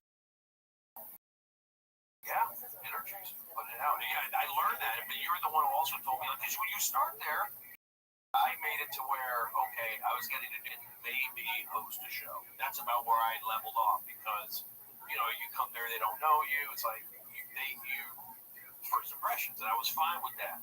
And I sold my T-shirts for the Seattle Supersonics. I just learned to public speak. That was my goal, just learn to public speak. But after a few years, I felt like with that cable access, I kind of had my voice. I wasn't ready for LA. You told me, go to New York. Joey was the one to go to Surf Reality. And that, for me, it was just like, I didn't look back. I went to New York, and it felt like, I told people go to New York. Because if I go to New York, there's 1,000 people like me. I'm going up against 1,000 Guidos in New York. If I go to Seattle, there's nobody like me in Seattle. there wasn't. And in LA, there's a little less. Yeah. So you're a comic, you want to go where you're a non-existent. You find, if you're a little Jew like me, you don't want to fucking go to New York because there's 1,000 right here. Yeah, no, So should I go like down low? no, they'll fucking kill you after midnight. You know what I'm saying? Go to Beaumont, tell them I'm Jewish. You go to night down there. I was thinking Orlando. Oh, they'll stab down there too. They only want to make it nice. Trust me. But no, you can go to like Michigan. That's part of the fucking. That's what builds the character. Like in the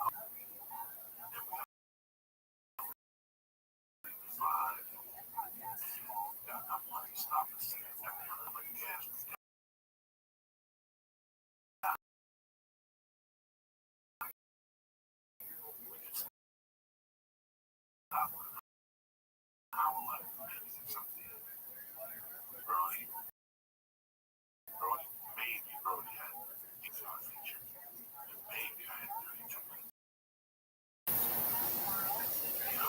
That's what bond you build.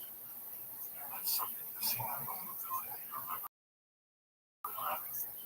I remember reading a little bit Sean again. It was great. Decided to my own Jack and go. Stop behind the wheel. I was going from fucking one side to the other. That's when you remember comic for the rest of your fucking life, okay? I talk about that story with him in the backseat because I remember that. And the yellow in the back, he's going to drive like this. And, us howling. He had us fucking howling. Those are just crazy days, and Seattle was the first hot spot, but then when I went to New York, I really never looked back. New York doesn't even know that Seattle exists. It's not even on it. And this is the funny thing, man. I talk about San Francisco Seattle. I was so big, guys. Oh yeah. In the mid-80s, it was so big. I mean, from Margaret Cho to Bobby Slayton to was so fucking many comics up there. And the guy, John Fox, who put Reno, he put all those clubs, the Punchline, he put Seattle Comedy Underground, State by State, Arizona, California. Right. I remember I was sitting there like that Seattle logo. And I always had an inkling about Seattle. This was weird, guys. In 1970 fucking 6, 7, or 3, the Seattle Supersonics were pretty fucking playing. And they were amazing. They had a basketball with a guy named downtown Freddie Brown. This kid blew my mind. So you had to stay up late to watch Seattle. Was it? Yeah, you had to stay up late. Well, there's the jersey. Yeah. I understand. I'm like, why am I not happy in bed to watch the team?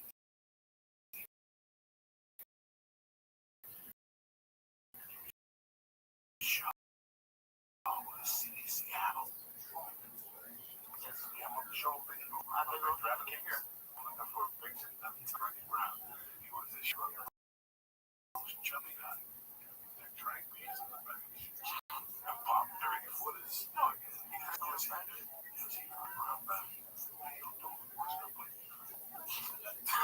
He said it's 6, 7 points. So you saw that. I saw this in 77. Whatever. It's right up there. No, I get that because when I was 1979 finals. Okay, for Freddie Brown, 1979 finals. You know.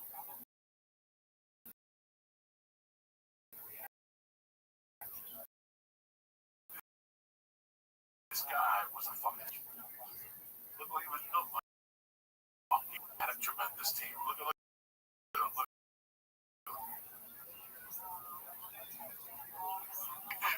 When he shot, he did not miss. See, he would always come in the second quarter.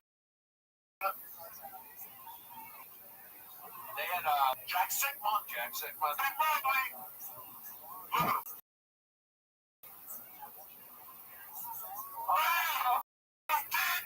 He was money. Look at him. Now listen, I don't walk around. Put me in when you need points. I'll bang out fucking 20 points, and I don't want to play no more. Wow. Basketball was fun then. It's fun again. Dog, I used to stay up. This was a tremendous Washington Bullet fucking team. How old? 15, 14. I would cry watching these things. But you know what? The very best. Wow! Like nothing. He don't miss. Look at him, little chubby black dude. You know what? He wouldn't get out of the game. Once they were up 3 points, coach time. I'm done, coach. You know what? The Lakers and the 76ers and Magic scored 42 points in 19. Look at this one. Look at this one. Bam! That's it. Seattle, first lead of the game. He's out. That's it. He's going to go. I enough my lungs. I got to smoke a cigarette and shit. But the Lakers 76ers, that game where Magic scored 42 points to clinch it, that was on tape delay. That wasn't live. That's where basketball was. That was on at like 11:30 p.m. on Channel 2 here in LA. It was not live. Basketball was. Wow. So this game, I'm sure, wasn't live. You're watching a tape delay or something. But yeah, so hold on late at night. Still. Look at Freddie Brown on the floor. That's it, coach. I can't. Look, put that back. He popped it. They knocked him down. Look at him. Watch this fucking shot. Louis LeBron. Now, is there a second back brother? Watch one more. See that shot. Look,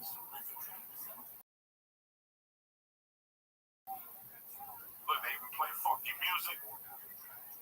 Look at them Tyson, coach. Where's my beer? I love this Seattle thing. I'm like looking at this fucking Seattle thing. I'm like, wow.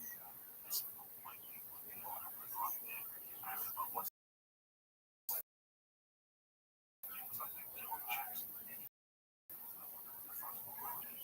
I watched Goodfellas in 91. Yeah. That was one of my dreams to go to Seattle. I got a road to Michigan. Michigan.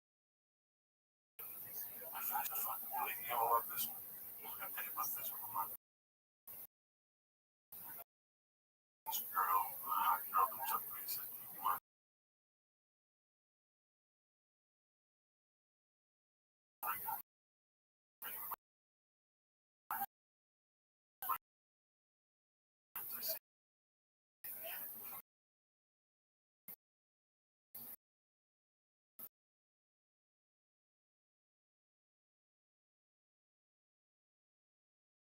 she's like, yeah, I know you got 2 beds. We're talking about it. That'd be a problem. I stay the night. These deals. I'm like, we go back to the room, we watch a movie. She stays on her side of the bed. I stay on my side of the bed, whatever. Fucking 3 hours later, I wake up to her on the phone crying. My ex-boyfriend. He's telling me he's coming over to be saying that she didn't fuck me. She wakes me up and asks me, what the fuck am I up to here? Yeah, it was fucking, so after all this drama, I go, you know what, after all this drama, I'm no fuck. Oh, wow. Oh, you know me.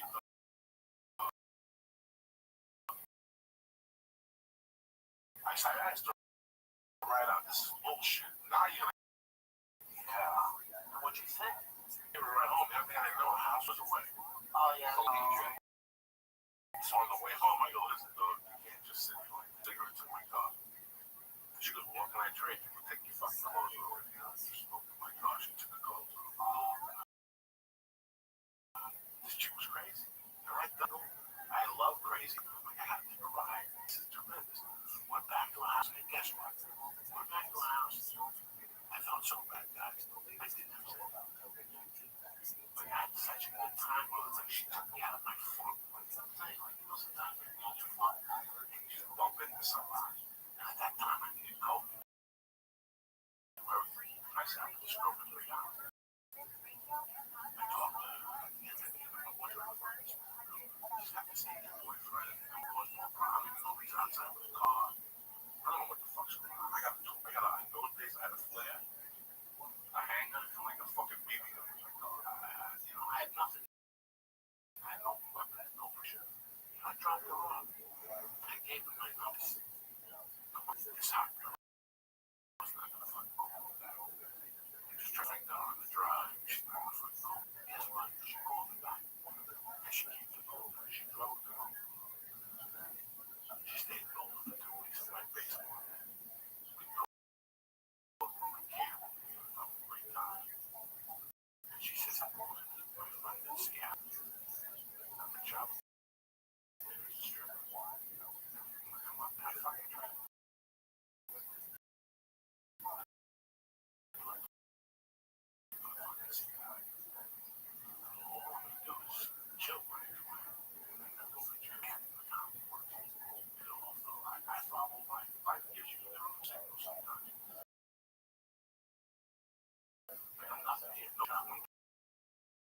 Delivering Chinese food, selling coke. They're trying to do comedy. That's not gonna last. That's not gonna. It's like we're drove up the trip run, dropped me off like in a mile, a couple miles from Portland. He used to have a room in Vancouver. I drove all night. And then things happen. Yeah. Then things happen, but we live and we learn. Her and I still talk. And you know what? College now. Seattle, contest. I just came to sick. I got no fucking. Even Aisha Taylor was on all my shows. Seattle is one of my towns that I actually like to come out of. Just living up on Queen Anne above the Space Needle and look out over the water. Because I was in Arizona for 5 years. I went to school at Arizona State. I grew up here in the valley, so I wasn't around. I needed the arts. I needed to be around grunge, that was wrapping up. But I was the name of the cook. The young kid with the long hair that looked like Christmas.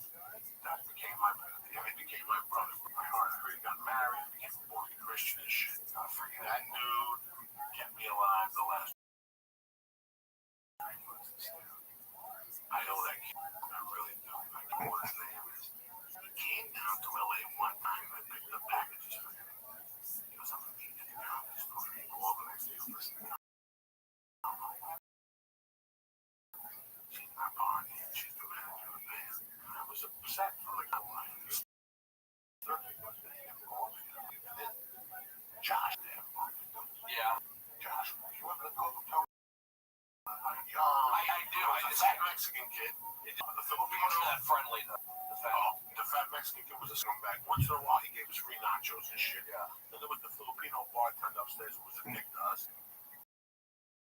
Anthony was a bartender. I was saying it's a Filipino guy. We had, and at this bar, bro, Bill was downstairs. Bill was downstairs. Hey, we do coke with the Asian. I remember going there on a Monday night, and the Asian girlfriend and Bill had done heroin. The open lights started at 8, and I'm like, this is it.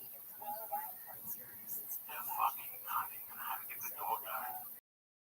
He was on Facebook now. The older guy with the long hair with the glass. No, a different. Clay just hit me up on Facebook. Yeah, about a month ago. Good guy, Clay. Clay's like, you gotta wake up. He came to me, Clay. He was like, believe these people did fucking heroin before work. This is how crazy this was. And we used to go to Club Make Giggles and torment them. Terry. No, Terry Taylor. I tormented the Vietnam vet and the pilot. Yeah, I didn't really know him, but he would always like comment on everybody's app.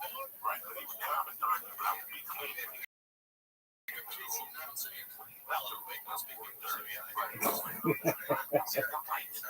Somebody working dirty, but my cool was cursing on stage.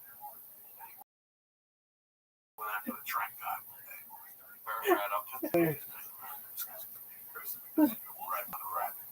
Right up to such a solid fucking guy. I don't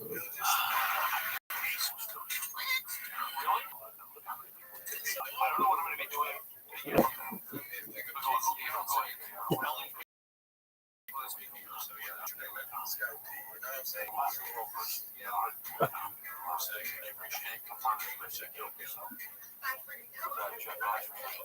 my God! Yeah, I know that Jeff Bass was the old guy. Right.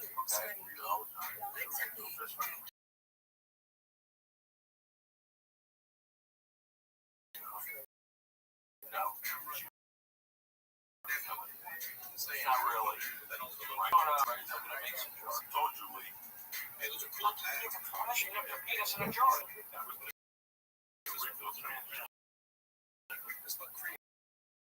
Years ago, we were already the transgender. The best fucking laughs I ever Comedy was, all You know, the fat black guy. That's a lot of learning. It's in the 20s. It's definitely I had The fucking spider on his face. You can't write this shit.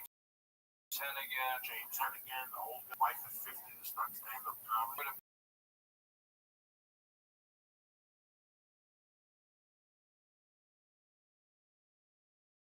Yeah, he's in Santa Monica. He's on Facebook. Oh, okay. I just saw you put something the other day. Like, I had to listen. I forgot about it. Happens when I was wrong. First person to have it in Moscow, I know. Saturday. Yeah. He was supposed to kill shots. I said, like, very farts. There's a Tabasco in them. Yeah. Oh, Lee.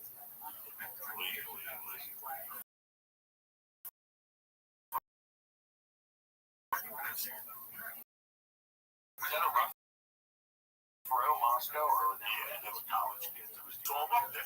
One day at the airport. Drew Bledsoe. I did that room with Josh. Yeah, like Todd Sawyer and Todd Sawyer's down here. Olsen. Todd Sawyer's down here. He's a writer for some days. I think he's overseas. I think he's like in like Thailand.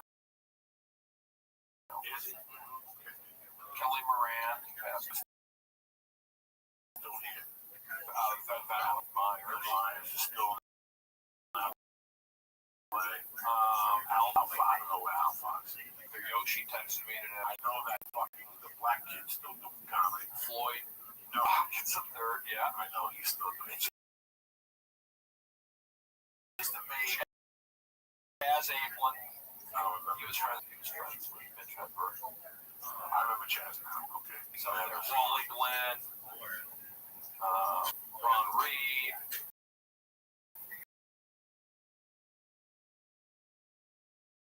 Carl Warmerhoven. We learned a lot. So I worked at that club. I learned about seating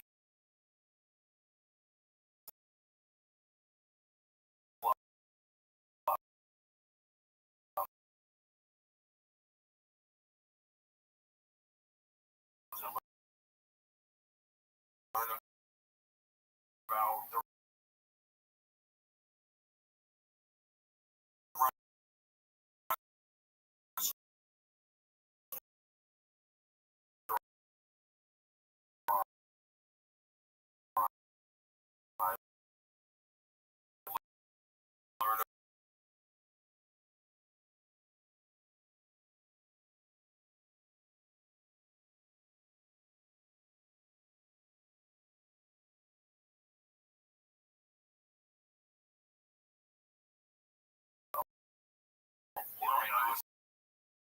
be good for you. If you come to LA, I know for a fact that there's a set that I got on one time, but I had no fucking day that casting director's mad at me. About a year ago, I got contact. Listen, man, I don't know what you did. That dude refused. You know why? Because I didn't know how to step on that line. I didn't know how to, when they said action, I didn't know any of that stuff. It set me back so much that Monday. I ordered traffic. God bless us all. Got the job doing industrials on Saturdays. And going like a quarter late for 4 hours or whatever. It's like a video for Sony. And guys talking, hi, my name is Rick Sony. It's me and you walking with boxes bigger than me. So this you watch. You know, I was never an extra, but I did those industrials.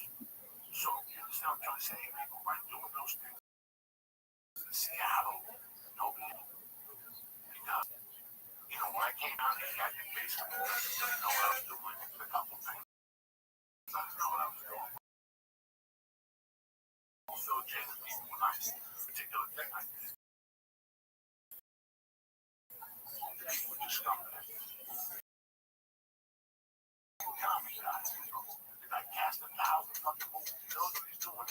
Just tell me what his step and what to do to people. So, but if I would have had the opportunity in Seattle, I should have shown through this or something. I would have known that. And that's the point. So, the reason why maybe we're here is because by the time we got here, we were seeing it. We knew our way around the fucking deck. Yeah, that's why I did that cable access. I was able to do live television. You get feedback that week. People come up to you on the street. Hey, bro, hey, Tim, we love your show. We love when you do that. We love when you do that. We did it all in Seattle. We did crazy stuff. You know, big tapes would be kind of embarrassing, but people still have them. People have the tapes. I have one of the somebody. Yeah, somebody on Earth one a couple of years ago. I saw it online. We would get fan Fancy mail. flashback. The reason why I did it is like those Let's other guys know. had that TV Masters and all these guys, and they had What we do? and they were popular. I was going, but I didn't have all these friends for a crew, and then right after we stood on the side of the show with 2 cameras, you didn't have that crew. Just you would take a 30-minute set, and then I did that. So like I can get practice, you know, on TV. No one's, you know, I just built up on that, and it just went that way. It just like I just, you know, that's kind of how I do everything. Like I didn't win anything. it feels right, and then if you get feedback like this is good, keep doing it. So Seattle was great for all that. The cable selling T-shirts for the Seattle Supersonics. Doing the whole comedy underground. But after, I'm ready for that next thing. But I'm not ready for LA. I always wanted to go to New York. Got a job with the Yankees. Joey said, go out there. For reality, that's where I went Sunday night. Boom, 5 minutes, maybe to 8 minutes, guaranteed. You're right there. And I would just do that. I would, Sundays and Wednesdays, and I became a tour guide call, and I just got off the energy in myself. You know, they wasn't intimidated by a 11 and 11. with, you know, loud. You know, it was like normal. So, and I was there in New York for 3 years. But you gotta go. I see these guys, and I go, Yo. Go on the road, gotta go away. Go away somewhere, gotta go and come back. When I came to LA, my second year, I disappeared for 11 months. What was wrong with it? So, he's on the road for 5 years. It was fucking crazy. I just How do we do?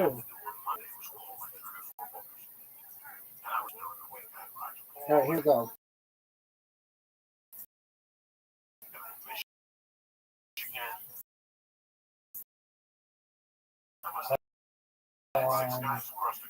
Well, 3-1, 4-1,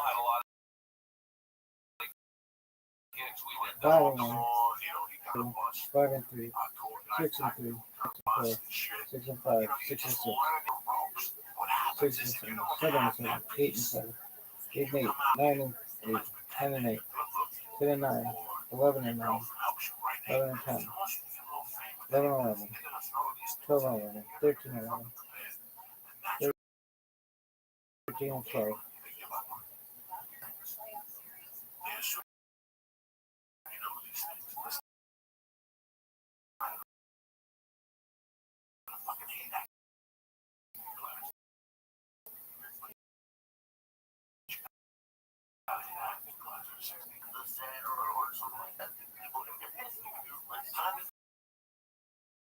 Yeah, listen, time is fucking money. You know, they shit, you know, well, you can live in New York. Just when they call you for an audition, really? Like they're gonna wait for you to call fucking JetBlue and schedule your trip around. It's I'm just really happy. How about this one? I need to take acting classes, but we each gonna do a fucking thing. That's it, and it's all you guys. The first time What you show happened? up, that's it. Don't come back again, other guys. That's how you do it. For you to pay These somebody. guys won. Listen, man, you're at the store every night. Champion. That's the best fucking. That's good training right there. Fuck yeah, that's the Damn. best. That's why Harrison Ford don't let Yeah, I won. because our timing is that much fucking better, dog. Corey Mack, I love you, cocksucker. Ray on Cadet Squad, MUFC. Okay, here we go. Shane Chavez. Okay, hold on. Chet Rogers, Tal Yaffe, and Bob Lolingus, always in my fucking heart. As long as he's lurking. Missed 1, missed 2, missed 3, missed 4. What's on your mind? How you feeling? I'm wondering. You having a good week? DFL. With his mom leaving, she sounds like a month and a half. What do you got this week? This going to see something good in our mind. But other than that, Third. what night is that? Third. But I was actually wondering because I don't know. We won one championship close ball. A lot of times go to the store or the Laugh Factory. Comics will come blend together. Like for yours from Joey, like is that from Seattle or like where did it go? Seattle probably had something to do with it, but like my girlfriend got us to the show in Irvine, the Oswald Street, the best meeting in the world. You were running, you hosted on the main show. Yeah. And my girlfriend still talk about you because you always pop up on Periscope. You were like, you were the highlight of the night out of the A-list comics. Yeah, that was one of my better shows. Thank you. Yeah, it was. I think we had some really good people back in the day. Some fun comedians and good creative scene. And, like I said, cable access for me and just pushing each other. I mean, and I don't know. Maybe if they're in the city, everyone had their little scene, but I think Seattle was different. It was probably up there with like a San Francisco and a Boston. It's kind of a place, right? Two places to go on. Had 3 places to go on. Had no places to go on. I don't know if it was on Wednesday night. Tacoma. No, Tacoma Crossroads nights. That road, there was a bar we used to go to downtown. Well, Oakland. And then on Sunday it was Bellingham. That was a complete different thing. I mean, during the week. And then Laura Crocker booked a bunch of gigs. We used to do comedy. But I tell you who I had one of the best nights of my life. We trained championship. Oh, our fist fight with my girlfriend or ex-boyfriend. They throw me in jail. I come out and I live with Rita. I stay in bed with my man. Yes, I don't remember specifically living with her, but I had like Rita and transgender community.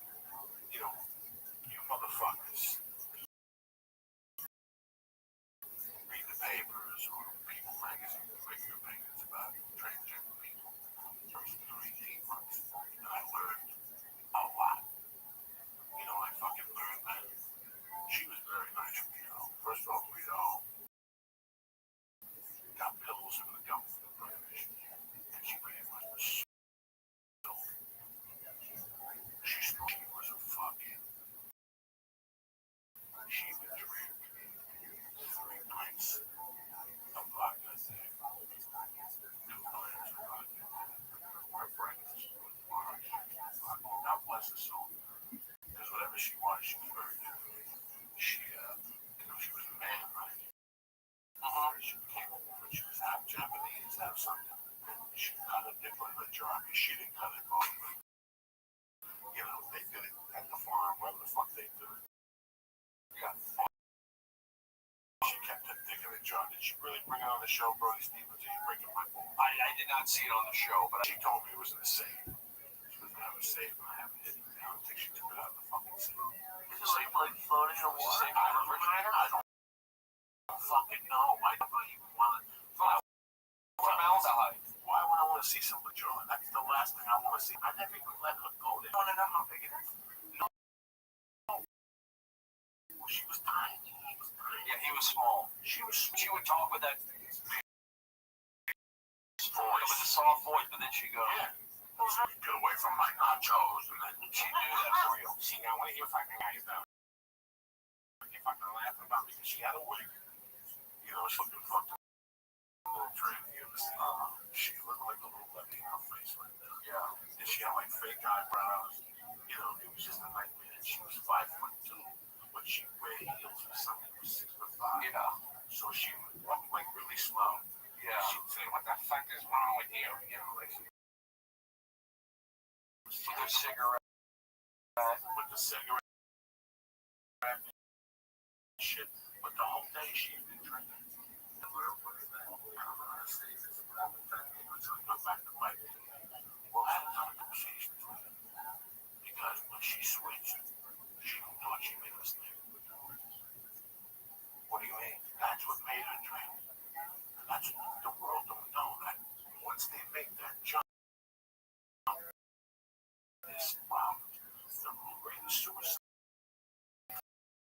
fucking high. That's what's going on right now. I talk to Shania Fons, but the best. If I go comedy nights pound for pound, one of the best nights, there was somebody put together a comedy show in a town about 5th Ground. The salt, something bad, me and Josh Wolf. No, me and that's where the Mexican restaurant was. Me and Josh Wolf lived up there. Somebody put together a show. The conditions of the show were Ballard. The conditions of the show were we couldn't. That was the conditions of the show. Everyone feet from the fucking stage, and as soon as you cursed, you would walk on stage, take the microphone from you and say, "Okay, good night, ladies." And you'd start arguing with it. Come on, I just said shit. Come on, I just said shit. Give me the mic. Okay, people, okay. One more chance. He's not gonna curse. Thank you. Drink special.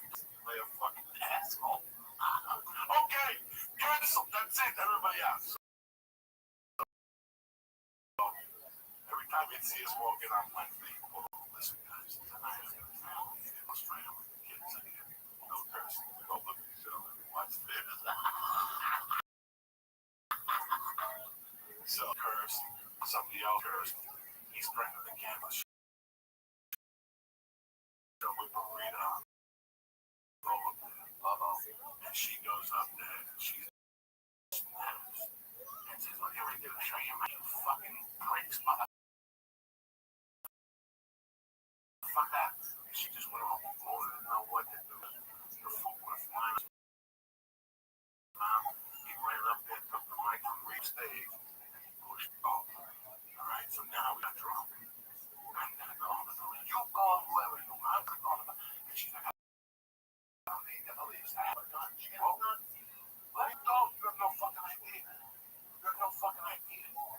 She had a gun and everything. Really used to get beat up. She was 4 foot fucking 9. She was a leprechaun. Her head was huge. Up there with a fucking head. Size 8. Oh my god. New era. Her head was fucking gigantic. Bigger than mine? Lee, your head is small. Mine and your head. No way. But she was a 4 foot 2. What fucking makes it even the weirder that that's what she. Okay. So the guy throws her out of the car. She's like, Joey, whoever you guys gotta stick up and go like, no, what are you supposed to do? You can't curse. But you guys fucking curse.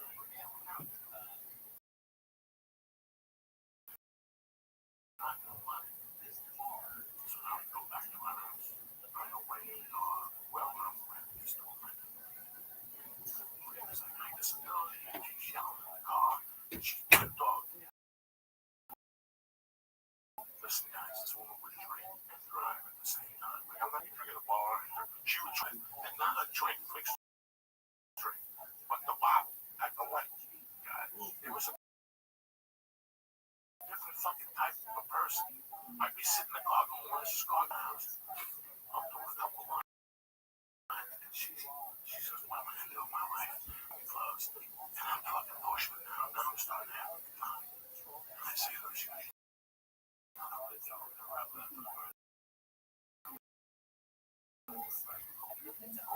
gets up at 2 in the morning, calls the White House. Right in front of me, I'm fucking howling. And they hang up on her, and she calls back, and they fucking call her back, and fuck you!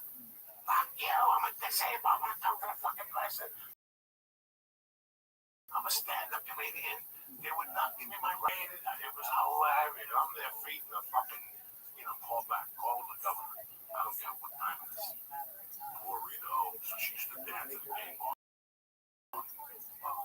She used to hire her like on Tuesday nights. She'd get on the podium and dance, but she kept falling. She was a balance between the alcohol and the equilibrium. People think this is a joke. When I say her head was so big that when she drank, the equilibrium, Carol kept in touch with her all those years.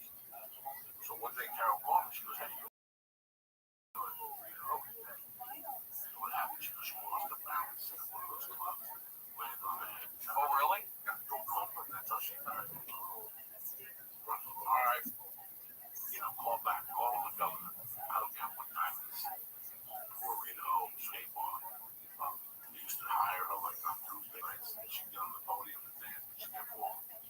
Because she lose her balance between the alcohol and the equilibrium.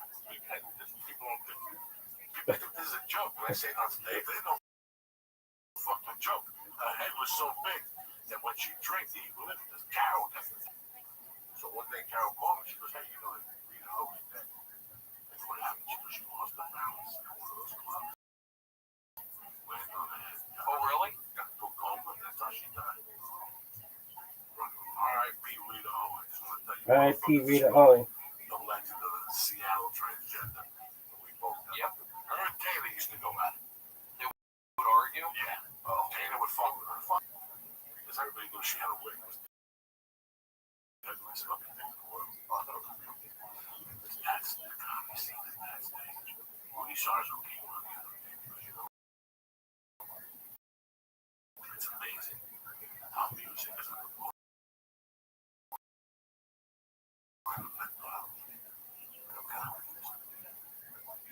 10 years ago, Chuck London, he has friends, he just said, London, bring him home.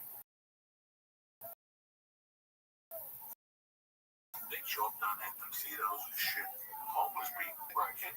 You don't remember those open mics in Seattle. That kid that used to go up there and say, this is my impersonation of a cop. This is my impersonation of a fly.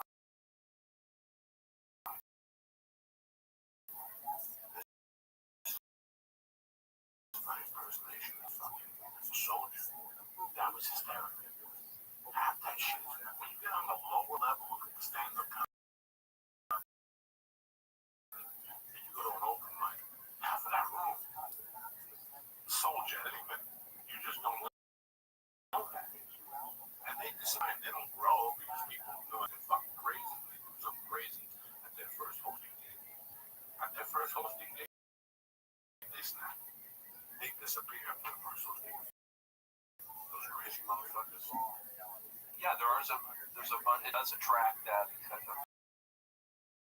Well, you know the one kid, Jeff Masterson. You don't think Jeff Masterson is crazy? Listen, I'm no psychiatrist. I'm not fucking no champion person.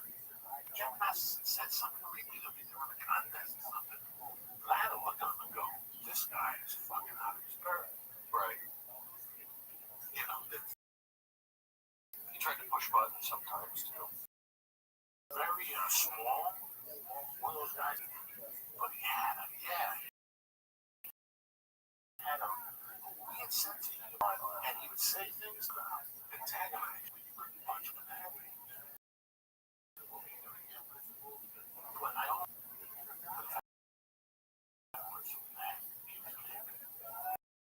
You know what I'm saying? Like, that's right there when I know that I just wouldn't those guys.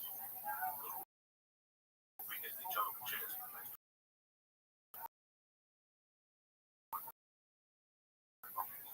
He goes to the hospital. I go to the hospital. He goes. I had that on video somewhere.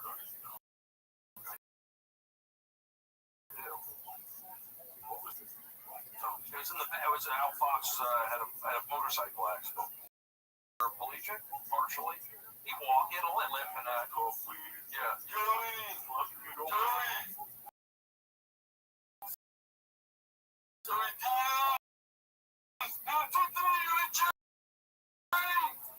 It's on back. Have it somewhere. You're like they push it. His buns. He's flipping. He's like snarling at you.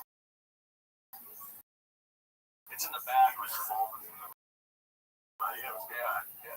I haven't had any games around. Came back to his chair. That's funny, Brody. And he took his shirt off. He wanted to fight. He was shaking. I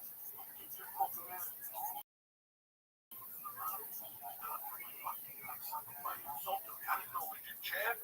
Yeah. It was over a chair. It was like a something. Great. Thanks, Drew. Thank you for coming on the show.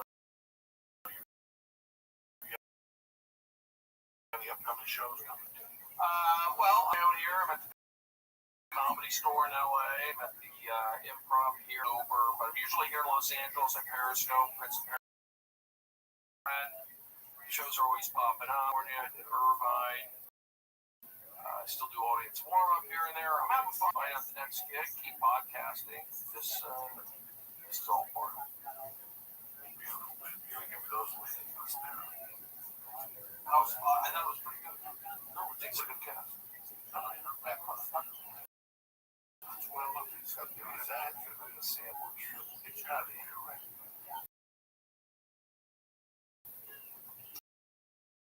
Have you been to a local wine? Have you ever been to a wine aisle at your local store to a wine with no idea which bottle to choose?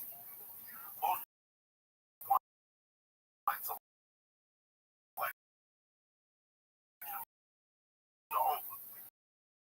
Club W is here to say it. Club W is a revolution.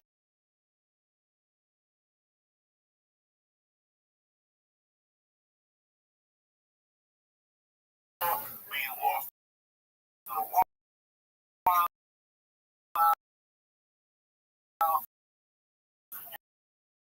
Your friend calling you don't know what the hell you're doing.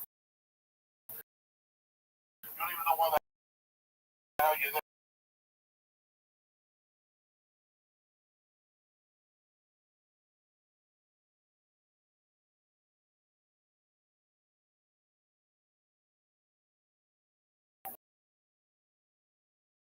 Will actually pay for your shipping.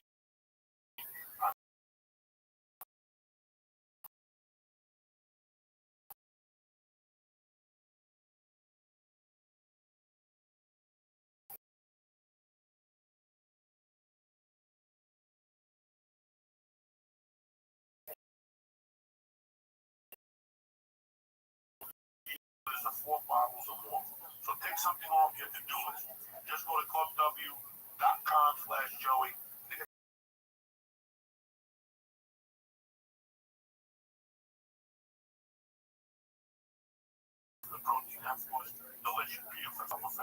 Go to Hive.com right now and take a look at the webpage. Read about it. On the supplement scene, 10% off. And that's what when they start with Alpha Brand D. We went for the shroom tag. The shroom tag sport. Let's try that route just to get it from one to jiu-jitsu. Do me a favor. Go to Hive.com/church. And get 10% off your next order delivered right to your fucking house. You understand?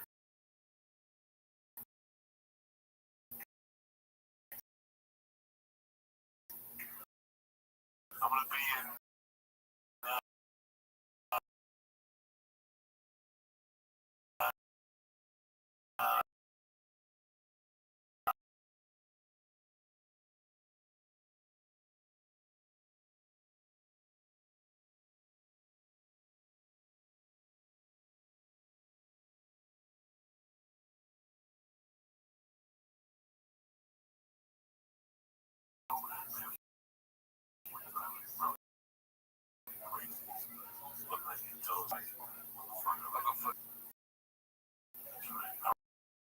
Right, stay black. I love you. Talk sucks.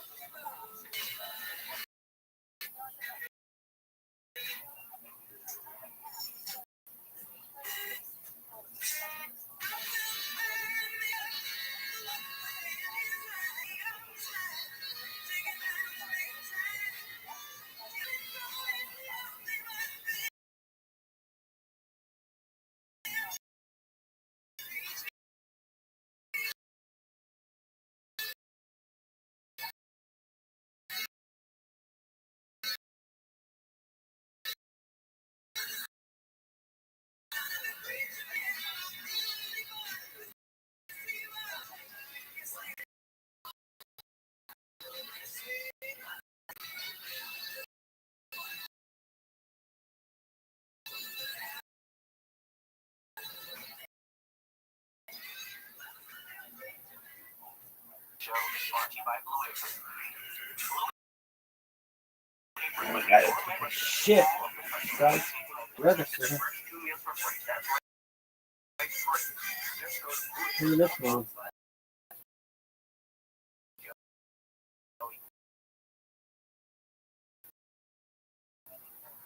This show is also brought to you by Texture.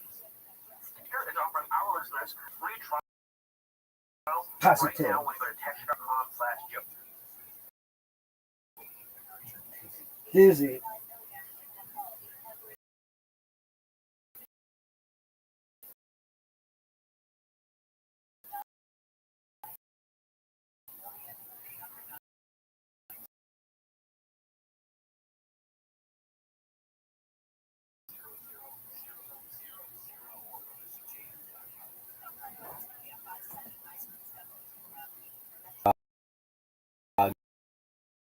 I don't know what's up with you. Ah!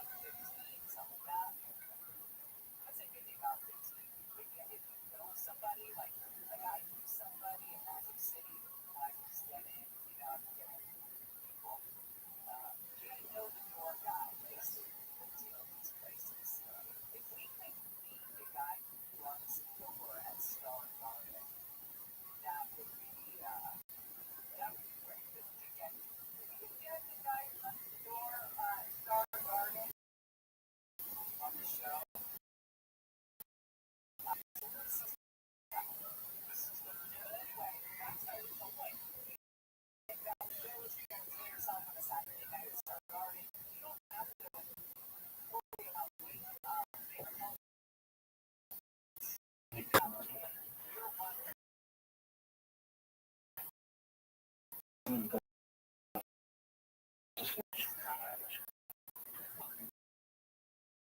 is brought to you by Nature Box.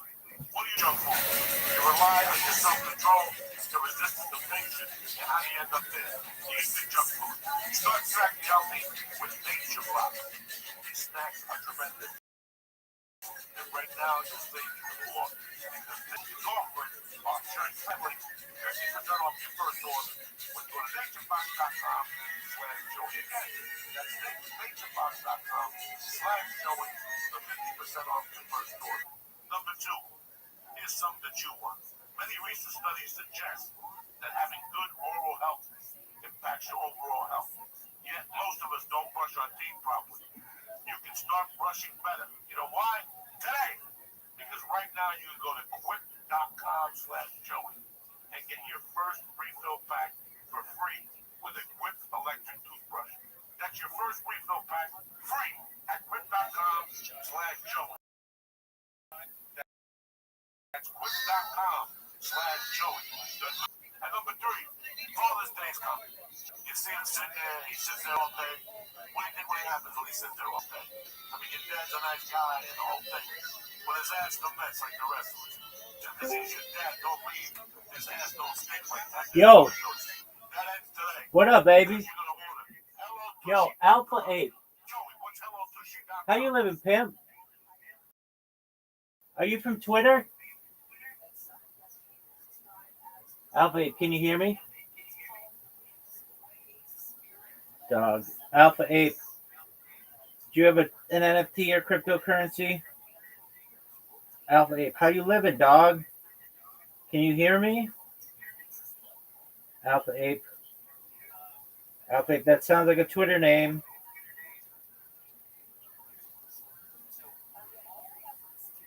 Oh, yeah. Alpha 8 is from Twitter.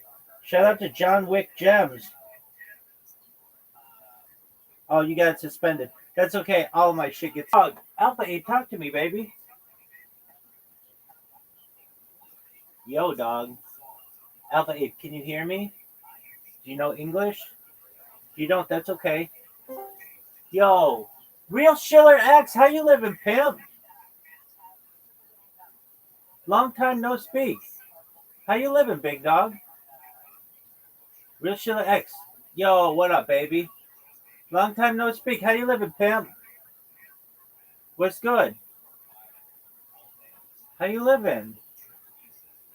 What's good? Are you gonna unmute? You gonna talk to me, big dog? Come on, talk with me. What up, baby? You're muted. Yo, Real Schiller X, how you living, pimp? I'm doing good, brother. Excellent. Living my best life, bro. Baby. Pardon, I didn't get you. I don't know why my volume is low, bro. That's okay. How is nursing school? Nursing school? Yeah, you were nursing. Okay. Me, I'm not in nursing school. I don't really know. Okay, well, maybe not. Hey, Mr. X, do you know Alpha 8? Alpha 8. Alpha 8. Yes, I do. Who is that? Is he on? I guess I know Alpha 8 on X. Yeah, who is that?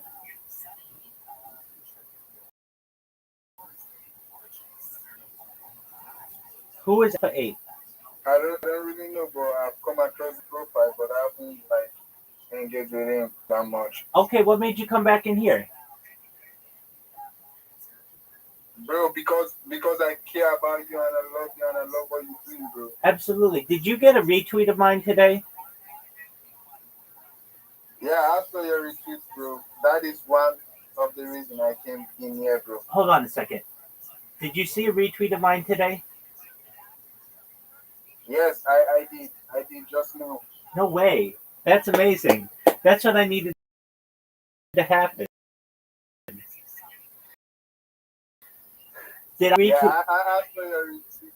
So, I saw your retweet on what I posted then, and I click on your profile, I followed you, and Oh, you're amazing. So you're like, hey, I know that guy. Excellent. All right, are you Real Schiller X? yeah, on Yeah, what's your username? my name is Ray Banana. I changed my name from Ray Killer X. My name on X is Ray Banana. All right, second big dog. Oh, that's great. So you saw what I did, and you were like, hey, I know that person. And Yeah.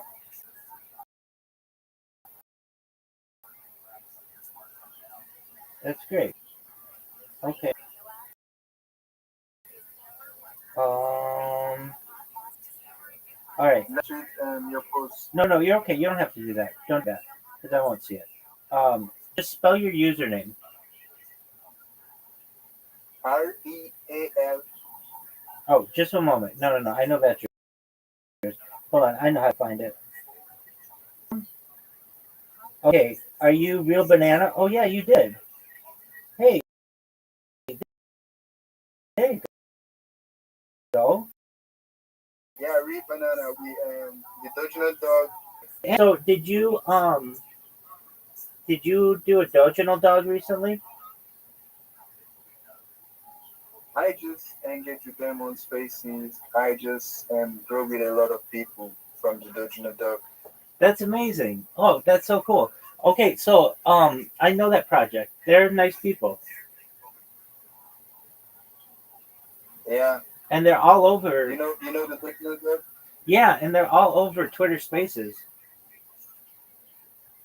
Wow, that's amazing, bro. I agree. Well, thank you for the repost, man. You're the man. Dude, I'm so happy that this bot brought in somebody I know, because you're amazing and I love you, and I'm glad that you're doing well. What else is good with you? Love you too, bro. Excellent, man. Always got your back, bro. I know you do. How's your mom doing? My mom, she's doing all right. I've been living with them right now. I'm staying on my own. Good on you, man. How's your brother? My brother is fine, bro. Excellent. We're just living our best life, bro. I know you are. Well, Real Schiller X, thank you for coming by, and you just made my day. Thank you so much, my friend. I appreciate it, brother. Absolutely. One Peace, love. buddy. One love. Yeah, what about Harry Potter Ubamason Canino? Dude. You know, I haven't been in the Telegram. To the moon, baby. To the moon. I'm repping it every day. To the moon. To the moon. Brother. That's right, dog. All right, baby. Oh, we never come down. Absolutely. Only one way. To the moon. Absolutely, bro. Absolutely. You take care. We live life on the Miami trip. Oh, we'll do it soon enough. Don't you worry. Okay. Peace, baby. Shout out to Real Schiller X, everybody. All right, one love. One love, baby.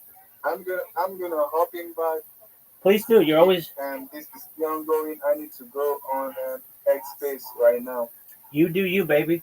Take care. Peace. Spread the love. All right, brother. Thank you so much, Real Schiller X. You're the man. Shout out to Real Schiller X.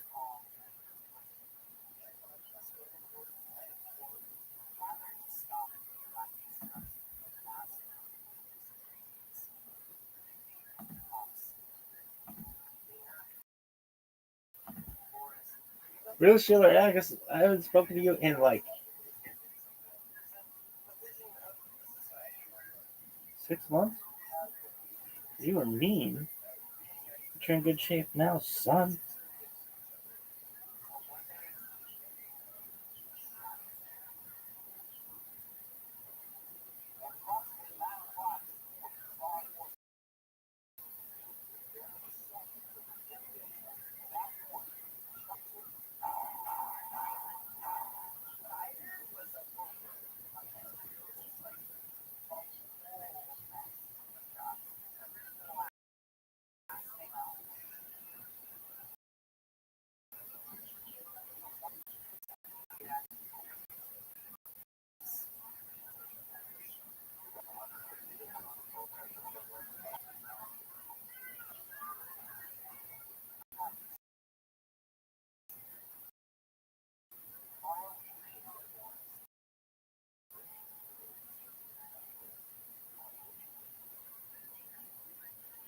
871.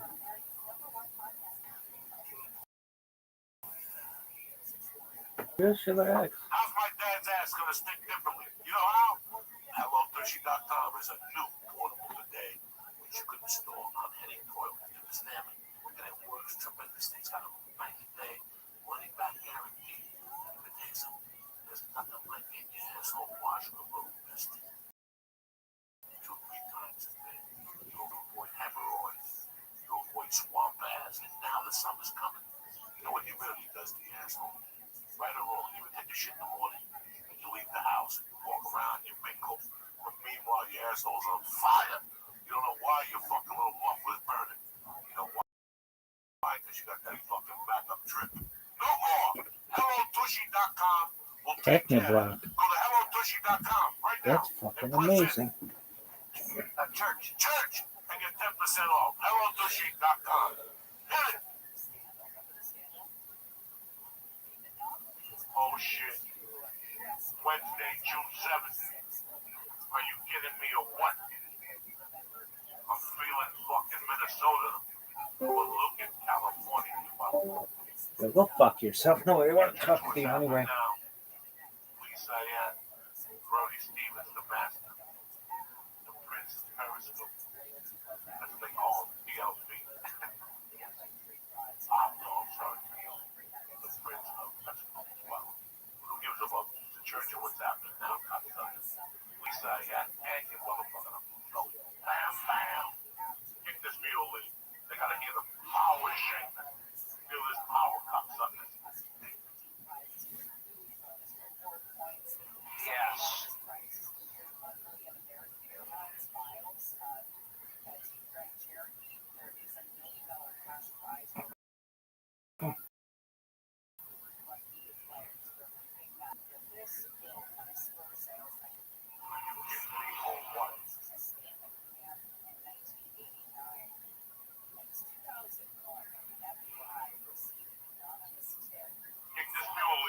Kick this mule, cocksucker. I want them to feel these drums and shit. Boom, bop, boom, boom, bop. What? Hit it. Bop, boom, bop, boom, boom, boom, bop, bop. Damn, damn, damn, damn.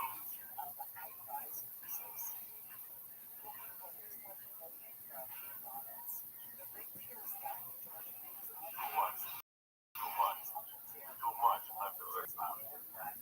What's going on, Brody Stevens? Hey, brother. Excited to be here, Joey. Feeling good. You got a Palm Springs against the sun.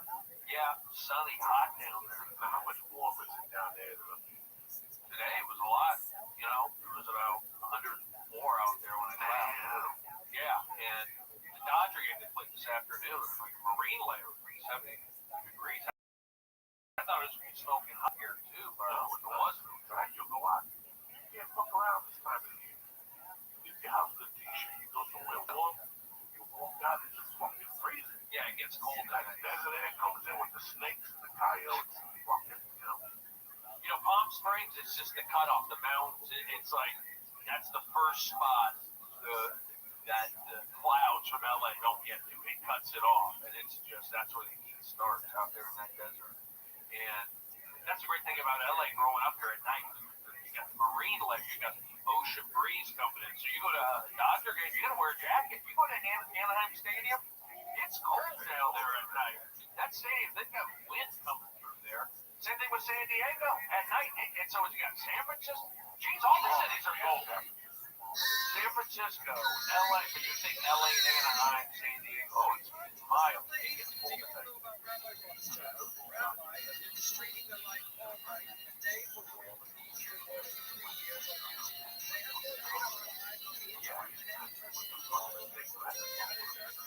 Yeah, it gets cold, but we're lucky we're not in Chicago. You know, it rains, hot. You really got to research the weather center. They're not.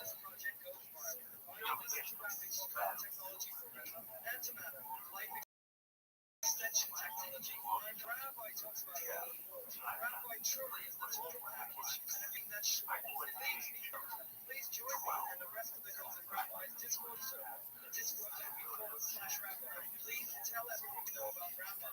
This is the biggest event in all of history. Please share to be a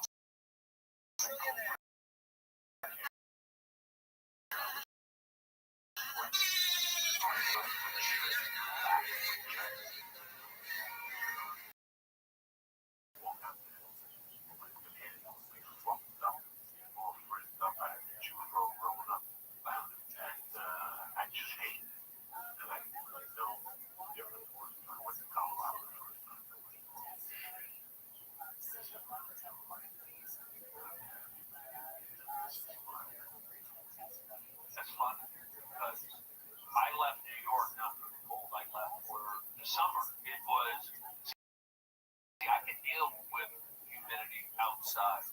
I could deal with it going down the subway, even though that was really brutal. Because you get on that subway with that air conditioning, and it felt good.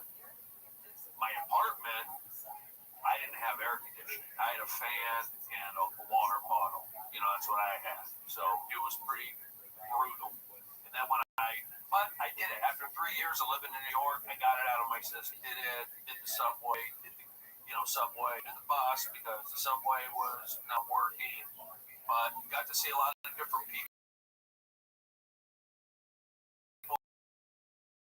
You know, doing to go to New York. It was funny, like you mentioned in Colorado right here. That's where my mom was living. New York. Went to Colorado, caught my breath, and then I moved back to LA.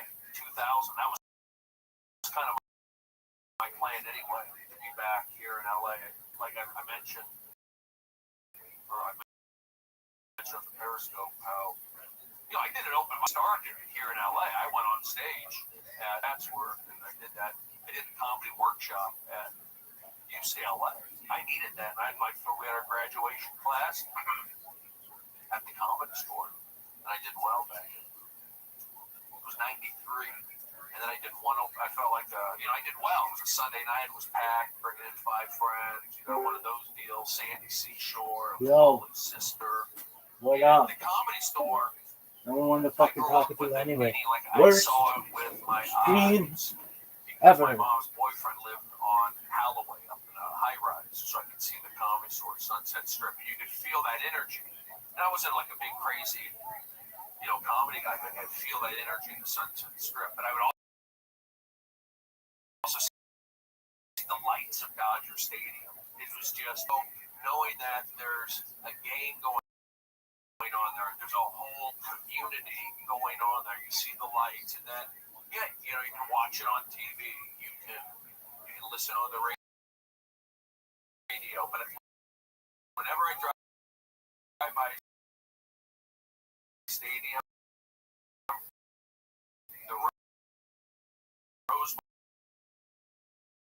Bowl, I always look at it. I have to make eye contact.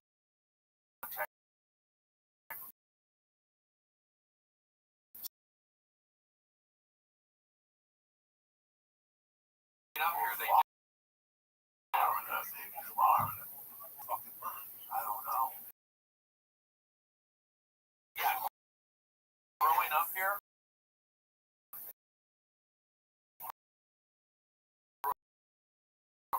the valley, high school here, here down the street. You don't get noticed. How long has it been there for? I don't know. It's an active corner. You got 2 high schools there. You got rich kids. You got Oakwood. Yeah. Well, that's the one in the middle of the block. Well, it's on Magnolia. It's on the other side. Wood's private. Rich kids probably. Yeah, they have a full-time staff of crossing guards on Magnolia throughout the day. You call your teacher by the first name. Yeah. There's probably like a petting zoo in the back. Yeah. It's fucking crazy. That stuff is, that's what I try and share on Twitter.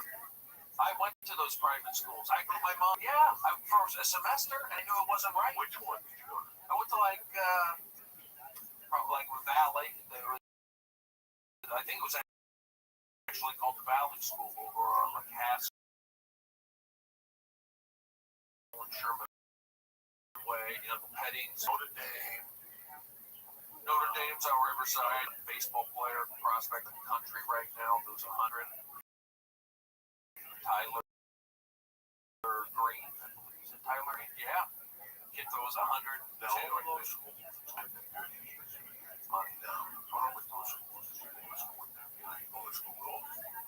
Right. I don't know. Campbell Hall. That's another one. Campbell Hall. That's yeah. These kids, you know, they're rich kids. They got helmets. Right, my head almost blew up this morning.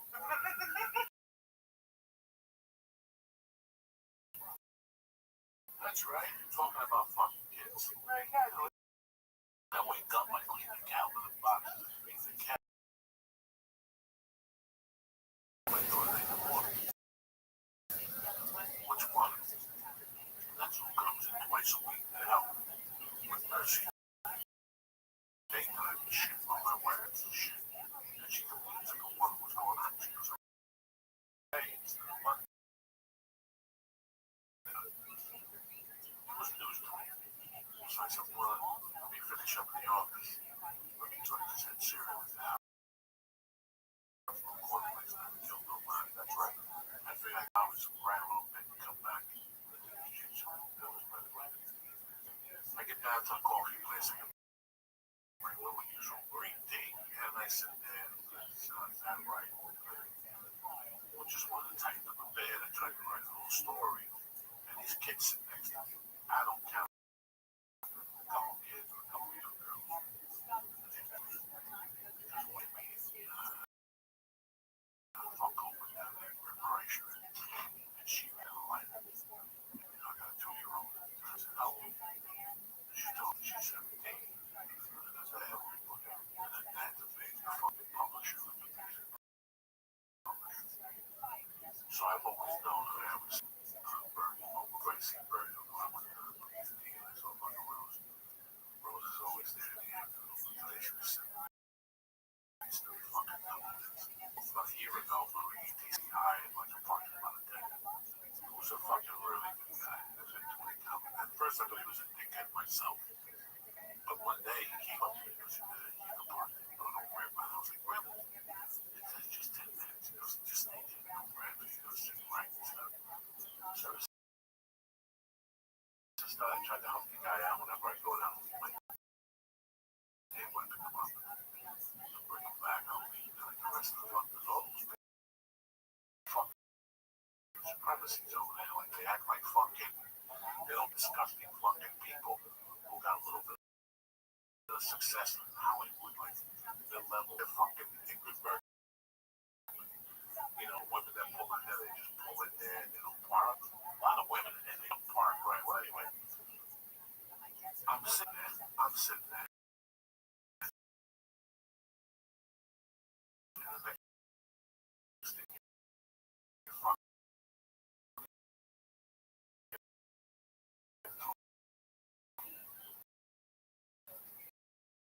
The next thing I fucking know, the guy comes running to the back, and I'm sitting in the corner.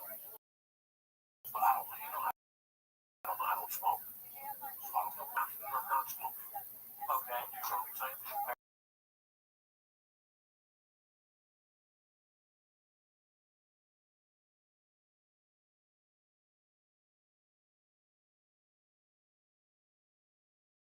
The security guard running towards me.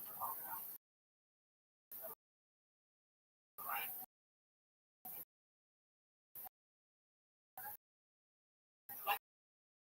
Oh, you leave. Think about this now. And he runs to me. He's going to say something to me. I don't know. I don't fucking know. I'm just stoned in the corner trying to mind my business, drink my green fucking tea at 10:45. I'll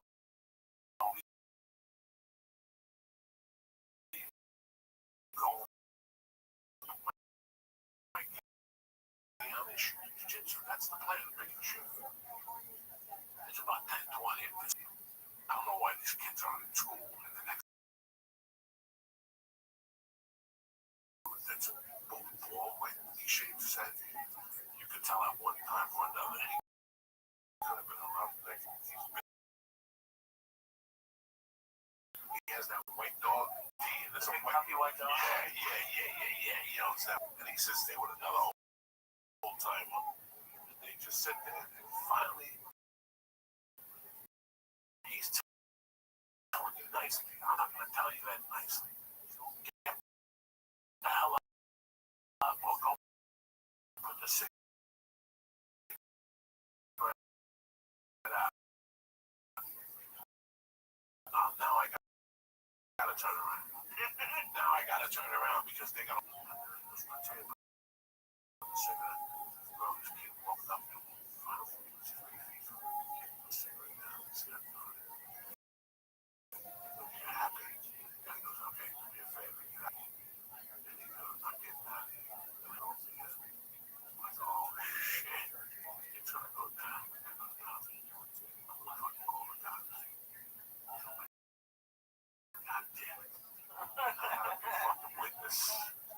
They ask me stupid questions. Well, how the fuck do I get out? Finally, a big white dude. It's not chill. Shit, fucking friends. Got no class. Got like a fucking Audi 829Z convertible. Get the fuck out of here. To head to their car. As they're walking in, down these stairs.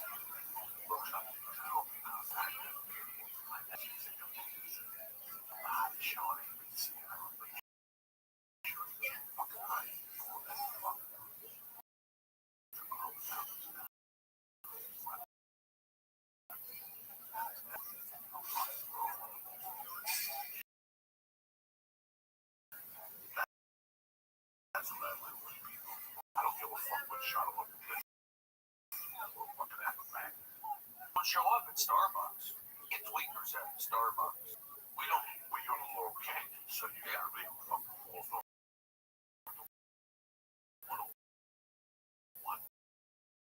But it's literally only five of that, and it's two different worlds. The screenwriters. Yeah, the screenwriters. I had my problem. I sit there and listen to those motherfuckers talk. And I just think that's the show. We play the tape recorder. And we play it. We listen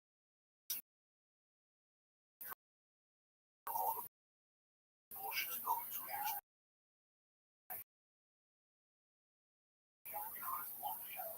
They're more interesting to when I go over there now, if I go out during the weekend on my phone, and I listen to it there in peace, and I listen to those fucking music dude who shows up with a damn peace. Okay? The shirt is iron to the teeth, the pants are designer, the shoes are designer, the belt is designer, and they're done. The five series, I'm going to tell you something, guys, I'm not so I've never been 3 times. And I've seen the 3 old nights he's been with. He's hungry for me back. And he's terribly cheap. He's one of those managers you prefer a side view when you get in. He just wants to know what you're doing, wants to know what you're acting last, how's it going. And then he just had a meeting with CBS about last week. He came up with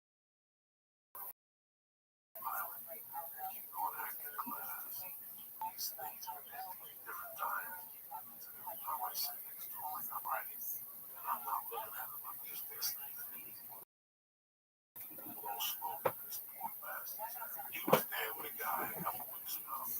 The guy looked like this old Olympian. He's taller than he had to weigh 60 with an extra. That's how big he was. Stand up like a chair. You know, and I felt like looking at him going, how many rows? And he's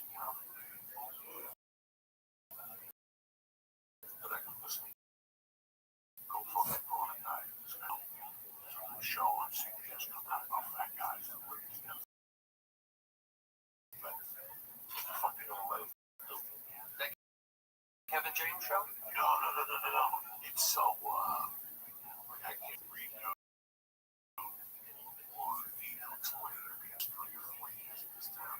And I didn't fall. Guys, I can tell you guys right out, so man, I didn't fall for any of the bullshit. I went through a fucking. At this time, I have like 3 hands. I still talk to him. He's out of the man. He sent me on a fish on the Saturday. This one just go down an hour on a Saturday. Down the block. It was across the street in Gardner Stages. Downstairs, the basement comedy show there. What do you find? What's his name? Adam Brobman? No, Yeah.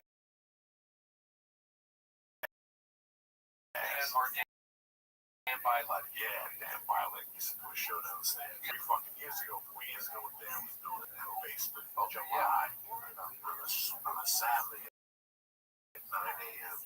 And that guy's dressed in mob suits and fucking, every different gang affiliation. Every different gang affiliation. This guy was making the biggest gang mafia movie ever in Hollywood. You ready, guys? We got there the Saturday. Promise food initially. There was none of you, I'll tell you that. This is how you got to roll in this movie. You gotta get investors. Oh, it's like a bringer movie. Yeah, it was like a bringer movie. He said he would give you envelopes. He was gonna have a meeting a week later to see how many investors you got in the week. We promised every note. This was crazy. I sat there just giggling. Before Kickstarter. I was going to say, it sounds just like no, it's like a human Kickstarter. That's funny. So he said, whoever comes back next Saturday, and Lee says 25,000 to promise everything. You want me to tell you something? I guarantee shoot up. I would have. Just to be in a movie league. Shoot the rod. Would they be the people investing? Would they like invest for themselves? They'd like go to family? Because that's what this guy's doing. He would get, if he has 40 people in a room,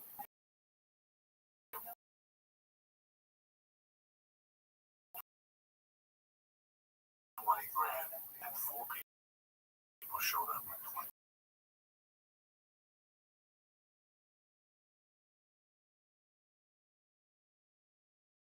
I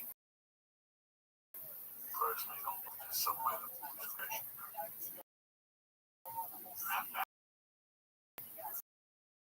I could ask Buddy Stevens to come.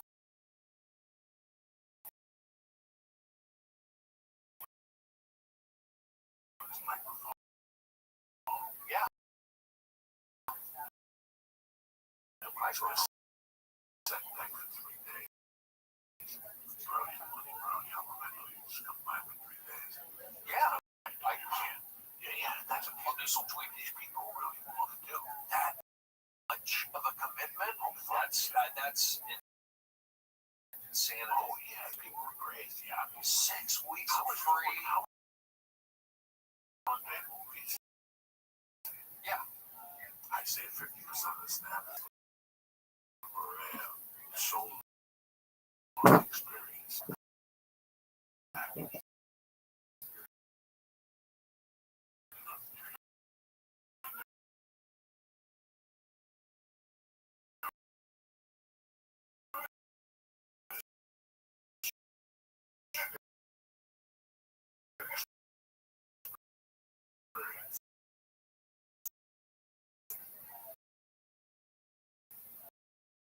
You know what, guys?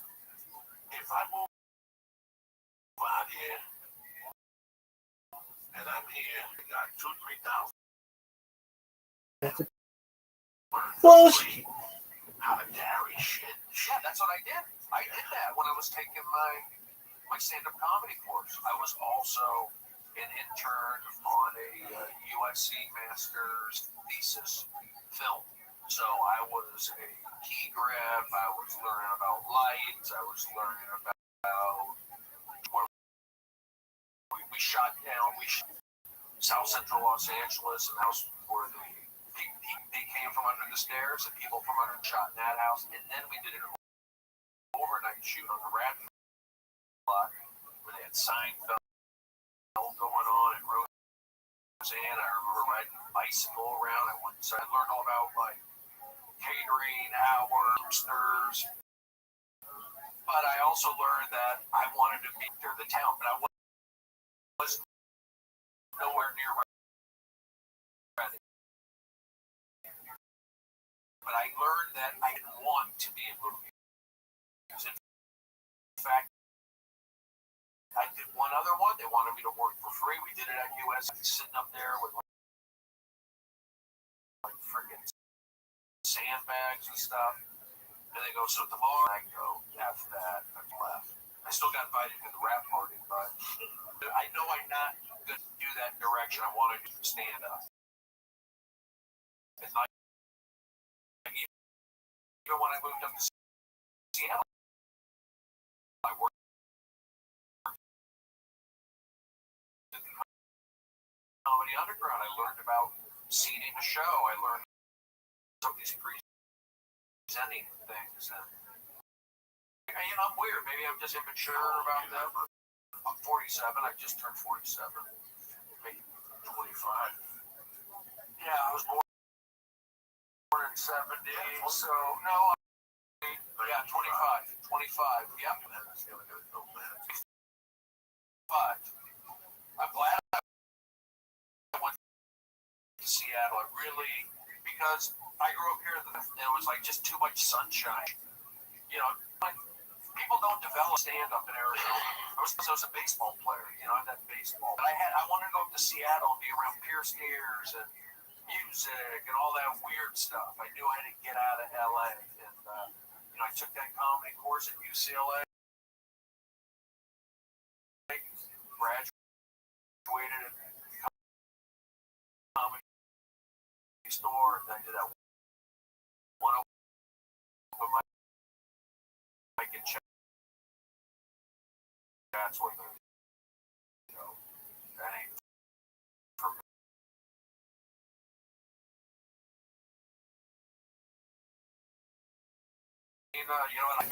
Baseball at Arizona State, we represented the school. You get in trouble, it'd be in the newspaper. You got drug tested, but I learned about discipline. But learning to get picked on, bro, you're the Jewish guy, gay guy, run weird, this, fucking punching me. But I knew that's how it was. I was liked in high school. I was a good pitcher. All of a sudden, I go, I'm not going to quit. They didn't get me out of there, but I'm not. These guys were hard on me, and I didn't complain. And they would go, oh, yeah, you're Jewish guy. How'd the Grand Canyon get started? Jews fighting over it. But I didn't care. That's kind of what it was, because I played baseball also in high school, and I was around football. So it just made me tougher. It made me strong. And I just rose above it. They would say, oh, Brody, you're Jews. Jesus was Jewish. They get pissed like these Christian guys. Because I got picked on at Reseda High School growing up and get picked on by inner city kids. Yeah. I'd rather be a Christian. That's okay. That's I don't need to be gang jumped into something. I'm so upset with politics. It stressed me out big time. When I first met you, I used to break your balls constantly. Yours, yes, you were. Used to make me laugh.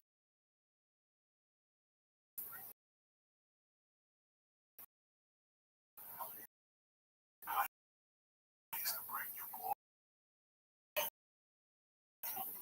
You were the extra on a porn movie that was on Josh Wolf under the bus. And then you had to go and I went to a many in life.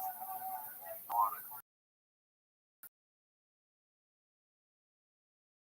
I'm looking at you, all these memories. Great scene. It was really, I don't know how it is. It's still great comedy. A lot of young comedy, that's what I hear. How Ron Reed moved to Arizona. Oh, he did? Yeah, so Phoenix is Oh, wow. Swimming contest and all that. So listen, brother. When I was a kid, I loved basketball. Yeah, I loved it. We look it up.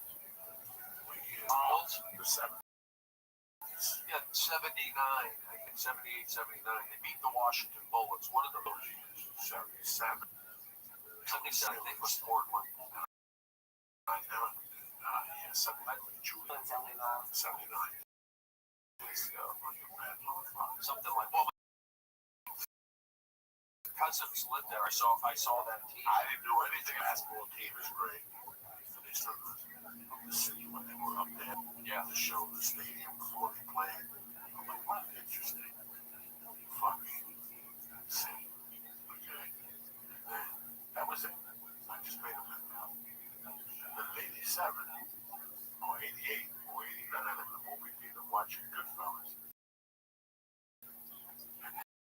Talking about how he ended up in Seattle, Washington. How does a gang mafia dude from the city end up being a boy? But how does a guy who broke end up in Seattle? So I always thought about fucking Seattle and something good happened. And they had football team. Oh, I love Jim Thorne. One night I bet San Diego in Seattle or something. One night football. I don't know what year it was. Okay, so Jim Thorne put such a beat on me. 3 or 4 minutes that I ended up liking them after that. So I was always I started 2 years before. It was a publication that came out of San Francisco. Was it a comedy magazine? Yes. And John Fox and this company put out. And they interviewed comics. They told you different. They previewed clubs. If a new club was open, they do a write-up about the club. Right? It was a really good magazine. It really was. And the most interesting thing about it was the last 2 pages was all the open mics in the country. Like that, big time open mics. The last 2 pages, all the comics, the insignia, and the apples with the awards. That insignia they gave me. The fucking blackened was that picture of see me come up with comedy competition. Look at this low, the glow with the dude holding it. Yeah. Or something like this. Watch how cool this is. Like, it's stuck out in that fucking newspaper. Like, and I always Transferred from like the 90s or no Seattle comedy competition. That's it. That's it. Rest of the Seattle comedy competition.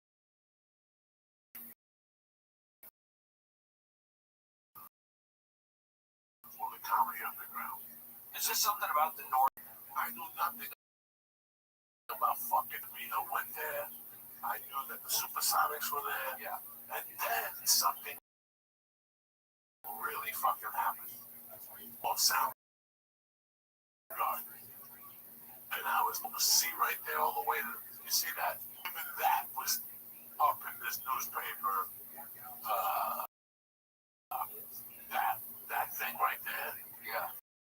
Was something that they had in the newspaper. And I was like, that one. And I circled that club. And every time I would go to a comedy club and they would show that magazine, I would look to see what comedy clubs were open. And I'd always circle that fucking club. I wanted to go to fucking Seattle. Then Soundgarden comes out. I'm hearing about all this shit up there. And one thing that I hear about comedy that didn't really ask, I didn't think in my mind I was at the level. I was just get that together and roll with the fucking Michigan. My first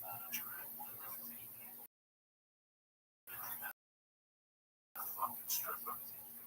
She said she was going. She said, I'll swing by Boulder and get you. And that plan, and how do you have to broke me? And I called her. She said,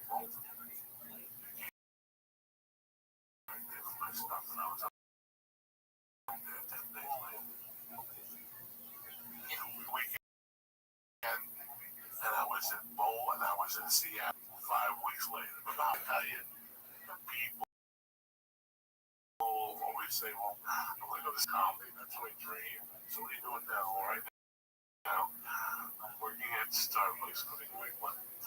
Putting away money. That's a resistance. Read the book, The Art of War. That's a resistance. It was Walmart. Go get the most expensive job. Athleticism.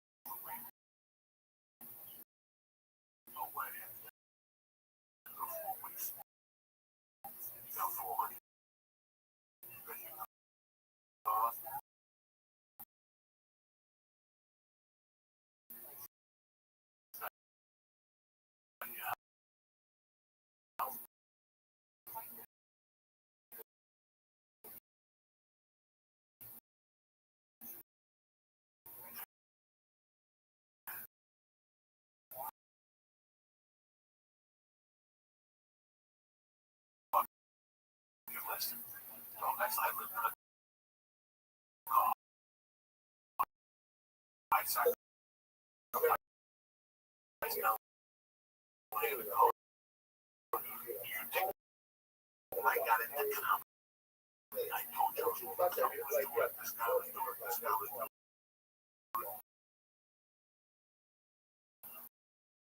One night, I fell asleep in the car and I woke up for it.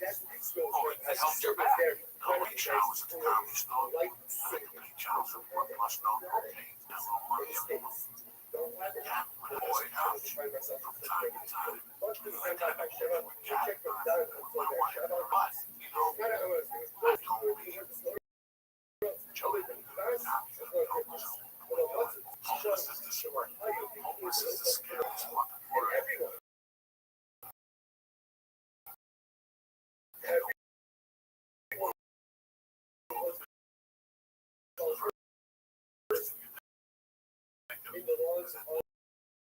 Myself,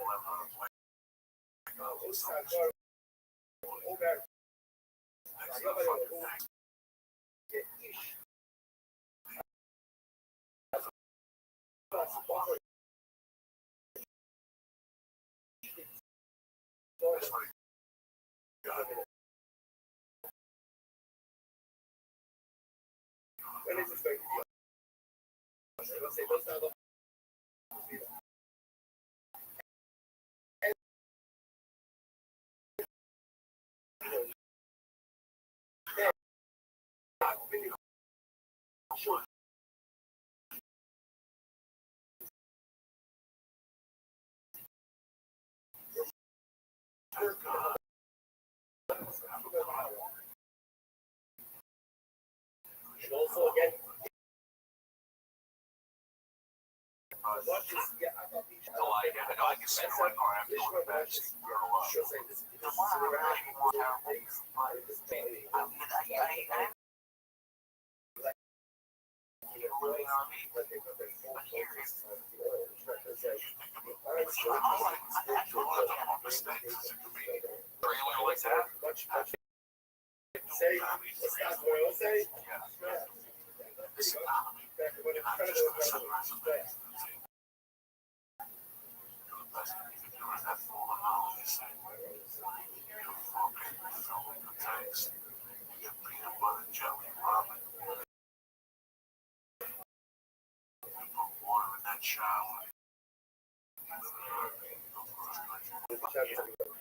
That's exciting. You have to every night you go somewhere else, and there's no show. There's like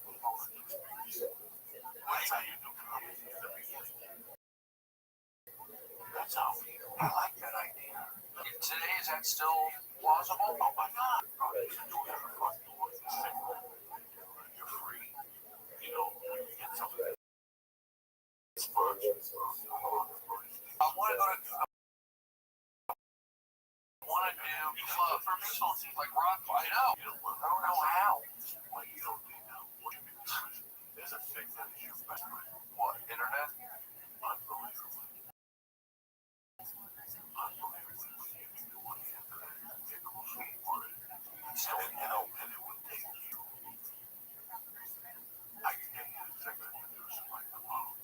I love baseball. I have access.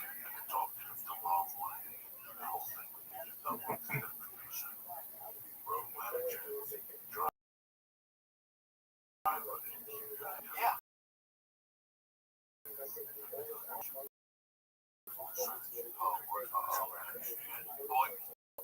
They'll help me with that. You know, I did a festival a couple of weeks ago, and one of the rock bands liked what I was doing, and they thought they wanted a comedian to open up with them on the road. And they were pretty cool guys, like pretty straight-laced guys that rocked out. They were called Diarrhea Planet. They're out of Nashville. Like I told you before the podcast, you still have that same security I had. Yeah. Feel better now.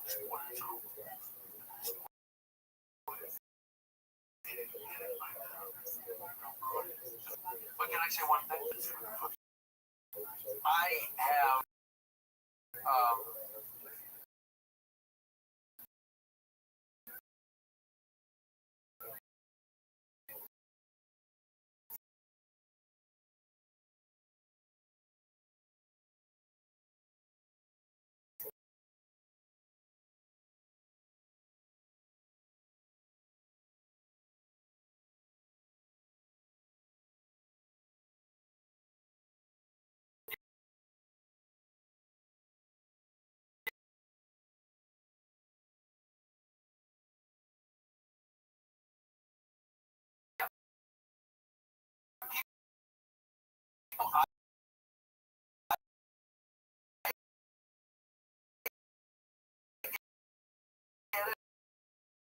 people get it.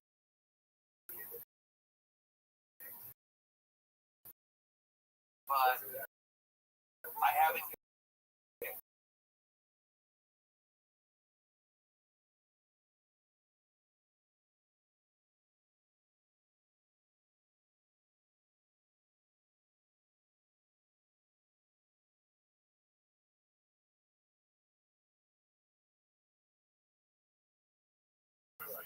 Oh, no, Driver, okay. press back into field pass, which is always. But can I say one thing? MLB is weird, you know, you can't.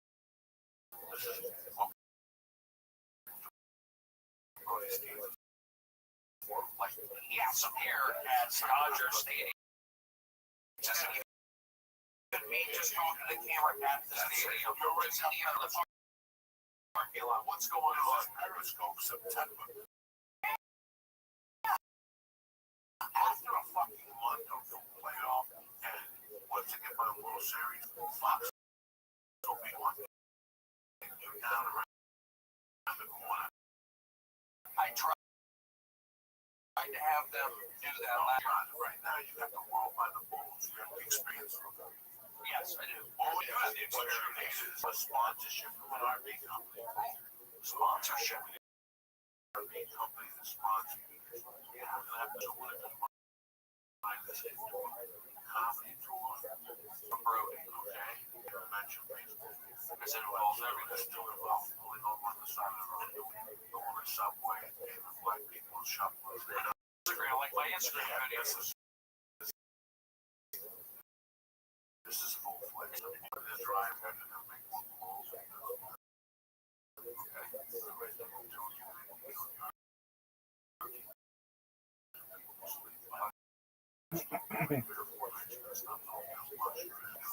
Wi-Fi.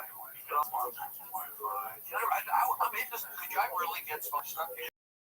I'm open to it. I need help. Now we have the RV sponsors. Vitamins. Hotel. What hotel you looking for? How fast? Remember, this is all corporate. So, if you're looking at doing this in September, he goes on vacation. Drum left, drum. But I can see a national said you stopped it. Periscope Live, and I love this print up came out with the times and the Periscope. And that's what was said. Let's go for the game. One day, right? Showing that for me. Shout out to them. I don't know. Organization is the game, and this is not a lot of things to organize. Brandon and Steve. Stay with me, baby. Jack W. 23. Mike went up. Kayla Ass and OG. Do not forget about the players that brought the ball night. Do not forget about the fucking working out with Joey. The 15 backs out. And do not forget about governors. The 24th and 25th, we ain't fucking around, do shows. Chinese food, no fucking.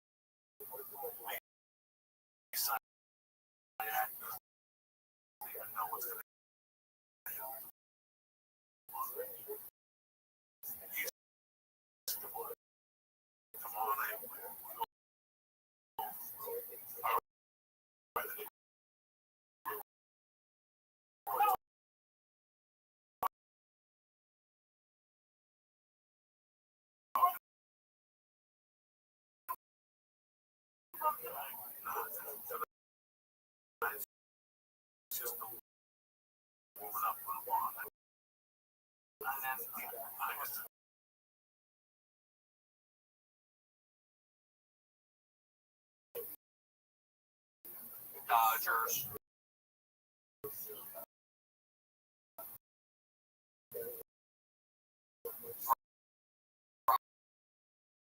Maybe not Dodgers. You know what?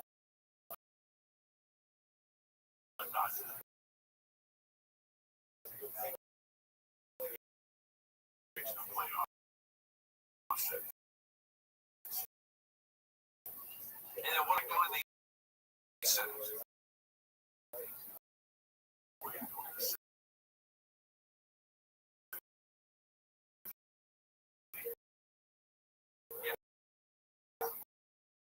Let's say there's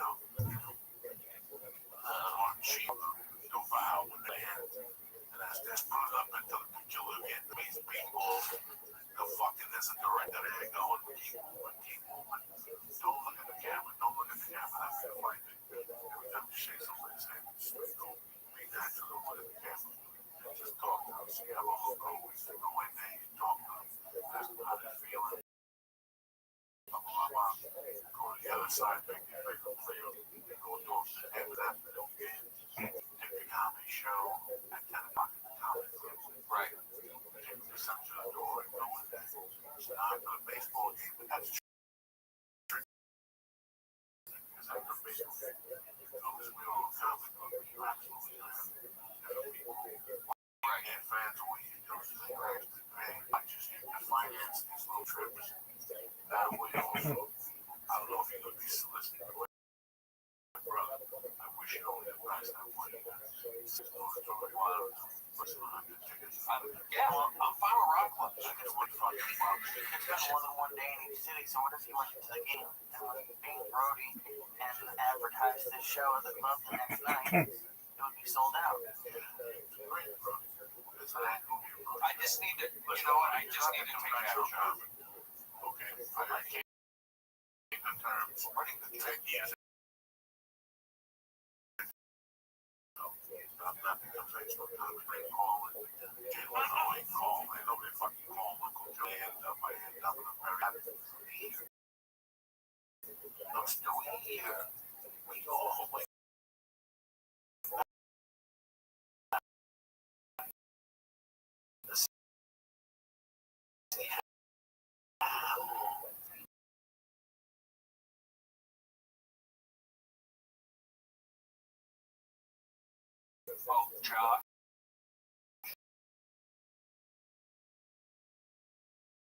Josh Wolf.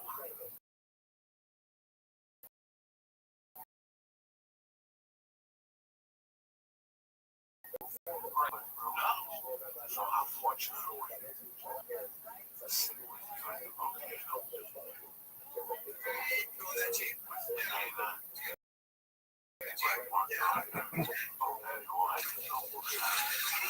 My wife's birthday. I want to get her something that goes 0 to 200 seconds. Is that the cafe? Yeah, just think. Oh, it's so cafe.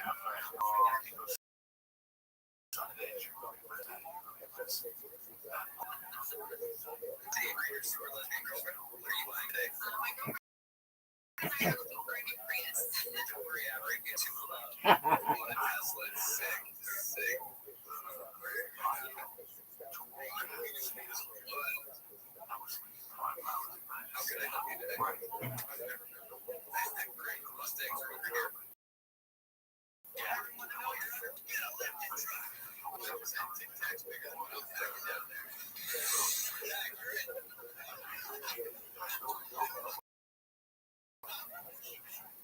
You can't catch me. Oh, yes, I can.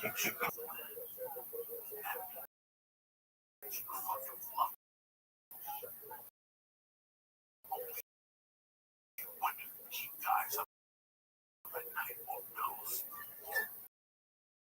Listen, you have for comedy how good you want to be. Wow. You're sleeping in the office. Right. And I thought that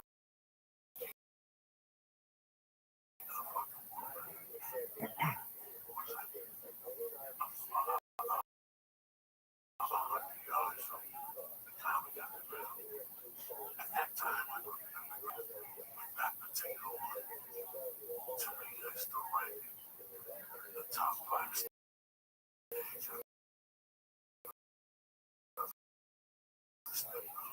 I like so much. Love the bathroom. You could like pull a chain. Like, was there like a chain you walked up the stage? Up the door, the jukebox. Always be with the swans, you know, all fucking swans. You still see it when you go up. I think it's closed down, isn't it? I have no I think Swanee's is gone. Swanee's is gone, but then he reopened it. Well, with a bunch of people with Josh Wolf's old Mexican. Oh, okay. So he Josh over there. right, Gotcha. Recently? yeah, Josh was 1990 fucking sober. I'm sorry. No, I know about that. I remember that. Yeah. 70 high. I went in for the meeting. I worked at Red Robin. I had experience. What Red Robin did you work at? The one on Eastland. Yeah, Gavin Boyd got the interview. Gavin was like an assistant chef at the over There's no assistant chef. sous chef. Fuck, there's no sous chef.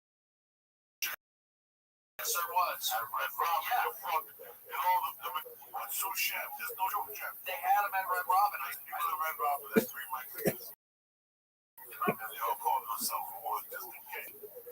Yeah, food runners too, but I worked at the original chefs are sous chef. I remember. Ask Gavin. Ask Gavin. Yeah. The fries, the refills. know what? I may go. Where is it? It's up the top. Okay. No. There's one more time. No. Red It's Robin. on the wall. Yeah. Me and my wife up there with the Topanga. and Red Robin. We were like, what? I call late. My Red Robin having a cheeseburger with steak fries. Yeah, steak fries. Topanga Mall. That's where I was in that Red Robin one. I found out that Kobe got caught for rape. That was 2 weeks. That was 2 weeks ago. No, so there's a joke. Yeah, where was I for that? That was a shock. Why would I drink rose water? I had rose water. I like lemonade, but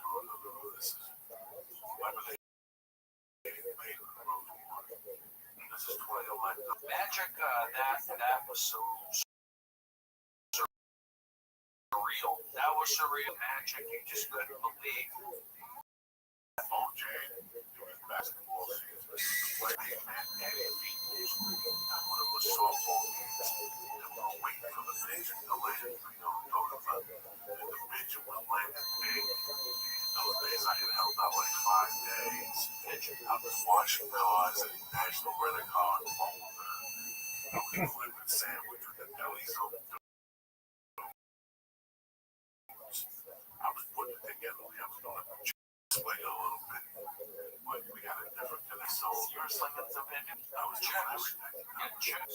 I was getting no chicks. Oh, you had a girlfriend? No, I had nothing to hold at this time. I was just a single girl. During the time I bumped into her, I go somewhere like for like a month, 8 months, and then I bumped into Where's J-Rose there? Come on, baby.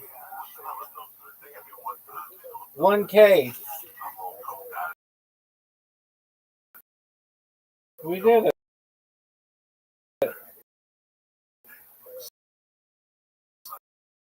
Quick and easy. Have you looked at what I like running, like the live cameras? Oh, you're in. Oh, I have. I like that. Just put the people on it's right there. The tap in. Could you send me the link? Yeah. It's chatterbait.com. And you can watch people have sex live. Yeah. Couples, girls. Is it? Okay. I'll see you guys later. I'm slurring my words because it's Monica. Oh, you're disgusting. I can't wait to sit there and watch those naked people. Why don't your parents do a nice job with your naked live people? What time is it? I'm saying, don't even know what you want. They get advertising, right? I don't get advertising when they get people looking send them Amazon gift cards. That's what I get. Some chick showing you a foot, they put the pussy right by the camera. Yeah, they'll do whatever you want. You ask them to? I've never asked for anything. If I was going to ask for something, they ask you to tip. They got scratches there. That's coming in 2018. That's all. That's all happening from now. They accept PayPal, of course, right? That new one happened. The computer's $5,000. Which one? Nothing. iMac, like there's a version of this computer, Joey. This one looked like $900. But it's a desktop. Oh, well, you just get like that down. This guy cuts something. Oh, no, it's working great. No, that's how Apple has a program.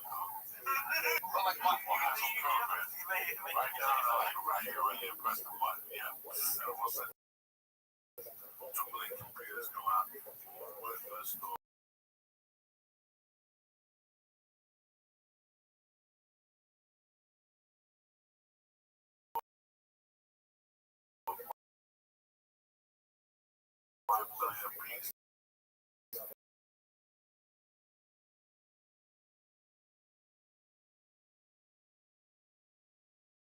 It's not globalism, capitalism. Yes, we have. Amazing.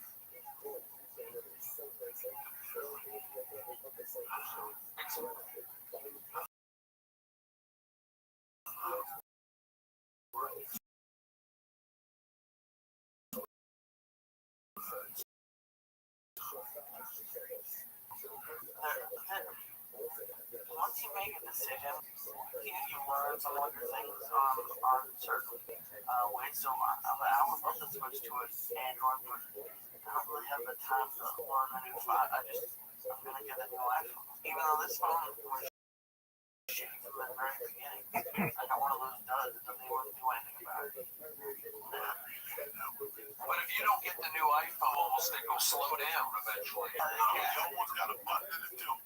That's what I'm They say the expert put that you're on the phone because and the phone taps. And you try to turn it on and turn it back on. And also there's no numbers. And also you got it on Apple and they read you the bed. Listen, phone, either this in 2 weeks. And there's a resident of fucking Ohio where they refix the phones and send them back. But before they send them to you, they send all the information that you have 30 pictures they back.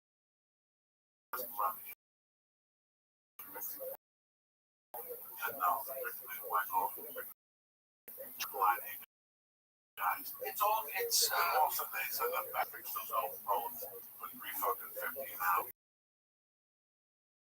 And they said it's welding back somewhere.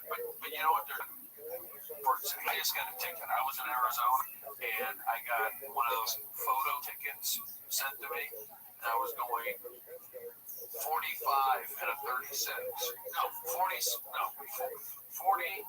35. I was going 46. I was going 46 and a 35 in Arizona, and they got me on like some photo thing.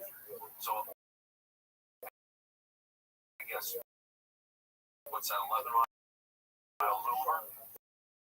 Oh, is that so legal? It's not in California. But I was in Arizona.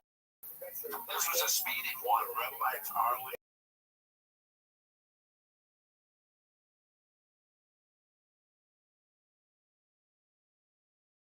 Eventually, it's going to be like, oh, he got a ticket. Now, automatically, insurance goes up. Automatically, he gets points on this record. So I don't want to sound like a conspiracy guy, but you're starting to see stuff like that. Everything's automated. Everything's this. And you're going to get a ticket. What? You're right there. What?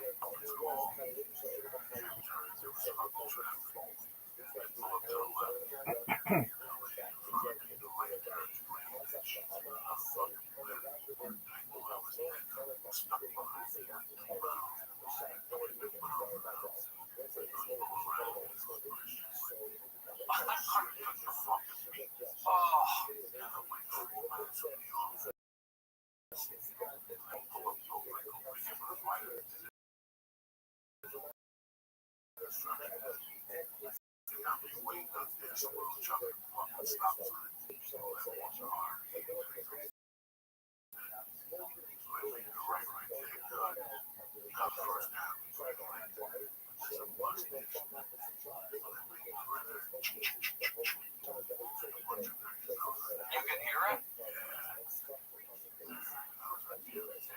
Oh, maybe that. Do you think it was a red light? Well, You said the flash, it's actually. in the LA Weekly. So, Bozeman has all the.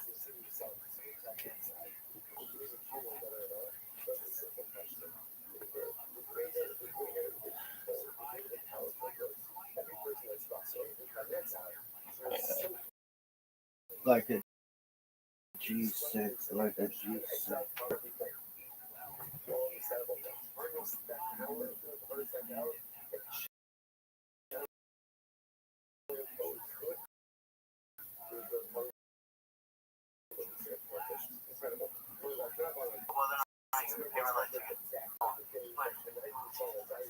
I was in Arizona. What can you do? Probably take some points on my record.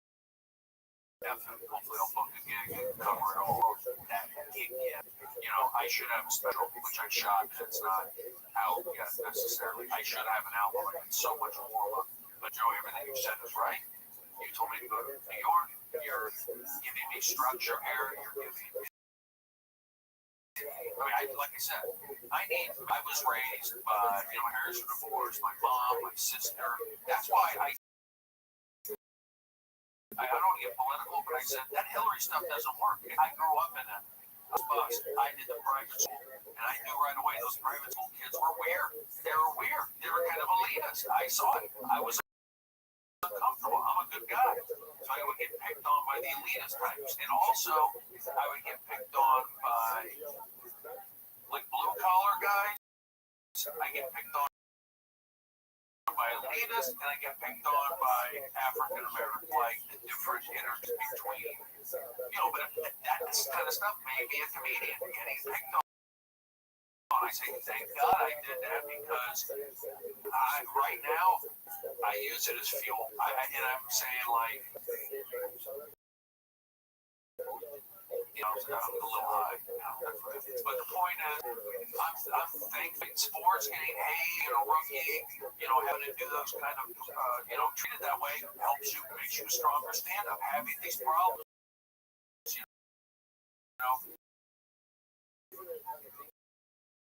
today, I guess, you can be a good-looking guy, have a perfect life too, I guess. But is that right? I mean, isn't it funny still when the guy's in pain and brain? But it seems like today you don't have to.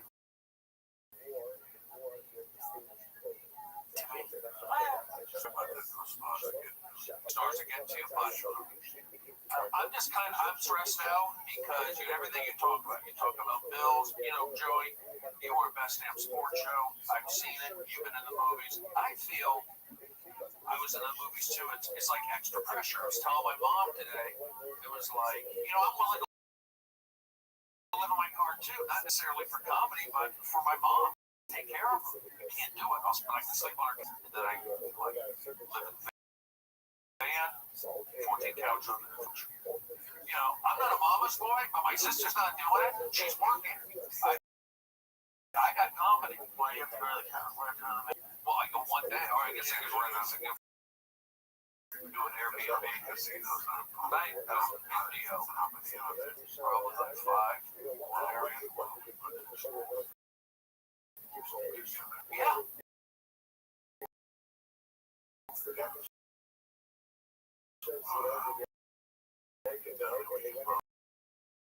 Have a gig.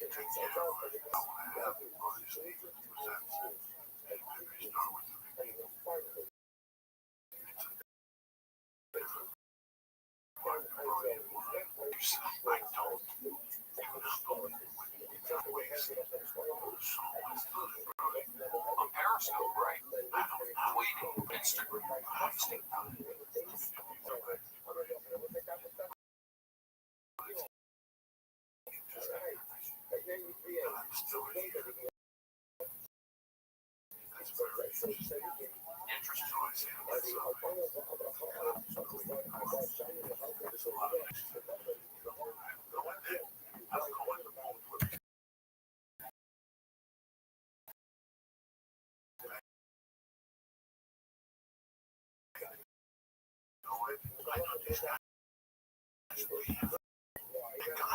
where do they go? Back off into a regular life somewhere. There.